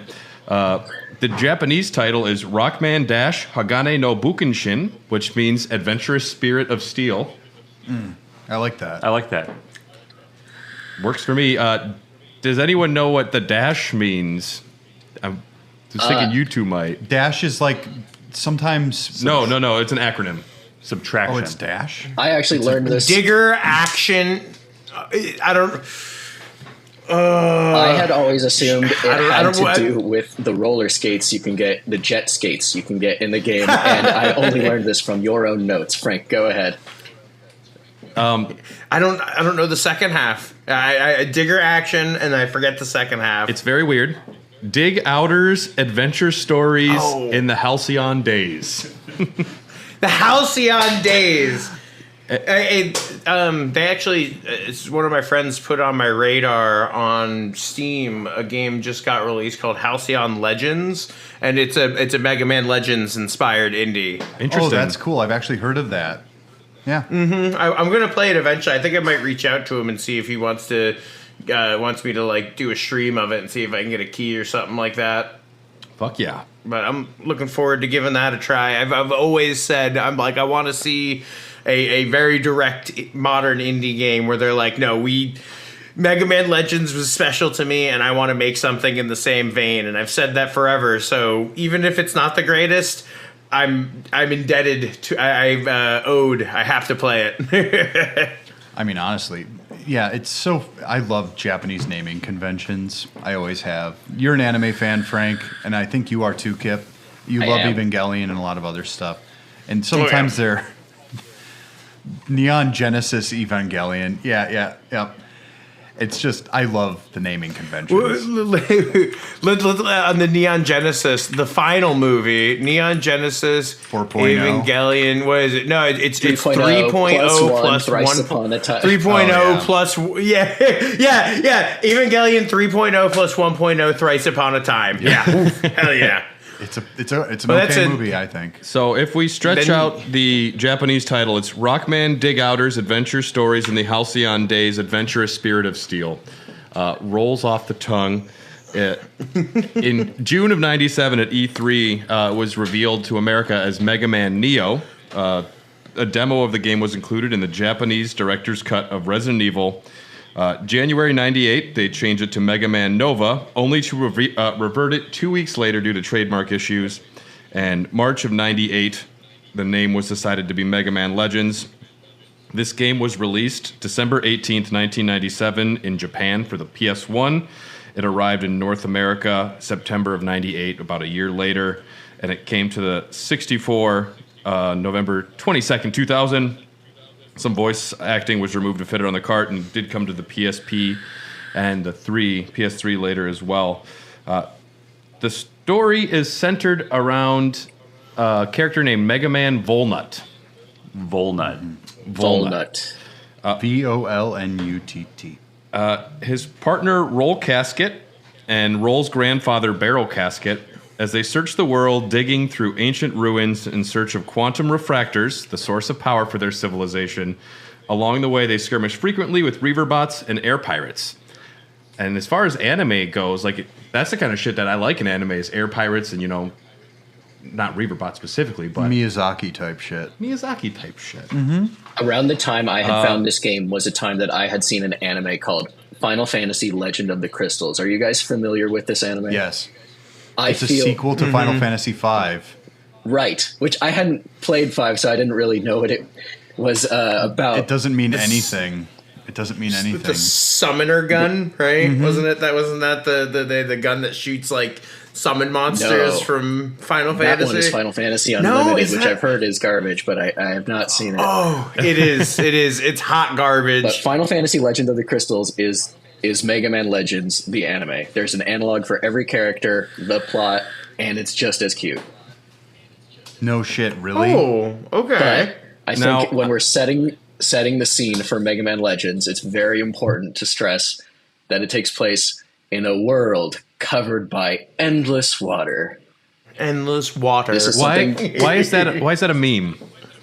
That plays before the start screen, so you hear that every time you turn on your PlayStation. Oh, well, we'll put it at the start of this episode then too. Oh, you got it. Were they aware of climate change back then? What's the deal? What was the status on Waterworld? Did the movie with Kevin Costner come out at this point? Yeah, that was right. Yeah, that was the early '90s. Things getting all wet was just the hot thing back then. It was so in. Yeah, it was the '90s. Get Jiggy with It by Will Smith was out. People have been jiggy in it for like 5 years at this point. I get it. Except now he's like a cuck or something. Oh, I think he was a cuck back then too. Oh, okay. So the gameplay of Mega Man Legends, Emergent gameplay, emergent cuck, whatever. I mean, speaking of cucks, however you want to get jiggy with it, we respect it. Now we're going to talk about the lore and the plot after. What are we going to talk about? Roll or Tron? Can one of you describe how the gameplay works?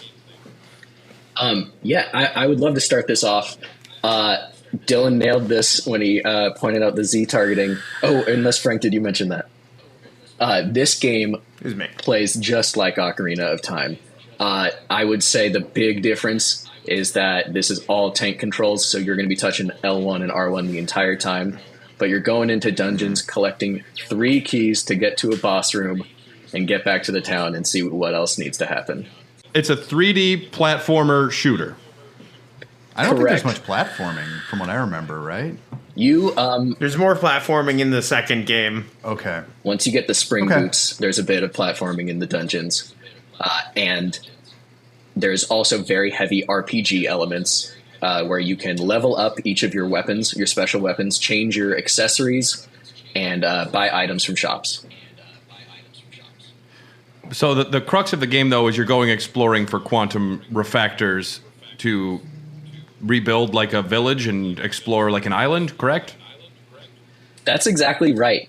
Without getting too much into the plot, because I know we're going to get into that, you're looking for more and more powerful Go ahead. to repair your Unleash. ship because you crash land on Cadillac's Island, which is where the game takes place. So it starts out with you just needing the powerful refractors to repair your ship, and you stay for the friendship along the way. So the world is covered in endless water, and they crash their ship on the one island. There's a few islands. Okay, there's a few. I was gonna say that's mad lucky. Yeah. It would be a short game otherwise. But how much, Frank? How much would you say this is a Mega Man game?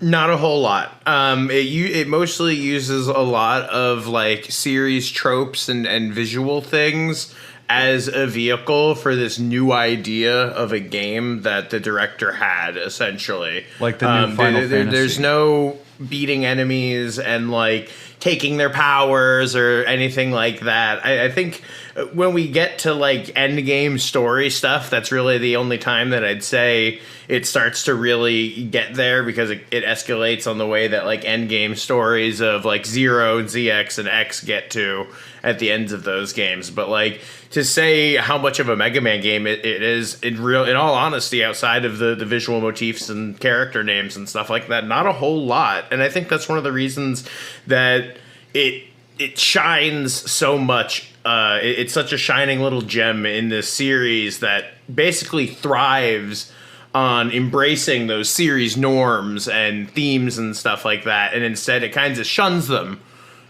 in terms of its gameplay, at least. Is the Buster Gun pretty fun to use? Is it fun to shoot, fun to battle, move around? It can be a little sluggish in the first one. The second one is when they really get the control down. Like you can't. There's a bit of like an auto lock when you shoot, but the actual lock on in this game, you can't like lock on and move at the same time. There's a dodge roll too, so it's clearly a Souls-like, guys. Mega Man Legends invented the dodge roll. Eat that, Dark Soul. No, I'm just kidding. I will say the older I get, the more I appreciate the iframes and the dodge roll, though. Every time I'm like, I got this. This is nothing. But what was the starting point of that? Sorry, I got lost there. I'm curious about the gameplay loop, like how Mega Man moves and evolves, because I know the camera is an issue for like a lot of PS1 era 3D games. But it kind of feels like a cozy game where you're kind of in one area and you like go in and you regroup back to base and you kind of just work on yourself. Mm-hmm. Yeah, there's a lot of Cadillac's Island and its inhabitants are a big part of the game and its atmosphere. They, like I said, they have just that. The coziness and familiarity, like and I mean a big part of that too is the soundtrack is an absolute banger. My God, that soundtrack is filled with some of my favorite music on the PlayStation 1. I think that the first game actually has better music than the second one. Shout outs to Apple Market. Every time I hear that song, I'm just like, Apple Market. Oh, to be a child once again. Apple Market is in my wake up playlist. Dun, dun, dun, dun.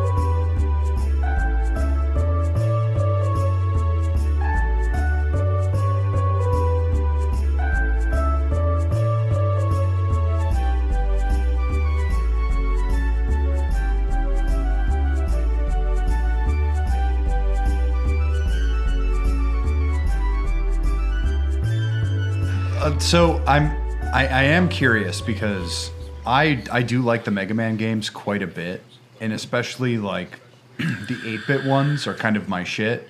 I think X is really good up into a point. I think X1 is probably the pinnacle the series has ever been in terms of control and gameplay. Perfect game. It's a perfect video game, and it also teaches everything you need to know. Grenade in the first Man. level. Yeah, I mean, well. I'm Grenade Man. Sorry, Say hello to we my can't cute talk about balls. 8 without me. Mega Man, You can call me handsome guy. Mega Man X also has the guy. best Kuwanger of any video game. Boomer Kuwanger. Boomer Kuwanger. Isn't it Boomerang Kuwanger? Well, no, it's Boomer Kuwanger, and now it'd just be like some 70-year-old confused about iPhones. But he's a beetle. And a beetle. I'm just curious. For me, I remember playing it. I had no idea what Mega Man was at the time. I didn't grow up with a ton of like Nintendo systems, and my mom didn't buy me a lot of consoles. So obviously, I didn't have a lot to roll on there. Pun.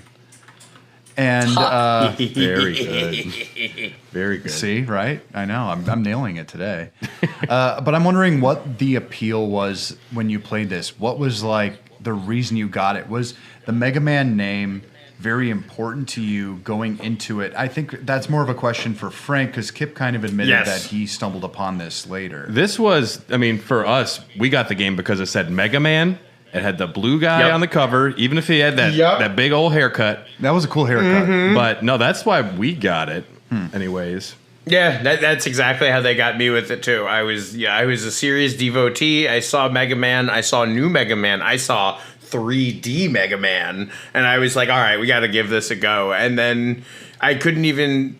I was so enthralled by it that I couldn't be mad that I got hoodwinked by their marketing. Like, I also was a child, so had no idea that I was hoodwinked by marketing 20 times a day. So, and this might be jumping the gun a little bit, but I wonder if I started playing this tonight, would I have a good time? No.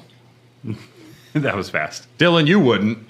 I know I wouldn't. I'm a picky little bitch. I think you could play. Kip, I don't like all games. You could play Mega Man Legends 2. I think the gameplay is a little more like dialed in. The camera plays a lot different. I think you'd enjoy that one more. But I think I don't know if you'd have the patience for Legends. I don't think I do. I think that you'd appreciate the characters. I like all the designs, and I think that's what really got me the first time. I think they really did a great job of making memorable looking design choices, and especially they're after, so expressive. Exactly, and expressive. And then when I was playing Marvel vs. Capcom 2, and you see like like Tronbon and all these other I called them little Lego guys. Yeah, they're 2 degrees from a Lego guy. Yeah, I was always legally intrigued. distinct. They're Lego the Pal Man. World is to Pokemon of Legos. Hey, now come on, that game's good. A little bit about Mega Man Volnut, a.k.a. Mega Man Trigger. We'll get into the major deep lore, but allegedly he's 14 years old. He was found as a baby robot boy, because I guess robots, they physically grow, maybe. And Casket decides to name him after her favorite video game character. So Mega Man has become a video game franchise in his own world.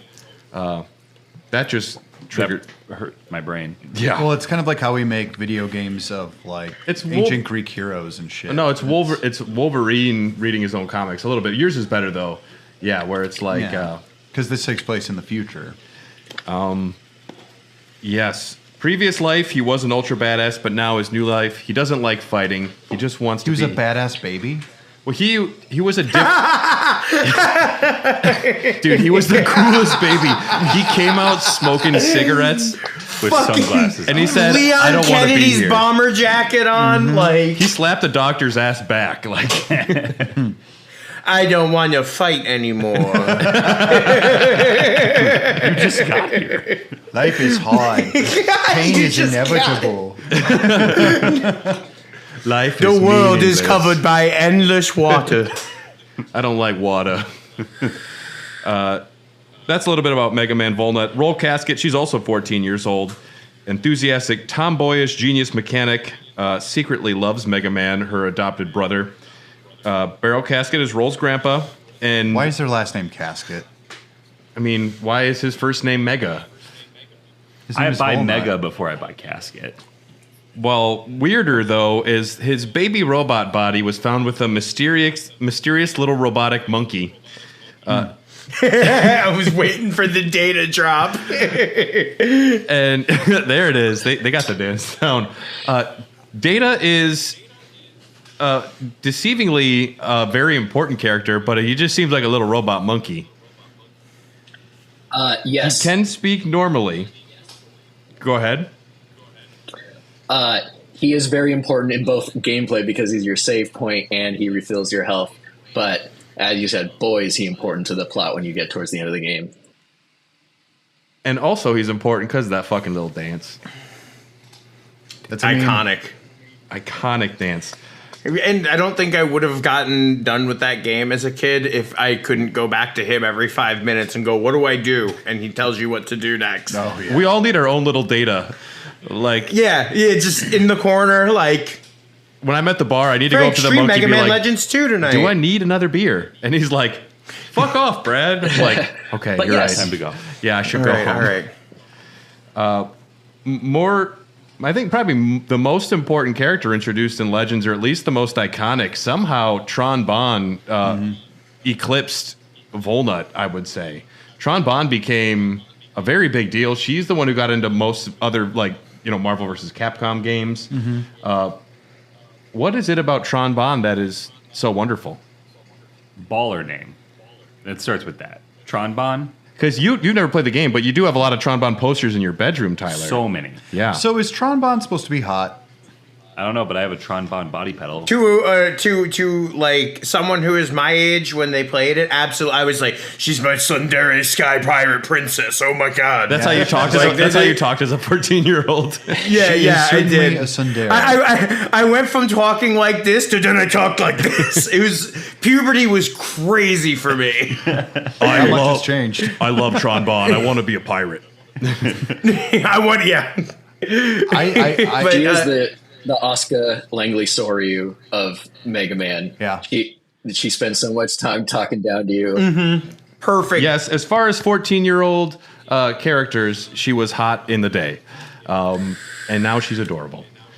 The only daughter of the Bond family of air pirates, she's a genius mechanic. She created 40 Servbots, who are also iconic imagery from the game. Lego Men. The Servbots are 41 small all-purpose robots loyal to the Bonds. They clean and cook and do other things. Throw bombs. I need you to do my chores and also have weaponized acts of capability. terrorism. You can If do you the visit dishes the and then bomb the neighbor's house. You didn't bomb the neighbor's house or do my clean the toilet. This is bullshit. But breakfast was great. Breakfast was great, number 32. The Servbots actually have some pretty important tasks. If you visit the library about mid-game, you'll find one who, if you talk to him, just says, I'm learning how to make hamburgers. And that's the only thing he'll say to you. So I think... Iconic, man. That is awesome. Yeah, he's holding it down.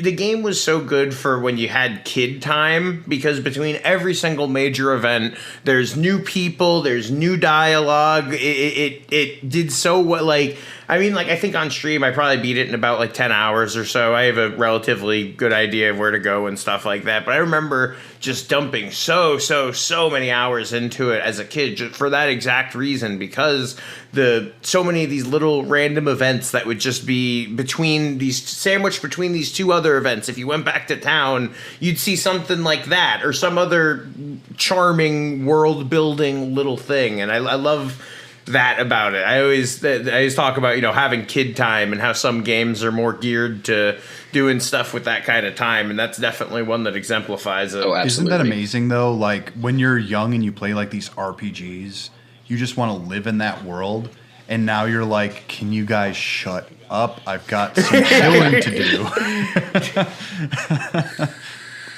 Yeah, I think I'm not going to talk about Baldur's Gate 3. Don't. We can't. Then there's Teaselbon. That's Tronbon's older brother. Now, he's like very robotish. He's not actually a robot, though, is he? Is he augmented? I'd say augmented. I feel like they're all like augmented. Because it's weird that their baby brother, the 3-year-old Bonbon, he is actually just a giant robot. See, isn't it kind of up in the air if there's an actual baby inside of that piloting it? Okay, so there's like, another like badass baby in this game. That is not. Yes, it very well could be. Wait, so what do you think then, Kip?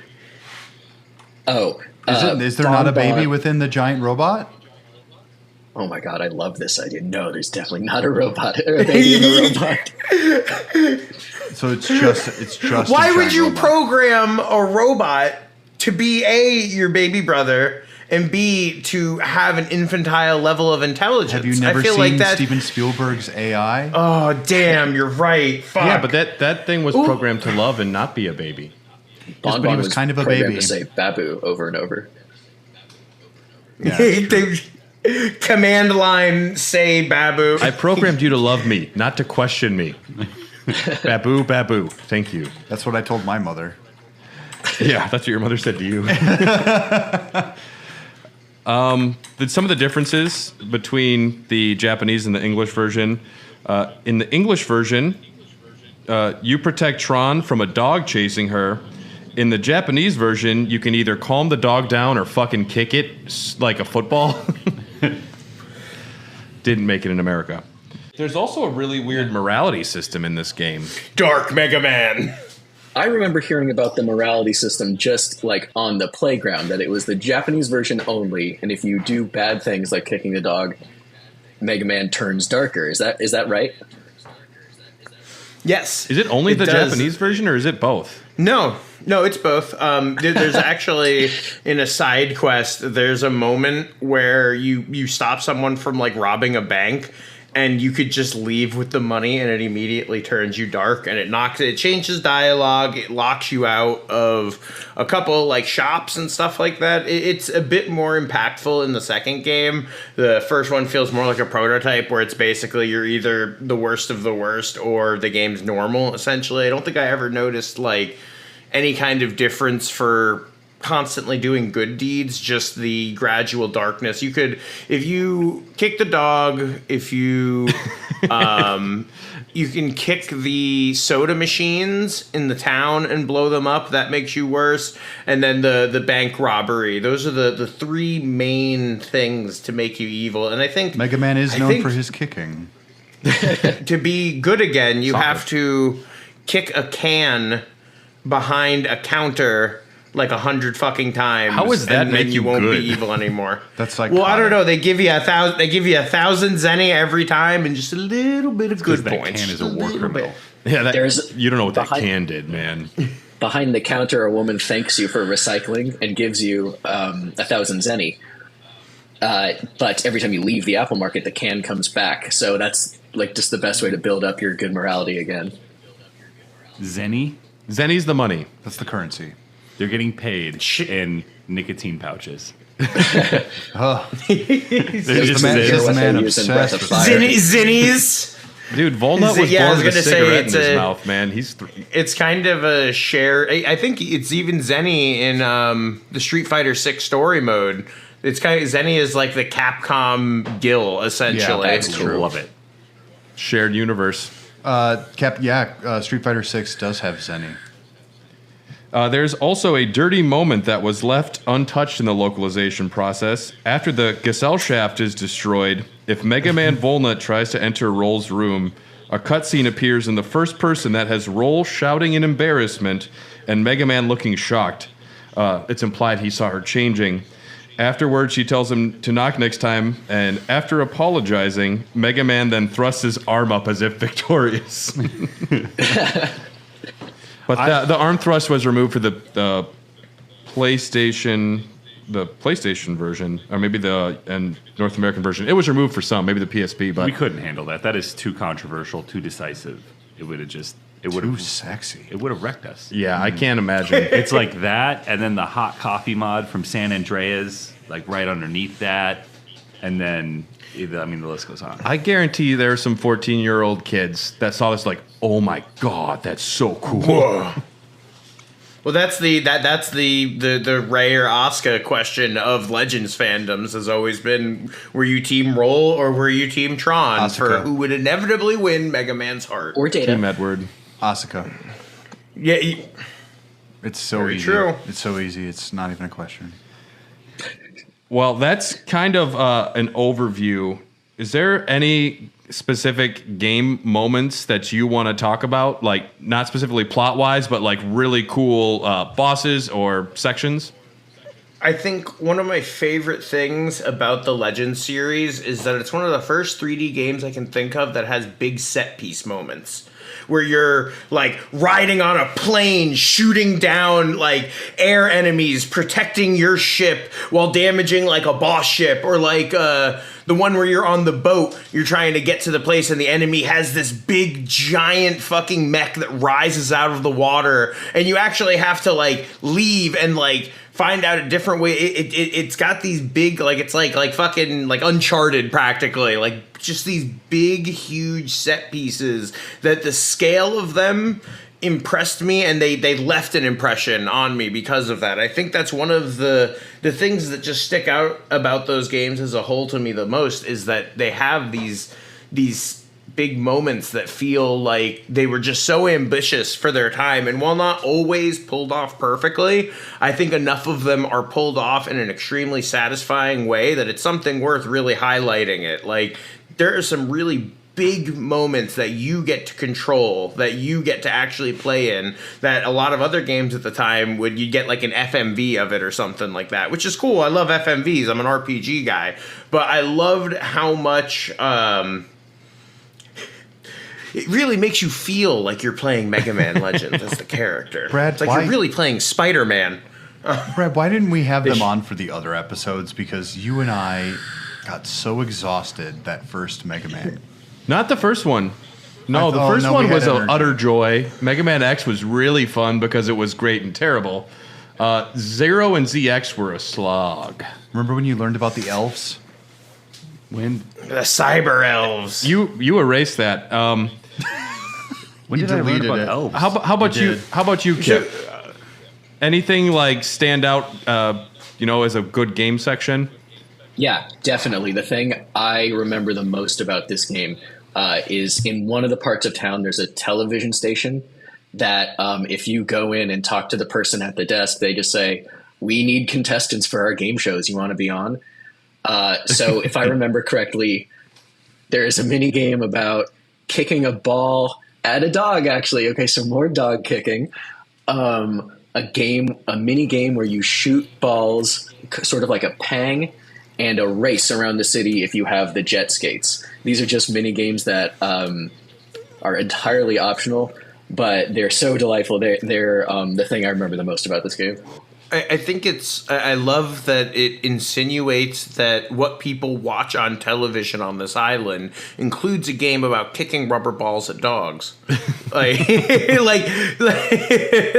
oh, honey, it's Monday. Turn on Kick the Ball at the Dog. I'm excited for the new episode. Like, who's the dog playing this week? It's the ball again, honey.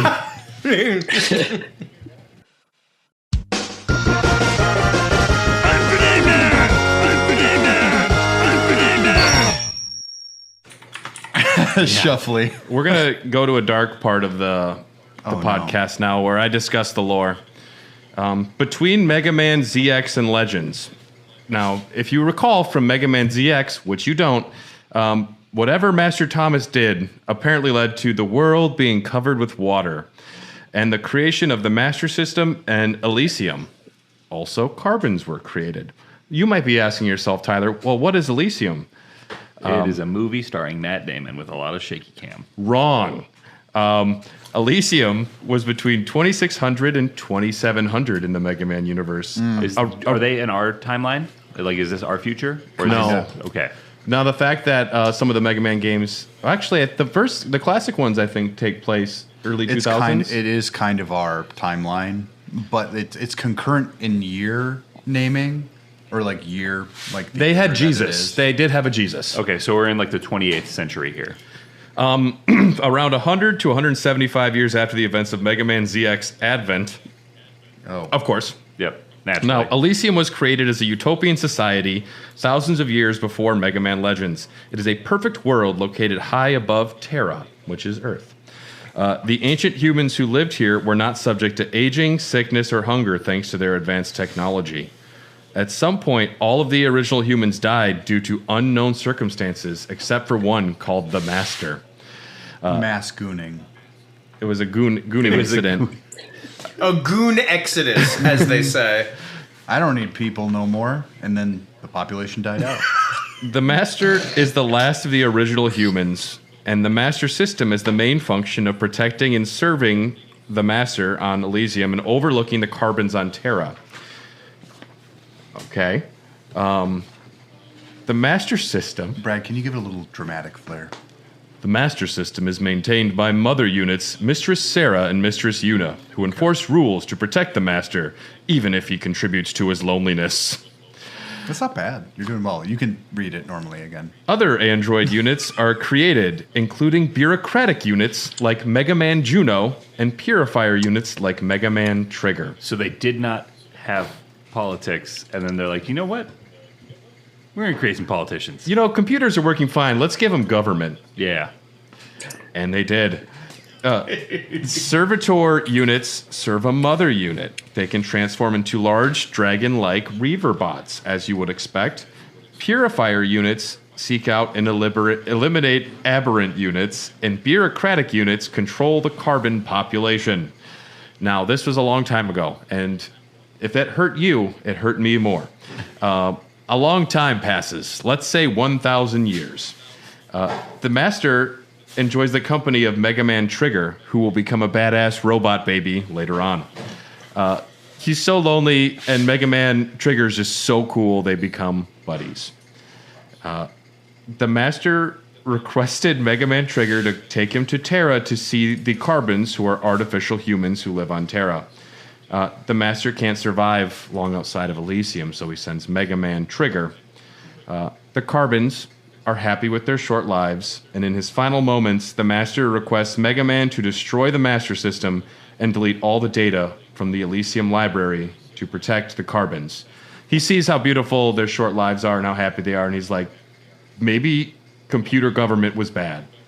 It's like that weird conundrum of like, well, if you live forever, your life has no purpose, but in your finite time on Earth, you can find a purpose, and then it's like the dog chases the rabbit, death chases you, and it motivates you to do something. And if there's no dog, you're just a rabbit with no purpose. It's because they keep kicking. You gotta kick a ball at it. That's what I mean. We went to the same immediately. We're like, you gotta just kick the ball at him. I mean, I guess we're just gonna start kicking these animals, right?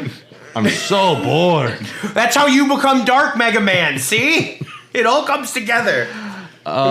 Mega Man fought against the Master System Yuna, initially fighting. He realizes what he's trying to do and tries to take a neutral position. Yuna does. Sarah travels to Terra to fight Mega Man herself. Mega Man Trigger transfers his essential memories to the monkey Data to make sure Sarah would never find the Master's genetic code. Data's a monkey.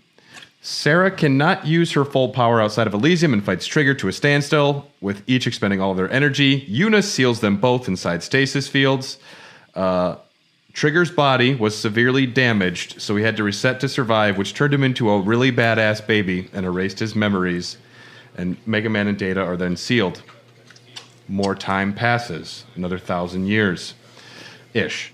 The world is covered in water. An energy crisis breaks out. Among the diggers is a legend of the Mother Lode, which everyone's searching for. Yuna and Sarah are legends. Some consider goddesses. And then another 900 years pass. 100 years before the events of Mega Man Legends. Around 5500 in the timeline. Oh, goodness. We're almost there. Two diggers, Barrow Casket, and Werner von Blucher discover an eye in the storm guarding Forbidden Island and enter. Their ship crashes. They discover the stasis field and a mysterious figure approaches them, and that's all we know for now. All our characters are born. Barrel's daughter and Roll's mother and her husband travel and become lost. This is important in Legends 2. Blah, blah, blah. The events of Mega Man Legends happen. And the boss of Mega Man Legends is Mega Man Juno. Is it a good final boss battle, guys? It fucking rocks. Holy shit. I love that. It beat my ass as a kid. But every time I play it again with like a little bit of a deeper understanding of the mechanics, good stuff, like just a better mastery of the game and, you know, better fucking motor skills because I'm an adult now. It is a challenging, tight, two-phase test of your might. It is. I love that boss fight. It's tight, but it's a good boss fight. Yeah. And the game, you know, it's largely kind of more of a fun tone, and then it takes like a sharp turn into RPG territory at the end where it's like, you were a chosen baby, and I am a foreign goddess from another land, and I'm a computer. Is that like a pretty big tonal shift in the game? Yeah, I definitely would say so. Once the subgates start popping out of the ground, that's really when shit goes down, which the subgates are these huge dungeons filled with horrible monsters that are located like underneath all of the biggest like populated areas in the game. So once they're like, there might be horrible ancient robots pouring out of these killing everyone, it just takes that ramp and just keeps going 0G into the sky. To the moon, some would say. Where they will be forever. Oh my god. You have a high tolerance for anime bullshit. I have a very high tolerance for anime bullshit. I'm playing Final Fantasy 16. I'm getting it. But like I'm hearing all these words. I've seen a lot of gameplay. I sat down and I told my wife, I've got to watch some YouTube videos on the big screen. And that's what I did. I watched some of the gameplay. I watched story summaries. And I sat there, and she looks at me, and she asks, are you dumber than I think? Or... and I'm like, I don't know. I legitimately, I'm just like... I don't know what they're smoking over there at Capcom, brother, but it's got some wicked shit in there. Yeah, they need to share that. Oh my god, That's a story I can only think of. Like it does sound like Death Stranding a little. It sounds like what they did was they all sat around a table and they played that game where you have to tell a story, but you can only say one word at a time. So it'd be like once. And he kicked the dog. And they're like, what the fuck, man? I had a dog. Mega Man entered the room and Roll was naked. Kick that guy off of the team. Let's try one real quick. Well, once. Upon Mega Man. Naked. Trigger. No, go ahead. No! Okay, Frank, you're the baby was smoking. The baby had sunglasses. And hated authority. Does anyone else want to say anything about Mega Man Legends 1 before we move on to the misadventures?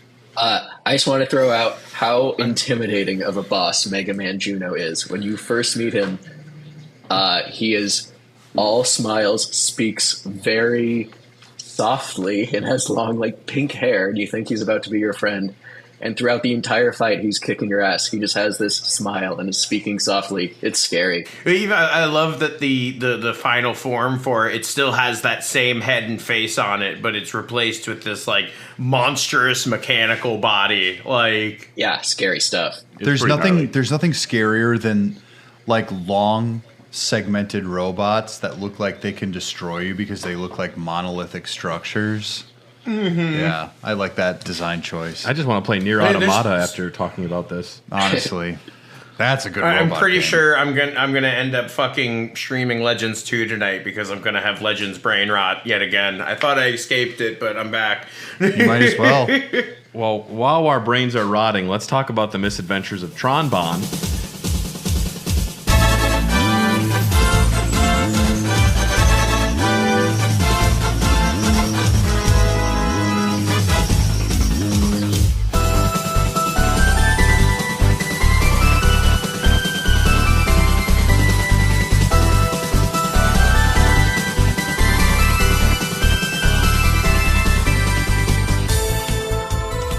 This came out July 22nd, 1999 in Japan for the PS1. Arrived in America May 22nd, 2000. It is a prequel and a spin-off. First revealed in December 1998. The Bonne family of air pirates seek treasure but prefer to let others do their dirty work. Teasel Bonne, leader of the pirates and extremely emotional, always crying or screaming. Part of the Mega Manuary is I like to find weird biography things about all of our beloved characters. Teasel Bonne, besides loving books, he also loves anime and toys. His hobbies help him cope with the sadness of his parents' death. That's why I bought so many One Piece figures. It's replacing them. This is my mommy now. My hole is filled with this. Exactly. Robin, you're my mom now. I'd call her mommy. Yeah. Yeah, no, absolutely. What do you? She's gonna slap you 100 times with all them extra hands if you don't. I mean, come on. Brad doesn't know anything about One Piece. Perfect. He's gonna. No, it's a bathing suit style. Sure. It's a One Piece. The bathing suit, no bathing suit me. The bathing suit fruit. The thongy fruit. No, not the thongy fruit. Oh man, I am lost. That's what they call the devil fruits. You ignoramus. Thongy fruits? No, they give it like names. Don't be ridiculous, Brad. Don't be ridiculous. Even Kip gets it. Teasel Bonne requests yes, you do. a 1 million zenny loan from Lex Loth to finance the construction of the Gesellschaft. Is that a Lex Luthor? It's a Lex Luthor reference, yeah. Lex Loth is the leader of a crime family and a greedy black market financier that has made a fortune through unsavory tactics. He loans money, charges major interest, and then collects your debt and forces slavery upon you.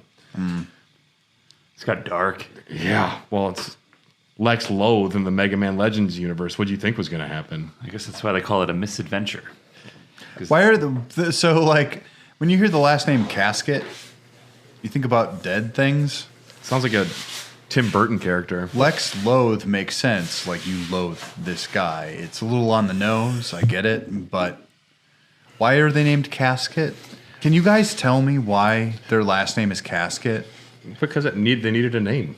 Don't worry, because it sounds Tyler's. It sounds like gasket. Yeah, I don't know. It's a common naming convention that they used to do like in the medieval times, where like the last name Carpenter, your name was John Carpenter because you were a carpenter. The last name's Casket because they ran the funeral business. It's interesting, but they're scientists in this one. Well, no, before that, like their great grand robot. Like your ancestors used to huff chemicals. Yeah, now I'm Hoff. Yeah, it's perfect. My ancestors used to lie. My ancestors it just came down to me lie. My ancestors used to be French Canadian, but they had the French last name, which means ward or protector. So they were probably a protector of somebody back in the day. And when they got Americanized, it turned into ward. Yeah, so you come from a family of paladins. Sure. No, that's better than mine. To pay for To pay for the 1 million zenny loan, Teasel Bonne, alongside Baby Bon Bon, and 6 Servbots search for Diana's Baby tear. and a robot. The baby and a robot. They're looking for a very valuable refractor. Teasel is stopped by Glide, who is the most Mega Man character, I think, in the Legends universe. Diana's tear. You better go back before 1998, before that car crash. Too soon.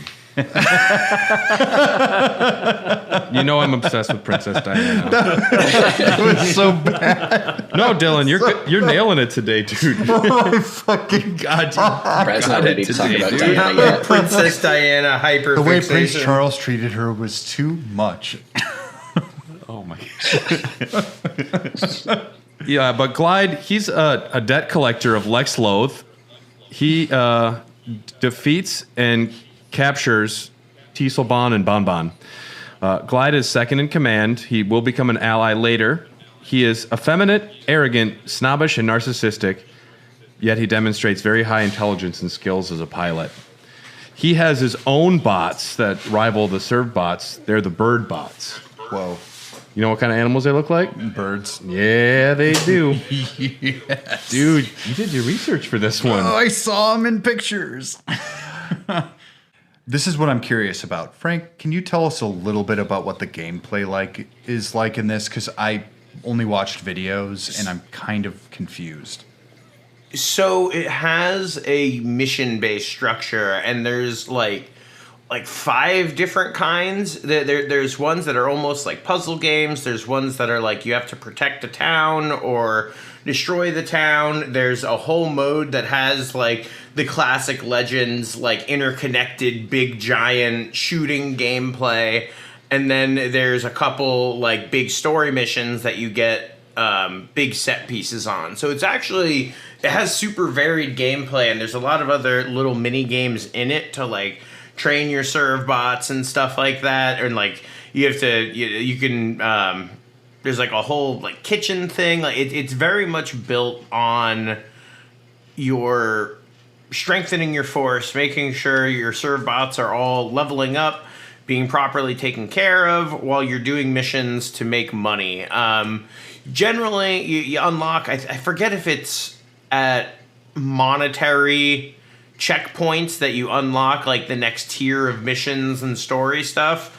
But there is, at some point, you get to where you'll unlock like your next set of missions and stuff. But a lot of it will be, you'll kind of identify what is the one that works best for like what you need. Like, do I need to make some money? Do I need to hunt for some kind of resource or something like that? But it's very varied, and I think that's one of the strengths of it, because outside of the puzzle one, which is moving blocks and shit, I don't really think any of them were wearing thin on me by the end of it. I had a lot of fun ordering serve bots around and having them do all kinds of stuff, hunting down money, because you play as Tron piloting one of her mechs for most of it, and it has this thing on its head that you go forward and it shoots it, and it's like a marker for the serve bot, so it makes them go attack something or pick something it's up, almost like or maybe Pikmin. like, yeah, it is. It's Pikmin, Metal Gear Solid 5. Fuck, man, it's every game. I need to write this one down too. Yeah, I'd say it definitely, Pikmin is very similar to how you can make the serve bots accomplish a big variety of different tasks. And what Kip said earlier about how that there's 40 serve bots, they all have individual stats, growth rates, all kinds of stuff like that. They actually kind of went hard so it's on Pokemon too. But they all look like little yellow men.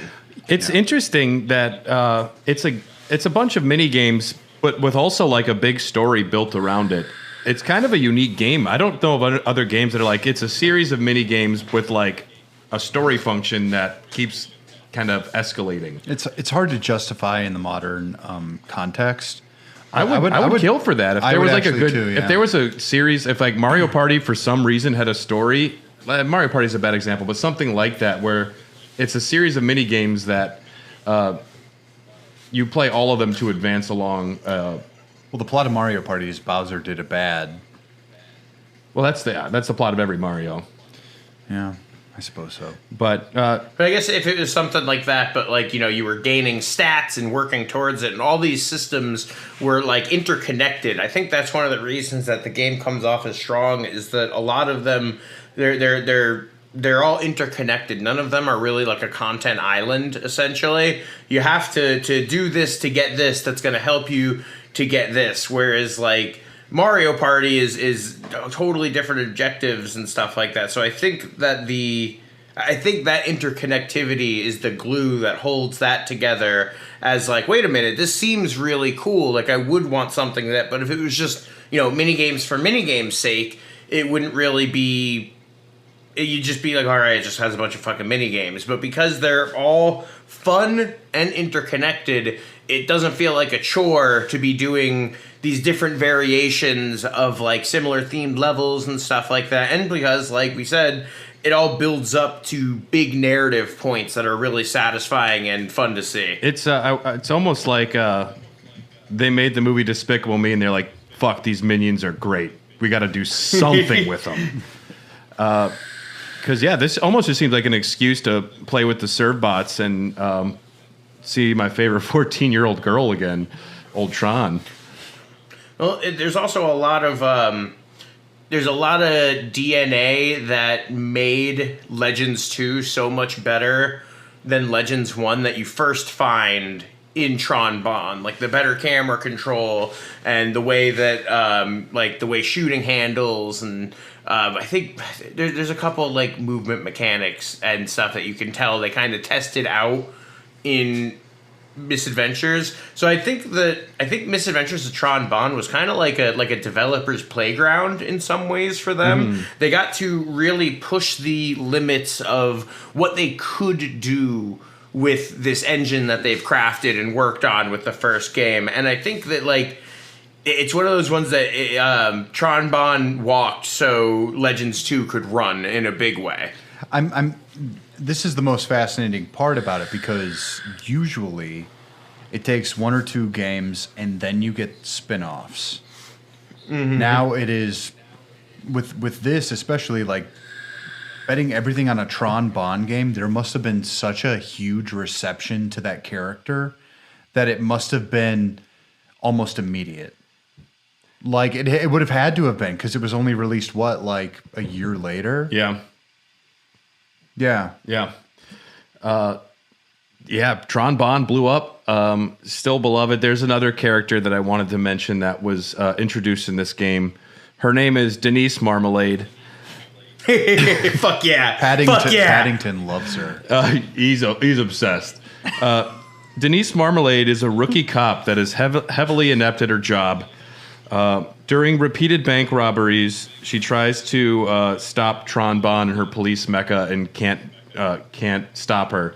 Eventually, though, Tron Bond does make sure Denise gets to keep her job. I just love her name and that she's a bad rookie cop. Denise Marmalade accidentally shot someone in the leg. What the fuck is this game? This is my drag name, Denise Marmalade. She's perfect. Officer I Marmalade? looked Denise Marmalade up and then I saw Servbots tying her up. I'm gonna leave this fucking image search. I'm just gonna never image search anything related to Mega Man Legends ever. Just put safe search on. No, you don't. Yeah, exactly. It's your phone. It's fine. Despite being the title, She looks inept. She looks inept. Could you imagine actually having an emergency and she calling shows the up? Police. Hey, man. This bitch shows up. Hi, I'm Officer Marmalade. Fuck. All right. Fuck. Hey man, you guys wear the glasses. eyes. Was Officer Peanut Butter not around? Officer Peanut Butter. Off of Raspberry Jam, where the fuck are you? I would love if Raspberry Jam came in like that. If he kicked the door, Officer Raspberry Jam, put the gun down. In a raspberry colored shirt. Yes. And he's getting too old for this shit. He is too old for this. He's got a single stud earring in one ear, and it's a little raspberry. Oh, I love that. And no one would dare say anything about it. Because his daughter gave it to him before she passed away. Oh my god, yes! Because the Servbots killed her. She was a casualty of war. Despite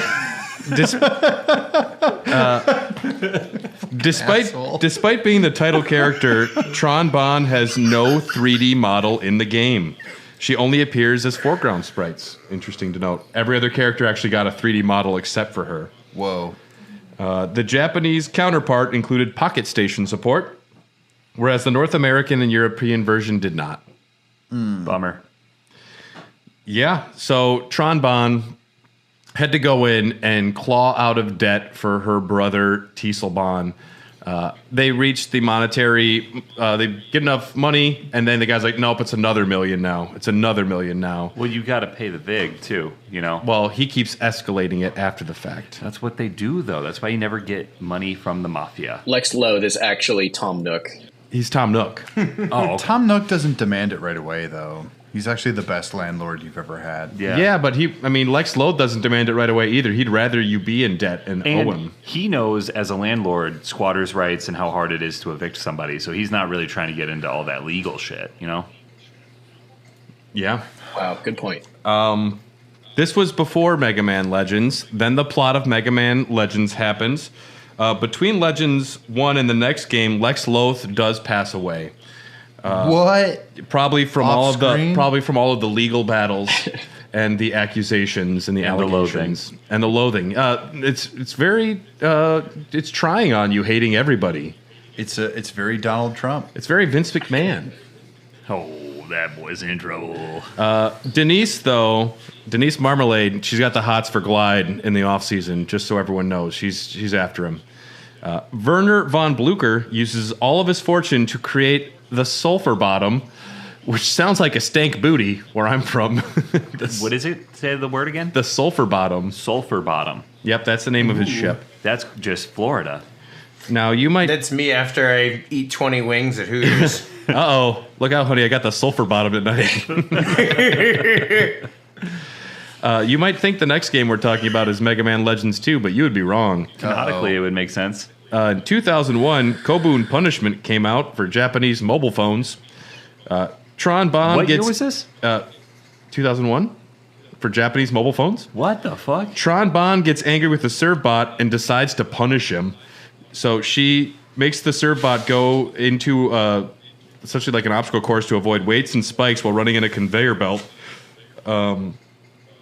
Yeah, it's just a punishment game. It's called Servbot Punishment, essentially. And then there was a lot of other garbage mobile games that we don't need to talk about. But I just wanted to note there was one which the whole point was just fucking torturing Servbots. It sounds great, to be honest.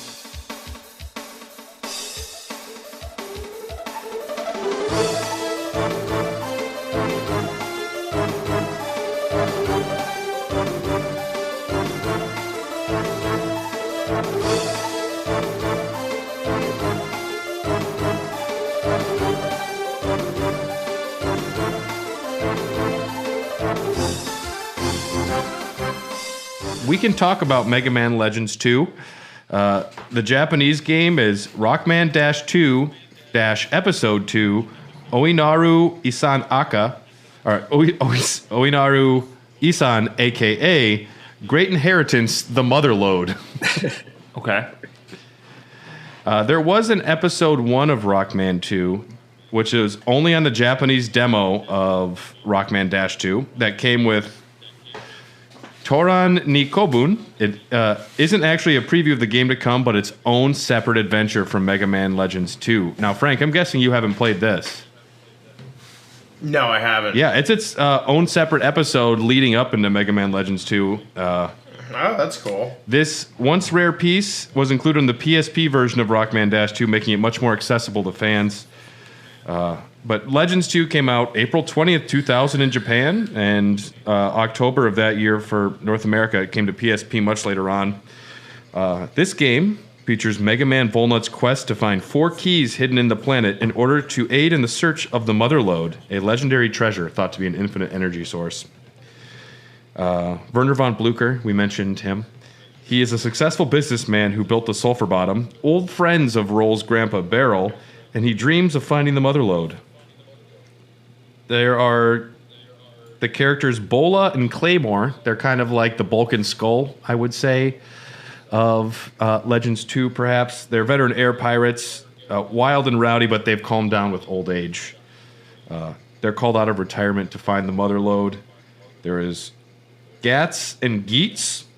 They're servitor units for the mistresses that can turn into dragon-like Reaverbots. You know what I'm talking about, right, Tyler? I am following 100%. I am just. Does this sound right to you, Frank? Giant Reaver bots. Yep, we're making it so far. We're accurate. Does this actually make sense to you? I am so... Well, it's different when you just introduce characters like Rapid Fire versus getting introduced to Gats, and then later on Geats makes more sense.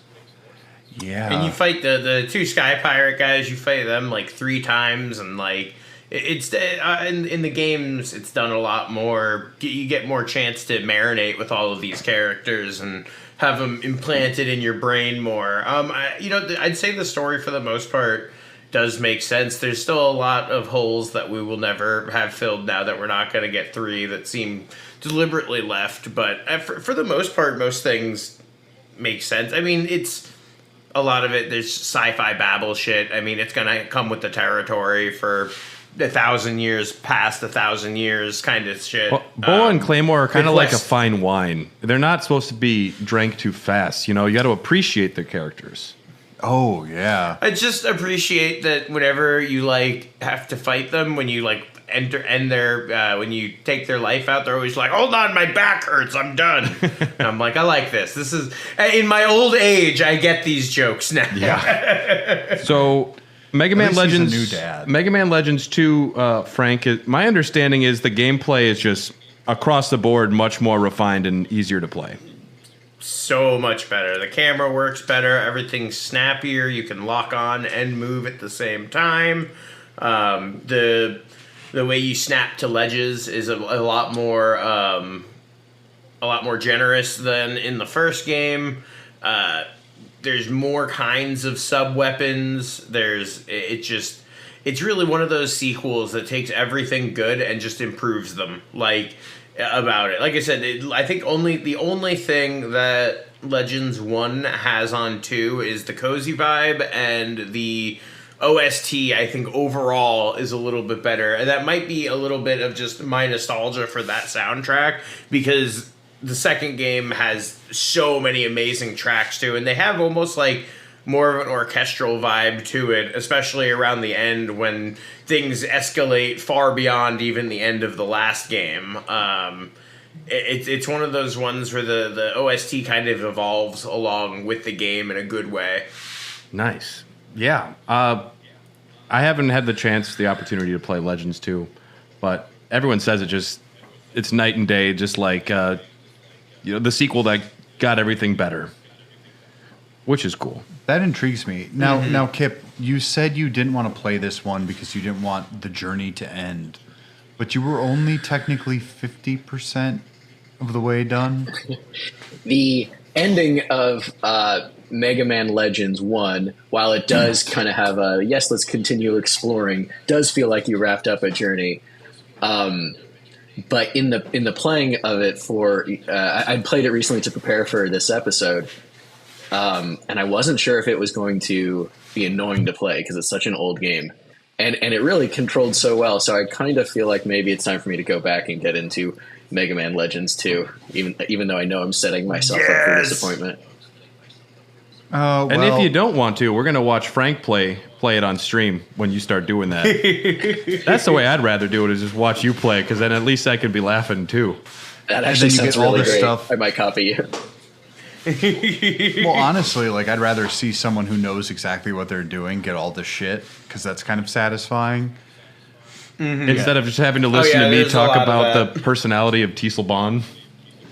Ooh, you could run through low poly 2001 MMO fields for 3 hours. That's really fun to watch. You know what? That sounds like the kind of torture I would put myself through and make up an excuse to find it cool. As long as your character can look like Norman Reedus, then Dylan would love it. Honestly, that's kind of how it works. I like this guy. I always, between Death Stranding and One Piece, knew I loved this guy. Yeah. He wore a One Piece swimsuit? I technically do. It's just boxers. Now I don't wear swimsuits because I want it to be like sheer white with a little bit of see-through, so that when I dip in the water, there's nothing left to the imagination. That's provocative. It's beautiful. That's really nice of you. Everybody, are you ready for one more story time? Yes. Oh God. Yes. Now, let's talk about the plot of Mega Man Legends 2. Now there's going to be a test, Tyler. Barrel, fail that test. Barrel Casket and Werner von Blucher have a press conference. This game just... What? We would like to announce that our ship, the Sulphur Bottom, can land on Forbidden Island. We believe the motherlode to be located there, and this will solve the energy crisis. That's like really putting a lot of pressure on yourself before you solve the energy crisis, claiming we will solve the energy crisis. Mission not accomplished yet, George Bush, but we did it. The conference is interrupted by Matilda. This is Juno controlling the body of Roll's lost mother. Spoiler warning. Matilda interrupts it, saying there will be a horrible disaster. Now, meanwhile, Mega Man and Roll learn of Joe. Now, Joe is, of course, Banner, who is Roll's father, but he has a baby. Amnesia. Oh. A badass baby in a coat and a cigar. No. Oh. Can I hold your baby? He wouldn't like it. So Mega Man save Joe, who is actually Roll's father, but we don't know that. They fight the Bonds and the Glide, and glide various times. Mega Man's past is revealed. The Master, Elysium, everything. Whoa. I know. It's a lot to take in. If you need a moment, Dylan, we can take a break. Yeah. Breathe. All right, Dylan's crying, everybody. We're going to take we're going to cut to the soundtrack for a moment here. It's just the moment when they do the thing.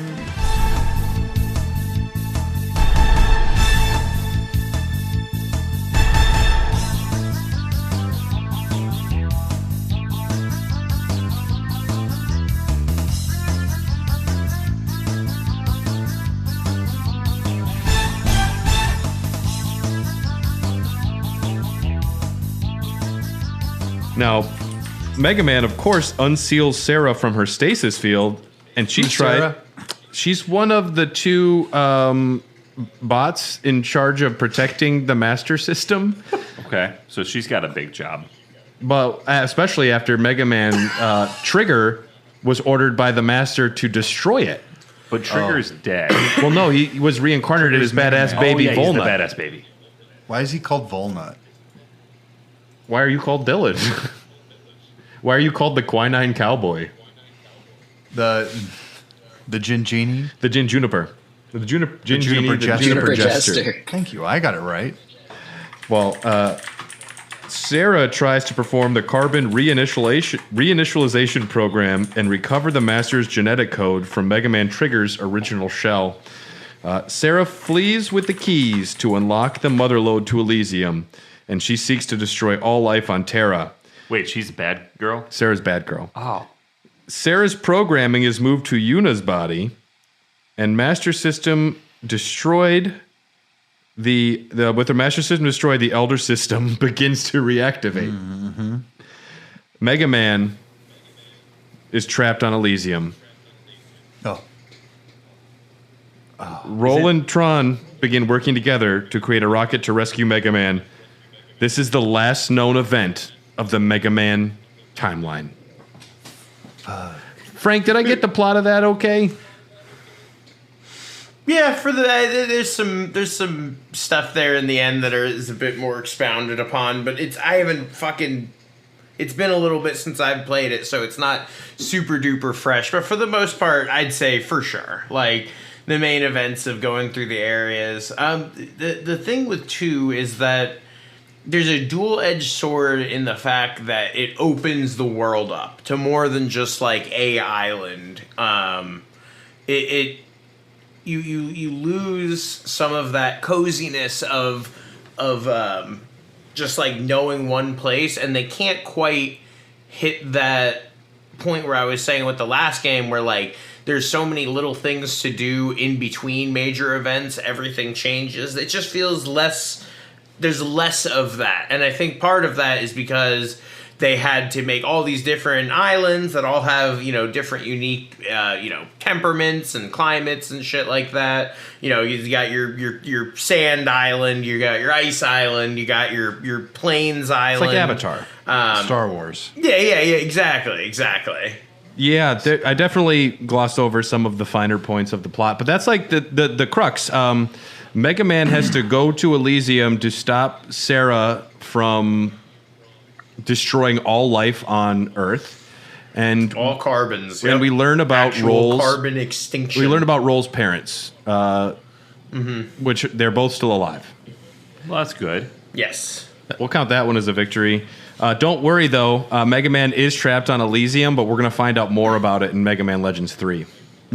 Yeah, when that comes, just wait till we play. What is it, Red Dawn or whatever? Red Ash. The like Red Ash. Yeah, we just got to wait for Red Ash to come out, and then Mega Man Legends 3 is going to be on its way. Is there? I think it was like recently. Every year I have my like copium, where I'll see something in my memories talking about Legends 3, and I'll be like, oh, it's the 12th year of Legend of the anniversary of the time that they worked on Legends. So therefore, this is the year, guys. They're gonna do it. They're gonna be like, here it comes. Like, Legends 3. It'll never happen. No, it'll never happen. Like never, ever. This is one of those games that at the time might have been inaccessible for a large group of people, but was very popular with that niche kind of strategy that Japan really loves to go for. And I bet those games were expensive when you bought them in Japan, because I don't think that this was like as popular as a lot of people think. I'm actually surprised it came to America, personally. Well, Mega Man Legends 3 was announced as a game. When, though? September 29th, 2010. It was announced to be coming to the 3DS. While Capcom, it was an interesting development.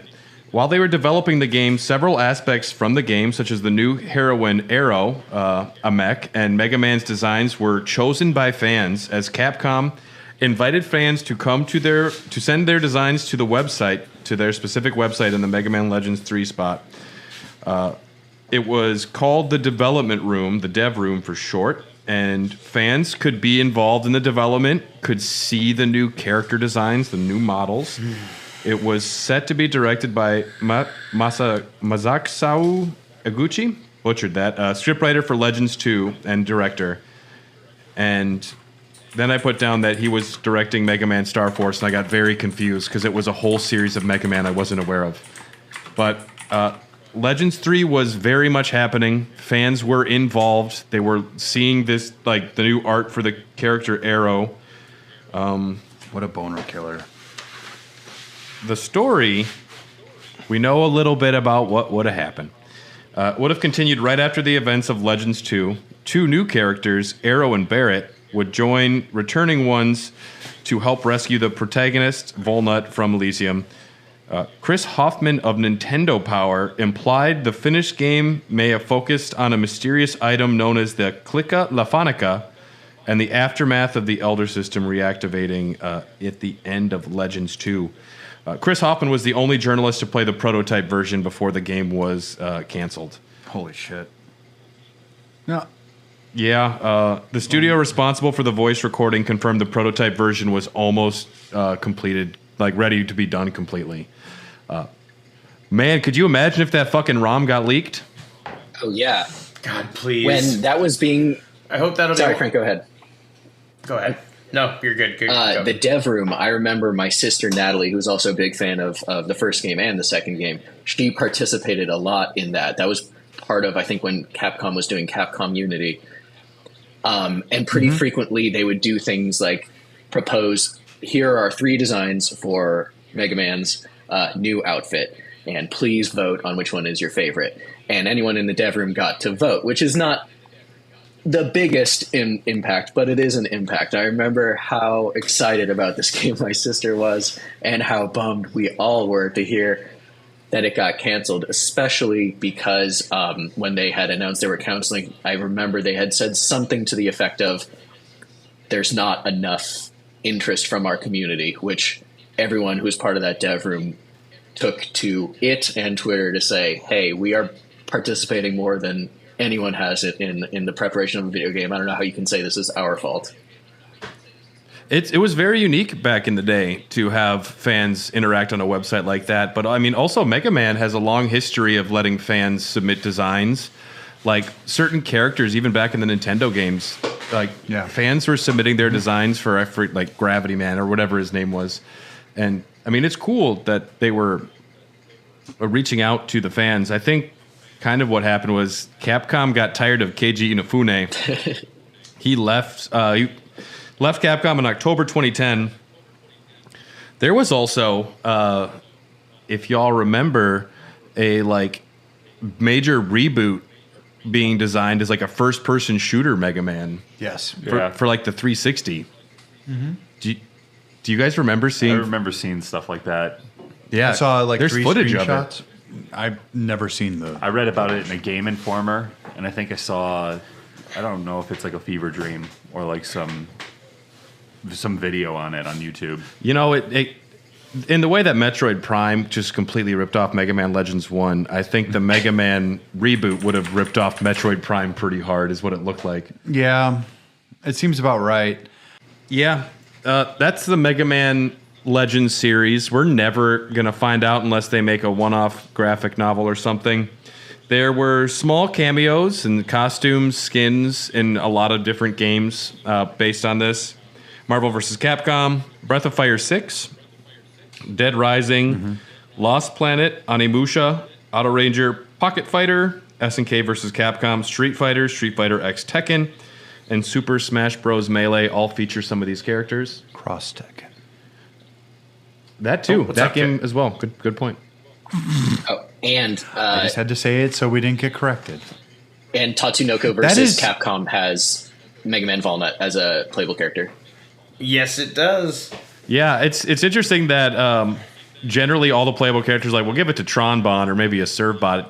Volnut doesn't get enough love. Agreed. Volnut's pretty cool. I like his design quite a bit. I don't understand it. I've said this for the past 2 years. I get the other ones to a certain degree, and then it goes off the rails. But with this one, I feel like this was a time and a place. Yeah. I feel like this is something I can't achieve emotionally. I cannot get there. I can't go over that hurdle to find myself in the place where I can play Mega Man Legends. It's a goon too far. It's a goon too far. It's a goon's throw too far. Yep. It's a goon's through too far. I'm kind of with you. I think if I were to play Legends 2 today, I would get a lot out of it. But I think there's a level of nostalgia for these games too, where if you played them at the time, like it's much easier to revisit that. I don't know if I could go back and play, Resident Evil 1 or 2. No, I couldn't. 2 or 3, like any of those really OG PS1 Resident Evil games. I could not go back to tank controls. And same reason I tried to finally play Resident Evil 4, the non-remake version.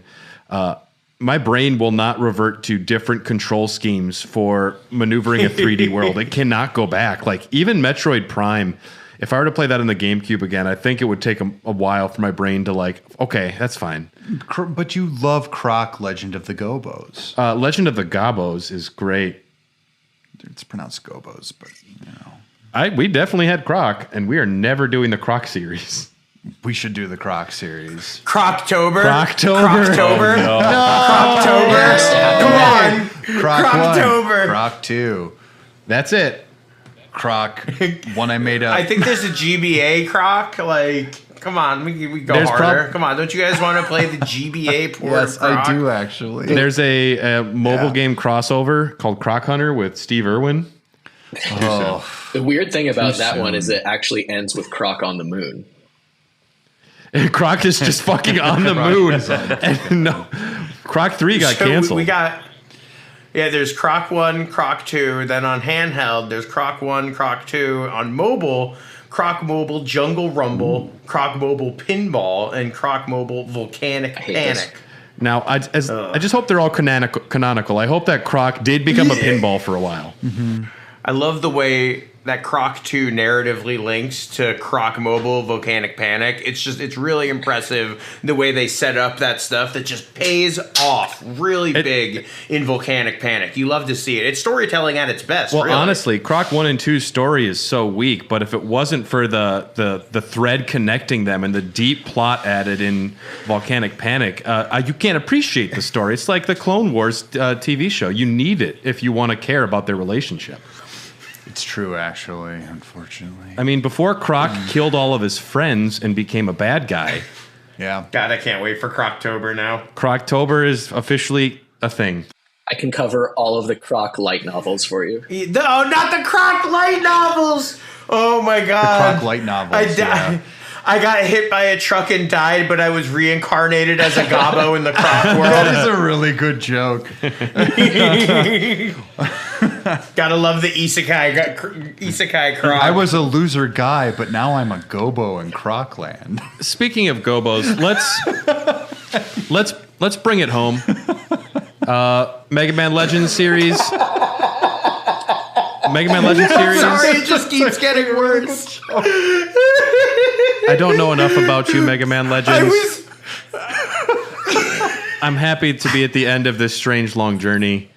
Volnut Tron roll, rest in power. I'm so glad to be done with this. I didn't know what to talk about through this entire thing. You talked about Princess Diana, dude. Probably the best addition to the episode. I mean, Kip, can you give your impassioned plea? Can both of you actually give your impassioned plea as to why this is worth revisiting before we head out? I'm just going to talk about Legends because it's what I know. But I didn't have an N64, so I have no nostalgia for Ocarina of Time. I'm playing that now for the first time because it's my girlfriend Allie's favorite game. And as I play it, everything I like about it is something I like about Mega Man Legends. So I'm not going to tell you Mega Man Legends is better. Obviously, that's not true. But so many people love Ocarina, and I think there's a lot to love that's the same in Legends. So also, it's pretty short. I feel like you can knock it out in less than 10 hours. Please check this series out. I know that we know how this story ends, and that's with us not getting the third game. But I think that these 3 games are such a special little saga of games that has this very strong line between them where you can see them crafting and refining this tale that for once in Mega Man, they really tried to take story seriously and set something up and make this big bombastic, almost like I said, with like the set pieces, there's almost like a blockbuster vibe to a lot of the way that the story is set up with its arcs and stuff like that. I think that it's a series that is worth your time. Maybe if you're a little rougher on old 3D action games, start with 2, play 2 for a little bit, and then maybe decide if you want to get that original, or maybe just beat it and go back and do it. But I think that everyone who enjoys a 3D action game can, or just an RPG, can get something out of this, especially if you're a Mega Man fan. The end. Yeah. I mean, what really resonated with me from all the videos I watched was how enduring and charismatic the characters in the story are. I think that their relationships and just like Kip, like you were saying, they're like facial expressions. It's charming in a way that the PS1 nailed so much. And yeah, while I haven't beaten these games, I do have a fondness for them, and I'm happy to know the story of the Mega Man Legends games. And now I can retire this blue outfit I've been wearing. It doesn't look good on you. And Tyler, can you give us the final word on all of the Mega Man series? Sum it all up in 2 sentences for our fans. With a world endlessly covered in water, there's going to be a mother lode of a power source. Okay. That you're going to want to find. Okay. But at the end of the day, The mother lode was the friends you made along the way. These tears are real. That was beautiful. Thank you so much for joining us today, friends. Kip, if our listeners wanted to find you, besides on our Discord, where could they find you? I am on Instagram as Kiplol. That's KIPLOL. That said, it's mostly just pictures of me and our dogs and cats, but happy to always have new friends. And Frank, if our listeners wanted to check out some of your amazing content, where are you at? You can find me just about everywhere myself as Woodman FLG. For Super RPG Friends, pretty much every social Super RPG Friends. We stream right now every single Monday, Tuesday, Thursday, and Friday. Like I said, Monday night is our crafts and anime. I say crafts and anime, it's usually just people building giant robots, but like someone was making a chainmail vest a week. Sometimes someone cooked me breakfast in a Gundam apron. I mean, anything can happen on those nights.